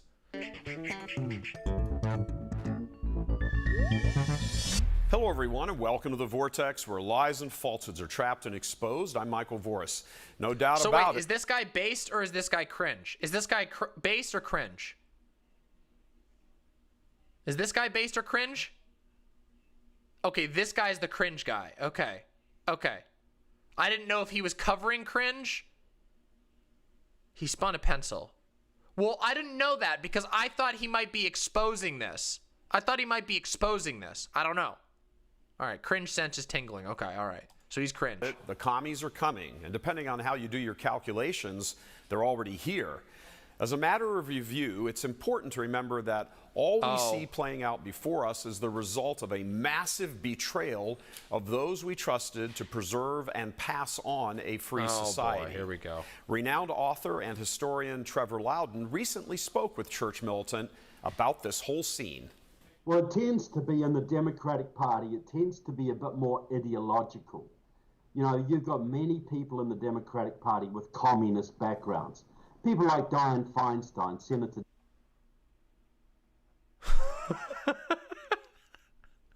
This guy sounds like the stupidest person I've ever heard speak. Dianne Feinstein. This guy literally sounds like if you were to have like a peasant in a movie and they were like a mocking a peasant. Dianne Feinstein. Hey there. I'm sorry. I think this guy's Australian, so I don't think I'm being Brit Bong racism, but this guy literally sounds like he's doing the dumb peasant voice. Hello there. I must say, I don't think it's very good here. I've been thinking a bit lately. Oh my god, I'm sorry. This is so low tier, but oh my god. Like, just... With communist backgrounds. People like Dianne Feinstein, Senator Dianne Feinstein, Judy Chu, the congresswoman from Alabama. Judy Chu? Who the fuck is Judy Chu? Who's Judy Chu? From California. Some of them, people like Adam Schiff, the head of the Intelligence Committee, is very in with a group called the Committee of 100, a major Chinese propaganda. A major Chinese propaganda. I'm pretty sure this guy's Australian. I think this is an Australian accent, not a British one. But he does sound like a peasant. And the thing is, I actually have a soft spot for Australian accents. But this guy just sounds like the dumbest person that's ever lived. Is he New Zealand? Oh, it could be New Zealand. But the New Zealand accent is very similar. Wait, I have a soft spot for Australia, for the Australian and the New Zealand accent. I do. But this is just so bad. Wait, I'm not slandering. No, wait. Stop. No, wait. Wait, hold on a second. Oh, okay, good. It's not me. Okay, I was going to say, like, this is an Australian accent, right? If not, it's one I'm not familiar. If it's a British accent, it's one I'm not familiar with. It's in the O's, right? Anyway, whatever. Being a peasant is pog? No, but I meant like a comedy, like from a comedy movie. I meant from like a comedy movie. Anyway, whatever. Fuck this. In this country. So the Democrats, it tends to be ideology and some money. The Republicans. This is, oh, by the way, just so you know, this right here is what, when people say slack-jawed, this is what they mean. It's when you just are kind of just like, that's what that means. This guy is doing it right here. He's the definition. Yes, me lord. Ready to work. This is yeah, it's the yeah, Jesus. So the Democrats, it tends to be ideology and some money. The Republicans, it tends to be money. Loudon and others, including Church Militant, are continually stressing the need to recognize that what's happening is the result of decades of a communist takeover, moving slowly and stealthily at first, but now feeling free to be more open and plain in their own goals. And while we were all on guard and keenly aware... He's from New Zealand! I knew it. Oh no, Senpai Chow replied. Oh no, oh boy. The threat posed by Russia, the Soviet Union, too many were willing to give China a pass and even hop in the political bed with them, and tipping the scales. Isn't this like footage from like, oh, like what is this car? Isn't this footage from like the 60s? Isn't this like is that the 50s? 60s? Yeah, what the fuck? Of world dominance heavily toward Beijing. Now the Chinese have a huge military.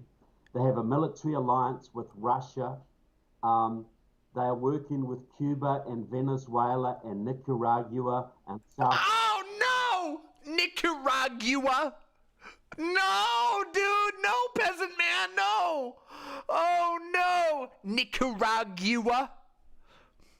Oi! The Russians, they be working with Nicaragua! Oi, Vermin! Vorman, you're Nicaraguan, eh? Maybe. My Nicaraguan friend. Oi, oh boy. He sounds like he dropped out of a chimney. No! No! That's... Stop. Nicaraguan.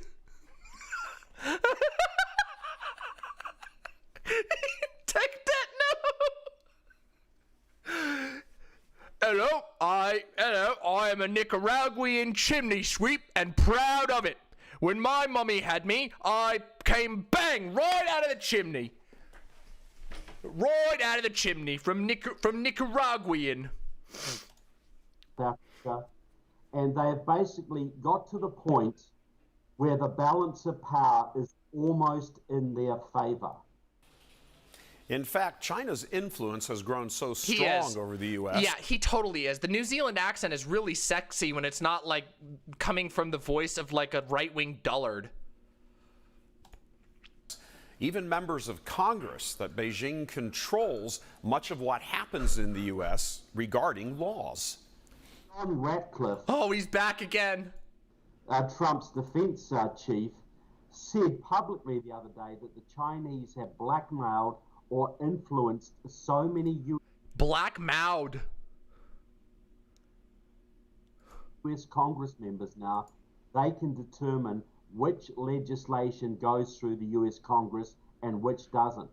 That should terrify every American. Wait, you mean like the Republicans have been able to do for years?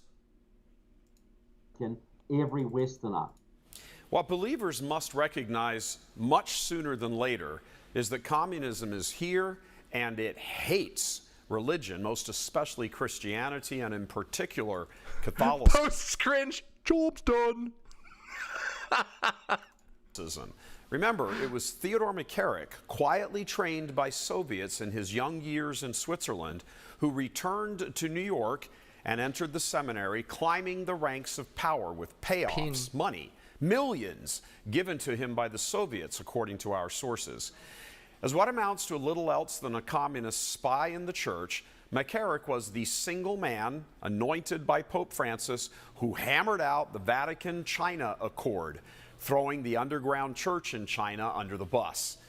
Simply stated, McCarrick was one of them, is one of them, and they hate the church. What? What the fuck?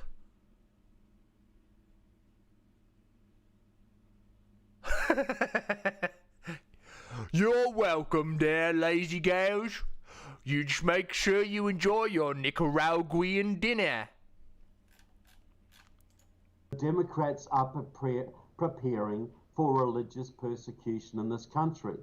Now, you look at it from their point of view. The left controls Hollywood. The left controls the unions. The left controls the media. The left controls education.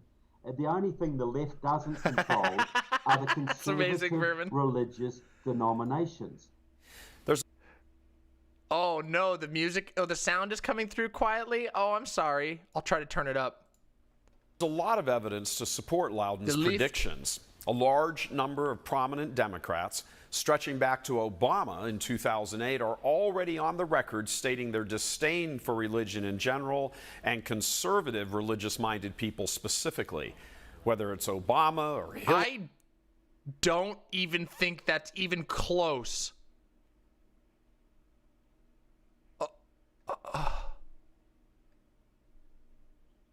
Oh my God. Wait, you do realize that Joe Biden, like, okay, oh my God, Joe Biden says God every 10 seconds. Joe Biden talks about how he's a Catholic all the time. All these people do is talk about religion. What are you talking about? Oh my God. Hillary or Harris or any others from the rogues gallery, these are the leaders of the communist movement in America. Already the Democrats are coming out with all sorts of policy positions to basically eliminate traditional Christianity in this country. And I don't say that lightly. When I say eliminate, I don't mean, mildly persecute. I mean eliminate. Using every agency of the state to drive what we would call traditional Christianity, whether Protestant or Catholic, underground. Because traditional Christians are the biggest enemy of the communists and socialists.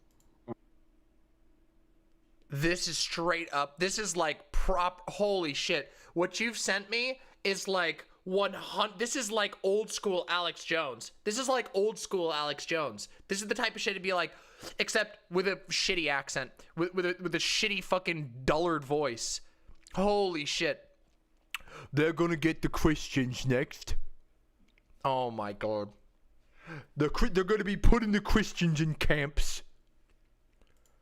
And they're not going to be allowed to get in the way of this great new world order.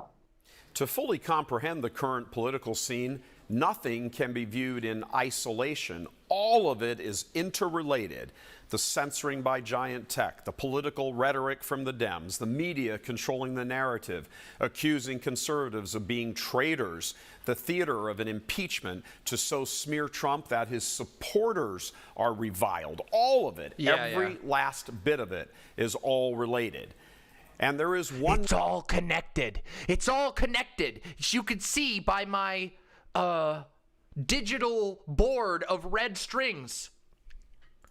Goal in mind: to keep any significant resistance from forming before the demonizing of conservatives can take serious hold. And America has a very strong conservative tradition. The Second Amendment, the First Amendment, very strong traditional Catholic community, very strong evangelical and Baptist We're going to have to look at that. These people do not want Dude! Holy shit, that blowout. Listen to his voice. He's getting worked up here. Community, very strong evangelical and Baptist community. These people do not want to roll over for the new socialism, and they're going to protest that. So there will have to be a repression. The bass-boosted peon. Going to jail. There will have to be people put out of business. And ultimately, yes, have a good night, would devolve into a concentration camp system, even executions. So the race is on. Can conservatives, with all their various disagreements, form any kind of effective opposition to the storm about to break? Loudon says it all depends. We've got a few Republicans, a handful, and we've got a mass base who loves Donald Trump. And we've got a big base of conservative Catholics and Baptists and evangelicals. what has to happen is a new movement has to arise. We have to form a country within a country. Of course, for Catholics, there's a higher calling than just preserving a nation. We're called to convert the nation. For Catholics, political conservatism is and always should be viewed as a mere means to an end, the more favorable environment in which effective evangelization can be conducted. The reason the commie bastards always have the destruction of the church so high on their list is because they recognize the power the church holds. Good night, Fuchsia Since they Magenta. don't believe in God, they never weigh the spiritual might, but they nevertheless do understand history, and they can do the math. The church has been around much longer than they have and will be around after they've gone. It won't be the first time an evil empire has had the upper hand and wielded a sword over our heads. And unless all this is the setup for the end of the world, it won't be the last. But still, this is the time in which we are living, not 2,000 years ago, not 500 years in the future. This is our time, and we must respond accordingly. It always is. Every single time. Christians always think their time is the time, and it never is. God love you. I'm Michael Voris. Is that the sound from... Wait a minute, that noise... That's like the sound from... What's it called? It's from Stronghold. Stronghold. Listen. Yeah, or it might be Age of Empires. What the fuck? Oh my god. Wait, we gotta check out their website real quick, and then I gotta see this other video. Holy shit. I gotta see their website. Holy fuck. We gotta see their website. This might be a new content farm. Oh, this might be a new content farm. Holy shit. I might have to save this. Oh boy. Listen. Let's check it out. Boomer tier.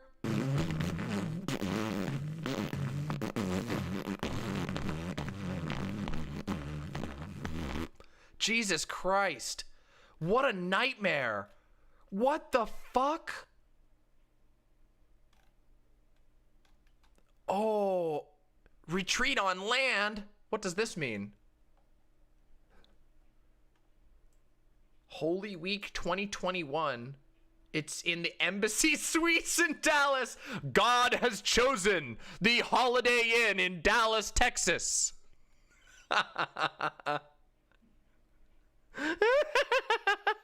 We will be convening in God's chosen Motel 8. Oh my, God has reserved us an extra large conference hall, and he will be bringing us blanched chicken and vegetables for lunch.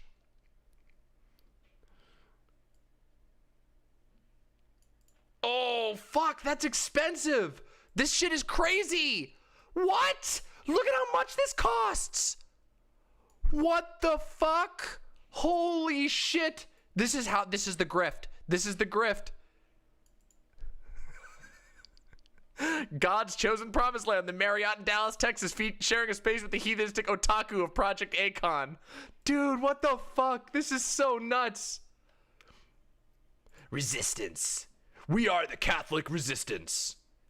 You don't have to be in this battle alone. Oh, they have a trailer. They have a trailer. In the world to be a human being. They have a trailer. We gotta watch this. We gotta watch the trailer. Eat a vegan. Adolf Hitler? Was that Hitler? They have no chance in the world to be a human being, practically. Eat a vegan! Good evening. In a landmark ruling, the Supreme Court today legalized abortions. There is no way for me to adequately describe the evil of such acts.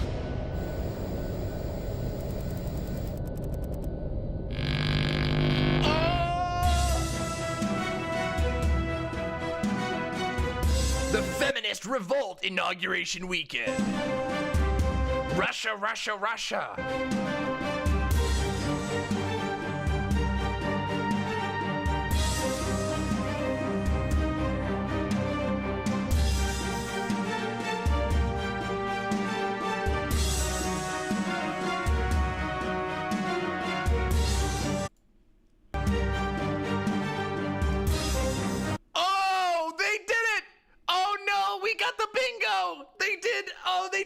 Drag Queen Story Hour. Oh, shit.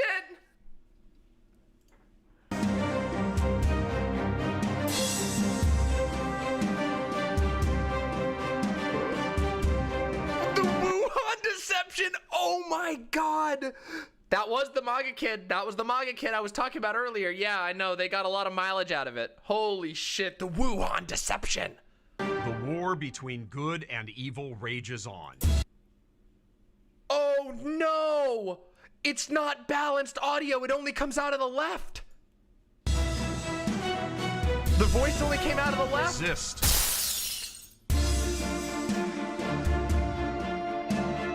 Push the tides of darkness back into the abyss.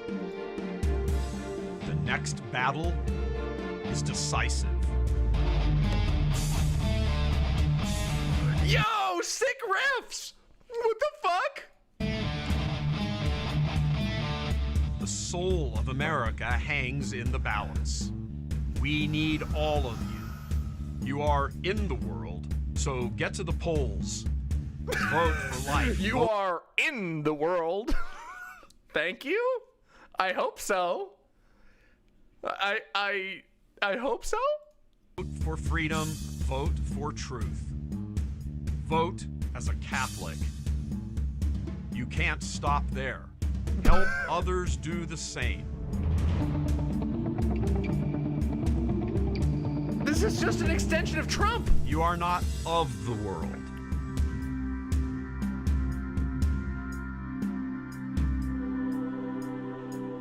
Baby. Hold rosary rallies. Pray boldly. Keep the faith. Pray boldly. Run to the sacraments. Storm heaven. Storm heaven? What? Run to the sacraments. Storm heaven. If you are not in the resistance, join. Now is the time to fight. This battle must be won. This battle is the last rampart, standing alone before the forces of evil.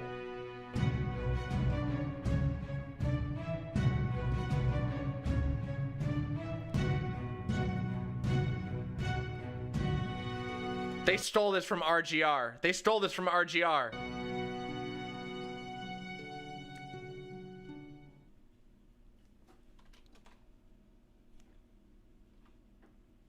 Wow, we definitely, we're gonna have a lot of milk this year, impies. Oh, we're gonna have so much milk. This is a total lol cow. Oh boy, we have so much, this is gonna be so good.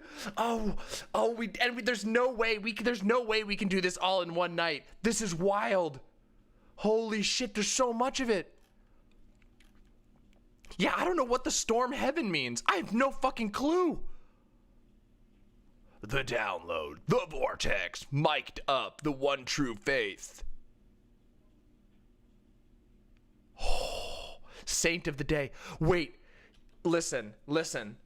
You all know how amazing it would be if we pissed off, like, the Catholics online? Do you know how funny that would be?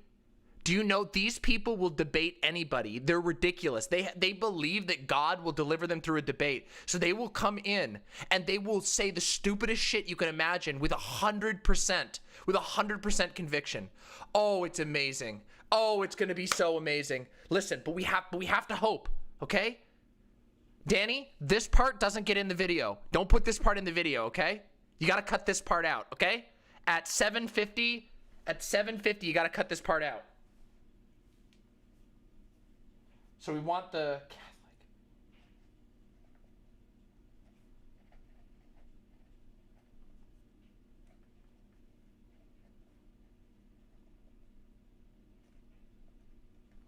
Okay, amazing. Oh, this is going to be so good. No, I'm not left-handed. It's reversed. It's reversed. I'm not left-handed. Oh, this is going to be so much fun. Saint of the day. Oh, I gotta see. Wait, what's holy mackerel? What's holy mackerel? What? What is holy mackerel? What the fuck is this? joined the Holy Mackerel mercenary canon lawgiver on his self-appointed quest to ensure compliance with Canon 1251. What the fuck? How do I even know which video is the right one? Is this them? Random Friday during Lent. Oh boy.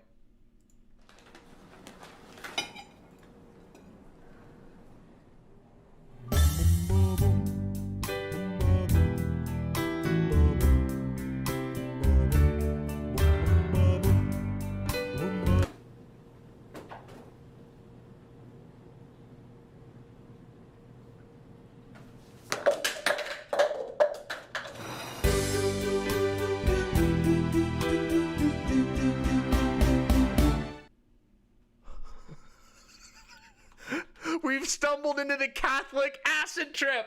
Have you ever wondered what it would be like to trip balls with Jesus? With the popes? That's what we're on to now. Holy shit.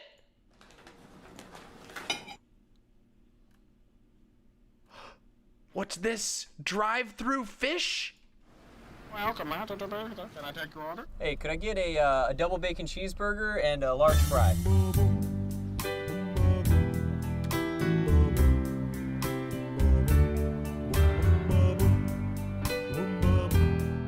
On second thought, could you give me just scrap that fish sandwich? Give me a fish sandwich, please.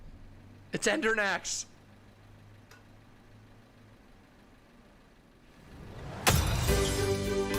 What? What an asshole! Would you like some fries with that? What an asshole! Hold on, let's see. I gotta see more Holy Mackerel. Let's jump forward. They stole the meatball voice. It's true. Wait. All these ones are from this year. New Beginnings.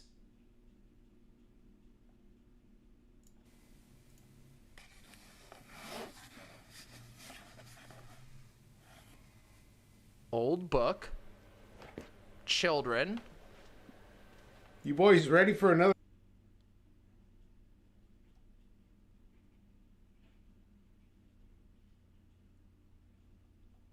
This is the most Catholic looking guy I've ever seen in my entire life. Holy shit. Another good story? Holy mackerel, holy mackerel. Great, because I've got a really good story for you this year. What could beat last year? Lone Shark was so cool. Nah, the best was back in the day when Holy Mackerel just smacked burgers out of people's hands. You think that a short gag is better than a character-driven story? Name an SNL skit made into a movie that was good. Coneheads? You think Coneheads was good? Boys, no fighting. That is some dated ass stuff.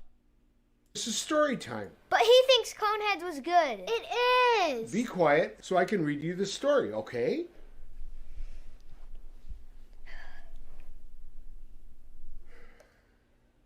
This story is about Holy Mackerel and his new beginnings.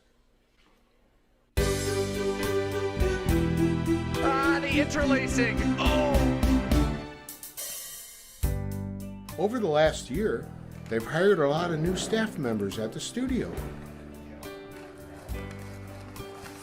And you know what you get when you cross Lenten Fridays and new employees. Holy Mackerel's gonna stop some newbies from eating meat.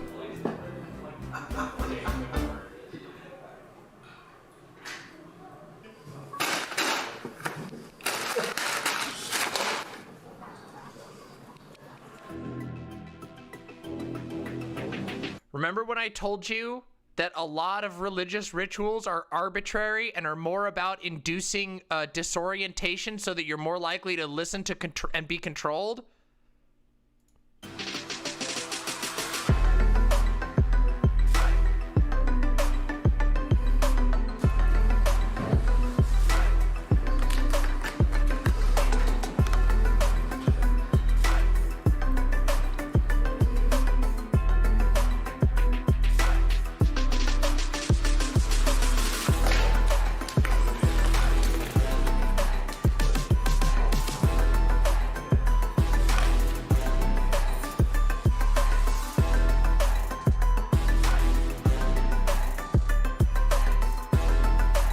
Wasting good food. Wasting good food.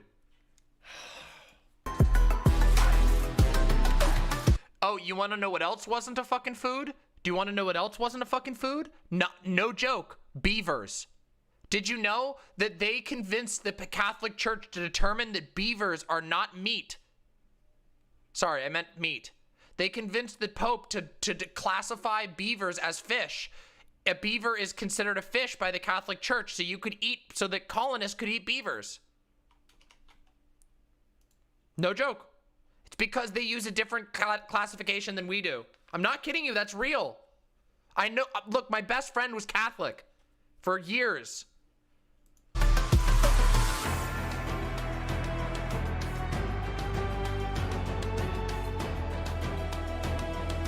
Gay fish.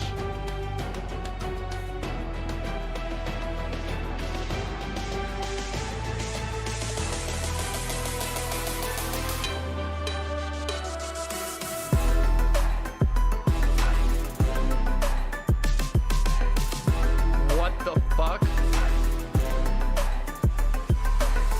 Okay, you want to know what's bullshit? I'm sorry. Listen, you want to know what's bullshit? You want to know what's bullshit? Look.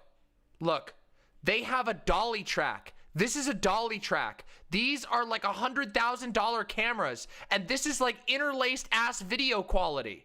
What the fuck?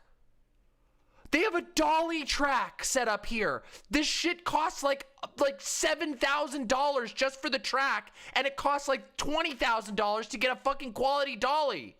And they got interlaced ass video here? What the fuck? What the fuck?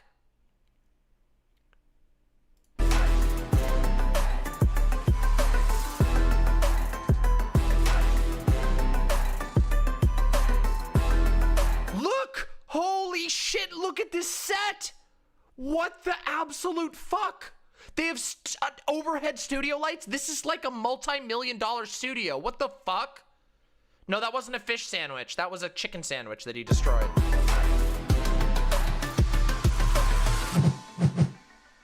It's Friday, no meat.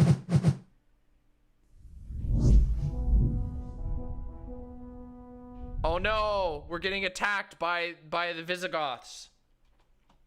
Oh my god, this is so wild. We gotta see more of this. We gotta see more of these, right? This is the best thing I've ever discovered. Holy shit.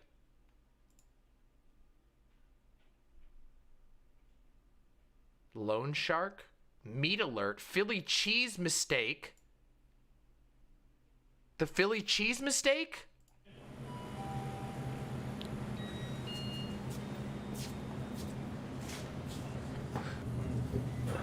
Ew. Well.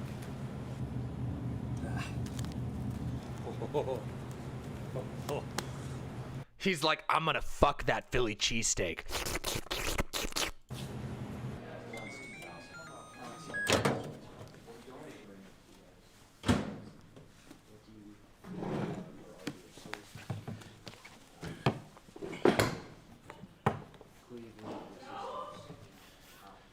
Steak? It's not too smart. Well, what are you talking about? It's wicked smart. Philly cheesesteak, wicked smart.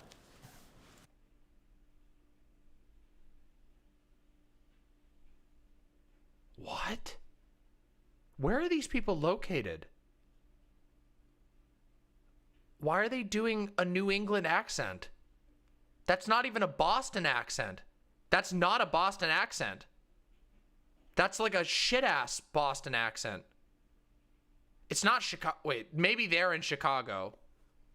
Wait, Michigan? It's an attempt at a Boston accent? Yeah, but it's a shit-ass one. That sounded like a down east Maine accent. Area Bob. Area Bob.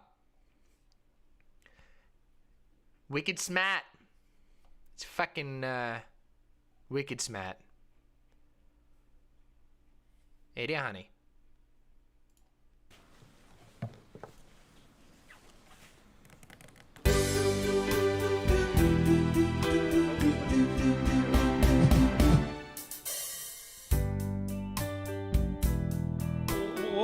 What? No.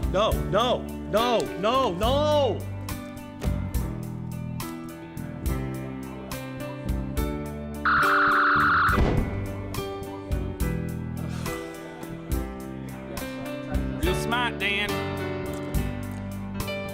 Real smart. Yeah. Oh, I got an idea. I'm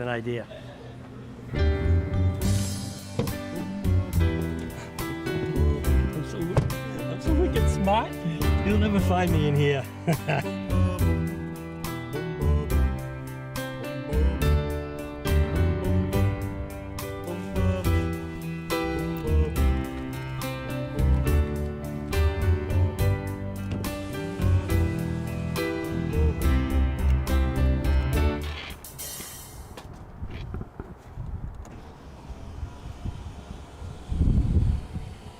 True, Vermin. True. That fish. You want to fuck the fish? Now that's wicked smart.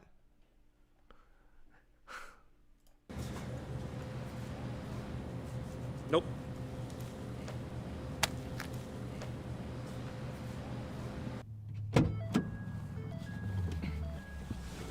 Give me directions to New Hampshire. Getting directions to New... I knew it! They were trying to do a New Hampshire accent. That's so close to the Down East Maine accent. I called it! I fucking called it! I called it! I never miss! Never miss! Literally, New Hampshire and Down East Maine are like literally next to each other.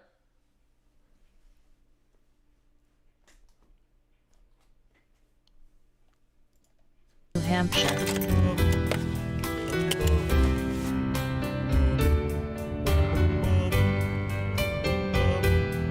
No, he's going back home to New Hampshire. The joke is that this guy's from New Hampshire. That's the joke.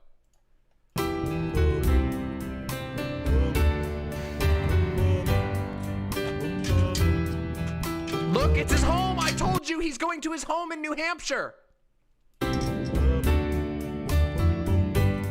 I was right, Silent. I was right, Silent.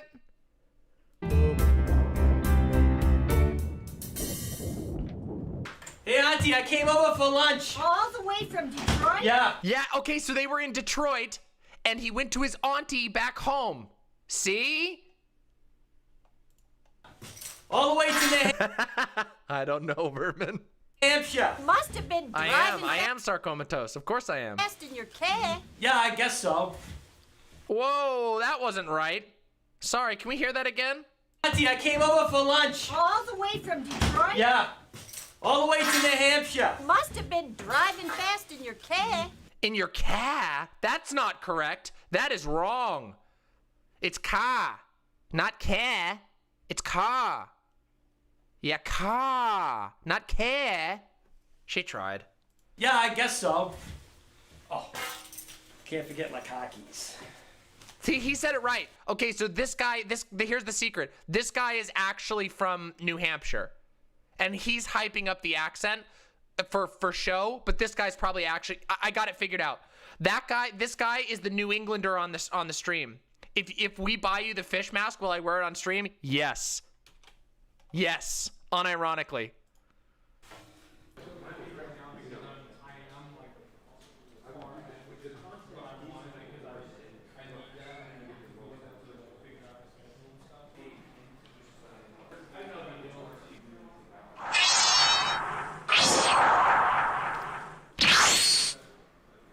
Oh no! Instant transmission! He knows instant transmission! Fuck!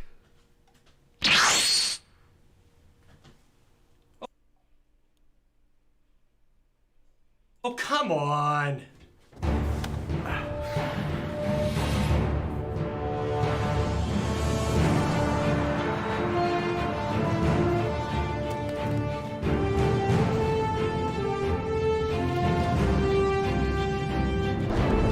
It's fishy. It's fishy, Sathers. It's fishy.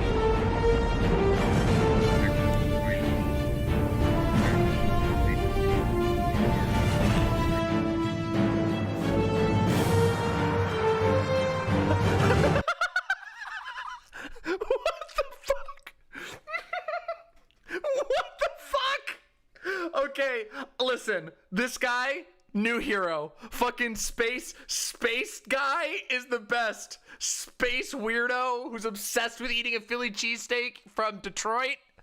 Don't know why. From the gas station in Detroit. Oh, wicked smart. Okay, somewhere in this video is the perfect emote for Space Guy.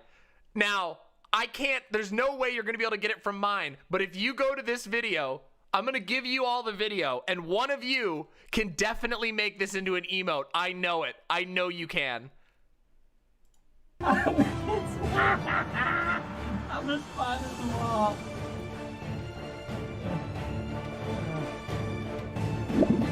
I think the best one would be like a laugh. If you can get the laugh, it would be like the new lull. You know the lull emote?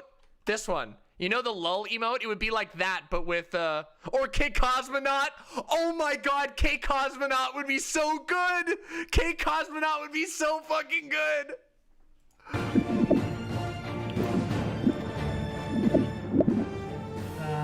They can be. Let me eat this? They just need to be readable. That's all, Rosie Specs.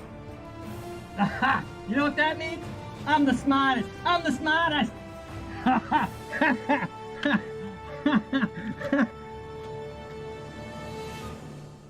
Oh, I could do that, Benjamin.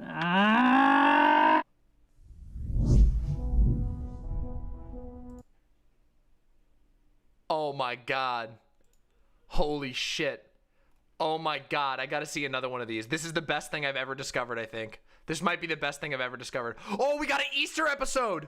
Alright, good night, Samoski. Uh-oh. Oh, fuck. They've upgraded. Oh, shit. I'll do my due diligence. I'll try to get things sort of squared Oh, away. hi there. Glad you're here because I'd like to wish you a very, very happy Easter. And also, I want to let you know about something. Okay. This guy's hair is full of dandruff particles. And I'm just gonna say, you should not film yourself without brushing that out of your hair, alright? My dude. These last several episodes of Lone Shark's Comet Bites, they were not what I intended for the ending of this season of Holy Mackerel. Because of this stay-at-home order of in Michigan here, I had to delay the episodes. But the good news is I fully intend on producing and releasing the last episodes of the Holy Mackerel, sort of a what would have been had the Wuhan virus. Oh my god, he does look like Dave Grohl. What the fuck? He does look like Dave Grohl. Oh, I can't unsee it. Oh god. Not had happened, so I hope you look forward to them. Wait, did he so remember, oh, yeah, that's right. I forgot. Oh, in my joy for this segment, I forgot that these people are insane conspiracy nuts. Oh, isn't that a lame? God, this fish could be so much fun if it wasn't so fucking evil. Oh my God, you're right. It's Silent. Friday, and you know what that means. This is Dave Grohl and Kevin Smith's son. I don't have a P.O. box yet, Louis Vuitton, but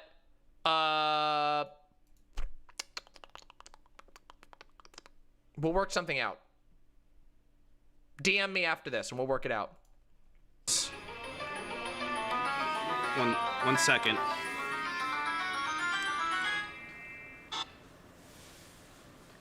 Holy cow. No, I didn't forget about you. No, not, I would never. Yeah, I remember, it's a solemnity. Yeah.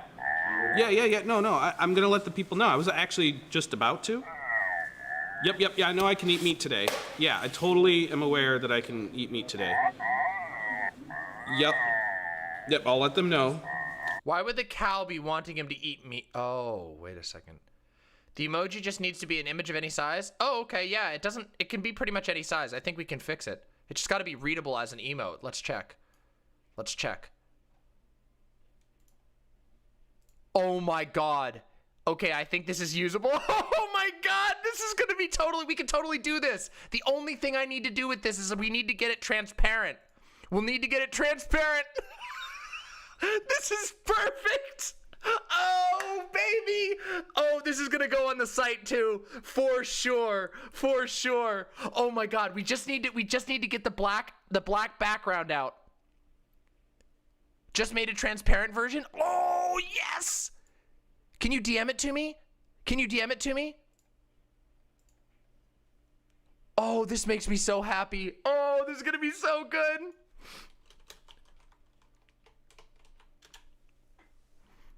I'll also fix this one. Oh my God. Holy shit.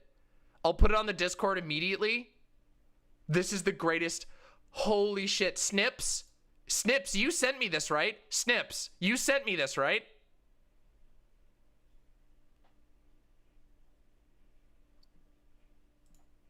Snips, were you the one who sent us this shit? This faith militant thing? Oh, Snips, you're gonna get a special gift here. Give me a second. You're getting a special gift right now, all right? Here we go. Give me a second here. I'm about to give you something nice. Hold on a second, Snips. This is a hell of a reward. I'm gonna give you that much. Hold on. Let's do it. Yep. Oh, what? Why not? Why not? Oh, I can't. I can't gift you. Oh no, I can't gift you one. Oh, I was gonna give you a sub. I can't do it. It won't let me. Why not? Oh. All right, Snips.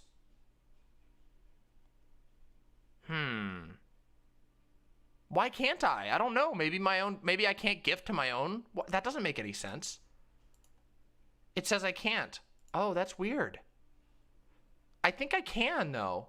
I've been able to in the past. Can I just upgrade? Hold on. I might be able to just upgrade. Let's see. Hold on. Let's see. Hold on. Give me a second here. You can't pay yourself? Well, it's not paying myself because Oh, it could be that. Hold on. Let's see. Hold on. Let's search. Hold on a second. Let me see here. Shouldn't be that. All right, Snips. Well, I'll figure something out. Hold on.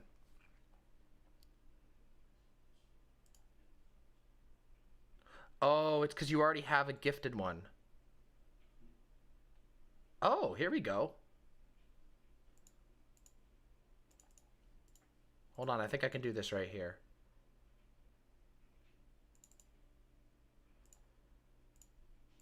Hold on.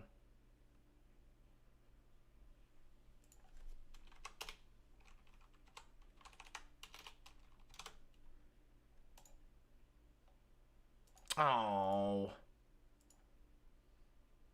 I don't know if I can do it. Damn it. All right, I'll figure something out. I'll figure something out, okay? Snips, I'll figure something out, okay? Listen, I'll figure it out. It seems like I can't... Okay, I'll check it right now. Oh my God, it's so good. Oh my God, it's so good. Holy shit. All right, let's see. I gotta save this. Here we go. I gotta put this on the site emote. We're gonna call this, this is gonna be our new, this is gonna be K Cosmonaut. K Cosmonaut, 100%. All right, let's put it on the Discord real quick. Hold on, let me get it on the Discord. Let's make sure that it works. Where's give me K Cosmonaut. Oh, it's gonna be so... Oh no, why is it so... Oh no, it says it's too big. What? That's weird. Hold on, I think I can fix this. Hold on. Sorry. Give me a second. Give me a second. Give me 1 second. It says it's too big. Stupid. I forgot it has a size limit, though. It has a file size limit, which is weird. Hold on, let's see. I think I can fix this. Oh, it's because... Okay, hold on. I can fix this. Okay, yeah. Can you make just one? It has to be 256 kilobytes is the large. Yeah. It's the largest it can be.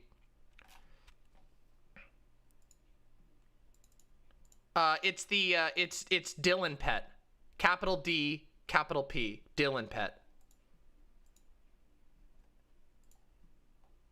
Oh, I can't see these tweets. Oh, this is weird. Why can't I see these tweets? Let's see. Let's find out. All right, I'll figure something out. Snips, I'll figure something out. Actually, I got an idea, Snips. I got an idea. Snips, give me a second. I got a gift for you. This is a reward for one of the greatest memes that's ever been given to us. Okay, Snips? Snips, what's your username on Discord, Snips? What's your username on Discord? Snips, what's your username on Discord?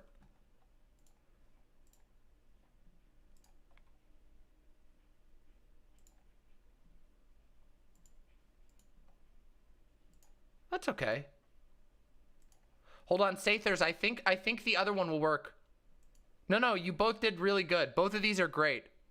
Snips, I need your Discord name. Tell me. Okay. Watch this.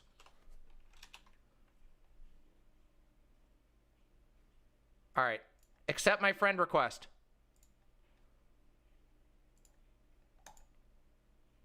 There you go. Bam.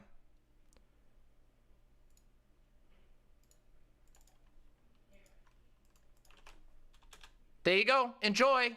Enjoy, Snips. Yay, King Pumpkin. Thank you. K Cosmonaut. Oh my god, this is so good. The K Cosmonaut. This should work. This should work perfectly. Yes. There you go. There you go, Snips. Enjoy your Discord Nitro.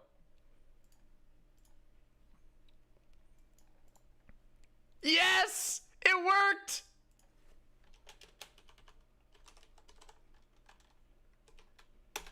It worked! We got it! You can all test it. Go test it in live stream chat. It's so good.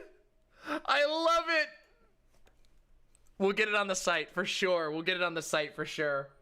Okay, that one's definitely, K Cosmonaut is definitely going on the site. Thank you very much. That is a collaborative meme right there. We will enjoy the fruits of our meme. Amazing. Absolutely amazing. Excellent. And thank you very, very much for getting this to work. Thank you so much. Can we eat meat today? It's Wednesday, so you're good. Yep.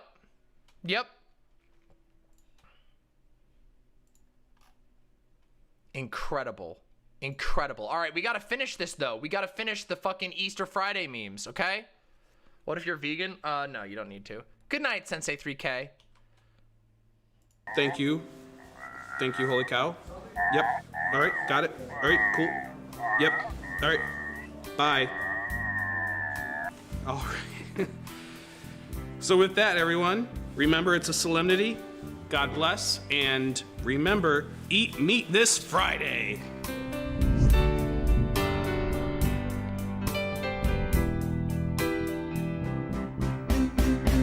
Again, what did I say about the fucking random rituals that have no meaning? All right, that one was dumb. I want to see another one. I want to see one that actually has stuff. Let's see. Oh my god, there's 5 seasons. Downstream download? What? What is this? Oh, this one was after. What?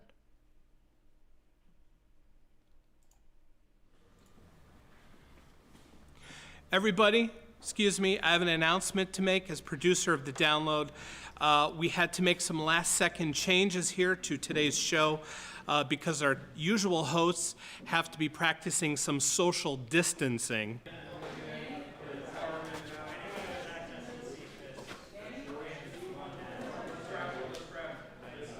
So we have to have some different people as our hosts today.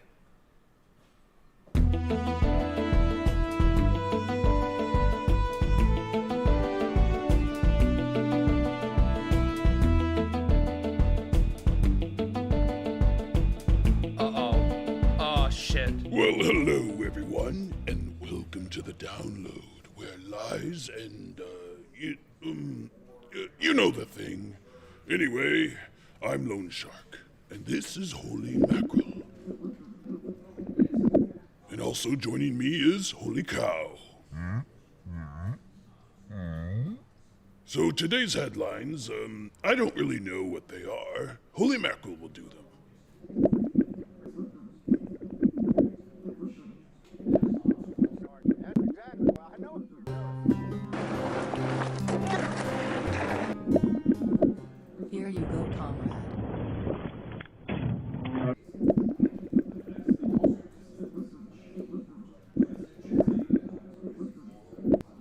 What?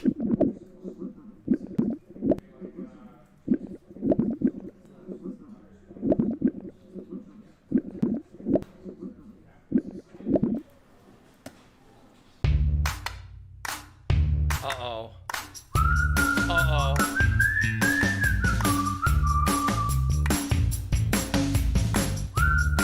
God, they love these shitty sandwiches.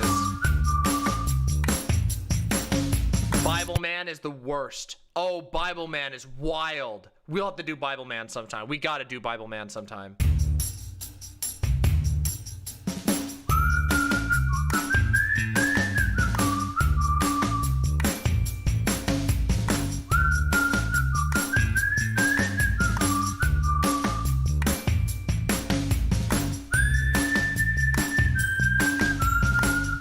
That is some slimy roast beef. I've seen salty, yep. Yo. Ew. Not only that, but guess what? I went to a salty live show. No joke, when I was younger.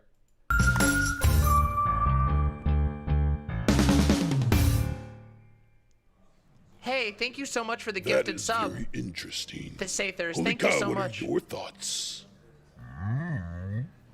Okay then. Anyway, we'll be back after this revenue-generating ad. See you in 10 seconds.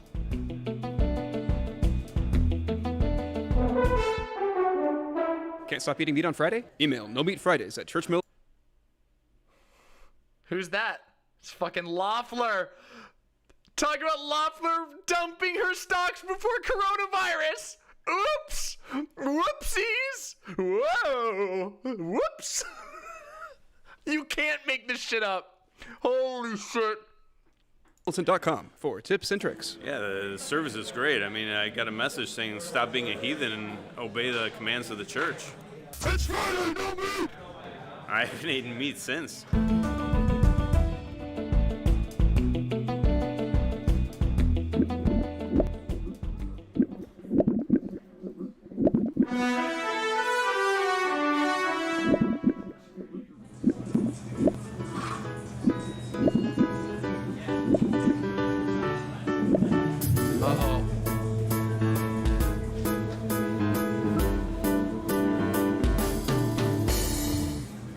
It's Friday.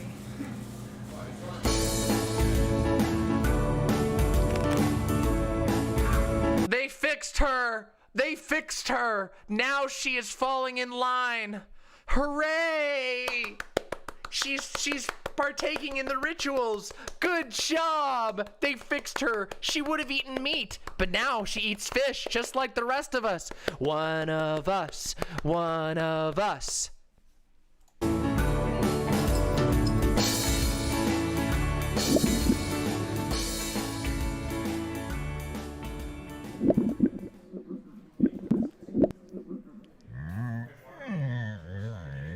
Wonderful. Now it's time for viewer comments from our Holy Mackerel videos this Lent. Curtis House says, I've been waiting for this. No meat or you'll be sleeping with the fishes, see? I couldn't agree more. You will be sleeping with the fishes. Anna Edders says, I almost forgot this morning. Oh, so there I was. Sathers, this is this one. This is downstream download. 12:30 a.m. making tomato soup and grilled cheese and... See, Snips, you just give me the lead and then I make the content.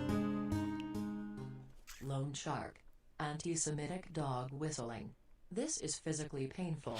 Tripping balls on Benadryl and watching this is wild. Hey, that's what I'm talking about, right?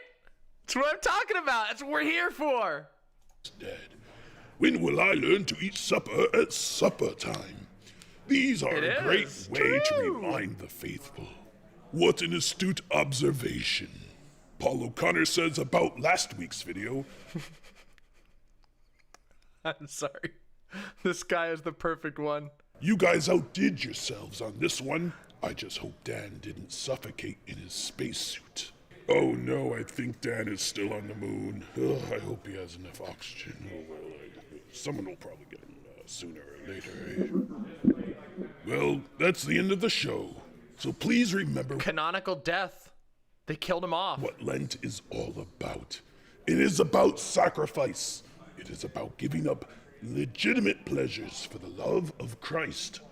I was once a selfish shark, interested in advancing my own wealth. Yeah, I'll be done and soon. These two This here is just too good. helped me understand my errors. So thank you, Holy Mackerel.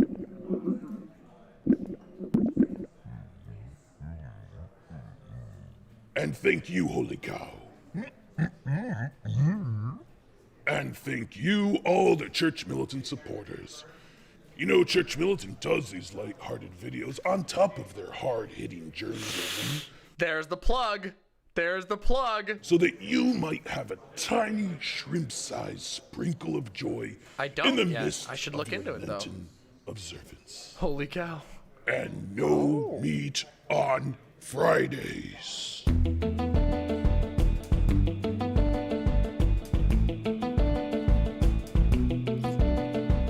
That's how you know the guy wearing the mask is white. Also white.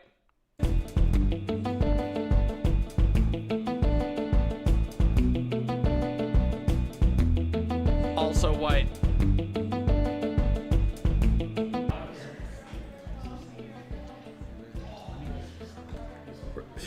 Rodney, this is horrible.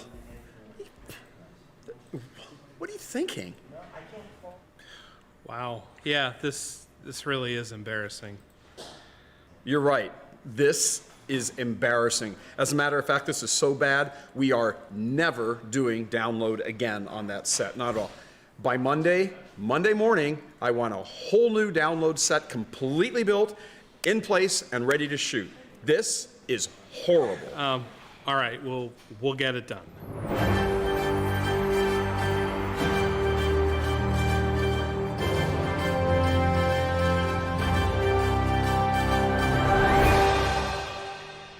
Oh.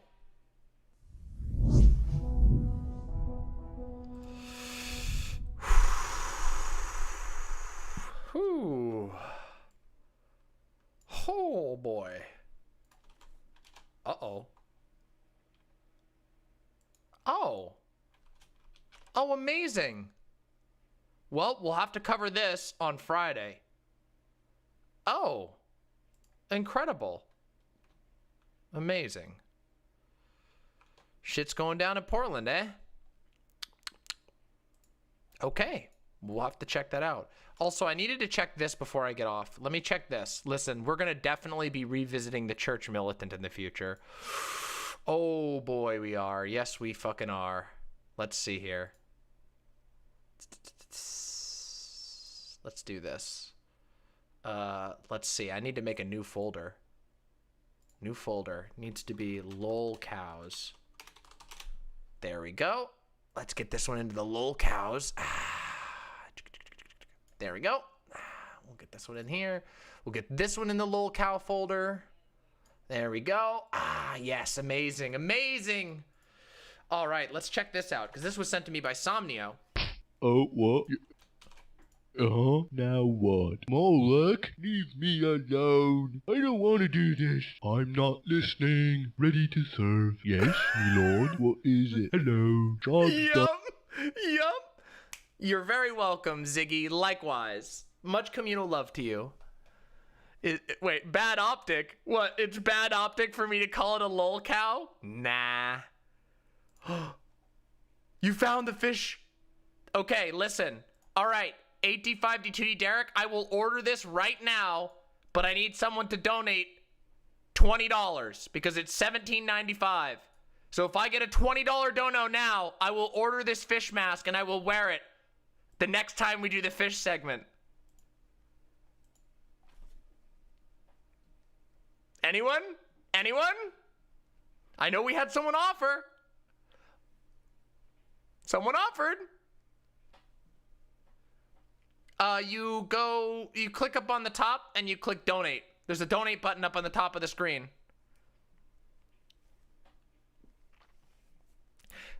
There we go! We got it! Louis Vuitton has just made Fish Friday possible. That's right. Taylor Reigns, you have made it. I promise you that $20 will also go towards something awesome. Thank you very, very much for the incredibly generous $20 donations. We will be making Fish Friday happen, okay? Because you know what? Why not add a harmless and arbitrary ritual, okay? There we go. All right? Lent is only a month away. Oh, shit. Oh, if you can find the cow mask, I'll get both. If we can find it, but somebody's got to find it. Listen, I got to take that link here. Hold on. Let me do this. I got this. I got this figured out, right? Corvus! Thank you so much, Corvus Crux. Thank you so very much. Okay, no more donos, everyone. No more donos, everyone. Oh my God, they have multiple fish masks.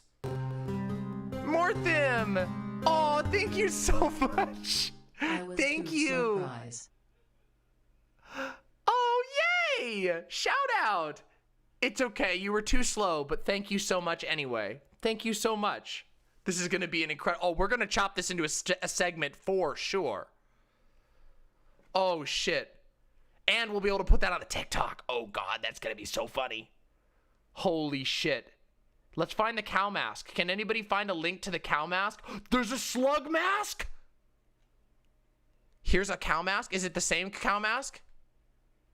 You found the holy cow mask. Okay, here we go. All right, I'll order both of them right now. Hold on a second. All right, I'll order it. Hold on. Is this the same one? Is this the right one? This is the one. This is it. This is the one, I think. Yeah, this looks just like it. Yes, it is. Okay. Hold on. I will do this. I will do this. They have a frog? Yeah, exactly. It's the miracle of Demon Mama. See, you gave me bread and I broke it and turned it into fish. Exactly. Exactly. Oh, amazing. This is going to be so incredible. I can't wear both at once, but don't worry. We'll do it at different segments, okay? Listen, we'll do it at different segments, all right? I will order them right now. I promise you. I promise you. This is going to be great. Where's my wish list? Here we go. Hold on. I got to go on my lists. Give me a second. I'm ordering it right now. Such a revolutionary fucking stream. What? I told you. Demon Mama always delivers the entertainment, okay? I always do. I always deliver you amazing quality political edutainment. And sometimes there's some real valuable shit on the way. You know? Yeah, Kaboka! Yeah! I'm totally taking advantage of stupidly high people. No, I'm not. Listen, I'm making this the best high of your life, and you know it. When you get high and you tune on something funny as fuck and you laugh like you've never laughed before, that's what I live for. Listen, I promise you. Listen, you can ask Fawn, ask Gynotype. No joke. Ask them and when I said last year, I was like, I want to learn how to be really funny. I want to learn how to make people really laugh. And now I've done it. I'm getting better even. Every single day I'm getting better. And soon we're going to have new emotes. I've done a high stream before. I would do it sometime. Usually I don't like streaming high, but I'll do a frivolous high stream at some point. I've done it before in the past. It's just usually I get a little nervous, you know? Just happens. All right, I'm ordering right now. I am ordering it right now. High stream on 420? Good idea. Good idea. Yeah, we don't have to talk about Nazis 24/7 anymore. Well, we kind of do, but not as much. We have a lot more room to breathe and fucking have some fun while still learning about politics. Oh, God. Benjamin. Oh, God. 46 dab stream. Oh, my God. Are you trying to kill me, Table Knife? Are you trying to kill me? What? 46 dabs? What the fuck? I would literally die. I would literally die. Fawn, first of all, that is going to be insanely expensive. That's like $300 worth of dabs. Secondly, I would be high for a week. Holy shit. All right, it's ordered. Look, everyone, I have ordered it, okay? I can't show you because it would dox me, but I have ordered it, I promise. Order done. The Hydra, the Megatron, or whatever, the what's it called? The Megazord. The Megazord. There we go. Wait, who sent me this? Wait, did you send me this tweet? Did you send me this tweet? If the last 4 years has taught me anything, it's to let people be happy. The world is full of pain, misery, pettiness, spite, and suffering. If someone can manage to scrape together some small amount of joy from this hellscape, please just let them. True! True! You found the shark mask? Oh, God. The shark wasn't exciting, though. Shark wasn't as exciting. That's fact. That's fact. Good job. I like Nicotine Prime. I follow her because she's a really cool streamer. Holy shit, that was awesome. That would be Fawn, Sarcomatose. You could probably hear Fawn laughing in the background. Okay, everyone. All right, everyone. Listen, the time has come to bend at the knees. No, the time has come for me to go eat some food and chill for a bit. I promise I will see you on Friday. Oh, this is the tweet. Oh, this is the one. Okay, real quick. You're very welcome, Kaboka. It's my pleasure, honestly. It's my pleasure, genuinely. What's this? Oh, no, that's Poop Girl. No, that's Poop Girl. No, not Poop Girl. Hold on, let's see. Oh, God, no, please. That would be so funny, actually. Please do it. Kamala Harris today made history, sworn as the first woman who owes me $2,000. True! Oh! Uh-oh, what's this? Snips, what's this? We'll maybe watch this next time. I'll put this on watch. Hello, Michael Vor. Yeah, all right. Oh, my God. We will watch this next stream, okay? Okay, the gay mind. I have to do this. The gay mind. The gay mind. Oh my God. Oh my God. Oh shit. This is gonna be so good. We definitely found us a new lolcow, okay? Now that we will save for another stream, okay? Because I gotta go get some rest. We've been going for 8 hours and 40 minutes. That's a long time. Much communal love to all of you, because trust me, Corvus, there's going to be even more in the future. I can't do it all in one night because there'll be more streams in the future. It's great. And guess what? If you subscribe and ring the bell and join my fucking Discord, you will know when I go live. And it'll be awesome. Oh, fuck, Kabibble. I'm going to have to monitor this. Holy shit. I'm a fucking beast? Thank you! I am a beast. I'm the coolest beast. I'm a great old one. I've ascended beasthood, and I have become a great old one. Yay, you're very, very welcome, all of you. And, oh shit, you're not kidding. There are snipers on the roof. Holy fucking shit. All right, we'll talk about that on Friday. I'll cover this on Friday, okay? Much love to all of you. Real quick, before you run anywhere, let me pick somebody to raid into. Hey, you're very welcome, Lexi. Well, I can't do anymore. I'm getting tired. I have to stop. There's just been too much. All right, hold on a second. Who's live right now? Who's live? I don't even know. Let's see. I know, but we'll cover that. K Swiftly?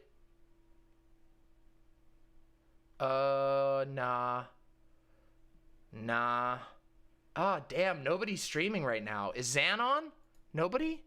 Is Conyer? Conyer's not live. Who the fuck is live? Nobody's live right now. What the fuck? Okay, well, okay, all right. We'll raid into Prime.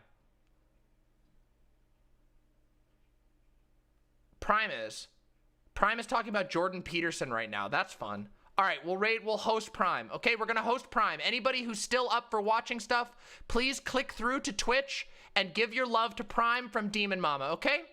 All right? Much love to all of you. Thank you, and I will see you on Friday. Now, one thing you should know, last thing of the night, just remember, it's going to be earlier on Friday. It's going to be a little bit earlier because the show is a tiny, tiny bit earlier. Mars, you got to catch the VOD. This was one of the most fun streams we've done in a long time. So it's a little earlier on Friday, but I'll give you a notification. Enough. Much love. Mwah, and I will see my lovely imps very soon, okay? Go say hi to Prime for me. Bye.